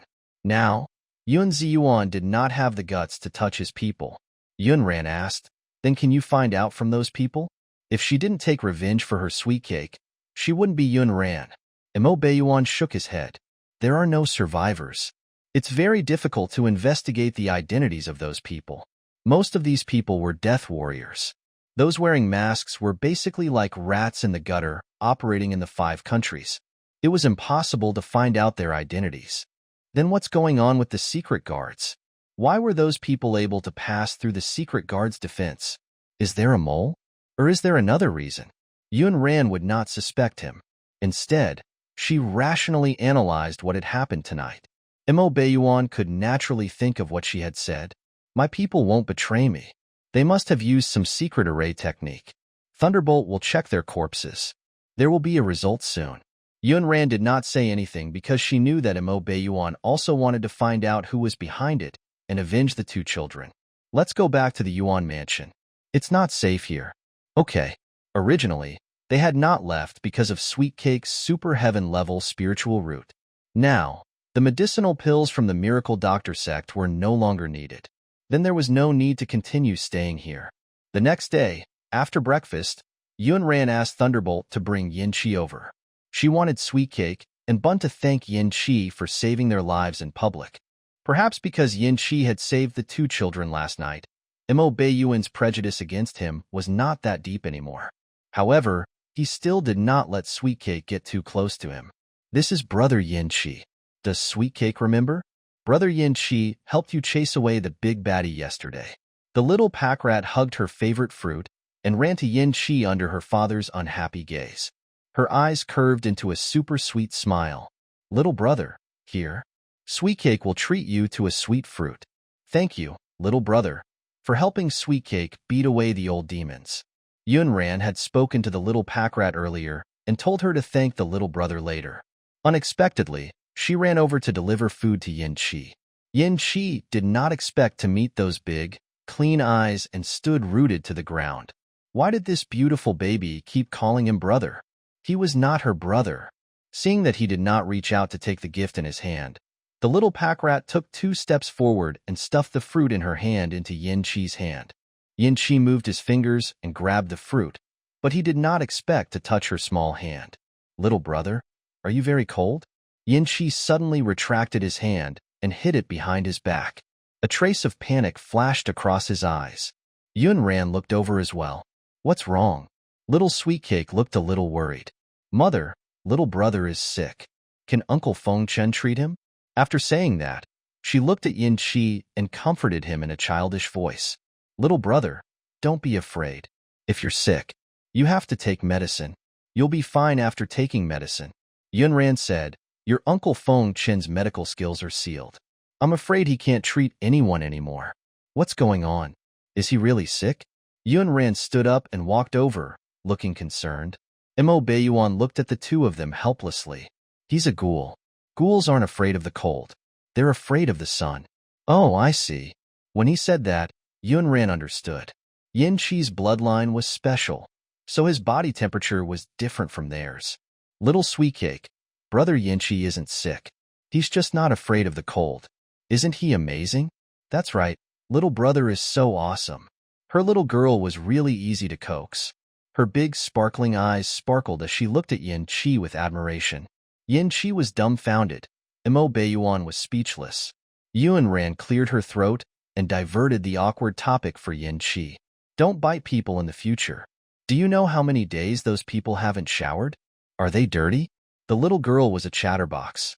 She did not care if she understood or not, and just nodded her head. If you don't take a shower, you'll stink. You'll be dirty. Sweetcake likes to take a shower, so I'm a fragrant sweetcake. Yin Chi was dumbfounded. Did they really treat him as a normal ghoul? When ghouls bite people, did they have to wash them clean before biting them? However, did the people he bit yesterday really not take a shower for many days? Yin Chi felt a little uncomfortable. Yun Ran was charmed by her little pack rat. She bent down and picked her up. She pecked her little face. Yes, Sweetcake is a fragrant sweetcake. Bun also jumped down from the stool and came to Yin Chi. Like a little adult, he thanked him. Thank you for saving me and my sister last night. Yin Chi gripped the fruit in his hand tightly. His lips moved and he finally said, You don't have to thank me. I'm repaying a favor. Moreover, that pretty little girl who loved to smile had already thanked him and even given him a gift. Yun Ran was not surprised by his words, as if she had long guessed that he was repaying her kindness. She raised the question from yesterday again. We'll leave this place today. Have you thought about what I mentioned yesterday? Yin Chi knew what she meant. She asked if he wanted to stay by their side and enjoy life with her. It wasn't that Yin Chi didn't want to leave, but he didn't know where he was going. His only family member was dead, and no one was willing to take in a ghoul. Even the people in the temples and halls would not feel compassion for him. Therefore, there seemed to be no place for him in the vast world. But now, this woman actually wanted to take him in. I'm a ghoul that everyone feared. Yin Chi revealed his identity again. Yun Ran smiled at him. Little brat, there's no such thing as ghouls with me. There are only our own people and those who aren't. You just have to remember one thing. Don't betray me. Yun Ran hated betrayal the most. One of their own? Yin Chi was tempted, but he was somewhat obstinate in his response. All right, I can stay and repay your kindness. After that, I'll leave. Yun Ran thought to herself that this child was really arrogant. She did not expose him. Then you can stay and repay my kindness. Hence, Yin Chi followed them back to the Yuan mansion in the imperial city. Mo Beiyuan was not an inflexible person. This little ghoul had saved the two children, so he had no objections to Yun Ran asking him to stay. The Yuan mansion had raised so many people. They didn't care about raising another little ghoul. But why was this little ghoul hanging around Sweetcake all day long? Mo Beiyuan called Thunderbolt, who was in charge of guarding the mansion, over. What's going on with that little ghoul? Thunderbolt was speechless. It was Miss Yun who asked him to stay. I thought you knew about this. Mo Beiyuan retorted. I know she got him to stay. I'm asking why that little ghoul hangs around under my nose every day. Does he have nothing to do? As expected of the number 1 shadow guard in the Yuan mansion, Thunderbolt immediately understood the meaning behind his master's words. Oh, master, you're right. Why is Yin Qi staying in Miss Yun and the two young masters' courtyard? It's like this. Miss Yun realized that Yin Qi is extremely talented, so she took him in as a disciple.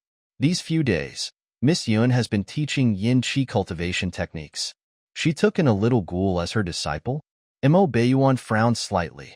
This woman did not seem to hold the rules of the Five Nations continent in regard.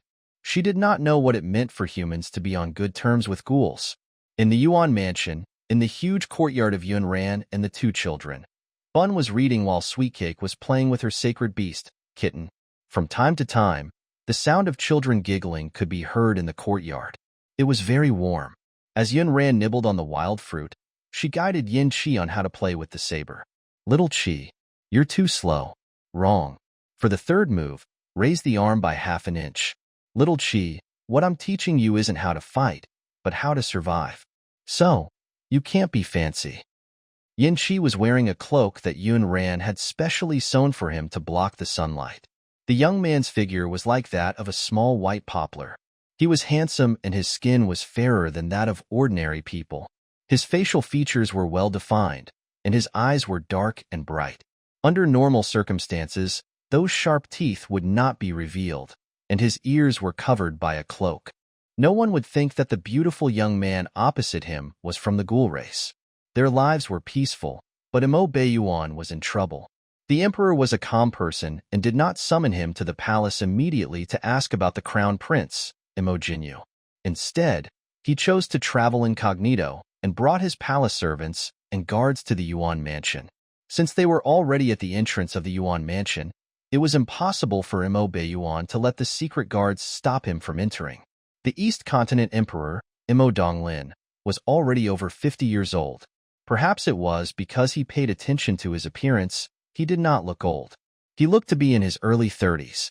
After all, he was a superior being and had a dignified aura. However, if he stood beside Mo Beiyuan, he would be suppressed by the latter's murderous aura. His appearance was naturally inferior to Mo Beiyuan's. When the two of them stood together, the appearance of the East Continent's emperor seemed too ordinary. The only thing that the emperor of the East Continent could claim to win at was probably the number of concubines in his harem and the number of princes and princesses he had. Mo Donglin had always thought that his jinxed younger brother would be alone for the rest of his life. Who knew that two bloodlines would suddenly appear?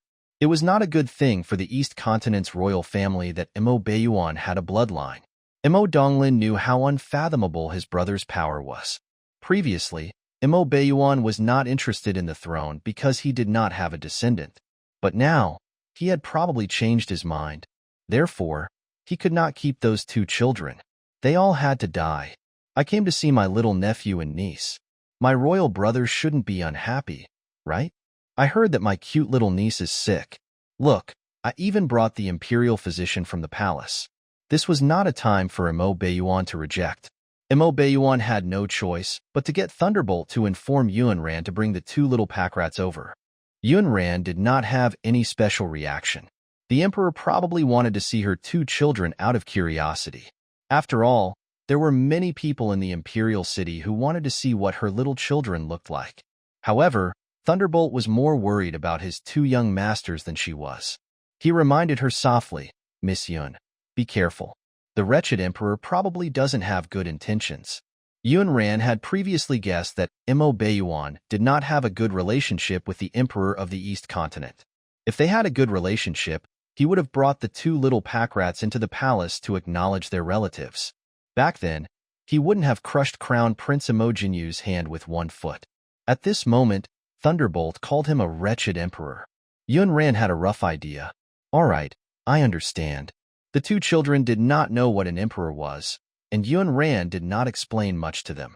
According to her observation, Mo Beiyuan probably did not want the two children to have too much contact with the people in the palace. Father. Hug. Little Sweetcake rushed to her father out of habit and raised her little arms for a hug. The girl was exquisite and cute, like a porcelain doll, and her voice was milky. The moment she appeared, she attracted everyone's attention. It was not that there were no little princesses in the palace, but none of them were as good-looking as the little pack rat. Her small face was as fair as jade, and her big black grape-like eyes flickered like that of a little fairy. Imo Donglin saw his royal brother, who had never liked anyone to get close to him, bend down and pick up the little pink ball. His actions were practiced and natural. Sweetcake was picked up by her father and giggled. Her laughter was like a string of little silver bells, crisp and pleasant. "Daddy, Sweetcake was playing hide and seek with little kitten just now." "Yeah, little kitten don't know how to hide." Sweetcake found it immediately. Yunran was speechless. One could see the end of the courtyard with a single glance. How could they hide a huge holy beast? Wouldn't that be making things difficult for the beast? Yunran ignored her little pack rat and quickly scanned the people in the hall. After confirming which one was the emperor, she observed for a while. Coincidentally, Imo Donglin's gaze also shifted from the two little pack rats to Yunran. Imo Donglin had met the Yun family's idiotic second young mistress at the Empress Dowager's place. The reason why he still remembered was because the extremely ugly scar on the little girl's face almost frightened him.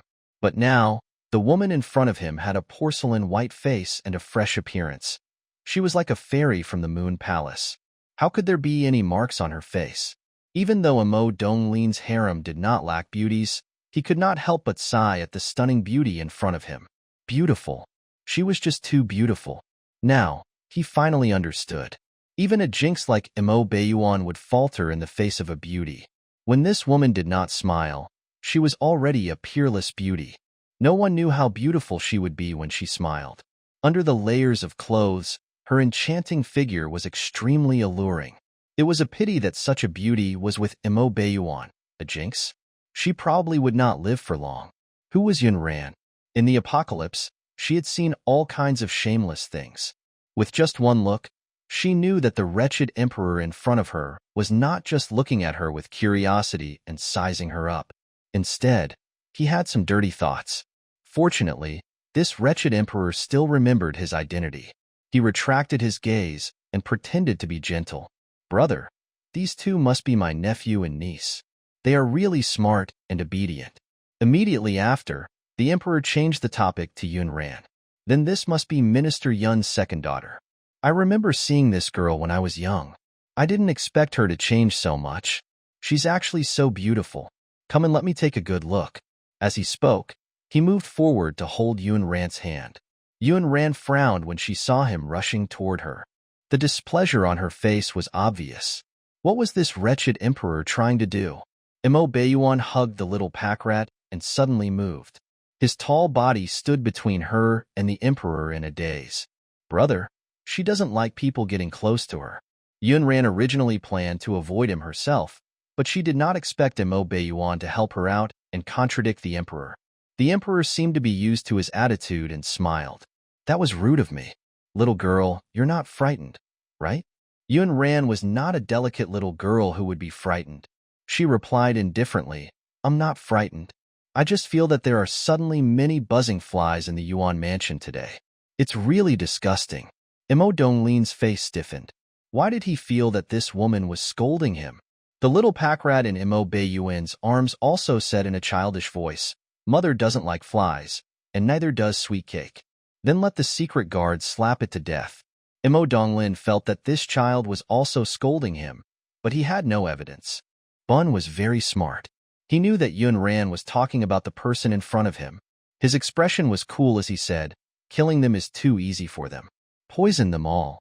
Little Sweetcake clapped her hands and cheered. "Wow, Big Brother is too awesome. Then I'll poison those stinky flies to death." The mother and children echoed one another.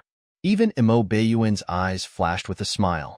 At the same time, Imo Bayuan could tell that Yunran was unhappy, so he asked her to bring the two children back. "Since there are flies here, take them out. You can bring the children over when the secret guards have chased away all the flies in this house." Yunran agreed and took Sweetcake from his arms. She prepared to leave with the two little pack rats.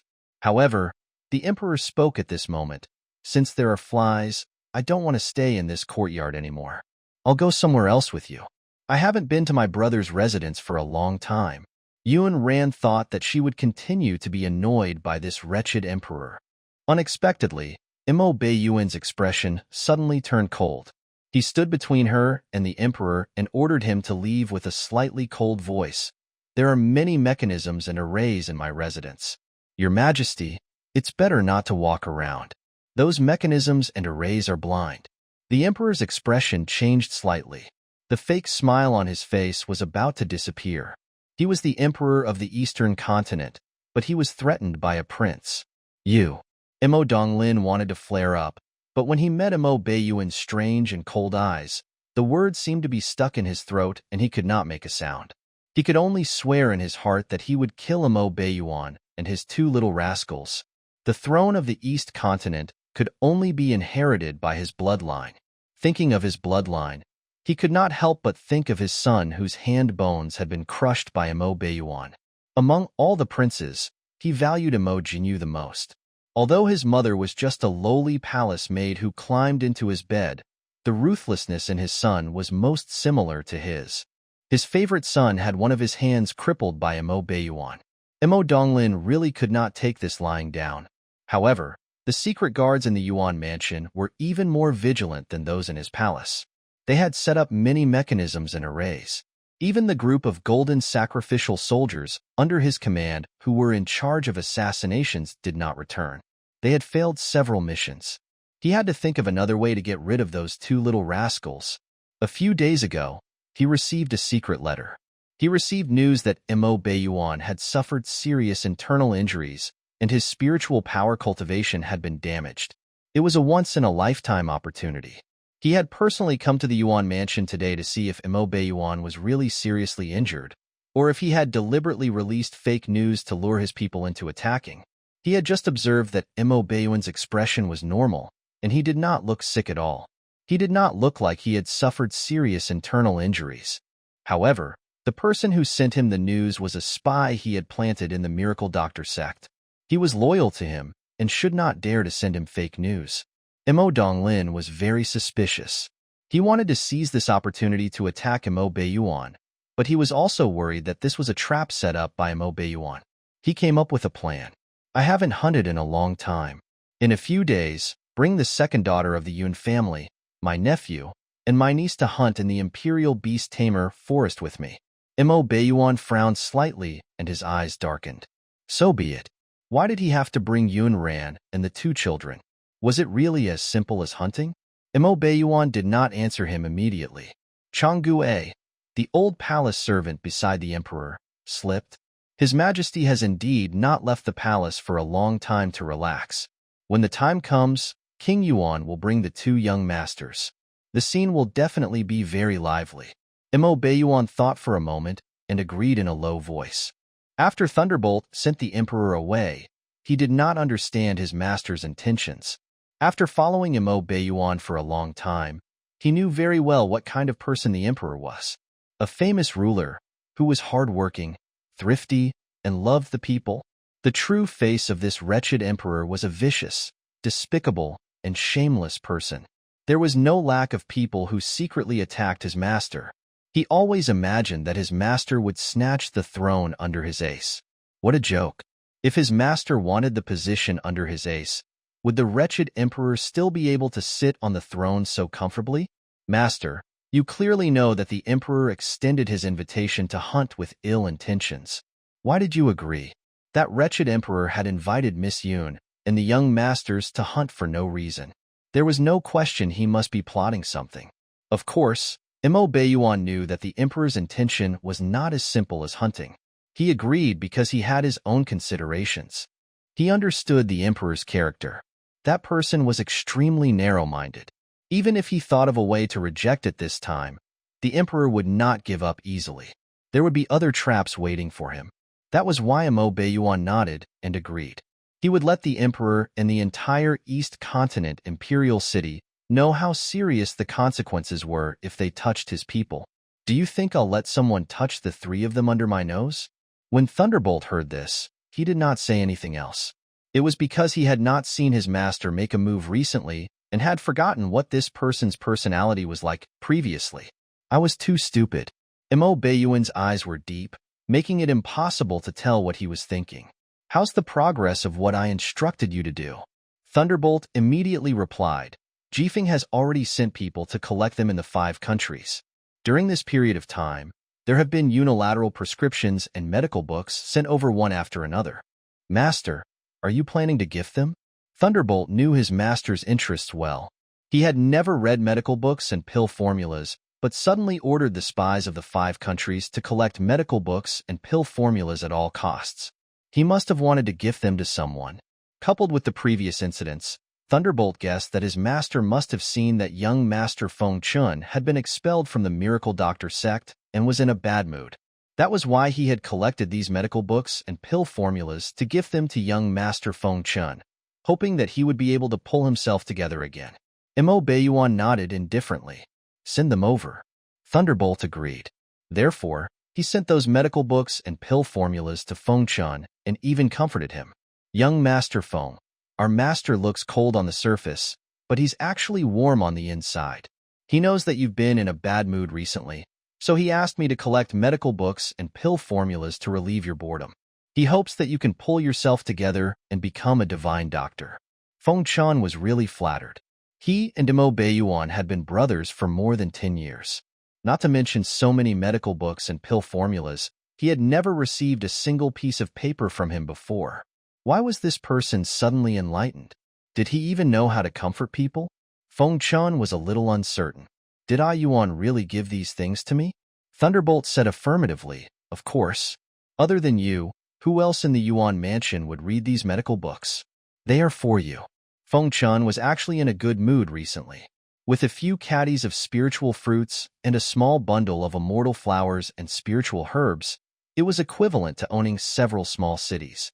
He was probably feeling rich all of a sudden. He didn't even know how to spend his money. He was also very open-minded about leaving the Miracle Doctor sect. He couldn't stand the things that the Miracle Doctor sect had done behind his back. Since he couldn't change those people, leaving was his best choice. Go back and tell your master that I'm very touched to receive these. We'll be good brothers for life. After Thunderbolt completed the mission given by his master, he went back to report. Master, the things have been sent over. In the study of the mansion, Mo Baiyuan lowered his eyes and did not stop writing. Were they accepted? Thunderbolt quickly replied with a smile. Of course, they were accepted. I was even asked to relay a message to Master. What message? Mo Baiyuan rarely gave people things in the past, let alone women. Therefore, he was very curious about what that woman would say. Would she want to take out the demon beast crystals and calculate it clearly with him? Touched by your gesture, that person wants to be good brothers with Master for life. The pen in Mo Baiyuan's hand paused, and the ink stained the letter in his hand. She wants to be my good brother for life? Thunderbolt relayed Feng Chen's words, and did not notice the change in his master's expression. Young Master Feng was really touched. I think his eyes were red. This was the first time Mo Baiyuan doubted the ability of his number 1 secret guard. He placed his pen on the pen holder and swept his gaze over. So, you gave those medical books and pill formulas to Feng Chen? Is he still in the mood to read? Yes. Did I give it to the wrong person? Thunderbolt realized that he might have misunderstood his master's meaning and sent the gifts to the wrong person. A layer of sweat appeared on his forehead. But in the entire imperial residence, other than young Master Feng Chun, who else liked to read medical books? Soon, he had an answer. Of course, only those 3 could make Master spend so much effort. The 2 young masters would definitely not read medical books, so only Miss Yun was left. I'll go get it back now and send it to Miss Yun. Feng Chun was touched for a while. Thunderbolt returned. Without another word, he asked him for the pill formulas and medical books from before. Wrong. These aren't for young Master Feng. Master wanted to give them to Miss Yun. Master said that he was afraid that you would be sad when you saw these medical books, so he didn't let you read them. Feng Chen's thoughts at the moment were, what happened to brotherhood? After having a woman, he no longer treated his brother as human. Thunderbolt brought all the books back and sent them back to Yun Ran's courtyard. These are medical books and pill formulas that Master asked me to send over to relieve Miss Yun's boredom. Yun Ran had indeed been thinking about going to the auction and getting a few medical books and pill formulas to browse, but she had not taken the time to do so. She did not expect Mo Baiyuan to get someone to send it over. Help me thank your master. These are a few caddies of wild fruits. Take them and share them with your brothers. Try them. Feng Chan said that these wild fruits are helpful in improving your spiritual power cultivation. Wild fruits. A few caddies of wild fruits were placed in a small sack and casually thrown over. If Thunderbolt had not seen them before, he would have believed her and thought that these were ordinary wild fruits. However, he knew that these were not wild fruits at all, but extinct spiritual fruits. Each of them was priceless. Moreover, he weighed it in his hand. This small sack weighed at least 10 caddies. When Thunderbolt walked out of the courtyard, his feet were floating. He carried a sack of spiritual fruits and went to report to his master. Master, the things have been sent over. Miss Yun said to thank you. Yeah, there's one more thing. Miss Yun rewarded us with something. Yes, since it's her reward, just accept it. You don't have to think about reporting it to me. Thunderbolt's voice was trembling. But this thing is a sack of spiritual fruits. Of course, Mo Beiyuan knew how precious those spiritual fruits were, but in Yun Rant's eyes, they seemed to be snacks for the two little pack rats. In her eyes, these spiritual fruits are no different from wild fruits. I still have some here. Take them all and share them with your brothers. As he spoke, he took out a small sack from his storage bag and threw it over.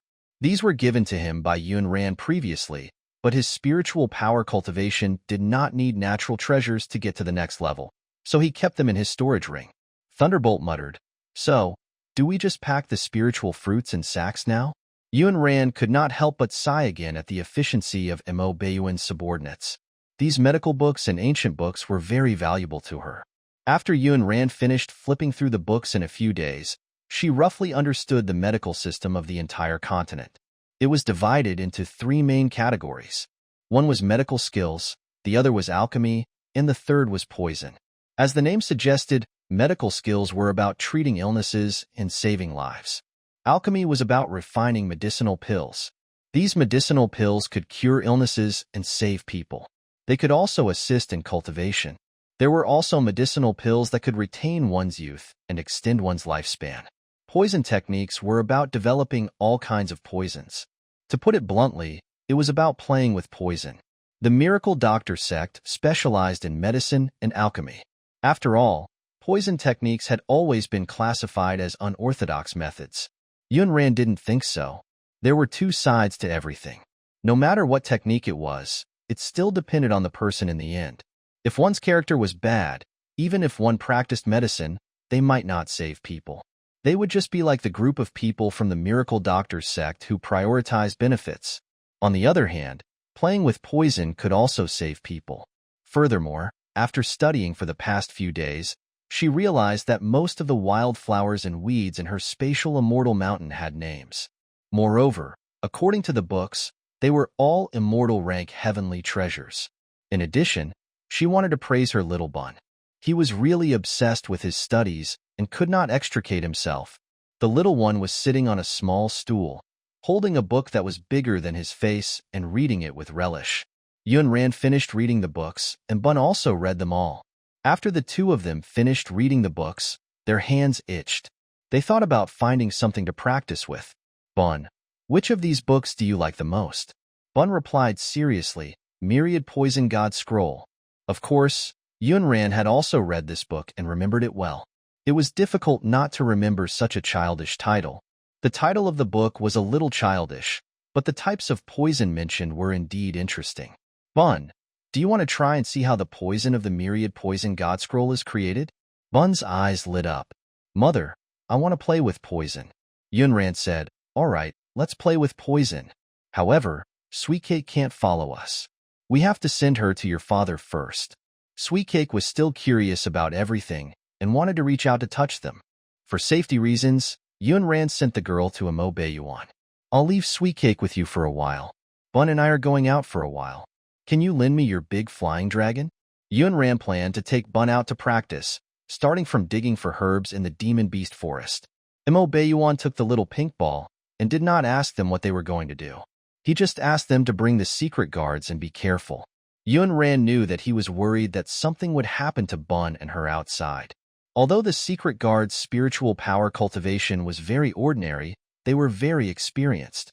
so she did not reject his good intentions. Then I'll bring a few. Thunderbolt and the other secret guards were arranged to follow Yunran and Bun. The moment before the flying demon beast took off, Thunderbolt knew the purpose of their trip, to dig up poison grass. Yunran's exact words were, "Do you know where there are many poisonous herbs?" Thunderbolt and the secret guards were speechless. "Miss Yun, is there any special use for digging up poisonous grass?" Yunran replied, "Yes, I want to see if the poisons mentioned in the Myriad Poison God Scroll are really that powerful." Thunderbolt's forehead was covered in sweat. Wait, didn't he give her medical books and pill formulas previously? Why did he mix in some strange books? If Master found out, would he feed him to the demon beasts? What the Hades is this Myriad Poison God Scroll? It can't be some evil book. Although Thunderbolt was puzzled, his current mission was to listen to Yunran and bring people to protect Miss Yunran and the young master. Since Yunran had asked him where there were the most poisonous flowers and plants, as a secret guard of the Yuan mansion, he would not deliberately hide them from her. "I've heard of a few places that are rich in poisonous flowers and plants: Myriad Poison Valley, Black Cloud Swamp, Fallen Demon Forest. But what?" Yunran thought the name sounded good. Thunderbolt paused for a moment and explained, "But these few places are very dangerous. The Myriad Poison Valley is the territory of the Myriad Poison Medical Immortals. The people in the valley are best at using poison. Ordinary people won't be able to return. There are many poisons in the Black Cloud Swamp. Other than poisonous flowers, poisonous grass, poisonous insects, poisonous snakes, and poisonous beasts, there are also poisonous gases. Without the anti-poison pills of the Miracle Doctor sect, one will be poisoned by the poisonous fog in less than 10 minutes. As for the Fallen Demon Forest, it's the most dangerous place because it hides demonic cultivators who have fallen into the demonic path." When Yunran heard the words Myriad Poison Valley, her eyes narrowed slightly. This was a little coincidental. This was because the author of Myriad Poison God Scroll was the most venomous young man in the Myriad Poison Valley. Yunran was not surprised about the author giving the book such a childish name. She was just curious about who could write such a book. She wanted to go to the Myriad Poison Valley to meet this senior. Therefore, Yunran happily decided, "Let's go to the Myriad Poison Valley first, then to the Black Cloud Swamp, and finally to the Fallen Demon Forest." Since she was already out and had borrowed Mo Bayuan's great flying dragon, she might as well walk around these places and pick more poisonous herbs for her bun to play with. It wasn't easy for her son to find a hobby. As his mother, she naturally had to support him. As for the dangers mentioned by Thunderbolt, they were nothing to Yunran. Bun and Sweet Cake had different personalities. When he was happy, he wouldn't circle around and clap loudly, but his big black eyes were filled with joy. His mother wanted to bring him to many places to play. He wanted to go to all these places. Thunderbolt felt that he had said a bunch of nonsense just now. This girl did not take these dangers seriously at all. "Miss Yun, those places are really dangerous." Yunran gave him a relaxed look. "I'm just taking Bun for a walk and picking up some wildflowers and weeds. I won't fight or cause trouble. Don't be nervous." How could Thunderbolt not be nervous? Even their omnipotent master, who was almost a god, would not easily step into these places. Unable to persuade her, he could only immediately send the news back. In the Yuan mansion, Mo Bayuan had just fed Sweet Cake dinner when the little pack rat had already made a fuss about looking for her mother and brother before dinner. Halfway through the meal, she suddenly started making a fuss again. The little girl was not wailing. Her eyes were filled with tears as she begged Mo Bayuan for her mother and brother. Mo Bayuan hugged the little pack rat in his arms. As he coaxed the little pack rat, he opened the missive sent back by Thunderbolt. Glancing at the words on the paper, Mo Bayuan's expression darkened. He knew that when this woman went out, it would not be a small matter of shopping and eating. "Father, Sweet Cake misses mother and brother." "Father, when are mother and brother coming back?" The little pack rat was distracted by other things during the day and had her father accompanying her. Hence, she did not make a fuss. When she sent Yunran and Bun away, she even waved her little hand happily and said goodbye. However, at night, when she realized that her mother and brother were no longer by her side, the child's emotions came easily. When the water vapor in her big eyes was filled, not many people could withstand it. Mo Baiyuan could not withstand her aggrieved and pitiful appearance. Miss them? The little pack rat nodded in a childish voice. Then Daddy will bring you to them. Okay. Hence, Mo Baiyuan chased after them with his daughter. In the shady myriad Poison Valley, the thin morning fog was slowly lifted like a gauze. The colorful wildflowers were like colorful satin spread across the mountains. The breeze carried a faint fragrance of grass and flowers. The gurgling stream poured out of the valley like silver silk.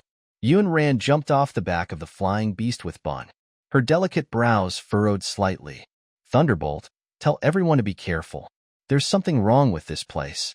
Thunderbolt said, this is the Myriad Poison Valley. If there's something wrong, that's right. If it was like those valleys outside, it would not be called the Myriad Poison Valley. Yun Ran's eyes darkened as she shook her head at him. I'm not referring to that. The Myriad Poison Valley has always been isolated from the world. Logically speaking, the defense of the guards should be very strong. But we've already come to their territory, and there's no interception on the way. What's even stranger is that the array formation they set up seems to have been destroyed. Also, I just saw some footprints and the feathers of some huge flying demon beasts. They don't look like things that should be in this valley. Yun Ran's keen observation and insight were all trained by the wretched zombies in the apocalypse. One had to know that it was not easy to encircle and annihilate a lost nest. Those wretched zombies were smart. If she was not careful, she might be tricked. Thunderbolt was puzzled. Are footprints and the feathers of flying demon beasts very strange? It might be the flying demon beasts raised in this Myriad Poison Valley. Yun Ran's expression was still solemn. The corners of her mouth pursed heavily. No, those flying demon beasts are not raised in this Myriad Poison Valley because those demon beasts are demon spirit birds raised by demonic cultivators. Yun Ran didn't know these things in the past, but later, she was afraid that she would be schemed against if she knew too little information on this continent, so she used all her time to quickly learn these knowledge points. In addition, Mo Baiyuan's residence did not lack these books at all. Demon spirit birds? Miss Yun, are you sure? Thunderbolt and the few secret guards who followed him all changed their expressions. Yun Ran nodded. I usually only speak when I'm sure. Although Thunderbolt did not know how she could tell that those were demon spirit birds from the footprints and feathers, he felt that these were not important. The most important thing was that they had to leave this place quickly. Miss Yun, quickly bring Little Master to the back of the red-winged flying dragon. Let's quickly leave this place. Yun Ran looked deep into the valley, but she had no intention of leaving. Don't you want to know what happened in the Myriad Poison Valley? Don't you want to know why there are demonic cultivators and demon spirit birds in the Myriad Poison Valley? Thunderbolt was speechless. He was not curious at first, but now he was also intrigued by her. However, he quickly shook his head and woke up. I'm not curious. His priority now was to protect Miss Yun and his young master. Nothing else was important. This was the professionalism of the hidden guards in the Yuan mansion. Yun Ran was not just curious about the Myriad Poison Valley. She had other motives. In that book, the author once said that there was no poison in the world that could not be cured. Since this person was so good at poison, the author's ability to detoxify should not be bad either. Her other goal this time was about the strange goo poison in her and Mo Baiyuan's bodies. Although it was not fatal, when the parasitic poison acted up, it really made people do things they might regret. She still wanted to find a way to cure the poison as soon as possible. Therefore, she wanted to go to the valley to take a look. You guys stay here to protect Bun. The dragon stays too. I'll go in and take a look. If anything happens, shoot the signal arrow. Thunderbolt felt that there was a power in this girl. Just like his master, she was calm, clear, and convincing. Thunderbolt instinctively nodded and replied, All right, I understand. Yun Ran rubbed Bun's head and told him to wait for her obediently while she walked into the valley alone. Yun Ran was mentally prepared, but she was still shocked by the scene in front of her. When she saw the scene in front of her, a phrase popped up in her mind. Annihilate the entire clan. The Myriad Poison Valley was awash with blood. Rotten corpses were everywhere, filling the entire valley with a rotten and disgusting stench. Yun Ran glanced around. These people must have been dead for a long time. Normally, no one would come to the valley deep in the mountains. Therefore, after such a long time. No one outside knew that the myriad Poison Valley had been destroyed. The more Yunran walked in, the more glad she was that she hadn't brought Bun with her so that he could see such a scene. As for her, she had seen too many zombies in the apocalypse. This kind of scene was nothing to her. There were a total of 78 corpses, half of which were women and children. Yunran continued in, thinking that it would probably be very difficult to leave anyone alive in this tragic state. But then she heard a faint voice that seemed to be shouting for help. Yunran stood rooted to the ground and used her spiritual power cultivation. This way, she could determine the location of the voice more accurately. This time, the voice that entered her ears was very clear. "Help! Help me!" It was a girl's voice. Yunran followed the voice. It was coming from under the burned houses. Yunran moved the charred wood and found a well-hidden secret door on the ground. After the secret door was opened, light spilled in. Yunran looked in and found a thin girl under us. The girl had been trapped for a long time and was on the verge of death. She lay weakly on the ground and repeated mechanically, "Help! Help me!" Yunran jumped in and fed her some water. Since she was already in such a state, she could not refuse to help her. After replenishing some water, the girl gradually opened her eyes. "Who are you? Did you save me?" Chani blinked. The face reflected in her eyes was a stranger she had never seen before. Yunran also met an especially pure and clean pair of eyes. She looked like a well-protected child, pure and beautiful. However, Yunran knew that when these eyes saw the tragic scene outside, they would no longer be so clean and pure. Sometimes, growing up was just a moment. "I didn't save you. You saved yourself. So, since you survived, you have to live well. Only by living can there be hope." Yunran really rarely used this kind of chicken soup for the soul to comfort people, but now, she didn't know what else she could say. "Where are my father and mother? Are they all right?" Chani's eyes were filled with anxiety as she grabbed Yunran's hand and asked. Yunran's expression was solemn and dark. With the tragic state outside just now, it probably wasn't good. "I don't know if they're well or not. There are a total of 78 corpses outside. Go and take a look for yourself." It was not that Yunran did not have sympathy, but such a thing could not be hidden at all. Chani's frail body trembled violently. Her bloodless lips were bitten so hard that they bled, and her innocent eyes were filled with tears. I don't have the strength. Can you bring me to see them?" Yunran sighed almost imperceptibly. "Be mentally prepared. The scene outside might be even harder to accept than you think." With that, she grabbed her shoulder and brought her out of the underground secret door. Chani opened her eyes and tried her best to get used to the glaring light outside. All she could see were rotting corpses. She recognized the clothes and accessories on the corpses. Her body stiffened, and she fell into a cold pit. Eldest senior sister. Due to her lack of stamina, she could only crawl toward the pile of corpses on all fours. Yunran didn't know what to say now, so she could only accompany her silently. The frail teenage girl used all her strength to crawl towards the corpses and let out a sorrowful cry. "Junior brother, Baiji." When she cried out for her parents, Yunran sighed heavily. In the end, no miracle happened. The girl was as delicate as a flower that could be broken easily. She hugged the half-rotten corpses and was immersed in pain and sorrow. Her already weak and exhausted body could not support her spirit at all, and she quickly fainted from crying. Yunran didn't know when she would wake up, and she was worried that she would be away for too long. Thunderbolt and Bun would be worried, so she brought this girl back to the entrance of the valley. Seeing that she had returned, Thunderbolt went to welcome her from afar.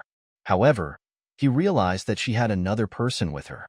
"Miss Yun, who is this lady? What happened in the myriad Poison Valley?"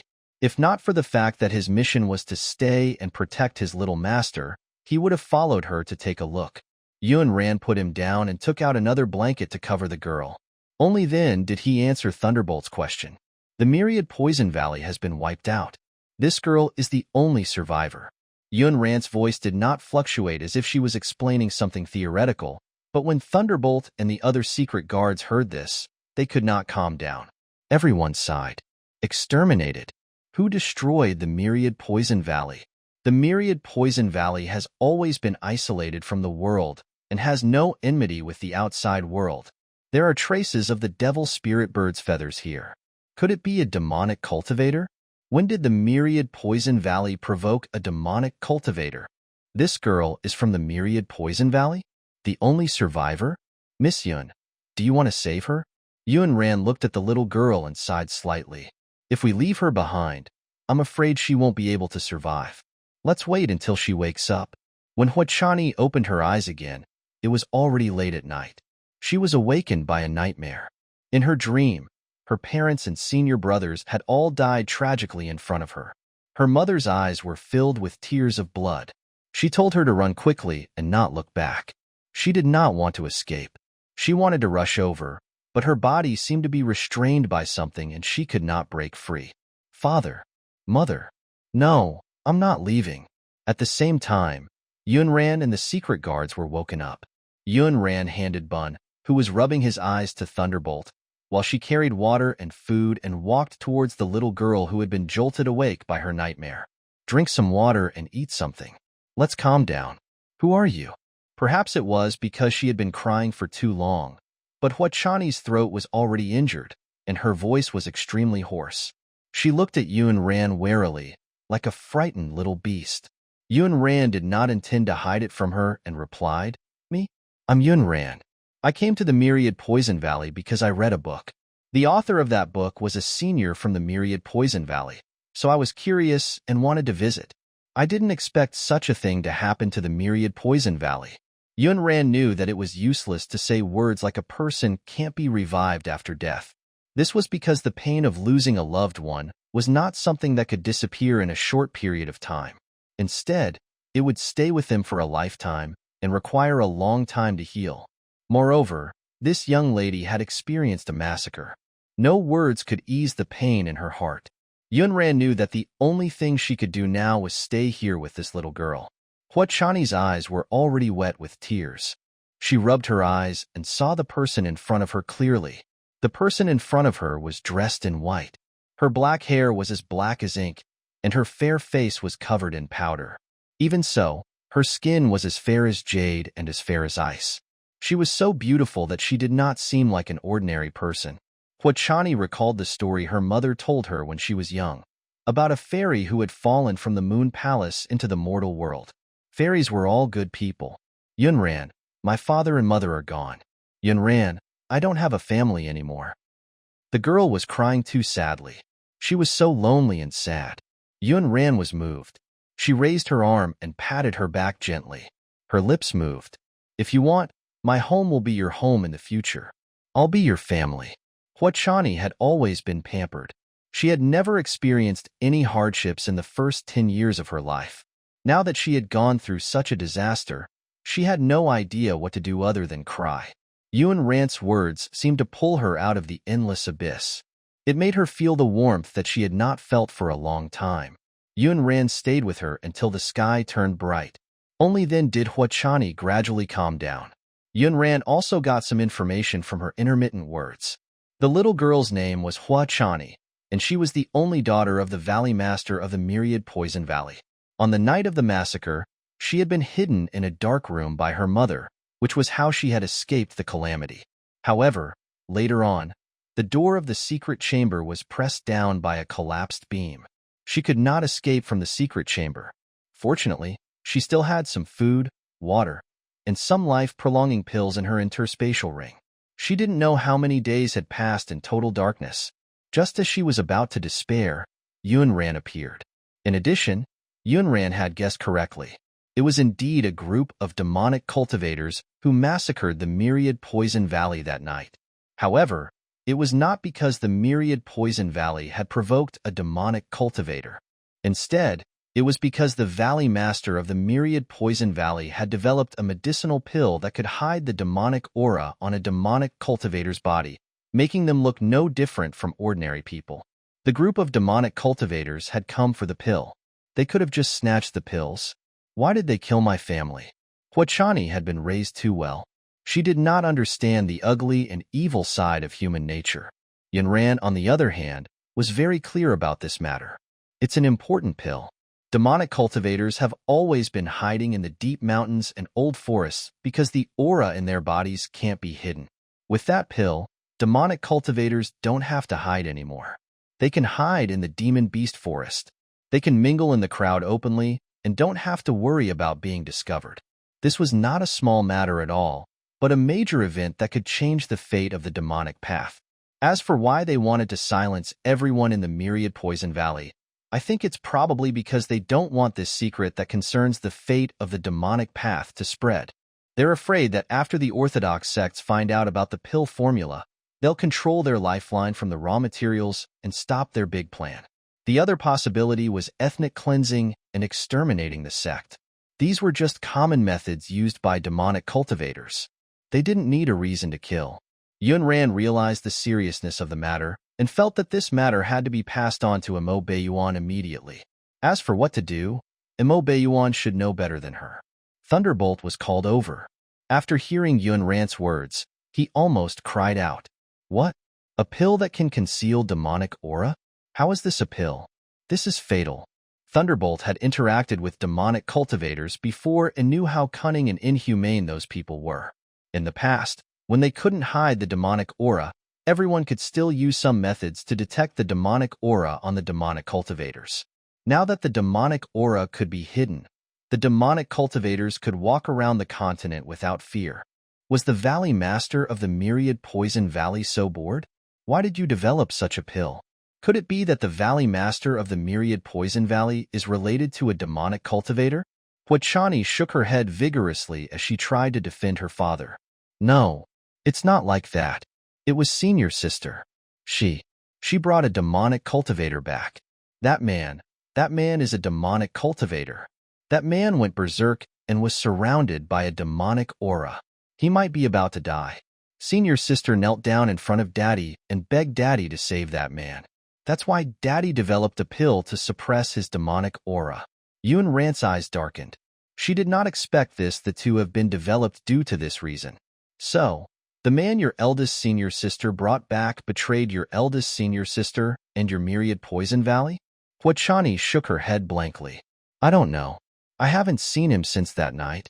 I don't know if it's him or not. I don't know if he's dead. I'll go back and take a look at those corpses later. Then, I'll know. Yunran nodded and asked Thunderbolt to send the news and bring a few more people with him. She followed Huachani and helped bury the people from the Thousand Poison Valley. However, Yunran did not expect Imo Beiyuan to suddenly appear in front of her with little Sweet Cake. Mother, brother, Sweet Cake misses you so much. The girl flapped his little arms in her father's arms and waved at Yunran. Yunran knew that she wanted her to hug her. She strode forward and took the girl from Imo Beiyuan's arms. Imo Beiyuan, why are you here? Imo Beiyuan did not receive the letter sent back by Thunderbolt, so he did not know about the changes in the Myriad Poison Valley. He only thought that Yunran had just arrived with Bun and the others. He did not see Thunderbolt and the secret guards around. His face darkened as he asked coldly, where are Thunderbolt and the others? Why are there only the two of you here? Yunran guessed that he had not received the explosive news sent back by Thunderbolt. Thus, she gave him a rough explanation of the changes in the Myriad Poison Valley. That's why I sent Thunderbolt and the others to help Huachani deal with the corpses. Even though Imo Beiyuan had experienced many storms in his life, he was still stunned. It seemed this woman had accidentally saved the only bloodline left in the Myriad Poison Valley. She had even obtained the secret that the demonic path had yet to reveal. This secret not only concerned the fate of the demonic path, but also the righteous path, the people of the 5 countries, and the stability of the entire continent. Yunran guessed from Imo Beiyuan's expression that this matter was much more serious than she had imagined. I've already asked Huachani. She doesn't know the formula for the pill, so I'm afraid we can't control the source of the ingredients and stop this from happening. Imo Beiyuan looked at Yunran with a trace of admiration and surprise. He had yet to ask, but this woman had already guessed what he was thinking. I can't think of any other way now. Let's go back first. Yunran nodded. She knew that the problem of the demonic cultivators was more serious now.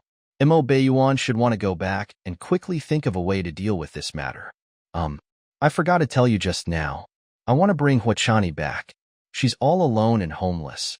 Yunran thought that since she was living in the Yuan mansion, she had to inform him if she wanted to bring Huachani back. Mo Beiyuan did not object. Up to you. You don't have to ask me about such a small matter. Yunran did not think that this was a small matter. Huachani's identity was obvious. After Thunderbolt helped bury those corpses, he returned with his men. When he saw his master and Sweetcake, he was shocked. This was too fast. Master, what did you ride here? This is too fast. It's even faster than the red-winged flying dragon. Mo Beiyuan could not be bothered to answer his brainless question. He asked, has everything been settled over there? It's settled. Sigh. These demonic cultivators are really inhumane. They didn't even let the old, weak, women, and children off. Thunderbolt had buried one corpse after another, so he naturally knew how those people had died tragically. The youngest disciples of the Myriad Poison Valley were not even 10 years old. Their heads had been cut off from their necks. It was a tragic sight. If he were MANHUA, he would probably break down right now. Where's Huachani? Yunran couldn't help but ask when she saw that Huachani was gone. Thunderbolt sighed. MANHUA is crying in front of her parents' grave. I'm afraid she won't be willing to leave for a while. I'll go see her. Yunran stuffed the little pack rat back into Mo Beiyuan's arms. After she left, Thunderbolt reported to Mo Beiyuan how they had discovered that there was a problem with the Myriad Poison Valley. In the end, he sighed. Miss Yun is not simple. She's even more alert and smart than us. Mo Beiyuan glanced at him gently. So, I sent you to protect them. In the end, she was the one who discovered that something was wrong here before you did? Thunderbolt said. It's us who are too stupid. Mo Beiyuan asked, then why did she come to the Myriad Poison Valley? Thunderbolt originally thought that with such a huge incident happening in the Myriad Poison Valley, there were some things that his master would have forgotten. Who knew that the inevitable would eventually come? Thunderbolt naturally did not dare to hide anything from his master. He told him about how Yunran had read a book and developed a strong interest in poison techniques. She had brought Bun to dig for poisonous grass and catch poisonous insects. Miss Yun said that the author of the book was from the Myriad Poison Valley. That's why we came to the Myriad Poison Valley on our first stop. Who knew that we would coincidentally bump into the destruction of the Myriad Poison Valley? Master, what do you plan to do about this? Thunderbolt also knew the seriousness of this matter. He could not imagine what kind of danger the people of the 5 countries would face if the demonic cultivators could hide their demonic aura and run amok in the 5 nations continent. Mo Beiyuan's eyes darkened. He had yet to think of a way. Don't spread it yet, lest it causes panic among the people. Pass down the order. Tell the 12 tribes to pay close attention to the movements in the 5 countries. As long as there are traces of demonic cultivators, inform me immediately. The people of the 5 kingdoms had always been terrified when they talked about demons. Once they knew that demonic cultivators could hide demonic aura and were very likely to be hiding by their side, the 5 countries would definitely be in chaos. All right, I'll do it now. Wait. Mo Beiyuan stopped her again. In future, have the books sent over to me first. Don't send all the books to her. Yes. Thunderbolt was so shocked that he broke out in cold sweat. In the bamboo forest at the back of the Myriad Poison Valley, new graves appeared among the straight green bamboo. Huachani was kneeling in front of one of the grave mounds. Yunran approached gently and heard her low, hoarse cry from afar. When she got closer, she realized that Huachani was holding a dagger in her hand. It was obvious that she wanted to kill herself. Don't you want revenge? Are you going to die just like that? There are so many vengeful souls in your Myriad Poison Valley. Who will avenge them? Huachani was too weak and her head was spinning. Suddenly, she heard a cold voice coming from behind her. She turned around abruptly and met Yunran's cold gaze. It was also at this moment that Yunran realized her gaze had changed. Her pure and clear eyes were filled with hatred. She sighed slightly. If this girl wanted to live, she was destined to live with hatred. Only then did Huachani realize that she had almost done something stupid. I want revenge. I want to kill those people to avenge my parents and all my relatives who died tragically in the Myriad Poison Valley. All right, then throw away the thing in your hand and work hard to become stronger. Then, kill your enemy with your own hands. There was no need for Yun Ran to say anything else because she knew that the only thing that could support this little girl's survival now was hatred. Hua Chani kowtowed a few times in front of her parents' graves before leaving with Yun Ran. When she saw Mo Beiyuan and the other child, a trace of surprise flashed across her eyes. Her gaze swept across Mo Beiyuan's eyes again, and she immediately realized who this extraordinary black-clothed man was. He is the Ghost King. Yun Ran knew that everyone on the Five Nations continent called Mo Beiyuan Ghost King behind his back, but Hua Chani was the first to call him that in front of him. This girl's personality was too straightforward. However, Mo Beiyuan was feeding the little pack rat in his arms and had no intention of pursuing her disrespect. When Hua Chani realized that she shouldn't have said those two words, she quickly covered her mouth. She widened her eyes and looked at Yun Ran when she heard the two children call Yun Ran mother and Mo Beiyuan father.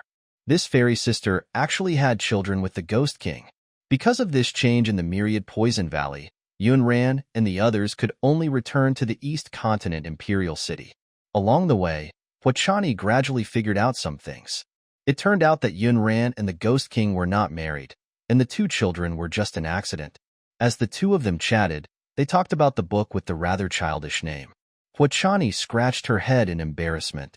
Yun Ran, I'm the one you're looking for in the Myriad Poison Valley. I wrote the book. Yun Ran did not expect things to be so coincidental. The senior she was looking for was not a senior, but the young lady in front of her. You like poison? Hua Chani nodded gently. My father said that I'm talented in poison, but everyone hates poison. My father said that young girls can't get married if they play with poison, so he didn't allow me to play with poison. However, Yun Ran said, I think poison is the same as weapons like swords and sabers, as well as sword cultivation techniques and arrays. It depends on how you use it. It's not poison that scares people, but evil people who use poison to harm others. Hua Chani was stunned. No one had ever said something like that to her before. She thought about what she had heard over the years. The Myriad Poison Valley is full of poisonous people. Poisoning people is the most despicable method. Apart from playing with poison, what else does the Myriad Poison Valley have? If they can't win, they'll poison others. The Myriad Poison Valley is indeed the Myriad Poison Valley. But now, Yun Ran had told her that poison was the same as saber and sword cultivation techniques. Do you really think that playing with poison isn't scary? But it's precisely because our Myriad Poison Valley is good at using poison that we're despised and disliked by the world. They all say that we take the crooked path. Those who play with poison are all despicable methods. Yun Ran raised her lips slightly. Then let me ask you. On one side are evil people who hurt people with swords, and on the other side are good people who use poison to protect the people. Which is right? Which is wrong? Hua Chani was suddenly enlightened, and her gaze became more determined. I understand. As long as I don't poison innocent people, I have a clear conscience. Yun Ran felt that she found a ready-made master for Bun. Hua Chani took out a few books from her interspatial ring and gave them to Bun so that he could read them first and familiarize himself with the various toxins to lay the foundation. Unexpectedly, Bun came to look for her in less than 4 hours and said that he had already finished reading a few books. Hua Chani was incredulous. Are you sure you've read all of them? How did you read them? So quickly? Bun gave her a live demonstration. I finished reading it page by page. Hua Chani felt that he wasn't reading at all, but counting the pages. She thought that the child was too young and playful. He could not read the book at all, so he counted the pages to play. If you don't want to read them, then don't. I can tell you slowly. Hua Chani felt that these books might be too difficult for a 3-and-a-half-year-old child. Unexpectedly, after Bun closed the book, he repeated the contents of the first few pages word for word. Sister Hua, I'm really done. Hua Chani was really shocked. She rushed in front of Yun Ran and looked like she was doubting her life. Your Bun is reading books. Yun Ran yawned lightly. Are you trying to say that Bun reads faster? Well, he does read faster. Hua Chani replied. Is that just about being fast? He has a photographic memory. In less than 3 days, Bun had finished reading all the books in Hua Chani's storage ring. Hua Chani would explain to him what he didn't understand. After returning to the prince's residence, the little pack rat followed Hua Chani and began to make poison powder. With a professional like Hua Chani watching over him, Yunran had nothing to worry about. After Mo Baiyuan returned to the mansion, he disappeared for a few days. Yunran guessed that he was busy dealing with the matters of the demonic cultivators. Yunran was not interested in how Mo Baiyuan dealt with the demonic cultivators, but Huachani still asked Thunderbolt, "What has your master been busy with recently? Has there been any progress on the matter of the demonic cultivators? Can you find out which group of people massacred the Myriad Poison Valley?" Demonic cultivators were also divided into factions, just like the various large sections. Each faction had its own leader and cultivation technique, as well as its own lair. Between factions, they would also want to compete for who was the strongest in the demonic path. Therefore, over the years, the demonic cultivators had not been peaceful. On one hand, they had to avoid the pursuit of the orthodox sects, but on the other hand, they had to fight to the death amongst themselves. Thunderbolt's expression did not look too good. When he looked at her, his eyes were also avoiding hers. Yunran only glanced at him and knew that something was wrong. "Tell me, what is it? Did something happen to Mo Baiyuan?" Thunderbolt clenched his fists. After a long struggle in his heart, he finally said, "Miss Yun, do you know that the Imperial City hasn't been peaceful recently?" Yunran shook her head. She had been staying in the Yuan mansion since she returned and did not know what had happened outside. "It's not peaceful? What happened in the Imperial City?" Thunderbolt said anxiously, "There are demonic cultivators causing trouble in the Imperial City, and many people have died tragically. I don't know where the rumors came from, but they said." "Say what?" Seeing that he was about to say something, Yunran frowned unhappily and gestured for him to continue.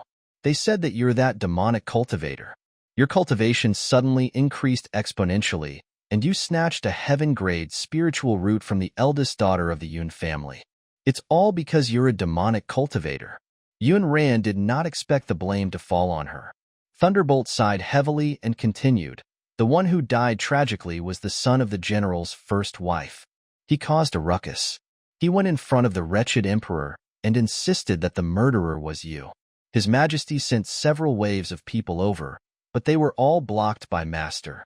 Now, everyone says that Master has been bewitched by a demonic cultivator like you and doesn't even care about His Majesty. They even say that the two little masters are also small demonic cultivators. At such a young age, they already know how to snatch someone else's cultivation. Because it concerns the innocence of you and the two young masters, Master has not slept for a few days. These days, he has been personally looking for the demonic cultivator who did evil in the Imperial City." Yunran only realized that she had misunderstood Mo Baiyuan after hearing Thunderbolt's words. He did not want to trap her and the children in the Yuan mansion. Instead, he wanted to protect them from the rumors outside. He shielded them from the storm outside, but he did not explain a word and let her misunderstand him. "Where is he? Where is your master now? Take me to him." Since this matter involved her and the two children, Yunran naturally could not stay out of it and let Mo Baiyuan handle it alone. Mo Baiyuan was not in the residence.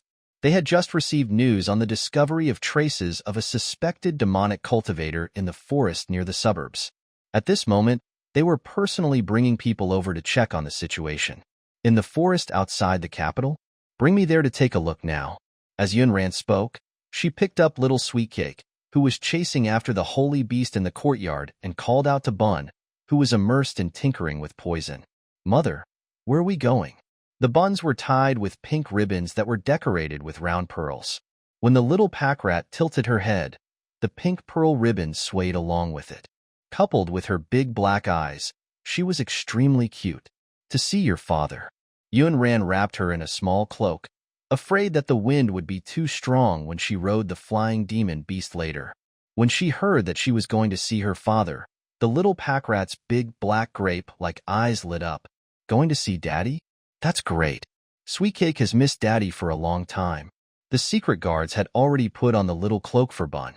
Yunran carried them and jumped onto the back of the flying demon beast.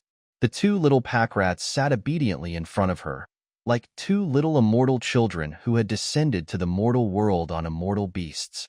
On the outskirts of the Imperial City, Mo Baiyuan followed the traces left behind by the demonic cultivator and arrived at a cave. After entering the cave, he did not find any traces of demonic cultivators.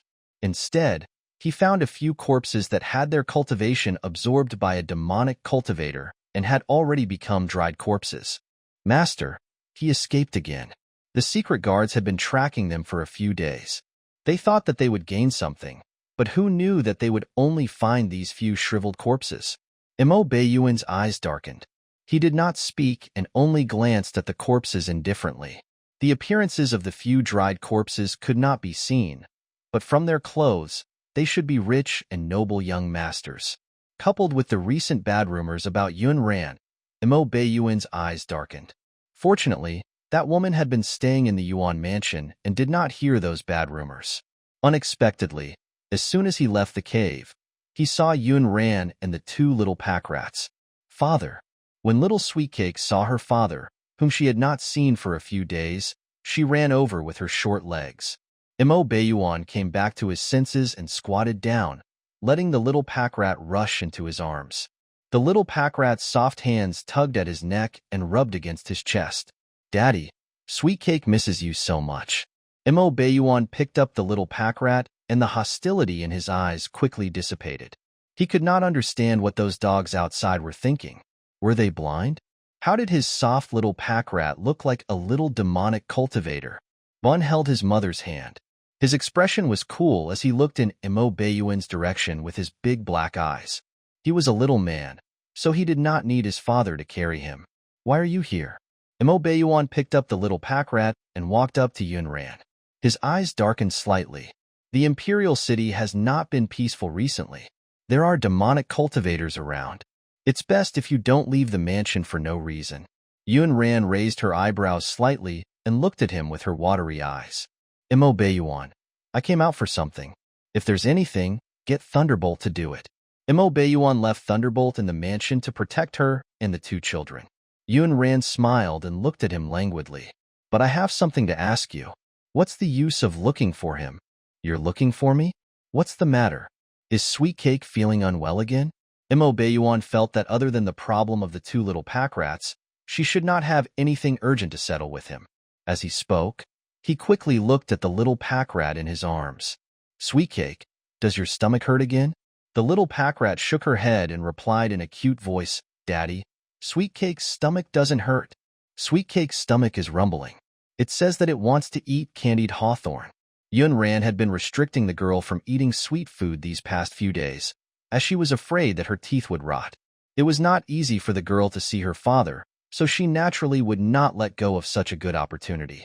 In order to make it easier to coax the little pack rat, Mo Beiyuan kept the candied fruits in his storage ring. He took out 2 sticks of candied fruits and handed one to each of the 2 little pack rats. The little pack rat licked the candied hawthorn as she swayed her little head in her father's warm embrace. It was extremely comfortable. Seeing that she had been craving it for a few days, Yun Ran let her be. When you're done eating later, you have to use warm water to clean your mouth. Otherwise, you'll cry if you get little bugs in your teeth. Sweetcake isn't afraid of little bugs. I'll let Daddy beat them up. The little girl wasn't like other children who were afraid at the mention of bugs. She actually clenched her little fists and wanted to get her daddy to beat the bugs up. Yun Ran pinched her little nose. When the time comes, the little bugs will be hidden in your teeth. Even your father won't be able to do anything. This little pack rat was only so arrogant because it had not experienced a toothache. After being interrupted by the little pack rat, Yun Ran almost forgot why she was there. Mo Beiyuan, have you found those demonic cultivators? Did you find anything in this cave? Mo Beiyuan's eyes narrowed. You know about the demonic cultivators? Did Thunderbolt tell you? Get over here. Do you want me to invite you over? Thunderbolt rubbed his head and ran over. Hee, master. What can I do for you? Yun Ran raised her clear eyes and spoke up for Thunderbolt. He's not wrong in this matter. Since you asked him to listen to my orders, he should not hide anything from me when I ask him. After hearing her words, Mo Beiyuan could no longer punish Thunderbolt. So, what exactly did he tell you? Yun Ran pursed her pink lips indifferently and told him some of the rumors she had heard from Thunderbolt. So, was this done by Mo Jinyu or the Yun family? The only people who hated her so much and wanted to ruin her reputation were probably Mo Jinyu and the Yun family. No, there seemed to be another one. She had almost forgotten. Also, we should investigate the Linshu sect. Of course, Imo Beiyuan knew that someone was targeting her, so he immediately sent someone to investigate Imo Jinyu and Yun Ziyuan. As for the Linshu sect, he did not think about it for a while. You think this matter is related to the Linshu sect? Why? Give me the reason. Yun Ran raised her little face slightly and smiled gently at him. Under her slender black eyebrows was a pair of charming eyes. Her face was really beautiful, reminding Imo Beiyuan of the rumors that she had bewitched him with her beauty. This woman indeed had the qualifications to be a femme fatale. Reason? It's very simple. Back then, I slapped the face of the Linshu sect in front of so many people at the sect meeting. For a large sect that looks decent on the surface, they probably care about their reputation the most. However, their skills are inferior, and they can't openly settle scores with me, so they can only secretly resort to some methods. Don't tell me you really think that the Linshu sect can take this lying down. Yun Ran only looked harmless and ignorant. In fact, she was quite thorough about human nature. Of course, there's another possibility. There's really a demonic cultivator causing trouble in the Imperial City. However, the people who released the rumors that I'm a demonic cultivator are not in cahoots with the demonic cultivator causing trouble. They only want to use this matter to destroy me and target you. What a good scheme. Her personality was carefree and unrestrained, and she did not care about worldly opinions. However, that did not mean that she was willing to take the blame. Most importantly, that group of people had even schemed against her 2 children, and this made Yun Ran very unhappy. I heard that the Emperor wanted to capture me, but you stopped him. Imo Beiyuan looked at her coldly, his cold aura natural. You don't have to care. As long as I'm not dead, no one can touch the 3 of you. He would ensure the safety of those he wanted to protect with his life. What were the Emperor's orders? Yun Ran knew that he wanted to protect her, but was it really good for him to provoke the Emperor so openly? Imo Beiyuan, if I don't go, it will confirm my guilt. You didn't think of this, did you? She had a clear conscience and was not afraid of being investigated. However, now that Imo Beiyuan had blocked the Emperor's men for her several times, it would clearly accelerate the ferment of the rumors. Public opinion would be even more unfavorable to her. Of course, Imo Beiyuan knew that at this moment, he could only clear her name quickly through a confrontation. However, he also knew that she did not like the Emperor. Previously, when the Emperor was in the Yuan mansion, she displayed very obvious disgust. That was why he blocked the Emperor's summons for her several times. I thought you didn't like to see the Emperor? Yun Ran was slightly stunned, and her heart trembled. Clearly, she did not expect him to give such an answer. So, did he make things so complicated just because she didn't like to see the Emperor? Yun Ran raised her hand to cover the boy's ears before clearing her throat.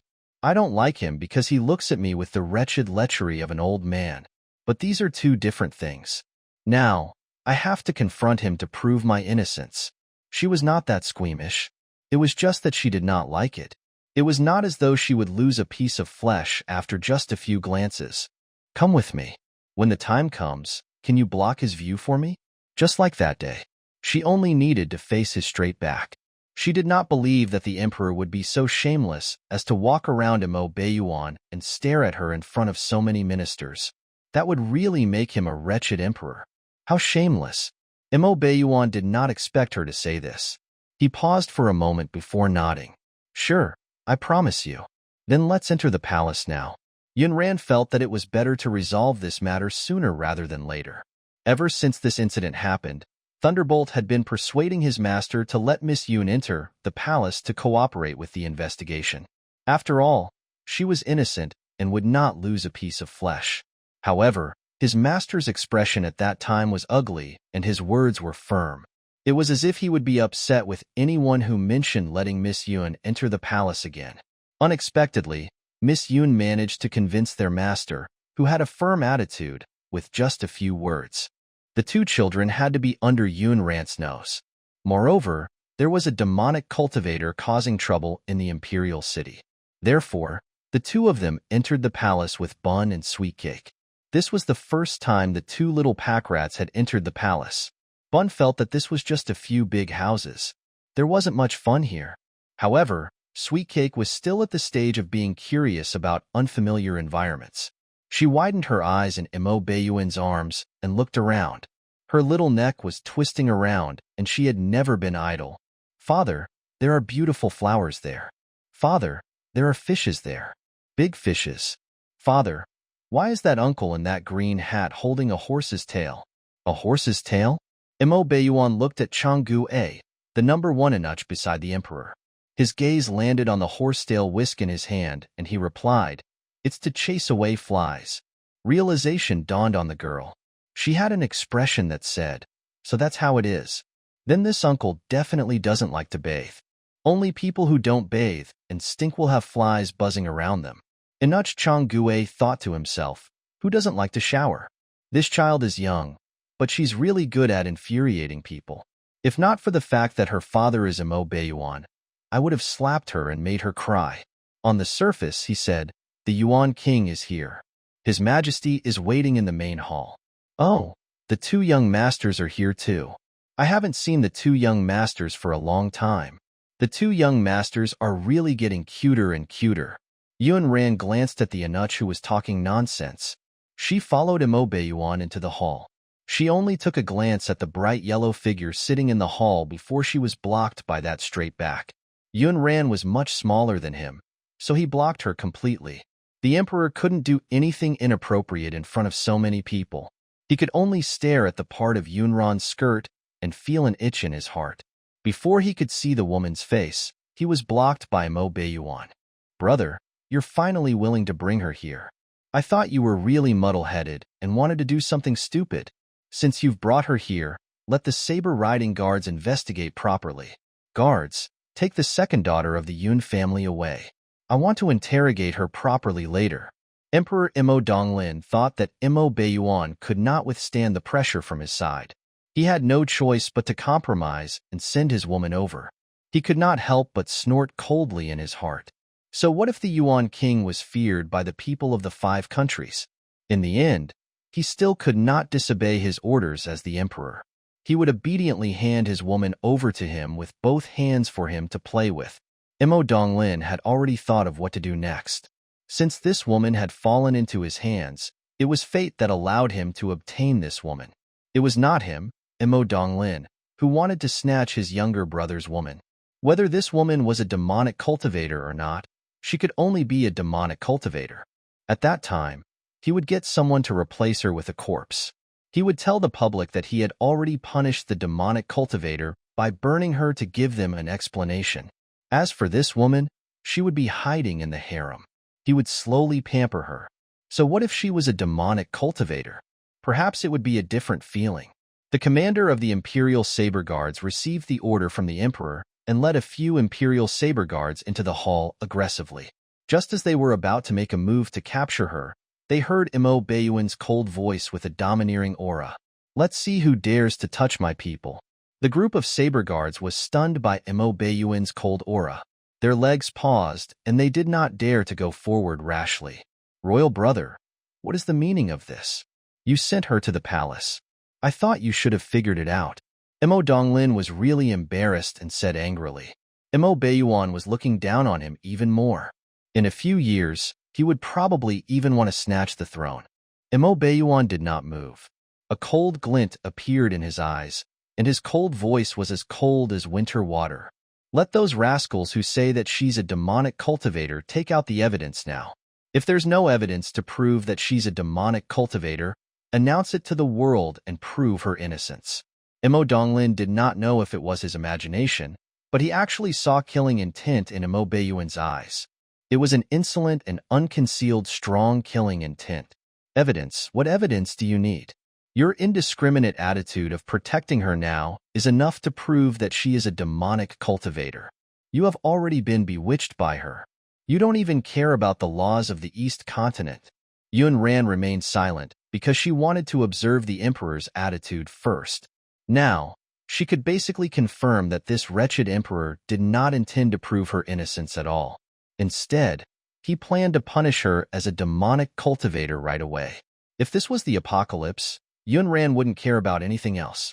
She would just go up and punch him a few times and teach him to be a human first. However, At this moment, the imperial power was supreme after all. If she went up and punched this wretched emperor a few times, even Imo Beiyuan would not be able to protect her.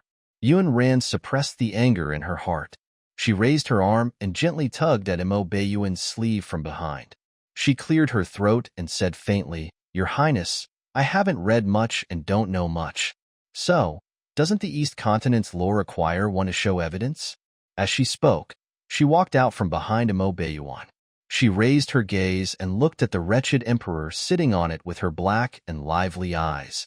"As for the reason your majesty just mentioned, Yun Ran doesn't understand even more. Your majesty should know what my relationship with the Yuan king is, right? Isn't it only right for him to protect me? If he can't even protect his woman, what kind of man is he?" Yun Ran felt that her relationship with Imo Beiyuan would probably not be clear in the short term, and she could not expose the goo poison. These people had identified her as Imo Beiyuan's woman and insisted that Imo Beiyuan was obsessed with her and doted on her crazily. For her, he could become enemies with the world. She was a calamity that befell him. In that case, she might as well use this as a cover. Doesn't His Majesty dote on the concubines in the harem? Don't the ministers dote on their wives? Then how did my lord's protection of me become bewitchment? With that, she raised her hand and hooked it around Imo Beiyuan's arm. She smiled coquettishly. Imo Beiyuan's body stiffened when he saw her suddenly approach intimately. Why was this woman suddenly so close? And what was she talking about? When did he dote on her? Did this woman have some misunderstanding? Since Yun Ran had decided to be the calamity, she naturally had to be professional about it. If you say that I'm a devil cultivator just because I'm pretty, then I won't accept this. Logically speaking, how can a devil cultivator be as pretty as me? Imo Beiyuan knew that Yun Ran did not play by the rules, but at this moment, he was still stunned by her sudden intimacy.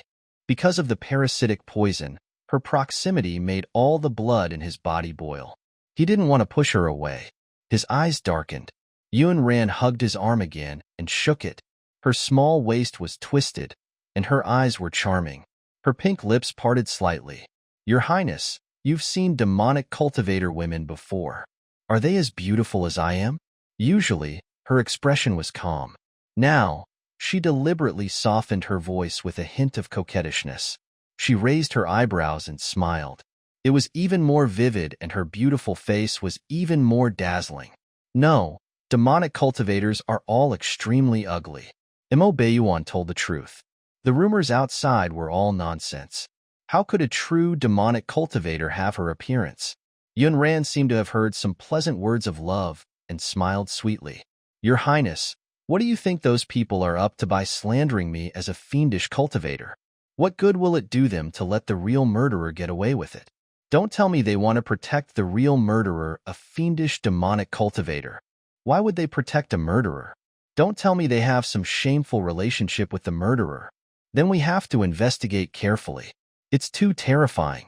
She clearly had the sweetest smile on her face, but the words that came out of her mouth were not that sweet. Framing her? Come on. Who didn't know how to spread rumors? You demoness, you're simply spouting nonsense. My son has died tragically. How can I protect a murderous demonic cultivator? The one who roared was the old general who had complained to the emperor previously. His only legitimate son had died tragically. When he heard the rumors that Yun Ran was a demonic cultivator, he entered the palace to complain. Yun Ran's clear eyes swept over and she asked, "Then did you see with your own eyes that I killed your son?" The general said sternly, "No, but I know that your spiritual power cultivation is not legitimate. If you didn't cultivate using the demonic path cultivation method, how can you explain your cultivation?" Yun Ran did not expect her cultivation method to be the reason for being framed. She raised the corners of her lips. "What's wrong? Your talent is poor. Just because you can't do it, you can't allow others to have high talent and improve their cultivation by leaps and bounds. You've lived for so long. Don't you understand that there's always someone stronger out there? Was his son's death a reason for him to implicate an innocent person? I cultivate spiritual power, not demonic cultivation methods. Whether I have demonic energy on me or not, we'll know once we test it. However, you insisted that I cultivate demonic cultivation methods and am a demonic cultivator before verifying it. What's the meaning of you wanting to avenge your son? Do you want to kill me for no reason? Do you really plan to avenge your son? Or do you just want to deal with me? In fact, when she was in the Yuan mansion, Thunderbolt had already told her that this general whose son had died was the Emperor's trusted aide. He did not get along with Yuan. Therefore, this was probably a show deliberately set up by the wretched Emperor. As for the motive, Yunran could roughly guess it. If she was a demonic cultivator, Yuan would definitely be implicated. Even if he was not punished, his reputation would be greatly affected. Moreover, there were 2 children. With a demonic cultivator mother, it would probably be very difficult for them to survive in the 5 countries in the future. The Emperor was clearly targeting her, but in fact, he was ultimately targeting Yuan. But just as Yunran felt that the matter was almost resolved, and they could leave the wretched Emperor's hall, the eunuch beside the wretched Emperor suddenly whispered a few words into the wretched Emperor's ear. The wretched Emperor suddenly smiled, as if he had heard something interesting. After a while, a few people entered the hall. When those people approached, Yunran saw them clearly. No wonder they looked so familiar from afar. It was the Yun couple and Yun Qingqing. Greetings, Your Majesty. The Yun family of 3 paid their respects to the Emperor. Mo Donglin waved his hand. Stand up, all of you. I heard that Minister Yun wishes to see me. He has something very important to say about the identity of the Yun family's second Mississippi. Yun Ziyuan bowed slightly and replied, I'm here for the identity of my second daughter. What I want to say is that the person in front of me is not my second daughter, but a thief. This thief used my second daughter's identity to deliberately approach King Yuan. I'm worried that she will harm King Yuan and my 2 grandsons. Yun Ran wanted to curse at them. Before the host died, the Yun family didn't treat her and the 2 children as humans. Yet, they were here to acknowledge their grandchildren. Dream on. I'm indeed not the second daughter of the Yun family. After all, I've already drawn a clear line with the Yun family. When I left the Yun family with the 2 little pack rats, I made it very clear. Minister Yun shouldn't have forgotten so quickly, right? Yun Ziyuan replied sharply. At that time, I didn't think too much about it. I thought that something had happened to you that caused your temperament to change drastically. However, the more I thought about it, the more I felt that something was wrong. Even if a person's temperament changes drastically, it's impossible to change their appearance, personality, and innate talent. My second daughter was born stupid and ugly. How did she become smart and beautiful in such a short period of time? Therefore, you're not the second miss of the Prime Minister's estate at all. Who exactly are you? Not only did she pretend to be my second daughter, but she also stole my eldest daughter's heaven-grade spiritual root. When Yun Ziyuan found out that the demonic cultivators in the Imperial City were causing trouble, he did not think of involving Yun Ran immediately. However, someone spread the news that Yun Ran was a demonic cultivator, causing him to suddenly have a plan. After colluding with the people from the Prime Minister's estate, they entered the palace. Luo Dai also raised her hand and pointed in Yun Ran's direction. Her eyes were red as if she had just cried. You're definitely not my biological daughter. Tell me, where did you take my Ranner? Is she already dead? She was killed by you. My poor child. Yun Qingqing went forward to support her mother and looked at Yun Ran with hatred in her eyes. I grew up with my sister, and our hearts are connected. You're not my sister. Who are you? Are you pretending to be my sister for my heaven-grade spiritual root? Then I'll give you my heaven-grade spiritual root. Can you return my sister to me? Yun Ran would be stupid if she couldn't tell. This family planned to put on a show to distort the truth, erase her identity as Yun Ran, and confirm that her identity was unknown. They would pretend to approach the Yuan king with an impostor. They even wanted to take back the heaven-grade spirit root. The 3 of them should have colluded long ago, and their words were the same. At first glance, there was no flaw. Moreover, Yun Ran was dead. There was no evidence. The 2 little pack rats had been obediently silent because Yun Ran had instructed them on the way that after entering the hall, they had to keep their mouths shut. They would go home after their father and mother settled the matter. Hence, the 2 little pack rats listened with their big black eyes and did not say anything. However, at this moment, not only did they recognize Yun Qingqing, Yun Ziyuan, and Luo Dai, but they also recalled the bad memories from the Prime Minister's estate. Little Sweet Cake was so excited in her father's arms that her small waist straightened. Big Baddie. 1, 2, 3. 3 Big Baddie eggs. They bullied Mother. Sweet Cake wants to beat up the Big Baddie eggs. Although Bun didn't say anything, the way he looked at the Yoon family of 3 was clearly hostile. He could understand the meaning behind the Yoon family's words. They said that the mother in front of him was not their mother, but an imposter. As soon as Sweet Cake spoke, the Yoon family immediately turned their attention to the 2 children. Yoon Ziyuan's eyes flashed with shrewdness. These 2 little babies were the easiest to coax. This little rascal had just said that her name was Sweet Cake. Wait, what was the big rascal's name again? Yoon Ziyuan thought for a long time, but could not remember the name of the boy. He could only start with the little girl in Mo Baeyuan's arms. Sweet Cake, your name is Sweet Cake, right? I'm your maternal grandfather. Do you still remember your maternal grandfather? The little pack rat snuggled in her father's arms. On her dough-like little face, her little eyebrows were arched together. Her thick and curly eyebrows trembled as she pointed her chubby little hand at Yoon Ziyuan. You're a big bad egg. Stinky egg. A dirty egg that only flies like. The little girl was too young and did not know how to scold people at all. She had probably used all her vocabulary to scold them fiercely.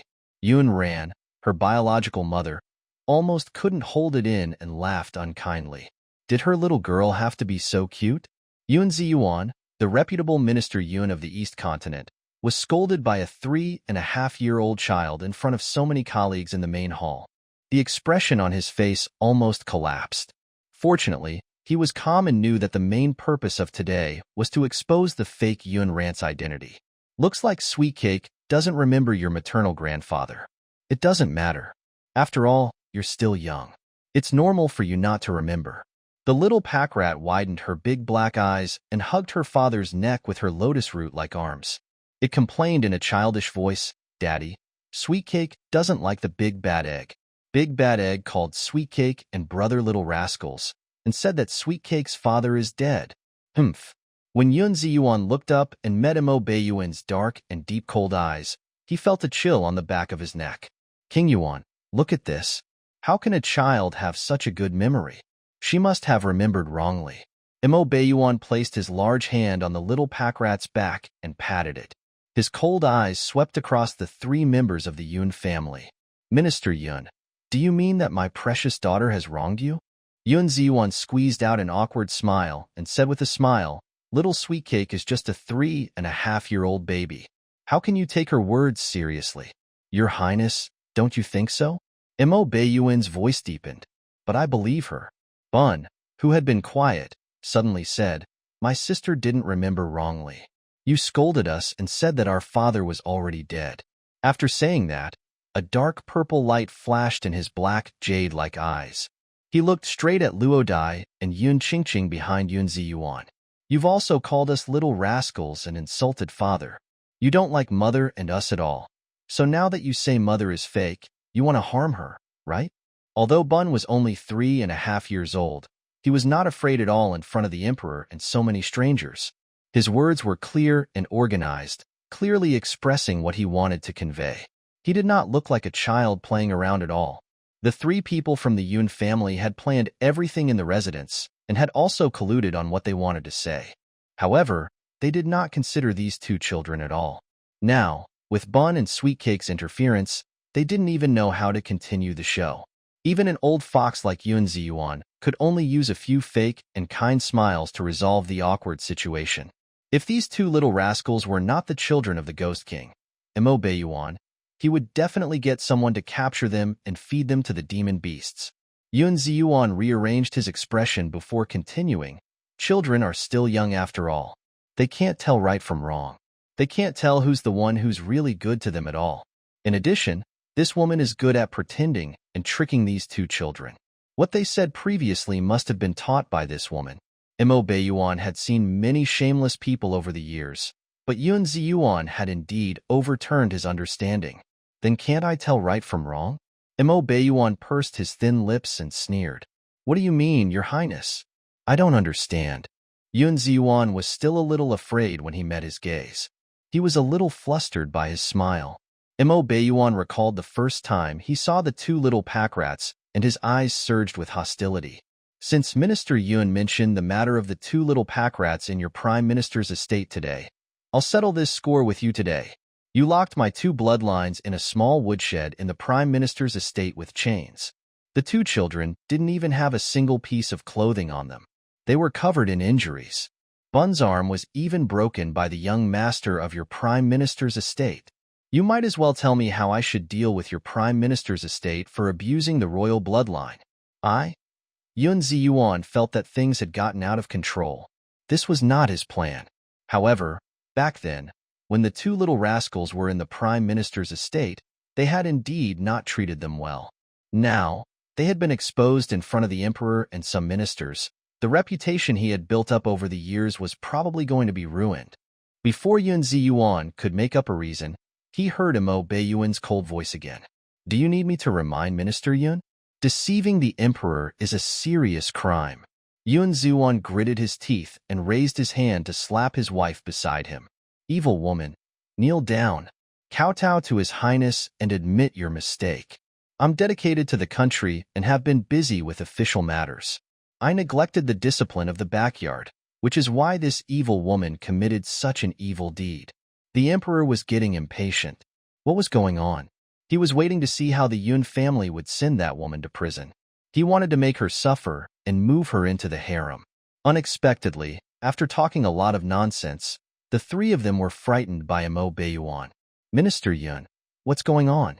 Aren't you here to identify the second daughter of the Yun family? The emperor gritted his teeth, trying to remind them of the purpose of standing in this hall today.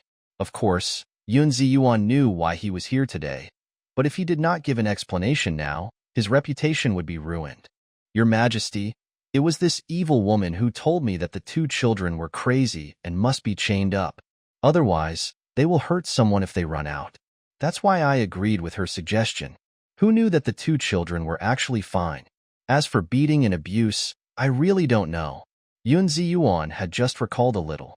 Fortunately, he had not taken these two little rascals seriously back then and had not beaten them up personally.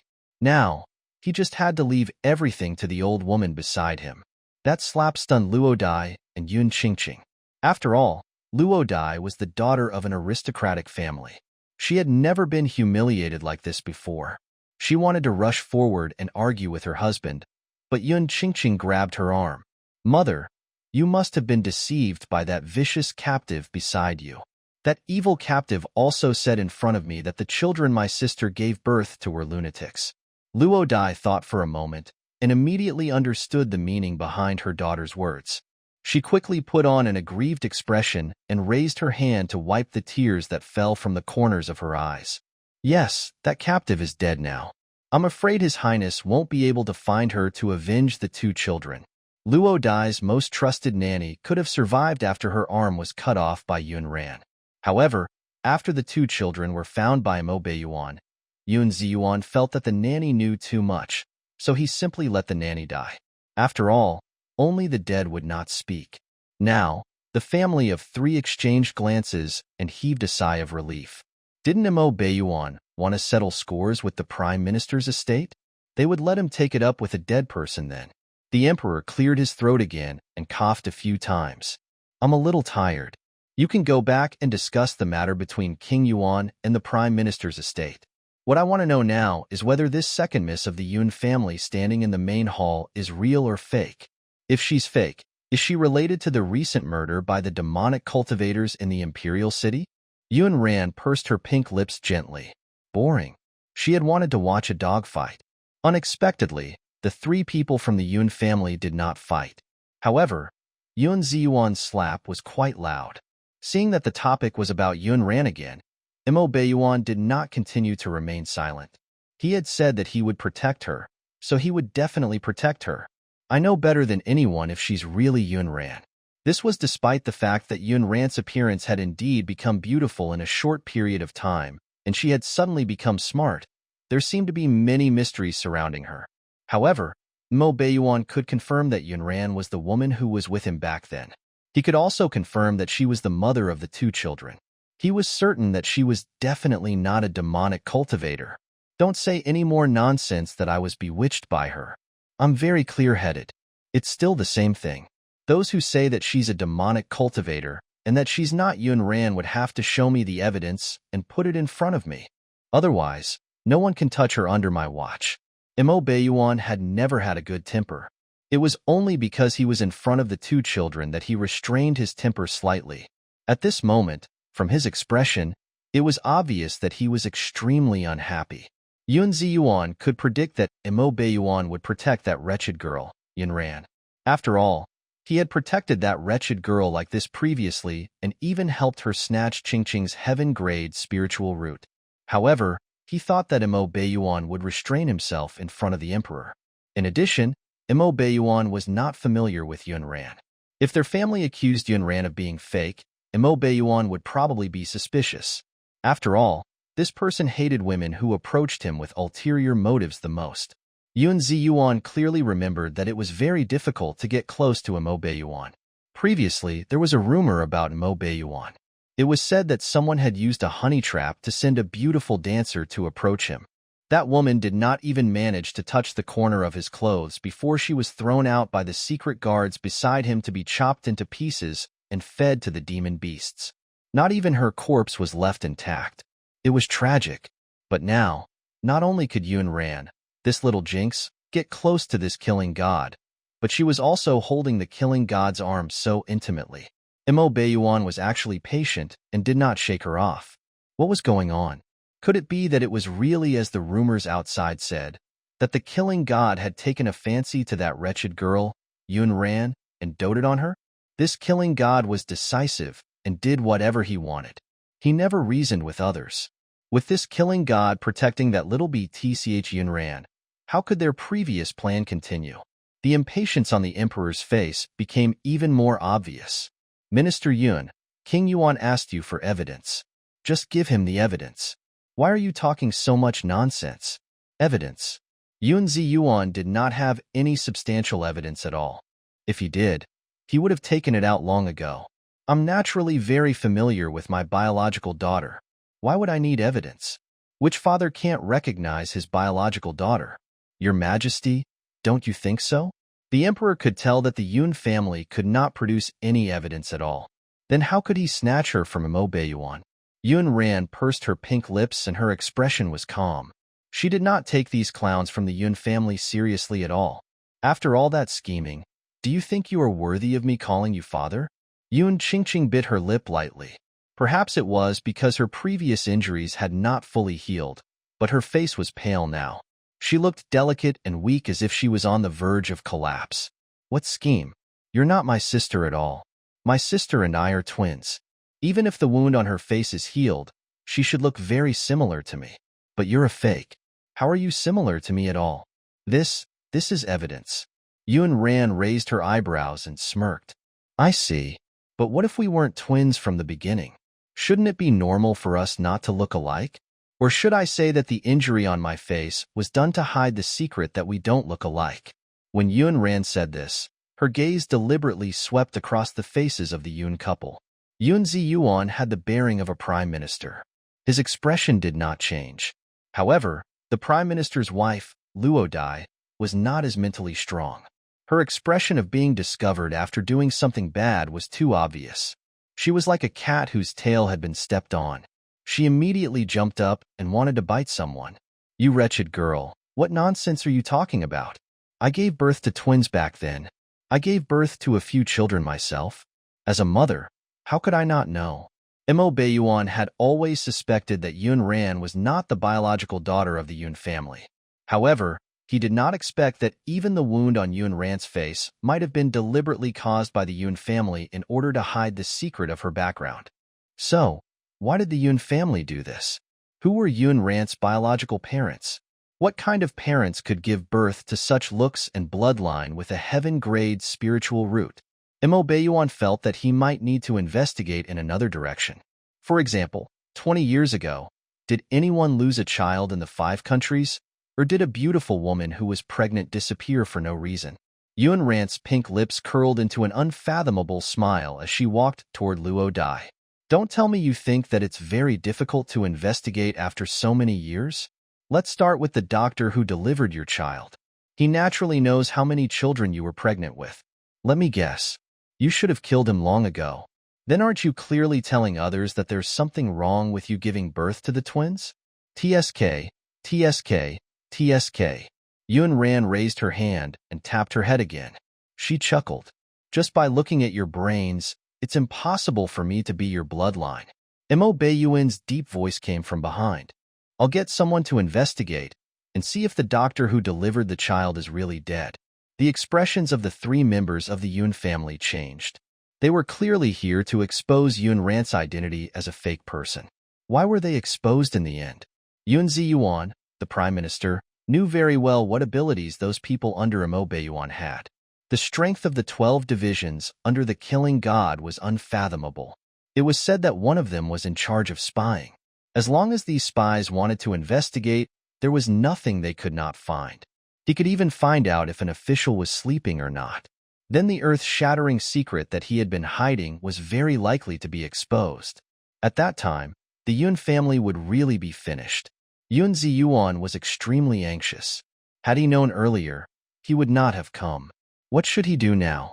King Yuan sure knows how to joke. She's just joking. Why did you take it seriously? Mo Baiyuan's eyes darkened. But I don't think she's joking. After all, there are no biological parents in this world who can't recognize their children and keep saying that she's fake. Seeing that the Yun family of 3 had created a ruckus in vain, Yun Ran couldn't help but laugh. Yun Ziyuan probably did not expect the joke to be on him. The emperor did not want to know if the Yun family had twins back then, nor did he care about the identity of the second daughter of the Yun family. He just wanted to embarrass Mo Baiyuan and get that little beauty. But the Yun family of 3 was trash. Useless things. I'm tired. All of you can leave. Don't bother me if you don't have evidence in the future. The emperor had caused such a scene, but in the end, it was indeed Yun Ziyuan, the prime minister, and the general whose son was killed who became the scapegoats. The two of them could not say anything. This matter should have already passed. However, Mo Baiyuan suddenly said, "Your Majesty, do you mean to let this matter go just like that? The people who framed me don't take me seriously. Now, it's General Li and Minister Yun. But next, does anyone dare to take me, the Yuan king, seriously?" The emperor knew that with Mo Baiyuan's mad dog-like personality in the past, he would probably not let go easily. Then what do you mean? Since it's a false accusation, it naturally has to be done according to the law. Mo Baiyuan's tone was calm, but his aura was as cold as the cold wind. According to the laws of the East Continent, the result of a false accusation was not punishable by death. However, it was enough for the Yun family and General Li to suffer.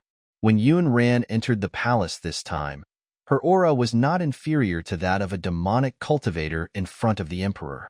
At the very least, she could shut some people up. For the next few days, Yun Ran stayed in the mansion.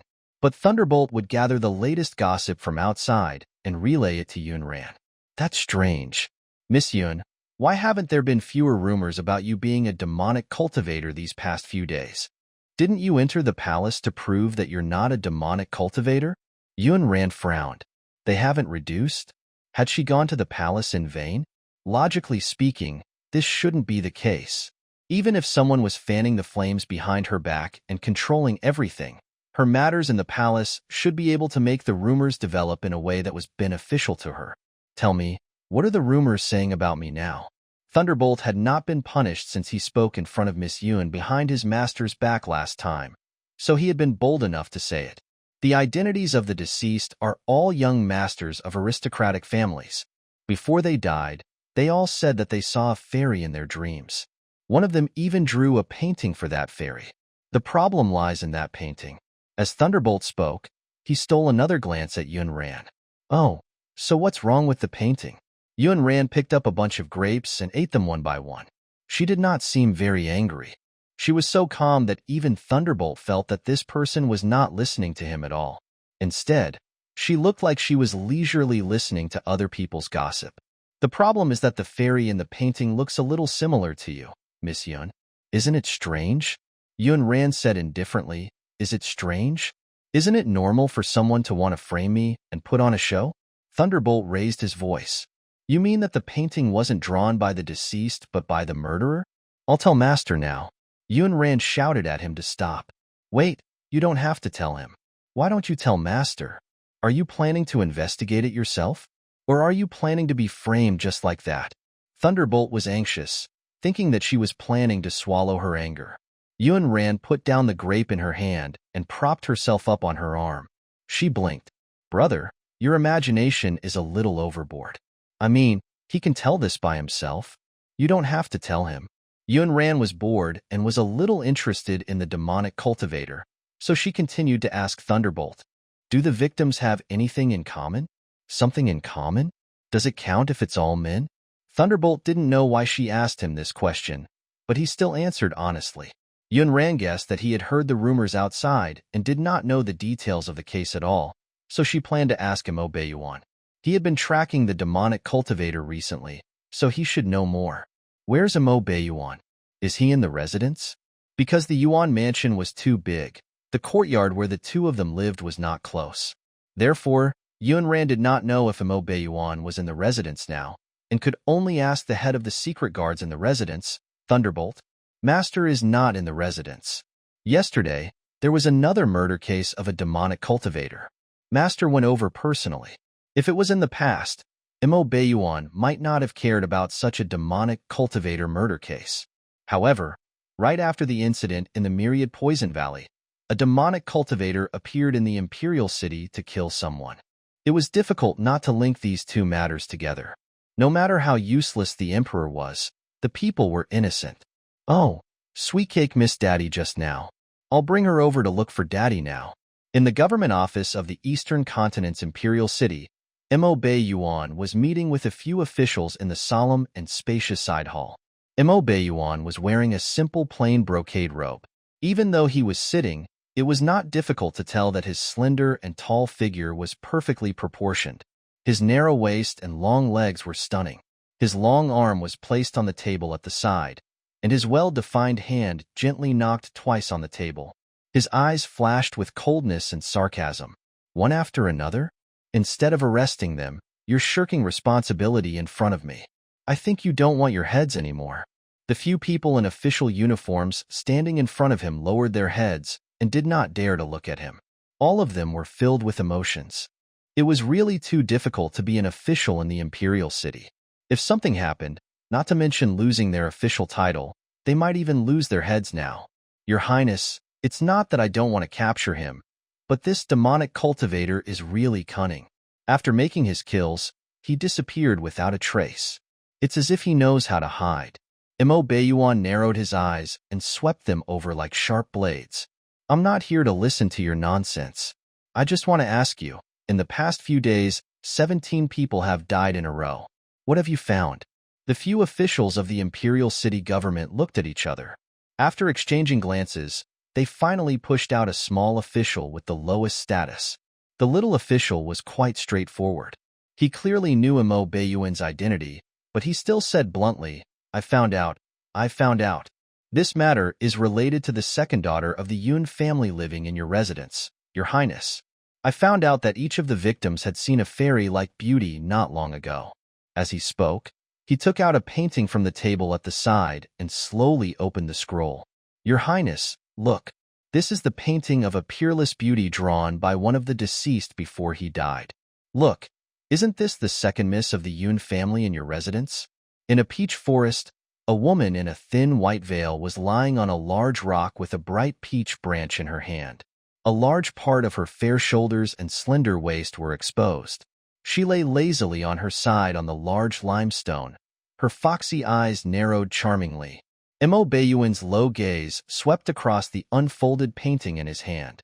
He pursed his thin lips and sneered. I think you might be blind to think that the woman in this painting is her. The low-ranking official was slightly stunned. Doesn't it look like her? But I asked a few people who had seen the second daughter of the Yun family before. They all said that the person in this painting is the second daughter of the Yun family. However, the second miss of the Yun family had a special identity. They had yet to investigate the matter clearly, so they did not dare to rashly go to the Yuan mansion to arrest her. If I say it's not her, it's not her. Why are you talking so much nonsense? Mo Baiyuan looked unhappy. These stupid things didn't think carefully. With Yun Rant's spiritual power cultivation, there was no need for her to pretend to be mysterious and use a honey trap to kill people. The low-ranking official did not want to give up. He made up his mind and continued. Whether it's the second miss of the Yun family or not, once your highness invites her over, we'll know after taking a look. Mo Baiyuan sneered coldly. He was about to get the secret guard to drag this person out so that he wouldn't be annoyed. A childish voice came from outside. Daddy, Daddy. The little pack rat called him Daddy several times in a row. The officials standing in the side hall broke out in a cold sweat. How did this child from an unknown family come to the government office to look for her father? They were afraid that she would bump into this infuriated killing god. Mo Baiyuan, who was still sitting, suddenly stood up and strode out of the side hall. The officials looked at each other and communicated with their eyes. No way. Is this killing god really not going to let a child off? Whose child is this? According to this killing god's temperament, I'm afraid this family will suffer. However, after a while, Mo Baiyuan returned with a pink baby in his arms. The child was very exquisite. Her small face was soft, and her big black eyes were filled with spiritual energy. Little Sweetcake was in her father's arms. Her big eyes flickered as she looked at the uncles in the side hall that she did not know. She was not shy at all. However, the officials were not so calm. Their eyes were filled with shock. Yun ran led Bun and followed them in. She naturally sat beside Mo Baiyuan and glanced at the people in the hall with a calm expression. Continue discussing the case. Don't worry about us. She had brought the two children to look for their father. The officials widened their eyes and looked at her. The fear and shock in their eyes deepened. Could this woman be the legendary second miss of the Yun family? They looked at the woman in the portrait again. They could not be said to be identical, but there were indeed some similarities. They were both stunning beauties, but the woman in front of him had a colder temperament than the woman in the portrait. Her facial features were more exquisite.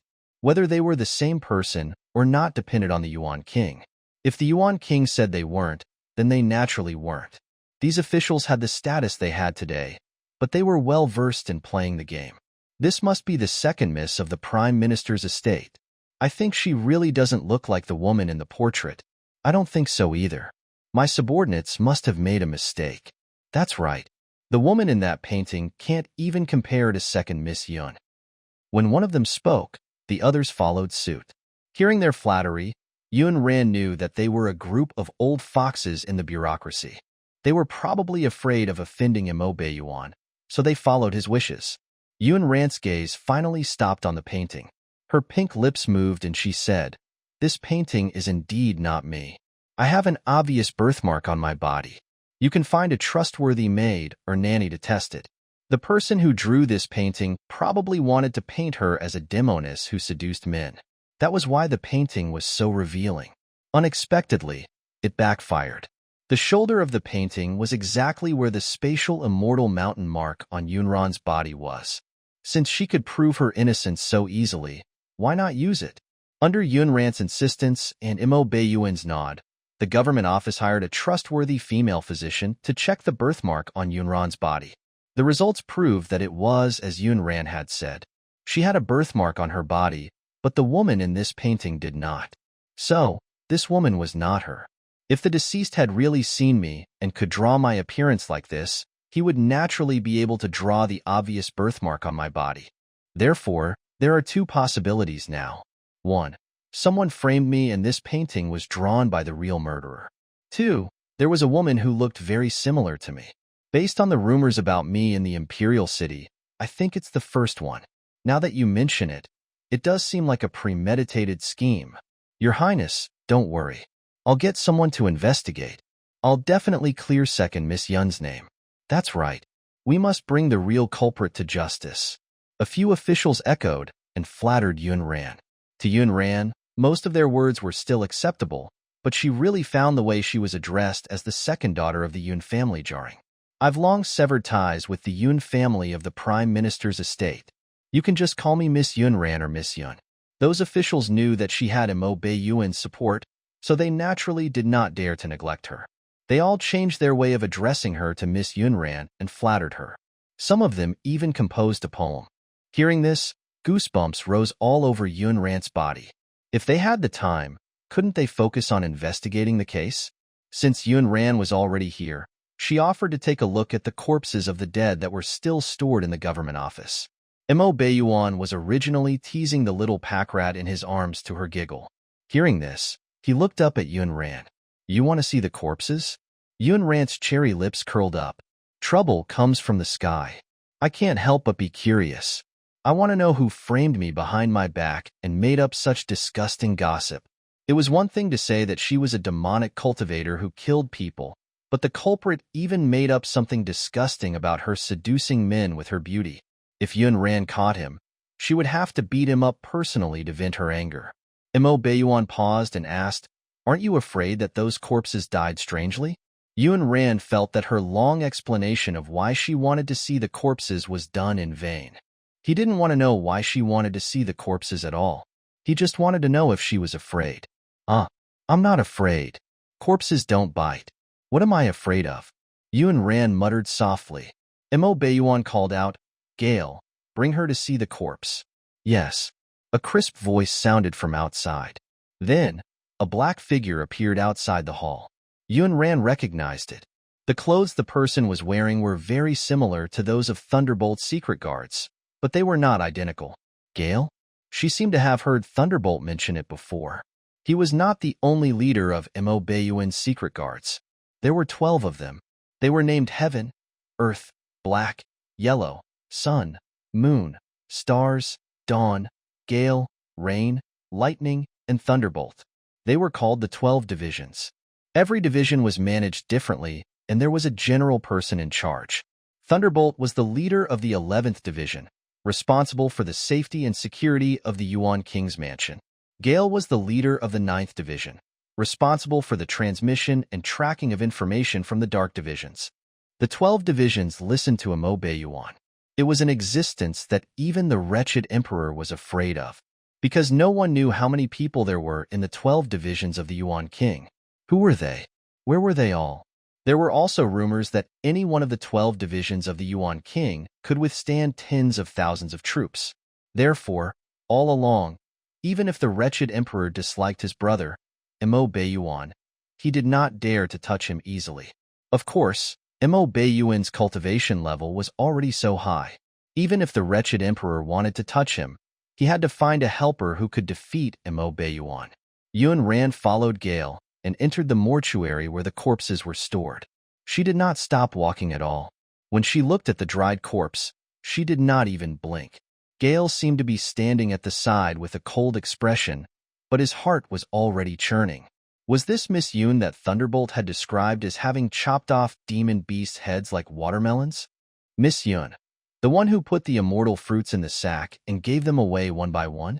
The secret guards of the Yuan mansion were all very mentally strong. Therefore, Gale thought that even if a girl like Yun Ran didn't scream from fright, she would most likely turn around and leave after taking a look or two. But clearly, he had underestimated Yun Ran. Yun Ran lifted the shroud on one of the dried corpses and walked around him. After carefully observing the dried corpse, she lifted the shroud on the other corpses one after another and walked around. After looking at all the corpses, she walked out and walked to Gale.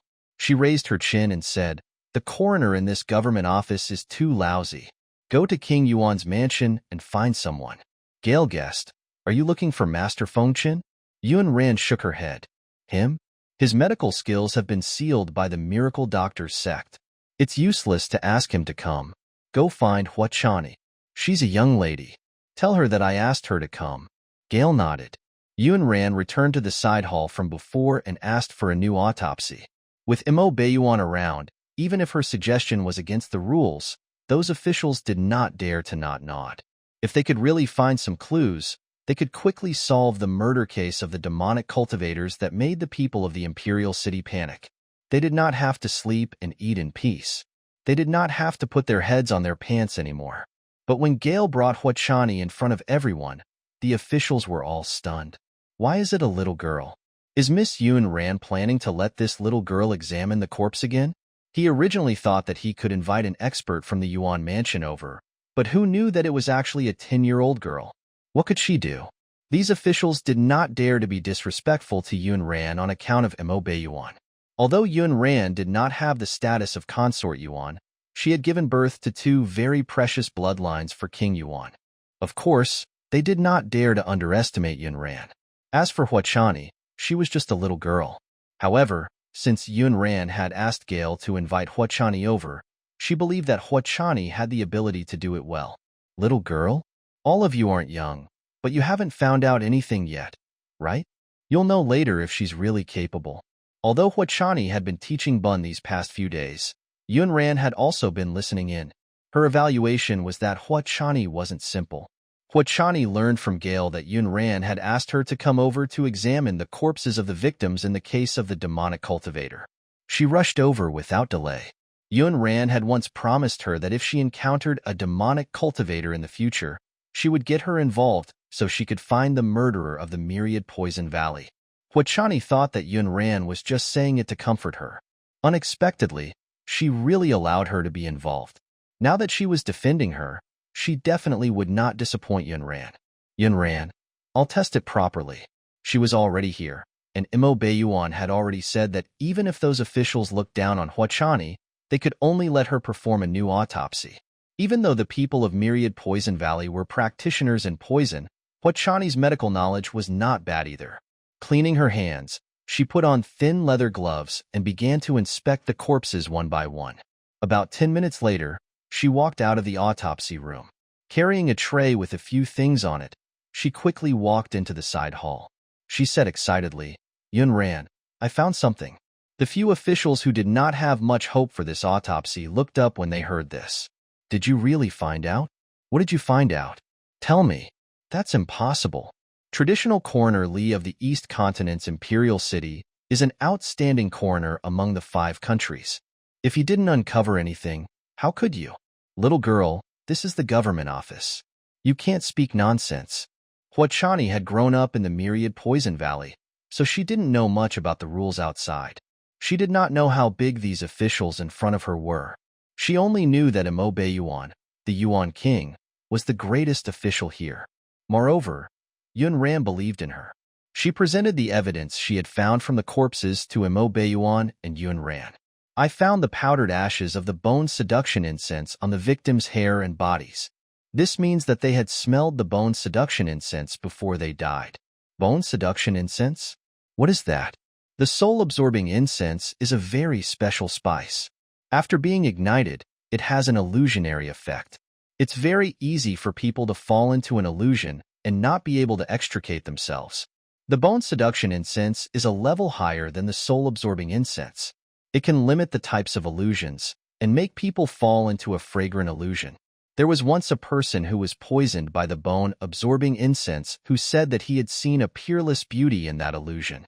Actually, Yun Ran had already discovered the powder-like thing before, but she was not familiar with it, so she asked Huachani to examine it. Unexpectedly, these things were ashes of incense. This discovery also solved the suspicion that the deceased had met a fairy in the case. What about the cause of death? If she wanted to find the murderer, she had to determine the exact cause of death. Yun Ran had heard this from a friend during the apocalypse. Before the apocalypse, that friend was a very powerful criminal investigation expert. Later on, the two of them established a small team together which became a powerful faction. They were very good friends. When they chatted together, Yun Ran had heard him tell her a lot about solving cases in the past. It shouldn't be some kind of orthodox cultivation technique. What else did you find? Do you think there's anything special about these few things? Yun Ran's gaze landed on the black tray. It swept past the powdered incense ash and moved to the other items. It was a piece of paper, a fingerprint imprinted with a special technique. There was also a golden thread about the length of a finger. Huachani quickly explained, this is a palm print left behind by the murderer. Judging from the size of the palm print, it should be a man. This thread was found in the hands of one of the victims. I feel that this thread is different from what we usually use. Logically speaking, it was already very impressive that Huachani could find out so much. However, Yun Ran did not look surprised at all, as if she had known all this before. Yun Ran had indeed seen through it before, but she hadn't personally examined the corpse. Firstly, she really didn't know how to perform an autopsy. Secondly, she could find an opportunity to get Huachani involved in this demonic cultivation murder case. Huachani didn't disappoint her. She found some clues about the bone seduction incense, but the little girl was still too young and inexperienced, so she overlooked some details. It doesn't matter. Take your time. Yunran held a cup of tea and took a slow sip. Then, she said, let me add a few more points. The murderer is a man. He should be a man with a broken arm. He only has one hand, which is his left hand. His cultivation level is naturally not low. He wears clothes embroidered with golden thread. He should be someone who is quite particular about his clothes. His status is naturally not low. If he doesn't have a grudge against me, he should have a grudge against Imo Beiyuan. I don't seem to have a broken arm among my enemies. What about you? Yunran looked at a certain someone beside her. This person had so many enemies. It was not impossible for any of them to exact vengeance on her. The expression on Imo Beiyuan's face was clearly one of shock because Yunran's words had really exceeded his expectations. Imo Beiyuan was not surprised that Huachani could find some clues from the autopsy. After all, Huachani was a member of the Thousand Poison Valley, and her knowledge of poison and medicine was not bad. Therefore, when Huachani told him about her discovery, Imo Beiyuan's expression remained the same. However, Yunran's unhurried words were clearly more accurate than Huachani's discovery and gave more information. This information was enough for him to guess who the murderer was. That's right, Imo Beiyuan already had a suspect in his heart. That was why he was so shocked. How did you know that the murderer only had one hand? Was it an arm?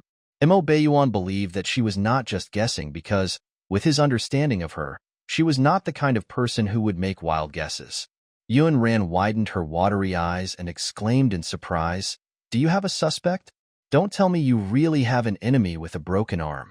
Imo Beiyuan's eyes darkened as he said, "Tell me your hypothesis first." Yunran shrugged and explained briefly.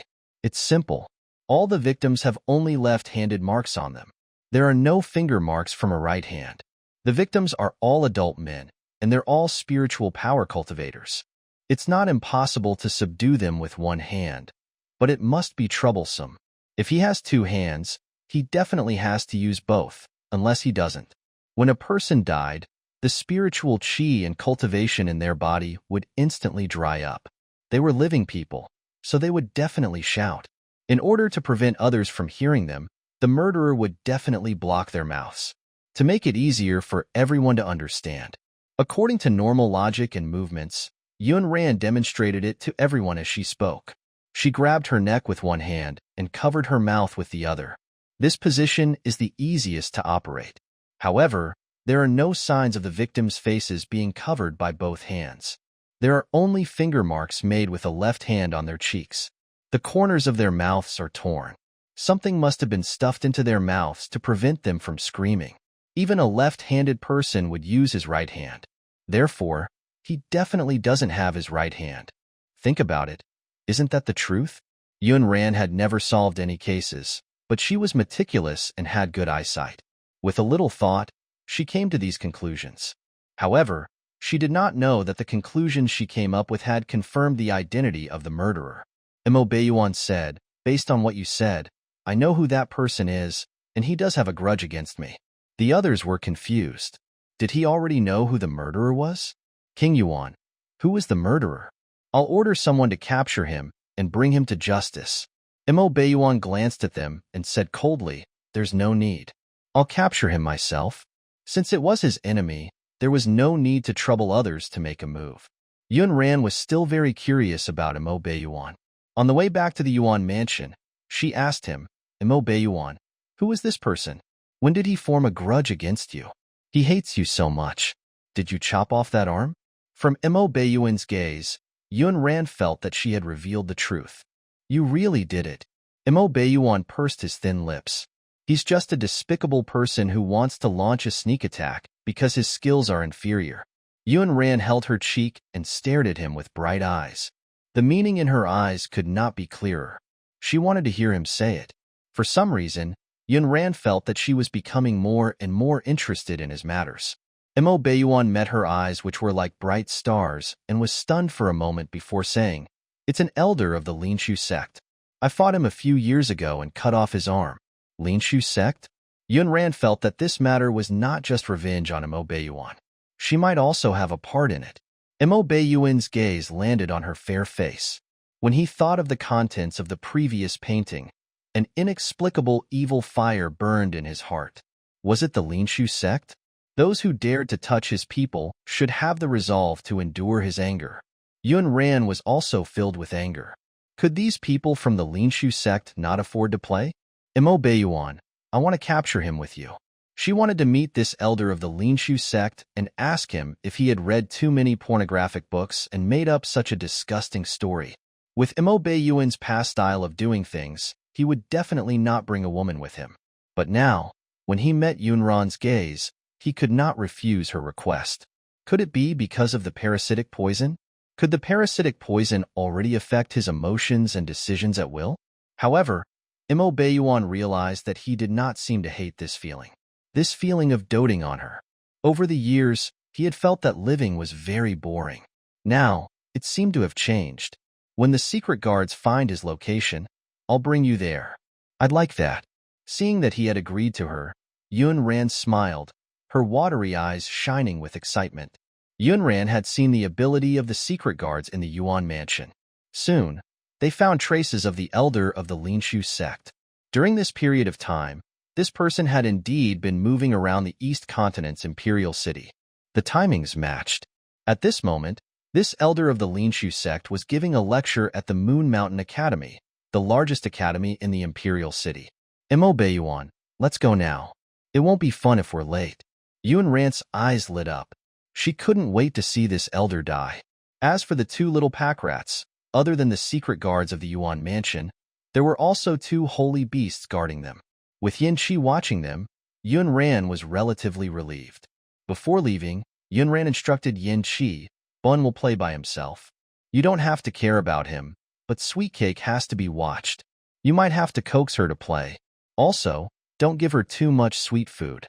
No matter how much she wheedles, you have to abide by your principles. It was not that Yunran did not trust Yin Qi, but her little pack rat was too good at acting cute. She kept calling him little brother. It was so sweet. As for Yin Qi, although he usually had a cold expression on his face, he had the temperament of a proud little boy. In front of Sweet Cake, he would only cave. Despite the danger of being discovered, he had secretly gone out to buy snacks for Sweet Cake. Yunran had caught him several times. When the little pack rat was sleeping, there were several bags of preserved candied fruits hidden under the blanket. It could be seen how much Yin Qi doted on Sweet Cake. After making arrangements for the two little pack rats, Yunran and Mo Beiyuan set off for Moon Mountain Academy. On the back of the flying demon beast, Yunran held her pink cheeks, her eyes suffused with a moist and lively luster. She asked the person in front of her, that elder of the Linshu sect will definitely not confess easily. How do you plan to make him confess? Mo Beiyuan looked at her and asked, if it were you, what would you do? Yunran pursed her lips and smiled lightly. If it were me, of course, I would beat him up, until he had no choice but to use the evil cultivation technique he cultivated to fight back and save his life. A sanctimonious sect elder with disciples and grand disciples all over the world, but a demonic cultivator who kills people like flies behind their backs. Just thinking about it is exciting. Mo Beiyuan had thought that the elder of the Linshu sect would not easily admit his crime. He would capture him first, and then have ways to make him confess. But now, he decided to use Yunran's method. In Moon Mountain Academy, a group of students sat neatly, listening to a white-haired old man giving a lecture. Mo Beiyuan led the secret guards and landed in the academy on a flying demon beast. For a moment, it caused quite a commotion. What's going on? Who are they? Heterochromia. It's the Ghost King. Why did the Ghost King come to our academy? Did someone in the academy offend him? Who offended him? Anyway, it wasn't me. The students in the academy were all curious and looked up to watch the show. Their gaze was quickly attracted to Yunran. Who's the girl beside the Yuan King? The legendary peerless beauty, the second daughter of the Yun family? Second young mistress of the Yun family? The recent murder of a demonic cultivator seems to be related to her. But she doesn't look like a demonic cultivator at all. Those people she killed thought so too. Beauty? Who knows how she got that skin on her face? You young men have to be careful, a female student said coldly. When the deans in the academy saw Mo Baiyuan approaching step by step, they hurriedly went up to him and said some flattering words. Mo Baiyuan's gaze passed them and stopped on the one-armed elder of the Linshu sect. He did not hide the killing intent in his eyes. Before anyone could react, he gathered spiritual chi and attacked the one-armed elder. He was so fast that no one could stop him. The one-armed elder was also stunned and quickly raised his hand to counterattack. However, their cultivation levels were not on the same level at all, and Mo Baiyuan's attacks were killing moves that were lethal. At first, he could still tell himself not to expose the demonic cultivation technique he secretly cultivated. However, gradually, his thoughts changed because he realized that Mo Baiyuan seemed to be injured and had some flaws. If he used the demonic cultivation technique now, he might be able to avenge his previous humiliation and defeat Mo Baiyuan. Hence, the one-armed elder revealed a sinister smile. All of a sudden, he seemed to have become a different person. His aura became more feminine. Yun Ran gave the secret guards a look and ordered, "Set up the demon sealing array." The so-called demon sealing array was an array formation that specialized in dealing with demonic cultivators. Actually, all of this was a countermeasure Yun Ran had discussed with Mo Baiyuan on the way. He would deliberately show weakness and reveal a flaw to bait the fish. He used the murderer's desire to win to provoke him into using the demonic cultivation technique. After he released the demonic chi, they would set up the demon sealing array and expose his identity as a demonic cultivator. The secret guards of the Yuan mansion quickly set up the array formation. By the time the one-armed elder realized that he had fallen into a trap, it was already too late. Inside the demon sealing array, the demonic aura on his body was already very obvious. Moreover, in front of everyone, he could not find any reason to defend himself. What's going on? That black color is demonic chi. Why is there demonic chi in the body of a respected elder of the Linshu sect? Do you think he's a demonic cultivator? How is that possible? He's an elder of the Linshu sect. Naturally, he cultivates spiritual power cultivation techniques. Then have we all been blind? The students exploded. The beacon of the righteous path was actually a demonic cultivator. Who wouldn't be excited about such gossip? The deans and teachers of the academy were also dumbfounded. What was going on? Why was the elder council of the Linshu sect a demonic cultivator? Seeing that the demon sealing array had already been activated, and that the person opposite had completely exposed his identity as a demonic cultivator, Mo Baiyuan did not continue to pretend. He stopped after a few moves. The person opposite him was still alive, but he was only left with one breath. Only then did Yun Ran pace over and run to the one-armed elder. She clicked her tongue softly. "I'm a little curious. When you used the bone seduction incense, did you also wear a beautiful dress? TSK, TSK, TSK. In order to frame me, you even abandoned your old face. Impressive, impressive." As she spoke, she even gave the dying person on the ground a thumbs up. Mo Baiyuan was speechless. Was this woman trying to anger him to death? Yun Ran wanted to punch him a few times herself, but looking at the old man lying on the ground, she was afraid that she would kill him with a punch. Forget it.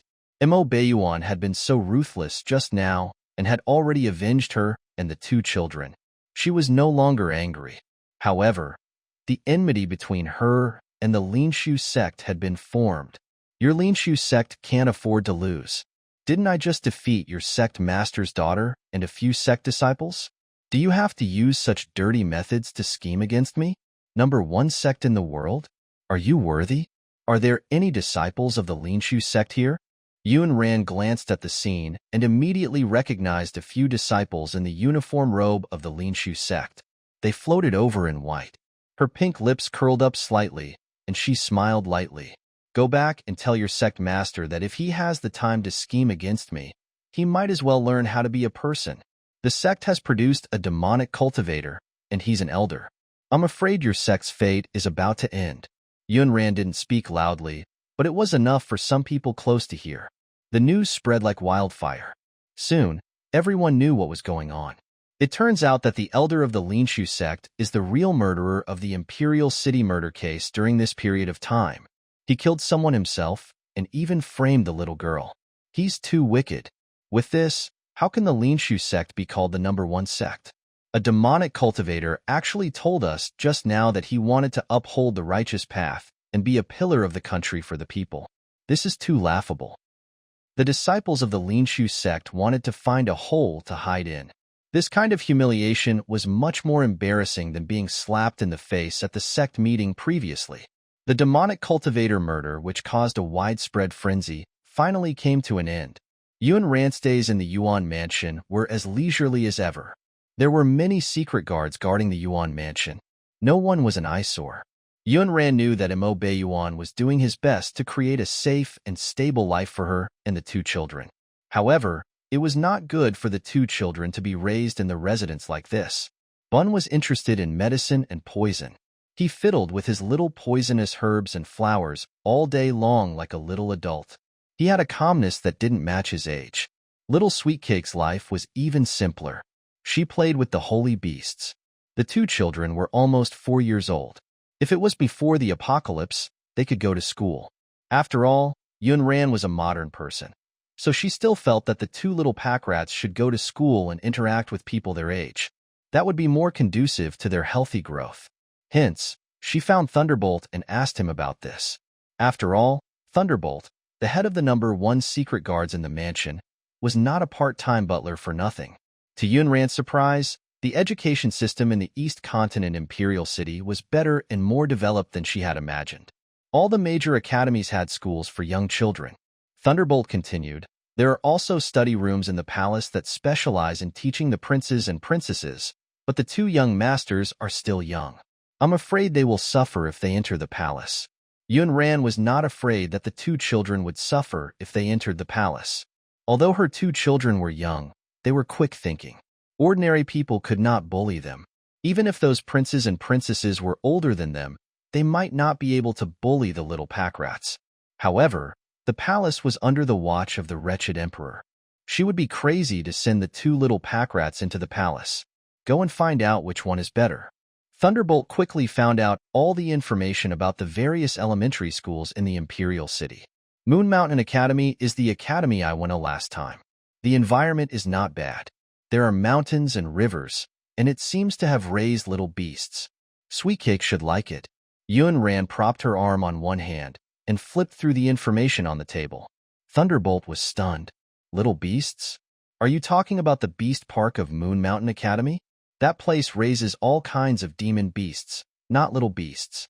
Yun Ran nodded and glanced at him gently. Holy beasts are all kittens in Sweetcake's eyes. Do you think she'll be frightened by those demon beasts? Thunderbolt scratched his head and smiled. That won't happen. Our little master Sweetcake isn't an ordinary child. She has the bloodline of the Yuan king. Yun Ran propped her arms and flipped through the papers on the table. Finally, she chose a few academies with good conditions in all aspects. Yun Ran could not decide on such a big matter alone. She had to discuss it with Mo Yuan, their father. Send them to school? No need. I will invite the best teachers back for them. Yun Ran had anticipated Mo Yuan's reaction. There were a few families in the Imperial City that lived together. There were many children, and it was not uncommon for them to invite the teacher back to teach them on a one-to-one basis. With Mo Yuan's ability, he could definitely afford to hire the best and top talents in the 5 countries to teach the two little pack rats. However, Yun Ran's motive for sending the two children to school was not simply to let them learn. Your daughter has been chasing after the holy beast's ace in the courtyard all day long. What she needs is not a teacher with extraordinary abilities, but a group of friends around her age. Your son is smart enough and has a photographic memory. He doesn't need anyone to teach him at all. But don't you think he should also try to go to a new environment and make new friends? Yun Ran's words reminded Mo Yuan of the time when he was young. In the abandoned and remote old palace, there was only a blind old nanny accompanying him. Later, even that old nanny died. He could only struggle to survive in the empty and dark hall alone. Therefore, his childhood was filled with hunger and cold, and he had no friends. Yun Ran saw that he was silent and knew what he was worried about. I know you're worried that there are dangers outside. Your enemies must be keeping an eye on the two little pack rats, but have you ever thought that with your identity, you're destined to have endless enemies? Are Bun and Sweet Cake going to stay in this Yuan mansion for the rest of their lives? Yun Ran was of the same mind as him previously. She was worried that the two little pack rats would be in danger after leaving the mansion. Should she wait for Mo Beiyuan to deal with all the enemies outside before letting the two little pack rats go out? However, after the incident with the elder of the Linshu sect, she understood some things. Mo Beiyuan's identity had determined that even if he did not provoke others, others would think of a way to scheme against him. He had too many enemies, both in the open and in the dark. She was afraid that even when the two little pack rats grew up, they would not be able to clean out the enemies. Take the Linshu sect, for example. After dealing with this elder, the people from the Linshu sect would definitely be aggrieved and think of ways to take revenge on him. They could not defeat him in a fight, so they could only target the two little pack rats. In fact, in terms of danger, the current dangers could not be compared to the ones in the apocalypse. Therefore, she felt that she should change her train of thought. That was to let the two little pack rats have the consciousness to protect themselves. I'll teach them well, and let them learn to protect themselves. When the time comes, we can transfer some of the secret guards from the prince's estate to the academy. I'll follow them and take a look. If you're still worried, we can test them first and see if the two little pack rats have the consciousness to protect themselves. Mo Beiyuan's mentality had also changed from feeling that she was joking at the beginning to thinking that he could give it a try as she said, "How are you going to try?" Seeing that he had relented, Yun Ran smiled. "It's very simple. Since we have to prevent the children from being kidnapped and deceived, we'll do some drills and tests." Yun Ran was confident in Bun's vigilance and self-protection. As such, Sweet Cake was the key test subject for this anti-trafficking and anti-swindle. Get a few unfamiliar secret guards and nanny over first, and let them disguise themselves. Later, we'll bring Sweet Cake and Bun out and practice for real. With Yun Ran's explanation, Mo Beiyuan understood what she meant by practicing. Similarly, he wasn't worried about Bun. He was only worried about Sweet Cake. Would that scare Sweet Cake? She's timid. Yun Ran glanced at him gently. Wasn't this father's filter too thick? She's quite bold. Besides, if you don't scare her, she'll never know the dangers of the world. Mo Beiyuan wanted to pamper Sweet Cake like a little princess. Yun Ran had no objections, but she didn't want her two children to be raised to be useless. According to the plan, the two of them would go back first and instill safety into the two little pack rats. Yun Ran called the two little pack rats to her and taught them patiently. Mo Beiyuan sat down at the stone table at the side and drank his tea. His gaze landed on the two children. Warm sunlight shone through the gaps in the branches. The two children looked serious and kept nodding their heads. The scene was warm and moving. His little Sweet Cake was repeating her mother's words in a childish voice. "Yes, Sweet Cake knows. Be obedient and don't run around. If you run around, you'll be captured by the bad egg. Yes, what else? Also, if there are unfamiliar people who want to give me delicious food, Sweet Cake would not eat the food. Daddy is rich. Daddy will buy them for me." The girl waved her little hands as she spoke. She was extremely cute. Yun Ran was speechless. Why didn't she remember saying those last words? When did she say that her father had money and would buy it for her? When a certain big shot heard this, he felt that there was nothing wrong with it. He even nodded at the side and agreed with the little pack rat. "Yes, Daddy will buy you whatever you want." Yun Ran was speechless. If he continued to raise the children like this, they would probably be wild in no time. Mo Beiyuan, your problem is also very serious. Let's talk later. Yun Ran continued to teach the children about safety. Okay, then I'll test you again. If you're playing alone and there are rabbits, kittens, puppies, and so on running out, what will you do? The little pack rat tilted her head and thought for a while before replying. Sweet Cake knows. The little rabbit wants to be caught and brought back for mother to roast. The little cat and puppy are not allowed to run. They want to play hide and seek with Sweet Cake. Yun Ran was speechless. So she had just taught everything in vain. Mo Beiyuan was speechless. Bun's face fell, and his voice was a little anxious. Didn't mother say just now? When you play alone, the big baddie will use something to trick you to go a place with no one around and kidnap you. Have you forgotten? Little Sweetcake blinked her big black eyes and pouted aggrievedly. She tugged at the corner of her shirt with her tender little hand. Are the little rabbits, kittens, and puppies big bad eggs? Yunran knew that the child still did not understand what an analogy meant. She explained, the big baddie knows that he looks fierce. The little kid will be afraid when he sees him. He will use the little rabbit that the little kid likes to coax the little kid over. Do you understand, Sweetcake? The little pack rat nodded her head in agreement. Then, she puffed up her chubby cheeks and said stubbornly, then let Daddy buy a rabbit for Sweetcake. I don't want the little rabbit from the big bad egg. Daddy is rich. This time, Yunran glared at Mo Baiyuan. There was actually a faint smile in a certain someone's eyes, and the expression on his handsome face was even a little unrestrained. This won't do. After the little pack rat enters the school, she must correct the little pack rat's wrong notions of getting her daddy to buy everything for her. Yunran retracted her gaze and gently pinched the little girl's cheeks. She cleared her throat. I'll ask you again. If an uncle you don't know says that he knows your father and is your father's good friend and wants to carry you to him, what should you do? Yunran had indeed guessed correctly. Her little Sweetcake's guardedness was about 0, and her little head was filled with wild imagination, so much so that she had to focus on her questions. The little girl tilted her head and smiled sweetly at her father. Her big round eyes blinked, and she started acting cute again. Is it Daddy's good friend Uncle Fengchen? In the little pack rat's heart, her father only had one friend, and that was Feng Chun. Yunran said, it's not him. It's some other friend. You don't know him. The little pack rat's big black grape-like eyes flickered. She placed her hands on her waist and snorted. Then Sweetcake will say that he's lying and is a big bad egg. My father only has one friend, Uncle Feng Chun. This time, Yunran could not hold it in and laughed out loud. When she saw Mo Baiyuan's stunned expression, she laughed even louder. Was this little pack rat not here to stab her father's heart? Cough, cough, cough. Anyway, you have to remember that you can't leave with anyone you don't know. After she had enough of laughing, Yunran straightened her back and rubbed her little girl's head. After the little pack rat pierced her father's heart, it even burrowed into her father's arms obediently. Father, isn't Sweetcake very powerful? Sweetcake knows all the answers to Mother's questions. The little pack rat raised her doe-like face and flaunted to her father. Mo Baiyuan pulled her into his arms and nodded.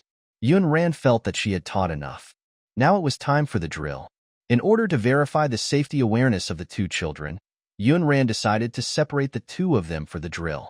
This was the only way to test the true safety awareness of each of the two little pack rats. Let's test Bun first. He should be done soon. Thunderbolt had already arranged for the secret guards to disguise themselves. According to Yunran's instructions, the secret guards pretended to be ordinary people in the bustling market. Yunran led the Bun to a restaurant and took the opportunity to leave for a while. At this moment, the hidden guards in disguise would come over to get close to him. Little child, are you alone? Where are the adults in your family? There are jugglers and monkeys not far ahead. Let's go. Uncle will bring you to take a look. It's very lively. The secret guards were also nervous. When had they ever lied to a child? Bun sat obediently on the stool. The expression on his face was cold and aloof. His gaze was exactly the same as Mo Baiyuan's, making the secret guard not dare to look at him directly. However, he could only brace himself to complete the mission given by Boss Thunderbolt. Little doll. Little doll. The secret guard scrabbled for a long time. Bun was really annoyed by him and said, I don't like to see monkeys. You're a secret guard of the Yuan mansion. You want to trick me out of here. Did my mother and father ask you to test me? The secret guard was speechless. Why was this different from what they had agreed on? Could he have messed up the mission? Well, from afar, Thunderbolt saw the secret guards he had sent out come out of the restaurant with their heads lowered. Bun was not behind them, so he quickly went forward to ask what was going on. The secret guard smiled bitterly and replied, Young master is too smart. He said that the moment I entered, he knew that I was a secret guard of the Yuan mansion. The little master even kindly watched him finish his act before telling him that he had long been exposed. Thunderbolt patted his shoulder and smiled. Why don't you take a look at whose bloodline that is? Can our master's bloodline be the same as an ordinary child's? With that, He turned around and reported the situation to Mo Baiyuan. Master, do you still want to continue testing little master? Mo Baiyuan said calmly, there's no need. You can't lie to him. He knew his son very well. That kid looked sullen and did not like to talk, but he was quick-witted. The secret guard's disguise had been exposed the first time. The kid would only be more vigilant afterwards. Mo Baiyuan was not worried that Bun would be tricked and captured. He was worried about the little gluttonous cat in his arms. The little pack rat held up a stick of candied hawthorn. Her little feet were still swaying as she licked the sugar coating on the candied hawthorn, its big eyes sparkling. Father, the candied hawthorn is so squishy. Not far away, Mo Baiyuan saw Yunran standing outside the restaurant and looking at them. He quickly cleared his throat and said, it's delicious, but you can't eat too much. Your mother said that if you eat too much, bugs would attack your teeth. That woman had never allowed him to feed the little pack rat too much sweet food. She said that it was bad for the little pack rat's teeth. Mo Baiyuan would not admit that he listened to that woman. He just did not want to argue with that woman. The little girl was also smart. She twisted her little ace and turned her back to Yunran. She hugged the candied hawthorn and nibbled on it like a little hamster. Yunran did not need to guess to know what her little pack rat was doing. She strode over and glared at a certain father. Mo Baiyuan, why did you buy her candied hawthorn again? Didn't you say you would give her less sweet food? Mo Baiyuan had never been so nervous when facing thousands of troops. The expression on his handsome face was tense. He actually did not know how to explain. The little pack rat was caught red-handed. It puffed up its pink cheeks and its big eyes flickered like black grapes. I didn't eat too many sweets. I only ate a little. Yunran looked helplessly at the little pack rat who was protecting its food and coaxed her. Finish that one that you licked. You're not allowed to eat the rest. Let Daddy put it away for you. I'll give it to you tomorrow. I'll bring you to eat and give you something delicious. If the little girl ate snacks now, she would start making a fuss during dinner later and not eat seriously. The family of 4 ordered a few dishes and a meal at the restaurant. Although the chefs in this restaurant could not compare to the chefs in the mansion, the 2 little pack rats widened their big black eyes in curiosity. After all, the 2 of them had always stayed in the mansion and rarely had the chance to come out to eat. Little Sweet Cake sat obediently on a stool at the side. When the waiter came over, she also followed the adults and ordered. The expression on her tender little face was very serious. Her childish voice was crisp and pleasant. Yes, Sweet Cake wants the best meat and the best soup. I want such a big prawn. When the waiter saw Mo Baiyuan, his hand that was holding the teapot trembled. He braced himself and stood there as he listened to the little pack rat order. Delicious meat and delicious soup? What kind of dishes were these? There were also prawns that the child was gesturing about. Their small restaurant did not have them. Yunran knew that ordinary people wouldn't understand the dishes her little pack rat had ordered, so she added, stew a chicken. The chicken should be stewed until it's soft. Have some light stir-fry and a shrimp steamed egg. Since it could set up shop in the most prosperous place in the imperial city, the dishes in this restaurant would not be too bad. The little pack rat ate curiously. It held a small spoon and scooped up the steamed eggs and prawns in the small bowl to eat. She even asked curiously, why aren't there any prawns? Yunran pointed at the prawns in her small bowl. This is also prawn meat. The fresh prawn meat that the little pack rat ate in the residence was really big. It was steamed and smelled delicious. The little pack rat loved to eat it. But this prawn is different from what Sweet Cake used to eat, Yunran said, because they are different to begin with. The prawns you ate before are big prawns, and these are small prawns. Try it, Sweet Cake. The little prawns are also very delicious. The pack rat nodded as if she understood. She took a small spoon and ate the prawn balls happily. Yunran glanced at the man beside her. Don't think she didn't know that this man had just wanted to ask the secret guards to go back to the residence and bring Sweet Cake food. Then what was the point of them coming out to eat in the restaurant? After the meal, it was time for Sweet Cake's safety awareness test. Yunran first got someone to pretend to be a dough figurine maker to test the little pack rat. You don't have to be nervous. Try to look as natural as possible. She's just a 3.5-year-old child. She doesn't bite. Seeing the nervous look on the secret guard's face, Yunran cracked a joke to get him to relax. However, the secret guard could not smile at all. She was a 3.5-year-old child. She was not scary, but her father was scary. Yun Ran gave him a mission. You don't have to coax her to follow you. Just see if you can get her to tell you where her house is and the names of her mother and father. Not revealing her family information to strangers was also part of Yun Ran's previous teaching to be on guard. Mo Baiyuan did not know where this woman got so many novel ideas, but he could not find a reason to refute her actions. Forget it. If she wanted to play like this, he would let her play. They and the secret guards were watching nearby. Nothing would happen to the little pack rat. After arranging for the secret guards, Yun ran through the little pack rat into the carriage alone and told her, "Stay here obediently. Mother and father have something to do and have to leave for a while." The little pack rat shook the two soft ponytails on her head and nodded. She looked extremely obedient. Next, Tai's secret guard disguised as dough figurine maker appeared.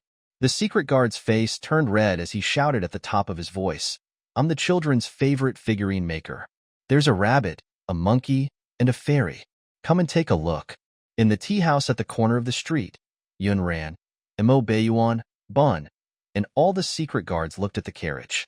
Yun Ran propped herself up against the window ledge, her watery eyes glistening. Her cherry lips twisted slightly as she said slowly, "Guess if she'll come out to take a look?" Mo Baiyuan naturally believed in his cute little daughter. "No, she's very obedient." Yun Ran smiled and said, "Then you don't know anything about your daughter's curiosity. Just wait and see. If the secret guards shout 2 more times, your daughter's little head will definitely stick out to take a look." It was normal for children to be curious. Yun Ran did not think this was a bad thing. It would not restrict the little pack rat's development in this aspect. As expected, the secret guard walked around the carriage and shouted 2 or 3 times. Everyone saw a chubby little hand sticking out from the gap in the window curtain of the carriage. First, it stretched out tentatively, then she revealed a small arm, and finally, a curious little head. Sweetcake wanted to see what the little rabbit, monkey, and little mushroom looked like. When the secret guard saw the little pack rat reveal her face, he immediately recalled what Miss Yoon had said previously. If he could get her parents' names and identities from Sweetcake, he'd get 10 days off. He was instantly full of energy. "Little kid, do you want to buy dough figurines? Look, these dough figurines look so good." Sweetcake stared at the dough figurines on his shelf. Her big black grape-like eyes flickered. "Yes, but I don't have money. When my father comes back, I'll ask him to buy them for me." That secret guard definitely couldn't wait for her father to return. "I have to rush home. How about this? Tell me your father's name and where he lives. I'll see if I know your father. If I do, I won't take your money. I'll give you a little dough figurine. What do you think?" The secret guard felt that his reason was simply superb. This child would definitely be deceived and obediently tell him about the situation at home. However, the little pack rat blinked its big eyes and looked at him with an adorable expression. "My father only has one friend. He's Uncle Feng Chun. You're definitely not my father's friend." The secret guard tried his best to maintain his expression and not collapse in laughter. He squeezed out an amiable smile. "I'm not your father's friend. What I mean is, if your father is a very powerful official, I would know him, but he doesn't know me. I can give you a small figurine. So, is your father a very, very powerful official?" The secret guard decided to guide the little pack rat to speak. As long as the little pack rat said that her father was the Yuan King, he would have 10 days of leave. However, the little pack rat shook her head and said in a childish voice, "My father is very powerful, but he's not a high-ranking official. He's Sweetcake's father. He's the most powerful father."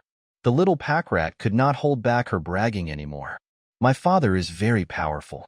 He knows how to beat big baddie eggs. He also knows how to fly high and buy me many, many candied hawthorns." "Is your father powerful?" "He's definitely not as powerful as my father, because my father is the most powerful father." The secret guard was internal thoughts were, "I don't have any intention of competing with your father. Thank you. What about your mother? Maybe I know her."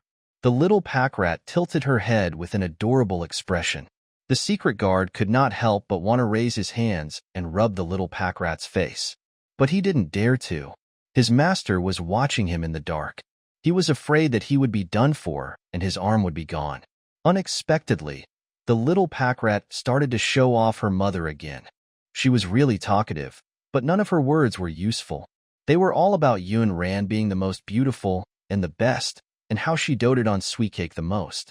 The secret guard felt that this mission was too difficult. How about this? Let's be friends. I'll tell you what my parents' names are and where they live. You have to tell me who your family is and where they live, okay? Let's make friends, and I'll give you a small figurine. You can choose whatever you want. The secret guard decided to go all out for those 10 days of vacation. However, the pack rat was not so easy to deceive. She taught the secret guard a lesson. Her chubby little face was tense and serious. Your father and mother didn't tell you. You can tell others your father and mother's names. That way, the big bad egg will capture you. The secret guard was a little mad by then. He even wanted to tell the pack rat that he was the big bad egg she was talking about. Forget it. He gave up. He planned to give the dough figurine to the pack rat and end his mission. Who knew that the little pack rat did not want his figurine? No, Sweet Cake doesn't have money. I can only buy them when father comes. Mother said that you can't take other people's things for free. You have to buy them because these things are all other people's fruit of labor. The secret guard finally understood that the pack rat did not want his things for free. She was just chatting with him. However, what the Hades was this fruit? Why had he never heard of it before? The secret guard waved goodbye to the pack rat and turned to leave to report to Yun Ran and Imo Beiyuan. He repeated his conversation with the little pack rat. He naturally repeated all the little pack rat's flattery. Young master didn't say father and mother's names, but she readily said young master Feng Chen's name. Yun Ran was amused by her little pack rat and did not know whether to laugh or cry. She glanced at Imo Beiyuan beside her. Do you really only have one friend, Feng Chen? Look, this is why I want the two little pack rats to go to school. Otherwise, Sweet Cake's best friend will only be that kitten. Imo Beiyuan rubbed his nose and said in a deep voice, there are many people who want to interact with me. I'm just too lazy to deal with them. There were indeed many people who wanted to be friends with him, but he was unwilling. As for Feng Chen, that was just an accident.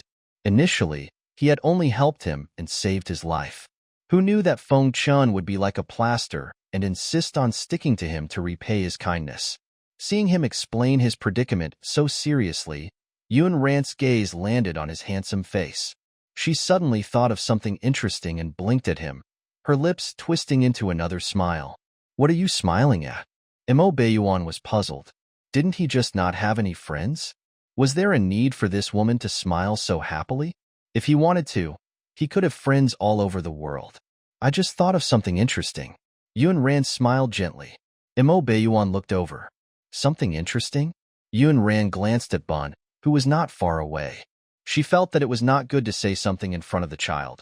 So she moved closer to Imo Beiyuan and said in a low voice, I'm thinking that if you had entered school when you were in your teens, you would have probably attracted the liking of many girls. To put it simply, Yun Ran felt that his face would have been at the school hunk level before the apocalypse. With his high cultivation level, he would definitely have the image of an aloof top student. Therefore, no matter how cold he was and how unwilling he was to talk to others, there would still be many female students who wanted to be friends with him. Imo Beiyuan frowned. What nonsense was this woman thinking all day? Do you think all the girls are like you? Do you think they have the guts to talk to me and smile in front of me? Yun Ran raised her eyebrows. No matter how cold his expression was now, she was not afraid of him at all. So, are you praising me for being bold? The two of them only chatted for a while. When they looked at the little pack rat again, they realized that something had happened. Why were there so many people surrounding the carriage? What's going on with little Sweet Cake? Why is it so messy? Who are those people? As Yun Ran spoke, she jumped out of the second-floor window. Imo Beiyuan also picked up Bun and jumped down. At the same time, they ran towards the carriage. The secret guards hiding in the dark also gathered. Yun Ran pushed through the crowd surrounding the carriage and saw a small red ball rolling on the ground. As he rolled, he shouted, I want to bring the little sister home. I want my little sister. I want the little sister. No, no. I want the little sister. The little red meatball was under the carriage, rolling left and right skillfully. Several people were coaxing and persuading him. Young master, if you want a little sister, let's go back and find one for you. Young master, get up quickly. The floor is dirty. Young master, please get up first. We have something to discuss. Yun Ran leaned closer and asked the secret guard near the carriage, "What happened?" The secret guard didn't know whether to laugh or cry. He suppressed the urge to burst out laughing and explained, "I don't know where this young master in embroidered clothes came from, but he insisted on carrying Sweet Cake home." Mo Bayuan's expression was not good to begin with. After hearing the secret guard's words, his expression darkened even more. He looked at the meatball rolling on the ground with disdain. "Lift him up and throw him away. Don't let him scare Sweet Cake." Yun Ran was stunned when she heard the secret guard's explanation. Her little pack rat was too likable. However, the little meatball rolling on the ground didn't look old. He was about a year older than Sweet Cake and Bun. He probably didn't have any bad intentions. He just saw that Sweet Cake was cute and wanted to carry her back. She had also heard it just now.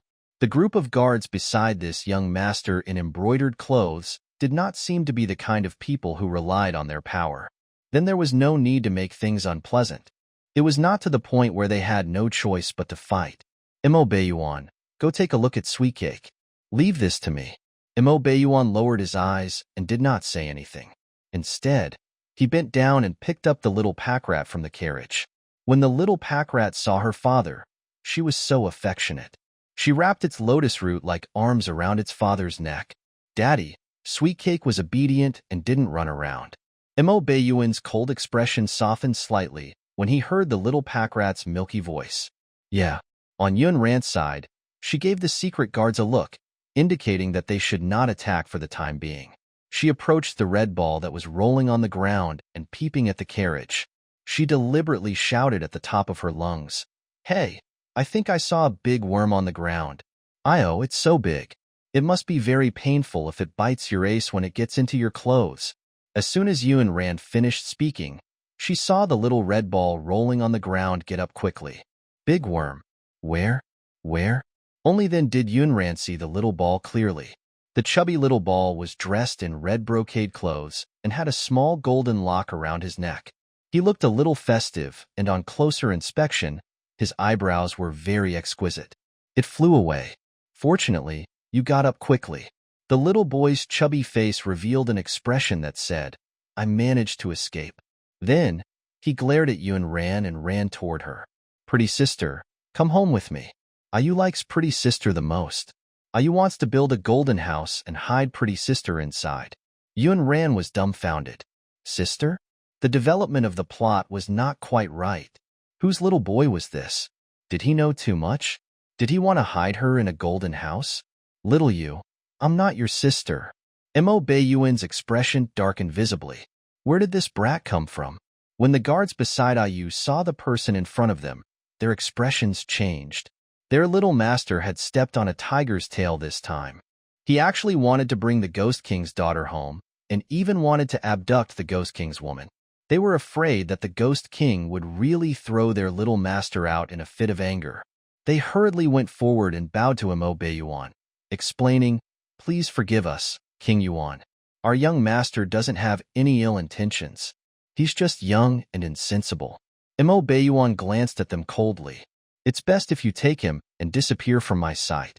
The guards on the opposite side smiled awkwardly as they picked up the little boy called Ayu. The little red chubby boy tried his best to kick his legs in the guard's arms, shouting that he wanted to play with the little girl. The guards could only forcefully carry him away. Mo Bayuan gave Thunderbolt a look and ordered coldly, "Investigate and see who it is." Those guards did not look like they were from the East Continent's imperial city. Otherwise, they would not have dared to let that brat cause trouble in front of him.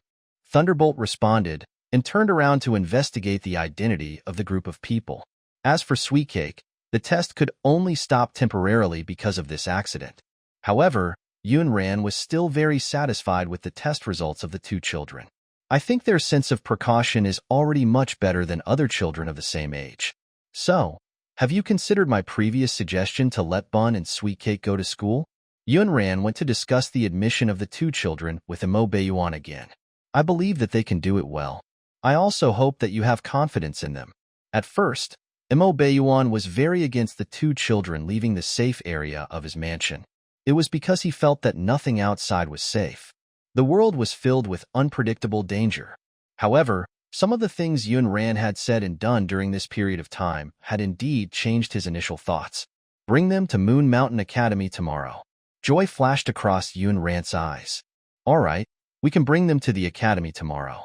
The next day, the two children woke up early. Yun Ran had also told them in advance that she wanted to send them to the academy. The two little pack rats thought that going to the academy was like going out to play. They were looking forward to it. Oh, Sweet Cake is going to the academy. She's not a baby anymore. She's a big baby. The little face of Bun also showed interest in the academy. After breakfast, the family set off for Moon Mountain Academy together. Mo Baiyuan's status played a role again. If King Yuan's bloodline wanted to enter the Moon Mountain Academy, no one would dare to say no. The dean of the academy received him personally. But when he saw the two little pack rats, he was stunned again. I wonder how old the young master and young miss of the Yuan mansion are this year. Yunran replied, they're almost 4 years old. The dean of the academy looked a little troubled. 4 years old? 4 years old is a little young. I'm afraid it's not easy to adapt to life in the academy. Our academy accepts children above the age of 5. He was being a little tactful. In fact, he was worried that the two delicate children who were not even 4 years old would cry in school. However, the teachers would be mindful of their identities and would not dare to reprimand them or punish them. Yun Ran was sensible. Don't worry. Although they're younger, they won't cry. You don't have to treat them differently from other students. A normal 3.5-year-old child might cry, but her Bun wouldn't cry. Sweet Cake also laughed more than she cried. In Yun Ran's opinion, the two children were really sensible. But the old dean of the academy wanted to say something and find a reason to send the two little Buddhas away. Their Moon Mountain Academy's temple was too small to accommodate these two precious young masters. Mo Baiyuan's patience was limited, and he could not be bothered to waste his breath on these people. His gaze turned cold as he glanced at the old dean. Why? Do you have a problem with me? The old principal was old and thought that he was strong-willed enough. However, when he faced that gaze, he still felt a chill run down his spine. No, I'm just worried that the academy's conditions are simple and crude, so we would not be able to take good care of the two children. Mo Baiyuan narrowed his cold and deep eyes and said coldly again, if you know how worn down it is, repair it well. I'll pay for it. Yun Ran was speechless. Therefore, their two little pack rats were able to enter the school successfully because of Mo Baiyuan's money. The director wanted to refuse, but when he heard this, his expression changed. How can I do that? Then let's take Mo Yunchun and Mo Yunian to see their school. Mo Yunchun was Bun's name, while Mo Yunian was Sweet Cake's. In the past, they had always been calling them Bun and Sweet Cake. But now that they were officially going to enter the school, they naturally needed to have proper names. When Yun Ran looked for Mo Baiyuan, she did not expect him to have already thought of the names of the two children. Originally, it was Mo Chin and Mo Nyen. Yun Ran added the word Yun in the middle as a memorial to the host. In the end, Mo Baiyuan nodded in agreement. Moon Mountain Academy's Enlightenment Hall was not big. There were only about 30 students. Almost all of them were young masters and young ladies from influential families in the imperial city. The youngest was 5 years old, and the older was 7 or 8 years old. If they were a little older, they would no longer be in the elementary school. Instead, they would go to a school of a higher age. Not only were the two children young, but they were also small. Little Sweet Cake, in particular, was arranged to sit in the front row like a little carrot. The two children sat in the school and tried to listen to the teacher's lecture. Yun Ran and Mo Baiyuan were observing their performance outside the school. The old dean was afraid that the two children would not be able to sit still and cause trouble later, so he reminded Yun Ran and Mo Baiyuan in advance. Missouri Yunshin and Mo Yunian are still young after all. Moreover, it's their first time entering the school. It's normal for them not to understand the teacher's lecture later. King Yuan and Miss Yun, don't worry too much about this. Yun Ran smiled. Oh, it's fine. No matter how they behave, we don't care. Unexpectedly, in the end, the one who could not take it anymore was the old dean who had led thousands of students. Did Mo Yunshun have a teacher to enlighten him at the Prince Mansion? Yun Ran's face was calm as she said casually, oh, we didn't find anyone to enlighten him. He can memorize all the books he's flipped through. It's what people often refer to as a photographic memory. Yunran didn't expect that Bun's photographic memory would be displayed on the first day and shocked everyone. The teacher's hand that was holding the book was trembling slightly. This was a little prodigy. Sweet Cake's performance was quite standard. She stared with her big black eyes and a confused expression, like a newbie who had just entered school. Bun got up to answer the question and was praised by the teacher. He was a rare magistrate who got things done. At that time, I just sighed, impressed by the magistrate's bold thinking, courageous action, and courageous deeds. But now it has turned into real admiration and emotion. He lifted the hem of his robe. His movements were casual and unrestrained. But he said, "Your Excellency has taken careful consideration for the students of Shaoyuan County. This is a blessing for Shaoyuan County. Sucheng would like to thank Your Excellency on behalf of Shaoyuan County." After saying this, he would prostrate himself in thanks. Jiang Wumian quickly supported the man's arm.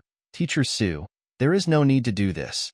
Su Cheng felt that just as his knees touched the ground and before he bowed his head, a strong force clamped him tightly on the arms. Helplessly following Jiang Wumian's movements, he stood up and said, "Sir, you deserve to be greeted by the county students." Looking back, when he was studying in the turmoil, he went through a lot of hardships. The two little pack rats performed very well on their first day in school, but Sweet Cake started throwing a tantrum the next day. When the little pack rat heard that she was going to school, she stuck out her little ace and covered her head with the blanket like an ostrich. Sweet Cake is sleepy and needs to sleep. She's not going to school. Her situation was expected by Yunran. After all, she was a little girl. She had been sitting and listening to the teacher's lecture yesterday. She was restrained and felt that it was not fun, so she naturally did not want to go again. Yunran coaxed her for a while. The pack rat's smart little head could come up with 10 different reasons. Sweet Cake misses the kitten. The kitten will be afraid at home. Sweetie has to accompany it. Yunran muttered under her breath, "Your kitten is a huge holy beast. Tell me, will it be afraid if it stays alone?" "It's not alone. There are secret guards at home accompanying it." The little pack rat was silent for a moment. After a long time, Yunran heard a crisp voice coming from the blanket. "Yes, then Sweet Cake has to accompany Daddy. If Sweet Cake goes to school, Daddy will miss Sweet Cake. What should I do?" Yunran definitely couldn't say that her father wouldn't miss her in just half a day. If she said anything, the little pack rat would immediately cry and kick a fuss. "Yes, if he misses you, I'll tell him that Sweet Cake has gone to school. She'll be back after school. Then Daddy will be alone at home. If no one talks to him, he will be very lonely." The little pack rat revealed her little head with a small blanket on her head. The expression on her little face was filled with worry. Yunran said, "Isn't Mother at home? Mother will accompany him and talk to him so that he won't be lonely." When Imo Bayuan strode in with his long legs, the little pack rat's eyes were very sharp. She immediately saw him and stood up. It stood at the edge of the bed and flapped her little arms at him like a little sparrow. "Father, hug," Yunran said. So, I coaxed her for a long time in vain. She could not beat Imo Bayuan. Imo Bayuan strode over and picked up the baby. The little pack rat was even more coquettish in her father's arms. Her thick and curly eyelashes moved, and her big black grape-like eyes sparkled. Her soft little face was fair and tender, like a small glutinous rice ball. Imo Bayuan looked at the fragrant and soft girl in his arms. The cold aura around him seemed to have dissipated in an instant, and his eyes softened. "What happened?" "Father, Sweet Cake doesn't want to go to school. School isn't fun at all." Yunran knew how much Imo Bayuan doted on Sweet Cake. She was afraid that he would say, "Since it's not fun, let's not go." She quickly cleared her throat and said anxiously, "Sweet Cake can meet many new friends at school. When she meets new friends, everyone can play together in the future. Sweet Cake can bring new friends to our house and play hide and seek with the kitten." It was real hide and seek. This cat was also a holy beast. The little pack rat was a little tempted. She wanted to play hide and seek with everyone and let everyone see her kitten. However, she did not like to sit in school and listen to classes that she did not understand. Yunran took the opportunity to give Imo Bayuan a look, indicating that as her father, He should also say a few words to coax the little pack rat. Mo Baiyuan received her gaze, but he did not know what to say. He had never encountered such a situation before, nor did he know how to coax the little pack rat to go to school. In his opinion, if Mo Baiyuan's daughter did not want to go to school, so be it. What was so good about that school? Yunran waited for a long time, but he had no intention of speaking. She could only sigh in her heart. Forget it. She would do it herself. If Sweet Cake performs well in school, Mother will reward her with a small gift. What little gift? Sweet Cake likes little gifts the most. The little pack rat was still very easy to coax. I have to keep it a secret now. When Sweet Cake has a few days of school break, I'll take out the gift for you. Yunran was getting good at coaxing children. The little pack rat was finally willing to nod and go to school. Yunran and Mo Baiyuan personally sent the two little pack rats over with flying demon beasts. It was only when she arrived at the academy that she realized that other people's little pack rats had taken carriages. In the entire academy, only her two little pack rats had descended from the sky on flying demon beasts. Yunran saw two words in the eyes of the teachers and other school children. Rich tycoon. For example, before the apocalypse, it felt like riding a helicopter and parking at the school field. After sending the two little pack rats into the school, Yunran turned to look at a certain someone. Mo Baiyuan, let's not send them here with flying demon beasts next time. Is there a problem? Mo Baiyuan did not realize that there was anything wrong with the flying demon beasts. It was probably because he had always been so unique. Yunran said, I think the carriage might be more comfortable. They don't need to be exposed to the wind and sun. Besides, the academy is so close to the prince's mansion. We can just use the carriage to pick them up. Since the two little pack rats had come out to study, it was better to be more down to earth. According to the previous plan, Yunran would stay in the academy for the time being and protect the two children with the secret guards of the Yuan mansion. There were so many people in the academy. It was impossible to hide the fact that the two little pack rats had entered the academy. Mo Baiyuan did not leave either. Instead, he was handling matters in a secluded pavilion in the academy. These few days on the surface, it looked calm and peaceful. However, in fact, the news from the 12 divisions of the Yuan mansion from all over the 5 countries was not peaceful. The number of cases of demonic cultivators causing trouble was clearly higher than before. In just a month, more than 1,000 innocent people had died tragically. It should be related to the extermination of the myriad Poison Valley. When Thunderbolt saw that his master had finished reading the last letter, his expression darkened. He probed, Master, did something happen again? Usually, their master's expression would not change. Now, it was obvious that he was in a bad mood and his face was dark. Something big must have happened. Mo Baiyuan's slender fingers knocked on the stone table twice before he said with a deep gaze, Spread the news of the destruction of the myriad Poison Valley and the fact that the demonic cultivators have demonic chi control pills. He had originally planned to send someone to investigate secretly and see if he could capture those demonic cultivators. Now that demonic cultivators were causing trouble in the 5 countries, he could take care of the East continent. However, the other countries were not within his sphere of influence, so it was not appropriate for him to interfere. What he could do now was to spread the news he knew and make the various large sects and countries vigilant and not to be fooled by a demonic cultivator. Thunderbolt obeyed and turned to leave. However, not long after, he rushed back. Master, the wretched Anuch is waiting for you in the residence. He said that His Majesty has issued an imperial edict for you. Are you going back to receive the imperial edict? No, pick it up for me and send it over. Mo Baiyuan was troubled by the matter of the demonic cultivators and was not in a good mood.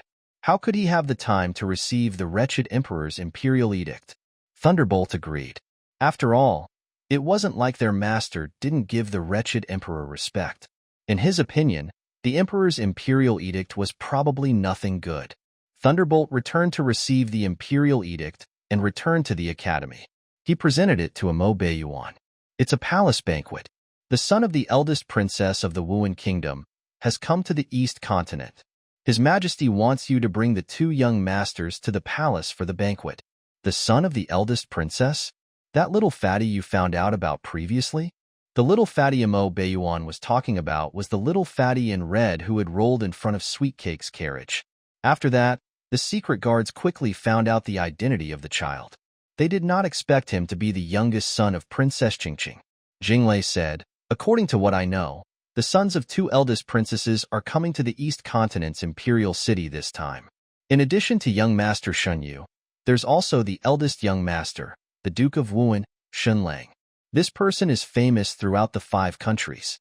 Mo Bayuan did not have much interaction with the royal family of the Wuan Kingdom, but he still knew the king of the Wuan Kingdom, Xin Yuanyu. Shunlang is Xin Yuanyu's nephew? That's right. Xiao Junwang is the nephew of the king of Wuan. I heard that the king of Wuan, Xin Yuanyu, doesn't like women, and his harem is empty. Therefore, he has never had his own bloodline. It's very likely that the throne of Wuan will be passed on to his nephew.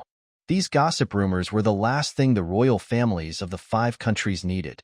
It was even more exciting than the novels sold in the streets. As a secret guard of the Yuan mansion, part of his duty was to collect information about various countries. What is Shunlang's purpose in coming to the East Continent? Send someone to keep an eye on him. Although Wuan and the East Continent were on good terms, they had fought each other 20 years ago. Back then, the old emperor of Wuan was ambitious and extremely warlike. During his reign, the war between the 2 countries had never stopped. Later, something big happened in both countries. After Xin Yuanyu succeeded the throne, the flames of war gradually subsided. On the surface, the relationship between the 2 countries had eased, but in reality, which emperor did not have ambitions? Both sides were probably thinking of annexing the other. Mo Bayuan wanted to know why Shunlang had come to the East Continent. Therefore, he had to go to the palace banquet to meet Shunlang in person. Soon, it was time for lunch. Mo Bayuan put down what he was doing and went to look for Yunran and the 2 children. From afar, he saw a large circle of people around little Sweet Cake. Yunran crossed her arms and leaned against a tree at the side. She had no intention of going over and only smiled faintly. Mo Bayuan took a few steps closer and heard Sweet Cake's sweet voice. "I have a big dog and a kitten. I don't have a rabbit or a little bird, but my father has a big bird that's so big." At this moment, a slightly older child asked, "How big is your father's bird?" "It's definitely not as big as our family's. My father said that our family's bird is the largest bird. Do you want to compete?" The little boy puffed out his chest and nodded. "Then let's compete. My father's big bird is really big." "No, you can ask my brother." Bun didn't talk much and didn't talk much to the others in the school, but he would still answer little Sweet Cake's words. "Yes, it's huge." As usual, he was a man of few words. Mo Bayuan guessed that the big bird this little pack rat was talking about might be his red-winged flying dragon. The little pack rat's big black eyes immediately saw Mo Bayuan's tall figure outside the crowd. She ran towards him with her short legs. "Daddy, are you here to bring Sweet Cake home?" "Daddy?" Previously, it was Yunran who sent the 2 little pack rats to school. Mo Bayuan was relatively far away, so the students in the elementary school did not take a closer look at Mo Bayuan's appearance. Now, he was right in front of them. His black and purple eyes were suffused with a faint cold light. Coupled with the cold aura that he was born with, he frightened the surrounding students to tears immediately. This was because most of the children of the 5 kingdoms had heard of the legend of the evil Ghost King. In the story of the evil Ghost King, that evil Ghost King had different pupils, one purple and the other black. Every night, the evil Ghost King would eat disobedient children. They were all frightened by this story. Therefore, when they saw the Mo Bayuan's iconic eyes, they all recalled the ghost stories they had heard since they were young. "Ghost. It's the Ghost King. Mother. Woo-woo. Help. Don't eat me.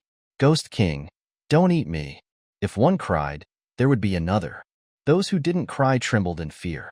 The small figures fled frantically in all directions. The only one left was Bon. Mo Bayuan's expression changed. It was not that he did not know how bad the rumors about him were. All these years, none of the rumors about him were good. What jinx, evil spirit, Ghost King, man-eating. The secret guards of the 12 divisions had been collecting information all day long. Of course, they would send these things to him, but he had never cared about such them. But now, for the first time, he experienced the damage caused by those rumors. This damage wasn't directed at him, but at Bun and Sweet Cake. Now, how would the students in the school treat the two little pack rats in the future? They would probably stay far away because of his existence. The two children might be isolated by everyone because of him. Mo Bayuan looked nervously at the little pack rat in his arms. He wanted to carry her away immediately, not wanting her to hear these unpleasant rumors. He did not want the girl to be afraid of him and not dare to approach him, just like those children just now. He hoped that the little pack rat in his arms did not hear what the children had said just now, but how could the little pack rat not hear? Father, what is a ghost king? Why does a ghost king want to eat people? Where is the ghost king? Why don't I see him? The little pack rat had heard him, but she did not know that the ghost king that those children were talking about was him. At this moment, she was still looking around. Mo Bayuan's body was a little stiff. At this moment, he did not know what to say to answer the pack rat's question. He smiled bitterly. He could not tell the little pack rat that he was the ghost king who scared those children to tears and was rumored to eat people. Yun Ran did not expect such a situation to suddenly occur. Seeing that Mo Bayuan was stunned by the little pack rat's question, she walked over and took the little pack rat. I'll explain this to her. She naturally knew that Mo Bayuan's reputation was not good. There were many rumors about him. With Bun's intelligence, he should be able to understand the meaning behind those children's words. Little Sweetcake, on the other hand, was still a child with a simple mind. Hence, she could not understand why those children suddenly cried and called her father the Ghost King. Yun Ran knew that the children were still young. If she let them suffer the ugly rumors outside now, it might hurt their young hearts. Bun might be slightly better, but Sweetcake belonged to the category of children with rich emotions. After figuring it out, she would definitely cry. However, rather than letting the little pack rat find out about Mo Bayuan's unpleasant rumors from those outsiders, it was better for her to explain them to the little pack rat personally. Yun Ran brought the two little pack rats to a pavilion. She had Sweetcake in her arms. Bun stood in front of her. Does Bun know why they ran? Yun Ran did not explain directly. Instead, she asked the Bun in front of her first, wanting to hear what he had to say. Bun's small face was tense, and his small brows were knitted together. I know. They said that Daddy is a ghost king and can eat people, so they ran away in fear.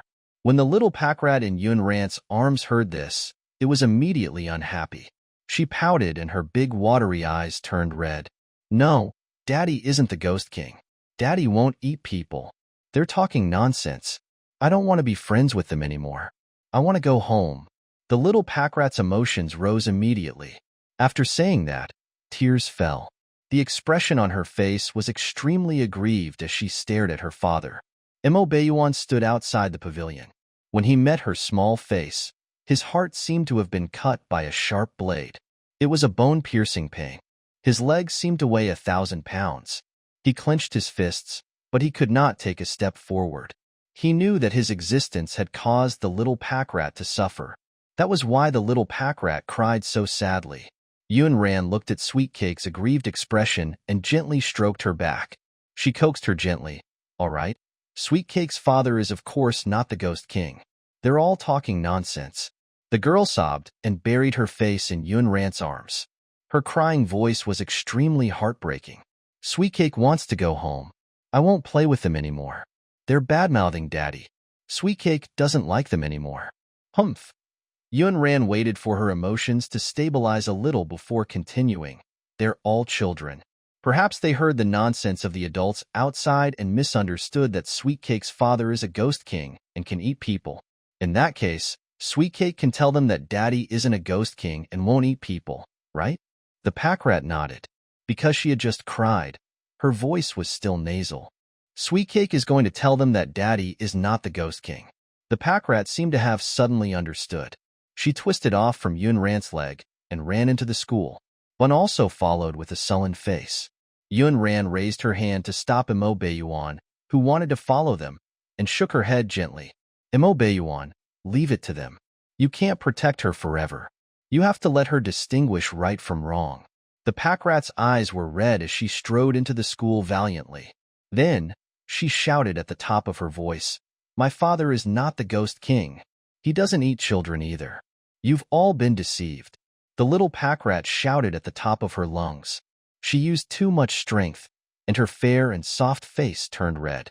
Even if Yun ran and Imo Bayuan did not follow, they could still hear her crisp voice. The school children were also frightened. They squeezed into a group. A slightly older child was also a little braver. He raised his hand and pointed at little Sweetcake. You're the child of the Ghost King, and you're not human. You're a ghost. You're a little ghost. Imo Yunyan and Imo Yunshin are not humans. They are little ghosts. They can also eat people. Everyone, don't play with them. My mother said that the Ghost King's child is also a ghost. So you're a ghost too. Ghosts are not good. They're bad things. Little demons, don't come over. Go away. With Imo Bayuan's cultivation, even if he was far away, he could still hear the conversation between the pack rat and those children. He tightened his fingers and his expression suddenly darkened. He could withstand any rumors and gossip. He did not care if the people in the streets turned him into a demon with their words. But now, his children were suffering the harm he had caused them. Opposite them was a group of children. It was also because they had heard the adults' comments that they had such malicious intentions towards Sweetcake. Imo Bayuan could not attack this group of half-grown children. Otherwise, he would really become the evil spirit in people's mouths. Just as he was about to go over and take Sweetcake away, Bun suddenly spoke. The headmaster said that seeing is believing.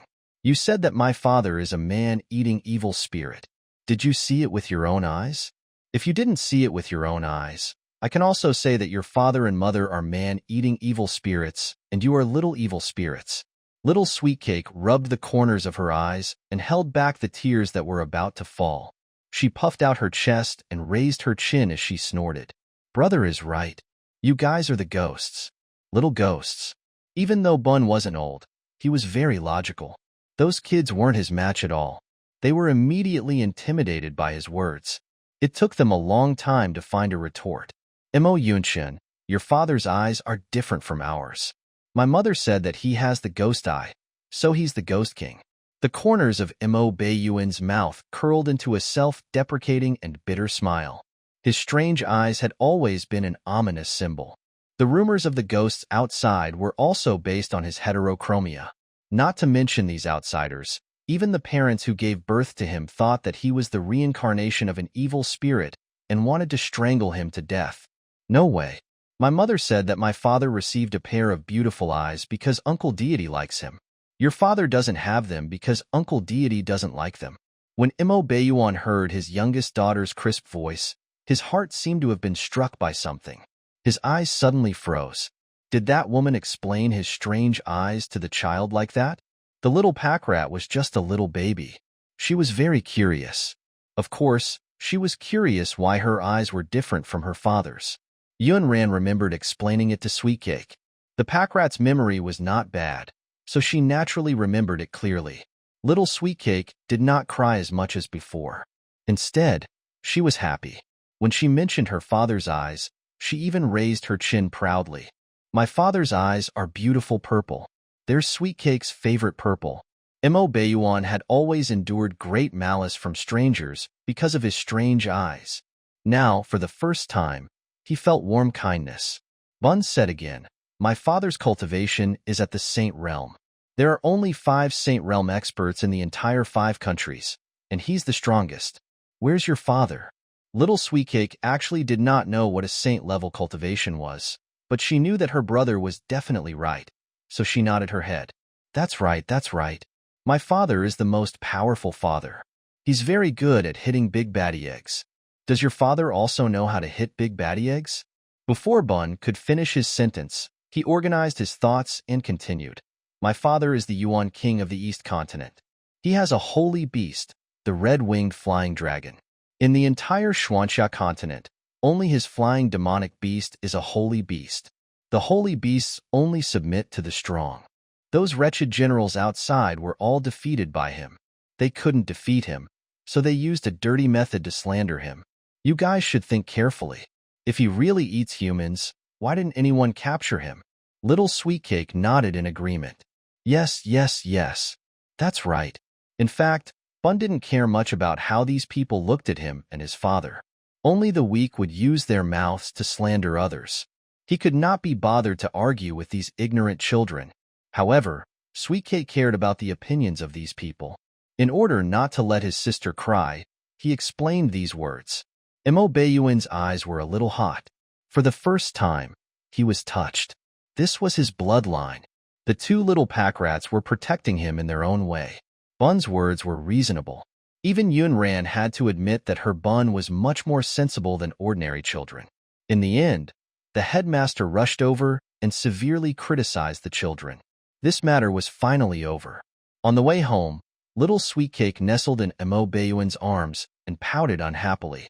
Daddy, Sweet Cake has to protect Daddy in the future. Don't let them speak ill of Daddy. Mo Baiyuan's heart warmed. The beautiful child's big black grape-like eyes were still a little swollen. Because she had just cried, she was now a brave little ball. Mo Baiyuan nodded softly. The little pack rat chattered in his arms for a while before leaning on his shoulder and falling asleep sweetly. Yunran rubbed Bun's head and praised him. You did very well just now. You protected Daddy and sister. Bun smiled shyly. Mother, don't worry. I'll protect my sister. I won't let anyone bully her. Because he was the older brother and was born to protect his younger sister. Mo Baiyuan originally thought that the little pack rat was joking when she said that she wanted to protect him, her father. She might forget about it when she woke up the next day. Who knew that the little pack rat was really interested? For the entire day, as long as she could not see him, she would clamor for him. Fortunately, he had been in the academy during the day dealing with the matters handed over by the secret guards. He was also close to the little pack rat. If the little pack rat wanted to look for him, she would be able to find him very quickly. It would be difficult at night. This was because Mo Baiyuan was going to attend the palace banquet tonight. He did not intend to bring the two children, and Yun ran over. However, the little pack rat ran over and hugged his leg. She sat on his feet. She probably thought that this way, he could bring her along when he walked. Daddy, where are you going? Sweet Cake wants to go too. Sweet Cake will be obedient. Daddy, bring Sweet Cake along. Okay. The little pack rat raised her doe-like little face. Her big black eyes sparkled as she dragged her little voice and wheedled. Very few people could resist it. Mo Baiyuan was afraid of hurting her, so he quickly bent down and picked up the baby. Daddy has something on and can't bring you over. What's the matter, Daddy? Sweet Cake will obediently sit in Daddy's arms. I won't disturb you. I won't disturb you. The little pack rat seemed to be a little anxious. Her small hands gripped his clothes tightly, and her big eyes were stained with tears. Seeing that her little pack rat was pestering him tightly, Yunran looked up and asked, Where are you going tonight? Is it inconvenient to bring her along? Of course, Yunran knew the principle of separating public and private matters. However, what happened yesterday seemed to have left some unpleasant memories in the pack rat's heart. Otherwise, the pack rat would not have acted so clingily. The pack rat was sensitive and still lacked a sense of security. Therefore, she asked if Mo Baiyuan could bring the little pack rat along. There was no need to hide the fact that Mo Baiyuan was going to the palace to attend the banquet from them. So he explained, There's a palace banquet in the palace today. I'm attending. When Yunran heard that it was a palace banquet, she felt there shouldn't be anything inconvenient. Then bring Sweet Cake along. She's making a big fuss now. She probably won't sleep so early tonight. Mo Baiyuan hugged the little pack rat steadily. The little pack rat was looking at him with her big wet eyes and calling him daddy in a childish voice. Mo Baiyuan realized that he could not reject this. Bun saw that his sister was about to enter the palace and thought of the emperor who did not look like a nice person. He also said, I'll go too and watch over my sister. Yunran said, In that case, I'll go too. She believed that Mo Baiyuan had the ability to protect the two children, but she had nothing to do in the residence alone. If she followed him to the palace for the banquet, she could help take care of the two children. Just like that, Mo Baiyuan's plan to enter the palace to attend the banquet evolved from attending the banquet alone to bringing the two children into the palace. Yunran asked again, What banquet is it? Do you need to pay attention to your attire? Yunran did not like that wretched emperor, but with Mo Baiyuan's status, she and the two children naturally had to support him as his family. It's a banquet for a prince of the Wuan kingdom. Dressed up? You're good like this. Mo Baiyuan was not being polite on the surface, but the woman in front of him had a peerless beauty that was unaffected by the simplicity of her attire. Yun Ran looked down at her dress and felt that it was still a little too plain. She usually did whatever was comfortable, since she was too lazy to torture herself. However, if she were to attend the banquet like this, she would probably become the laughingstock of the entire East Continent's imperial city. She had heard that many things run deep beneath the palace banquets. Mo Baiyuan, wait a moment. I'll bring the two children to change their clothes. Her clothes were too plain and unsuitable for a lively palace banquet. The two little pack rats had been outside for the entire day. Their clothes were already gray and wrinkled. It was time to change. When the little pack rat heard that she was to go out to play with her father, she changed into a dress and clapped her little hands as she spun in circles. Oh, Sweet Cake wants to go out to play with Daddy. La la la la. Seeing that the pack rat was so happy, Yun Ran smiled faintly. Her voice was soft and sweet. Didn't you say that you wanted to protect Daddy? Why do you only want to play? The little pack rat replied in a childish voice. Little Sweet Cake has to protect Daddy and beat the big bad eggs. All right, Sweet Cake, protect Daddy. Go and fight the big baddie. Who wouldn't want to dote on such a soft and cute little girl? Yun Ran changed the two little pack rats into clean clothes. She felt that there was something missing from the two little pack rats that did not match their status as King Yuan's bloodline. She wanted to find some small accessories for the children. After all, with Mo Baiyuan's status as a big shot, his bloodline naturally could not be too shabby in their attire. She called Thunderbolt over and asked him if there were any small items suitable for children in the storeroom of the prince's mansion. Yun Ran's original intention was to find some small gold bracelets, small gold locks, small jade stones, and so on. Unexpectedly, Thunderbolt brought a few large boxes over. These are all prepared by Master for the two young masters. Miss Yun and the two young masters can choose and see if there's anything they like. Yun Ran looked at the boxes and was dumbfounded. Wasn't this a little exaggerated? Mo Baiyuan really had too much money to spend. Did he buy so many things just to throw them in the storeroom? It was true. Sigh. Having money was fun. Bun was not interested in these shiny things, so he let Yun Ran choose a small jade pendant and plaque for him. Sweet Cake liked these beautiful things very much. She didn't need Yun Ran to help her pick them. She tiptoed and leaned against the box. In a short while, more than 10 small golden locks, small jade Buddhas, strings of small agate, and small pearl bracelets hung around her neck. Mother, I've chosen. Yun Ran looked at the little pack rat's neck and two small arms that were full. She really couldn't hold on anymore and held her forehead and laughed. Mo Baiyuan, look at your daughter. Perhaps because she had experienced too much during this period of time, Yun Ran had unknowingly put down her guard against Mo Baiyuan. She naturally called out his name, wanting to share the interesting things about the children with him. Mo Baiyuan heard her voice and came over. He saw his little pack rat wearing colorful accessories and blinking her big eyes happily. Mo Baiyuan could not help but smile. He bent his legs and squatted down. He raised his hand and rubbed the little pack rat's head. Do you like them, Sweet Cake? The little pack rat swayed her little arms. It was extremely dazzling. Daddy, Sweet Cake is beautiful. I like it. Okay, Daddy will buy more for you. Yun Ran was speechless. Was this person going to bring back a few more boxes? Cough, cough, cough. Mo Baiyuan, look at how many pendants she can wear around her neck.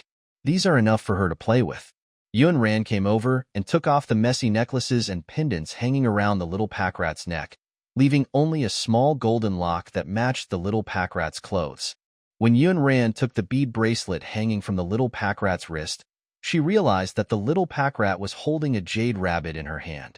Leave these at home and play with them when you come back. The pack rat was very protective of her things. Then I have to get Uncle Thunderbolt to protect them. Yes, let Uncle Thunderbolt protect them, Yun Ran said with a smile. The two little pack rats were all dressed up. Yun Ran asked Mo Baiyuan to bring them out to play first. Before leaving, she even whispered in his ear, "Don't let little Sweet Cake roll on the ground, lest her new clothes get dirty again." Yes. Mo Baiyuan picked up the pink ball in front of him and simply did not let her run on the ground. The two of them seemed to be used to such lively conversations and interactions. Yun Ran was the most relieved to let him take care of the two children. As for herself, she seized the time to find a dress with a more eye-catching color in the wardrobe. She then asked the maidservant to comb her hair into a formal bun. After changing into a more flamboyant style, her entire person seemed to have changed. Her beauty seemed to be aggressive and struck straight at one's heart. Even Sweetcake's eyes lit up when she saw her, and she cried out, "Mother, you're so beautiful. You're the most beautiful mother." The family finally packed up and set off for the palace. Yun Ran leaned against the comfortable carriage and stared at her two children with narrowed eyes. Bun straightened his back and sat on the side of the carriage. He didn't make a sound and looked as if he wasn't interested in the banquet in the palace. Yun Ran guessed that the reason why Bun had followed her previously was to accompany Sweetcake. However, Sweetcake was very energetic. She bounced around in the carriage and could not stay idle for a moment. "Daddy, Sweetcake is like a kitten. Howl." Yun Ran was speechless. Kitten? Howl? Howl? Was the pack rat sure that she was not learning about wolves or tigers? However, a certain big shot did not even blink and praised the little pack rat for being awesome. Yun Ran was speechless. He really doted on the little pack rat. After learning from the kitten, the little pack rat began to climb the wall like the secret guards. Yun Ran pondered that the secret guards probably wouldn't be able to climb over the wall if they all had short legs like her. The little pack rat used her hands and feet to learn hard. Then, the big bird began to fly again, and the little pack rat jumped. Yun Ran saw that her feet were unsteady, and she looked like she was about to fall. Afraid that she would hit her head, she quickly pounced over to protect her. Unexpectedly, Imo Baiyuan did the same. In the end, it became that Yun Ran was hugging the little pack rat while Imo Baiyuan was hugging the mother and daughter from behind. The pack rat was still a smart girl. She looked up from Yun Ran's arms and smiled happily at Imo Baiyuan. "Oh, little brother, little brother." Yun Ran was dumbfounded. What did this little pack rat mean? Could she have seen something unclean? It was said that the yang energy in the child's body was weak, and it was easy to see unclean things. Yun Ran used to be an atheist, but she had been transmigrated here and there. Now, she believed that there were spiritual beings in the world. "Sweetcake, what little brother are you talking about? Where's the little brother?" Yun Ran tried her best to make her voice sound normal. She even forgot that she was still leaning in Imo Baiyuan's arms. She saw her little pack rat pointing at her stomach with a smile and saying, "Little brother is in mommy's stomach. When he grows up, he'll play with Sweetcake." Yun Ran's mind raced.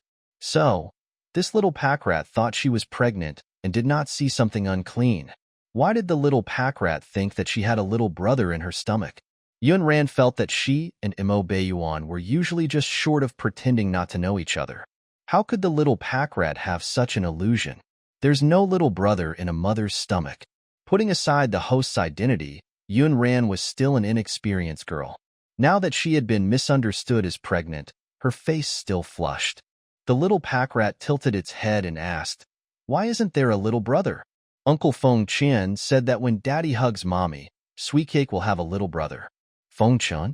At this moment, Imo Baiyuan also understood the meaning of the little pack rat's words. His entire face darkened. So, what kind of nonsense did Feng Qian teach his little pack rat? Yun Ran also coughed softly. Uncle Feng Qian must have made a mistake. There won't be a little brother if you hug. According to her little pack rat's personality, she would probably ask her immediately what it took to have a little brother. As expected, the little pack rat blinked and asked, "Then how are father and mother going to give Sweetcake a little brother? When will Sweetcake have a little brother?" Yun Ran was not the kind of person who was afraid of awkward situations, but now, she was really embarrassed. She secretly poked Imo Baiyuan's waist. "You can ask father. He's the most powerful." In short, he could not let her be embarrassed alone. Imo Baiyuan's waist was poked by her. She did not use much strength, but to him, it was as if all his senses were stimulated. "Daddy, where's little brother?" The pack rat stopped pestering his mother and pestered Imo Baiyuan again. When had Imo Baiyuan ever dealt with such a problem? To be honest, given his current relationship with Yun Ran, it was impossible for him to father a little brother for the girl. The little pack rat would probably cry immediately if he answered factually. Moreover, there would be more questions lying in wait for him to answer. There were some problems that the little pack rat could not understand even if he explained now. Therefore, Mo Beiyuan secretly dragged out the culprit, Feng Chun, and scolded him again. Sweet Cake is still young. When you grow up, you'll have a little brother. Mo Beiyuan could only coax her for the time being. When she grew up and understood the situation, she would no longer chase after him for a little brother. Yunran immediately found another topic to attract the pack rat's attention. Outside the palace gates, the little pack rat's attention was attracted by the colorful palace lanterns. In her father's arms, she flapped her short arms and giggled. Mo Beiyuan also felt that the palace banquet was so lively. In the past, he had attended so many palace banquets, but he always felt that they were cold and boring. Perhaps it was because this time, he was no longer alone. His feelings for the palace banquet had also changed. Their family had just entered the palace. Someone had spread the news to the emperor. The East Continent emperor sneered. No matter how powerful Mo Beiyuan is, he has to submit to me and listen to me. I asked him to bring the 2 children over, and he didn't dare to disobey my orders. The eunuch chimed in, Your Majesty is the true dragon son of heaven, the #1 emperor of the 5 countries. What is Mo Beiyuan? If Your Majesty is the true dragon son of heaven, he is at most a small snake. The emperor was in a good mood after being bootlicked. He raised his neck and laughed. That's right. I'm the true dragon son of heaven. Otherwise, father wouldn't have passed the throne to me. What else did the guard say? The guard also said that apart from the 2 young masters, King Yuan also brought the second daughter of the Yun family, Miss Yunran. The eunuch beside the emperor naturally understood the holy decree. Over the years, the emperor had become more and more muddle-headed. He had also become more and more obsessed with beauties.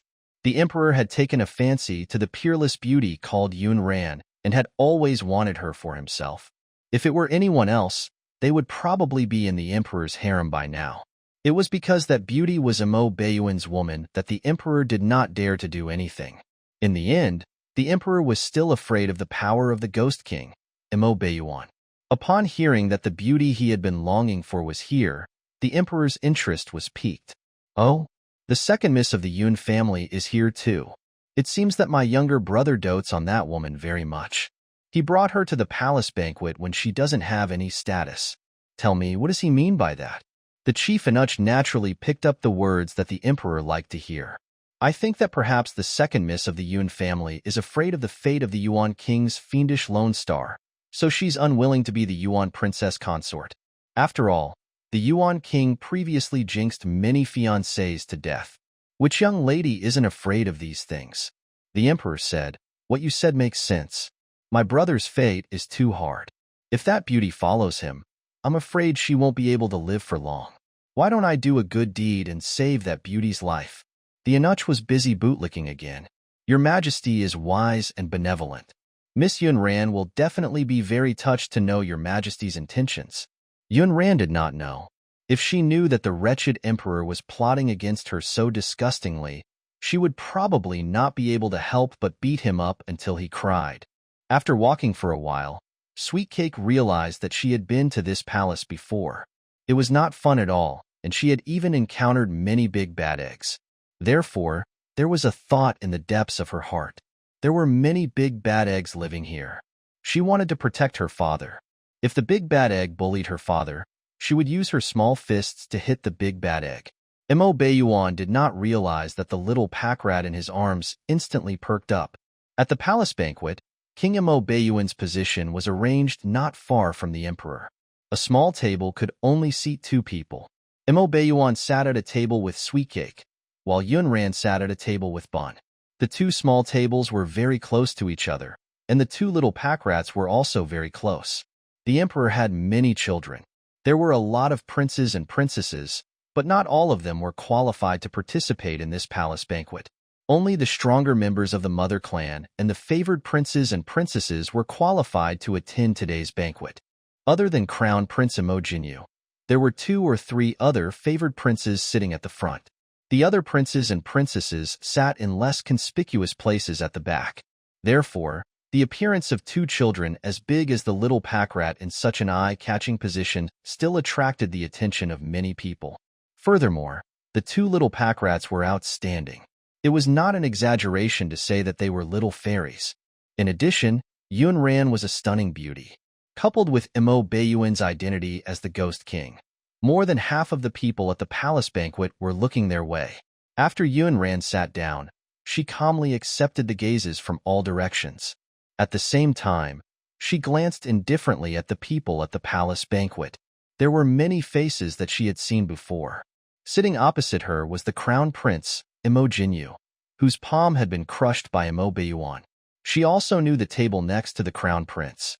It was Imo Chengwang, who had wanted to dig out her heart when she first transmigrated. Imo Chengwang seemed to be very shocked to see her. His eyes almost fell out and the corners of his mouth twitched. Yunran pursed her pink lips and looked away as she glanced at another familiar figure. It was the chubby little boy who had rolled around outside the sweet cake carriage to bring the little pack rat home that day. Today, the little fatty was wearing a dark purple brocade robe. There was a longevity lock pendant with golden thread and red agate around his neck. He had a purple gold crown on his head. On his chubby face, a pair of black eyes were looking out at them. He jumped on the spot excitedly and wanted to rush forward a few times, but he was stopped by the young man beside him. Big brother, little sister, beautiful little sister. Let's carry her home. Let her be my little sister. Shinyu had liked good-looking people since he was young. That day at the Imperial City Market, he saw a very good-looking little sister and wanted to bring her home. However, the guards beside him ruined his plans, making him so angry that he missed a bowl of rice that night. This time, with Big Brother around, he would definitely be able to carry the little sister home. What little sister? Hurry up and shut up. Don't call her that. The two brothers were almost 20 years apart. Shen Yu was the youngest son of the eldest princess of Wuhan, the biological nephew of the king of Wuhan. He was born to be a little tyrant who could do whatever he wanted in Wuhan Imperial City. He could get whatever he wanted. As his elder brother, Shunlang naturally doted on him. But did this brat know who he had provoked this time? He actually wanted to snatch Imo Bayuan's daughter back, and even wanted to hide Imo Bayuan's woman in a golden house. Even if he had a few small heads, they were not enough for Imo Bayuan to twist. Shunlang raised his hand to cover his mouth, almost pressing Shan Yu's head on the table. Don't cause trouble, or I'll spank you. The little fatty shrank his neck in grievance and puffed up his chubby cheeks. I'm going to tell mother that elder brother wants to beat me up. Why don't you bring such a beautiful little sister home to play with me? Humph. Shunlang was so angry that he wanted to beat him up until he cried. You brat. You want to snatch their precious daughter? How dare you? Do you see the man beside that little boy? That's her father. He's her biological father. Do you know who her father is? Shin Yu hugged his two chubby arms and turned around, snorting. Who's her father? Shunlang grabbed him by the back of his collar, afraid that he would run to Imo Bayuan and spout nonsense again. Her father is very powerful. Not to mention you. Even the emperor can't afford to offend him. Do you understand? Shunlang was not scaring him. Although the emperor was a famous tyrant in the 5 countries, he did not dare to provoke Imo Bayuan, the Ghost King, easily. Shinyu did not believe him. He raised his chubby face. Impossible. The emperor is the most powerful person. When I go back, I'll get the emperor to let me bring the beautiful little sister home. Shunlang chuckled. However, he did agree that Imo Bayuan's children were too good-looking. They were both little pack rats, so why was there such a huge difference? Their little pack rat looked soft and obedient, but the one beside him only knew how to roll on the ground and cause trouble everywhere. They were both wearing large golden locks. Why was their child like a delicate little princess, while his brother was like the son of a landlord? Shunlang thought that if his mother had given birth to a delicate and soft little sister for him back then, Shunyu, this little devil, would not have had anything to do with him. This is the East Continent, not Wuhan. If that little pack rat's daddy wants to beat you up, it's useless even if you cry and call for your uncle. Shunlang only took a few more glances at the pink and chubby little pack rat before he received Imo Bayuan's murderous gaze. Shunlang could only nod slightly and hide his embarrassment with a smile. Unexpectedly, while he was busy dealing with the Emperor of the East Continent, Shunyu, who was beside him, became dishonest. He actually crawled away secretly. By the time he reacted, The brat had already crawled to Imo Bayuan's table. He was still holding a glossy drumstick in his hand and insisted on shoving it to the little pack rat. Sister, I'll treat you to a chicken drumstick.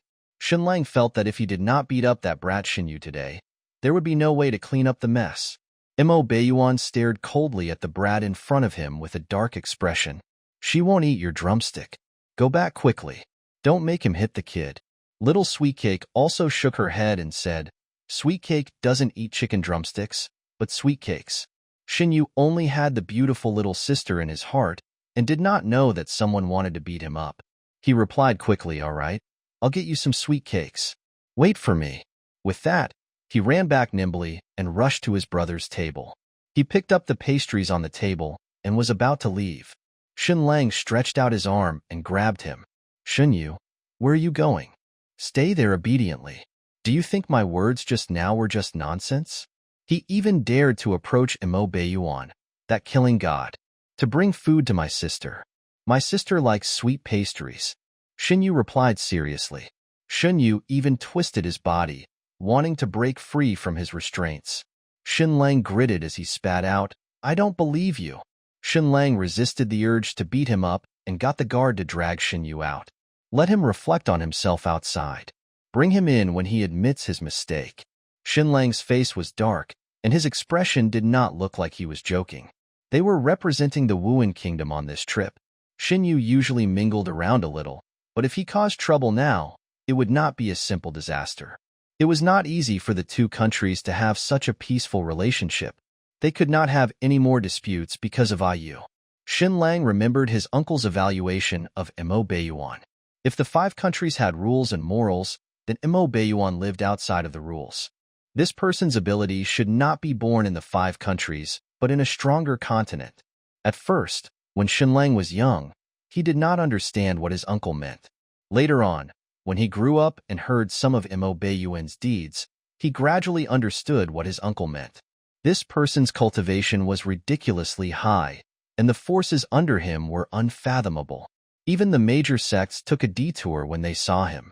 The most terrifying thing about this person was that he clearly had the ability to sit on the throne of the East Continent, but he didn't do it.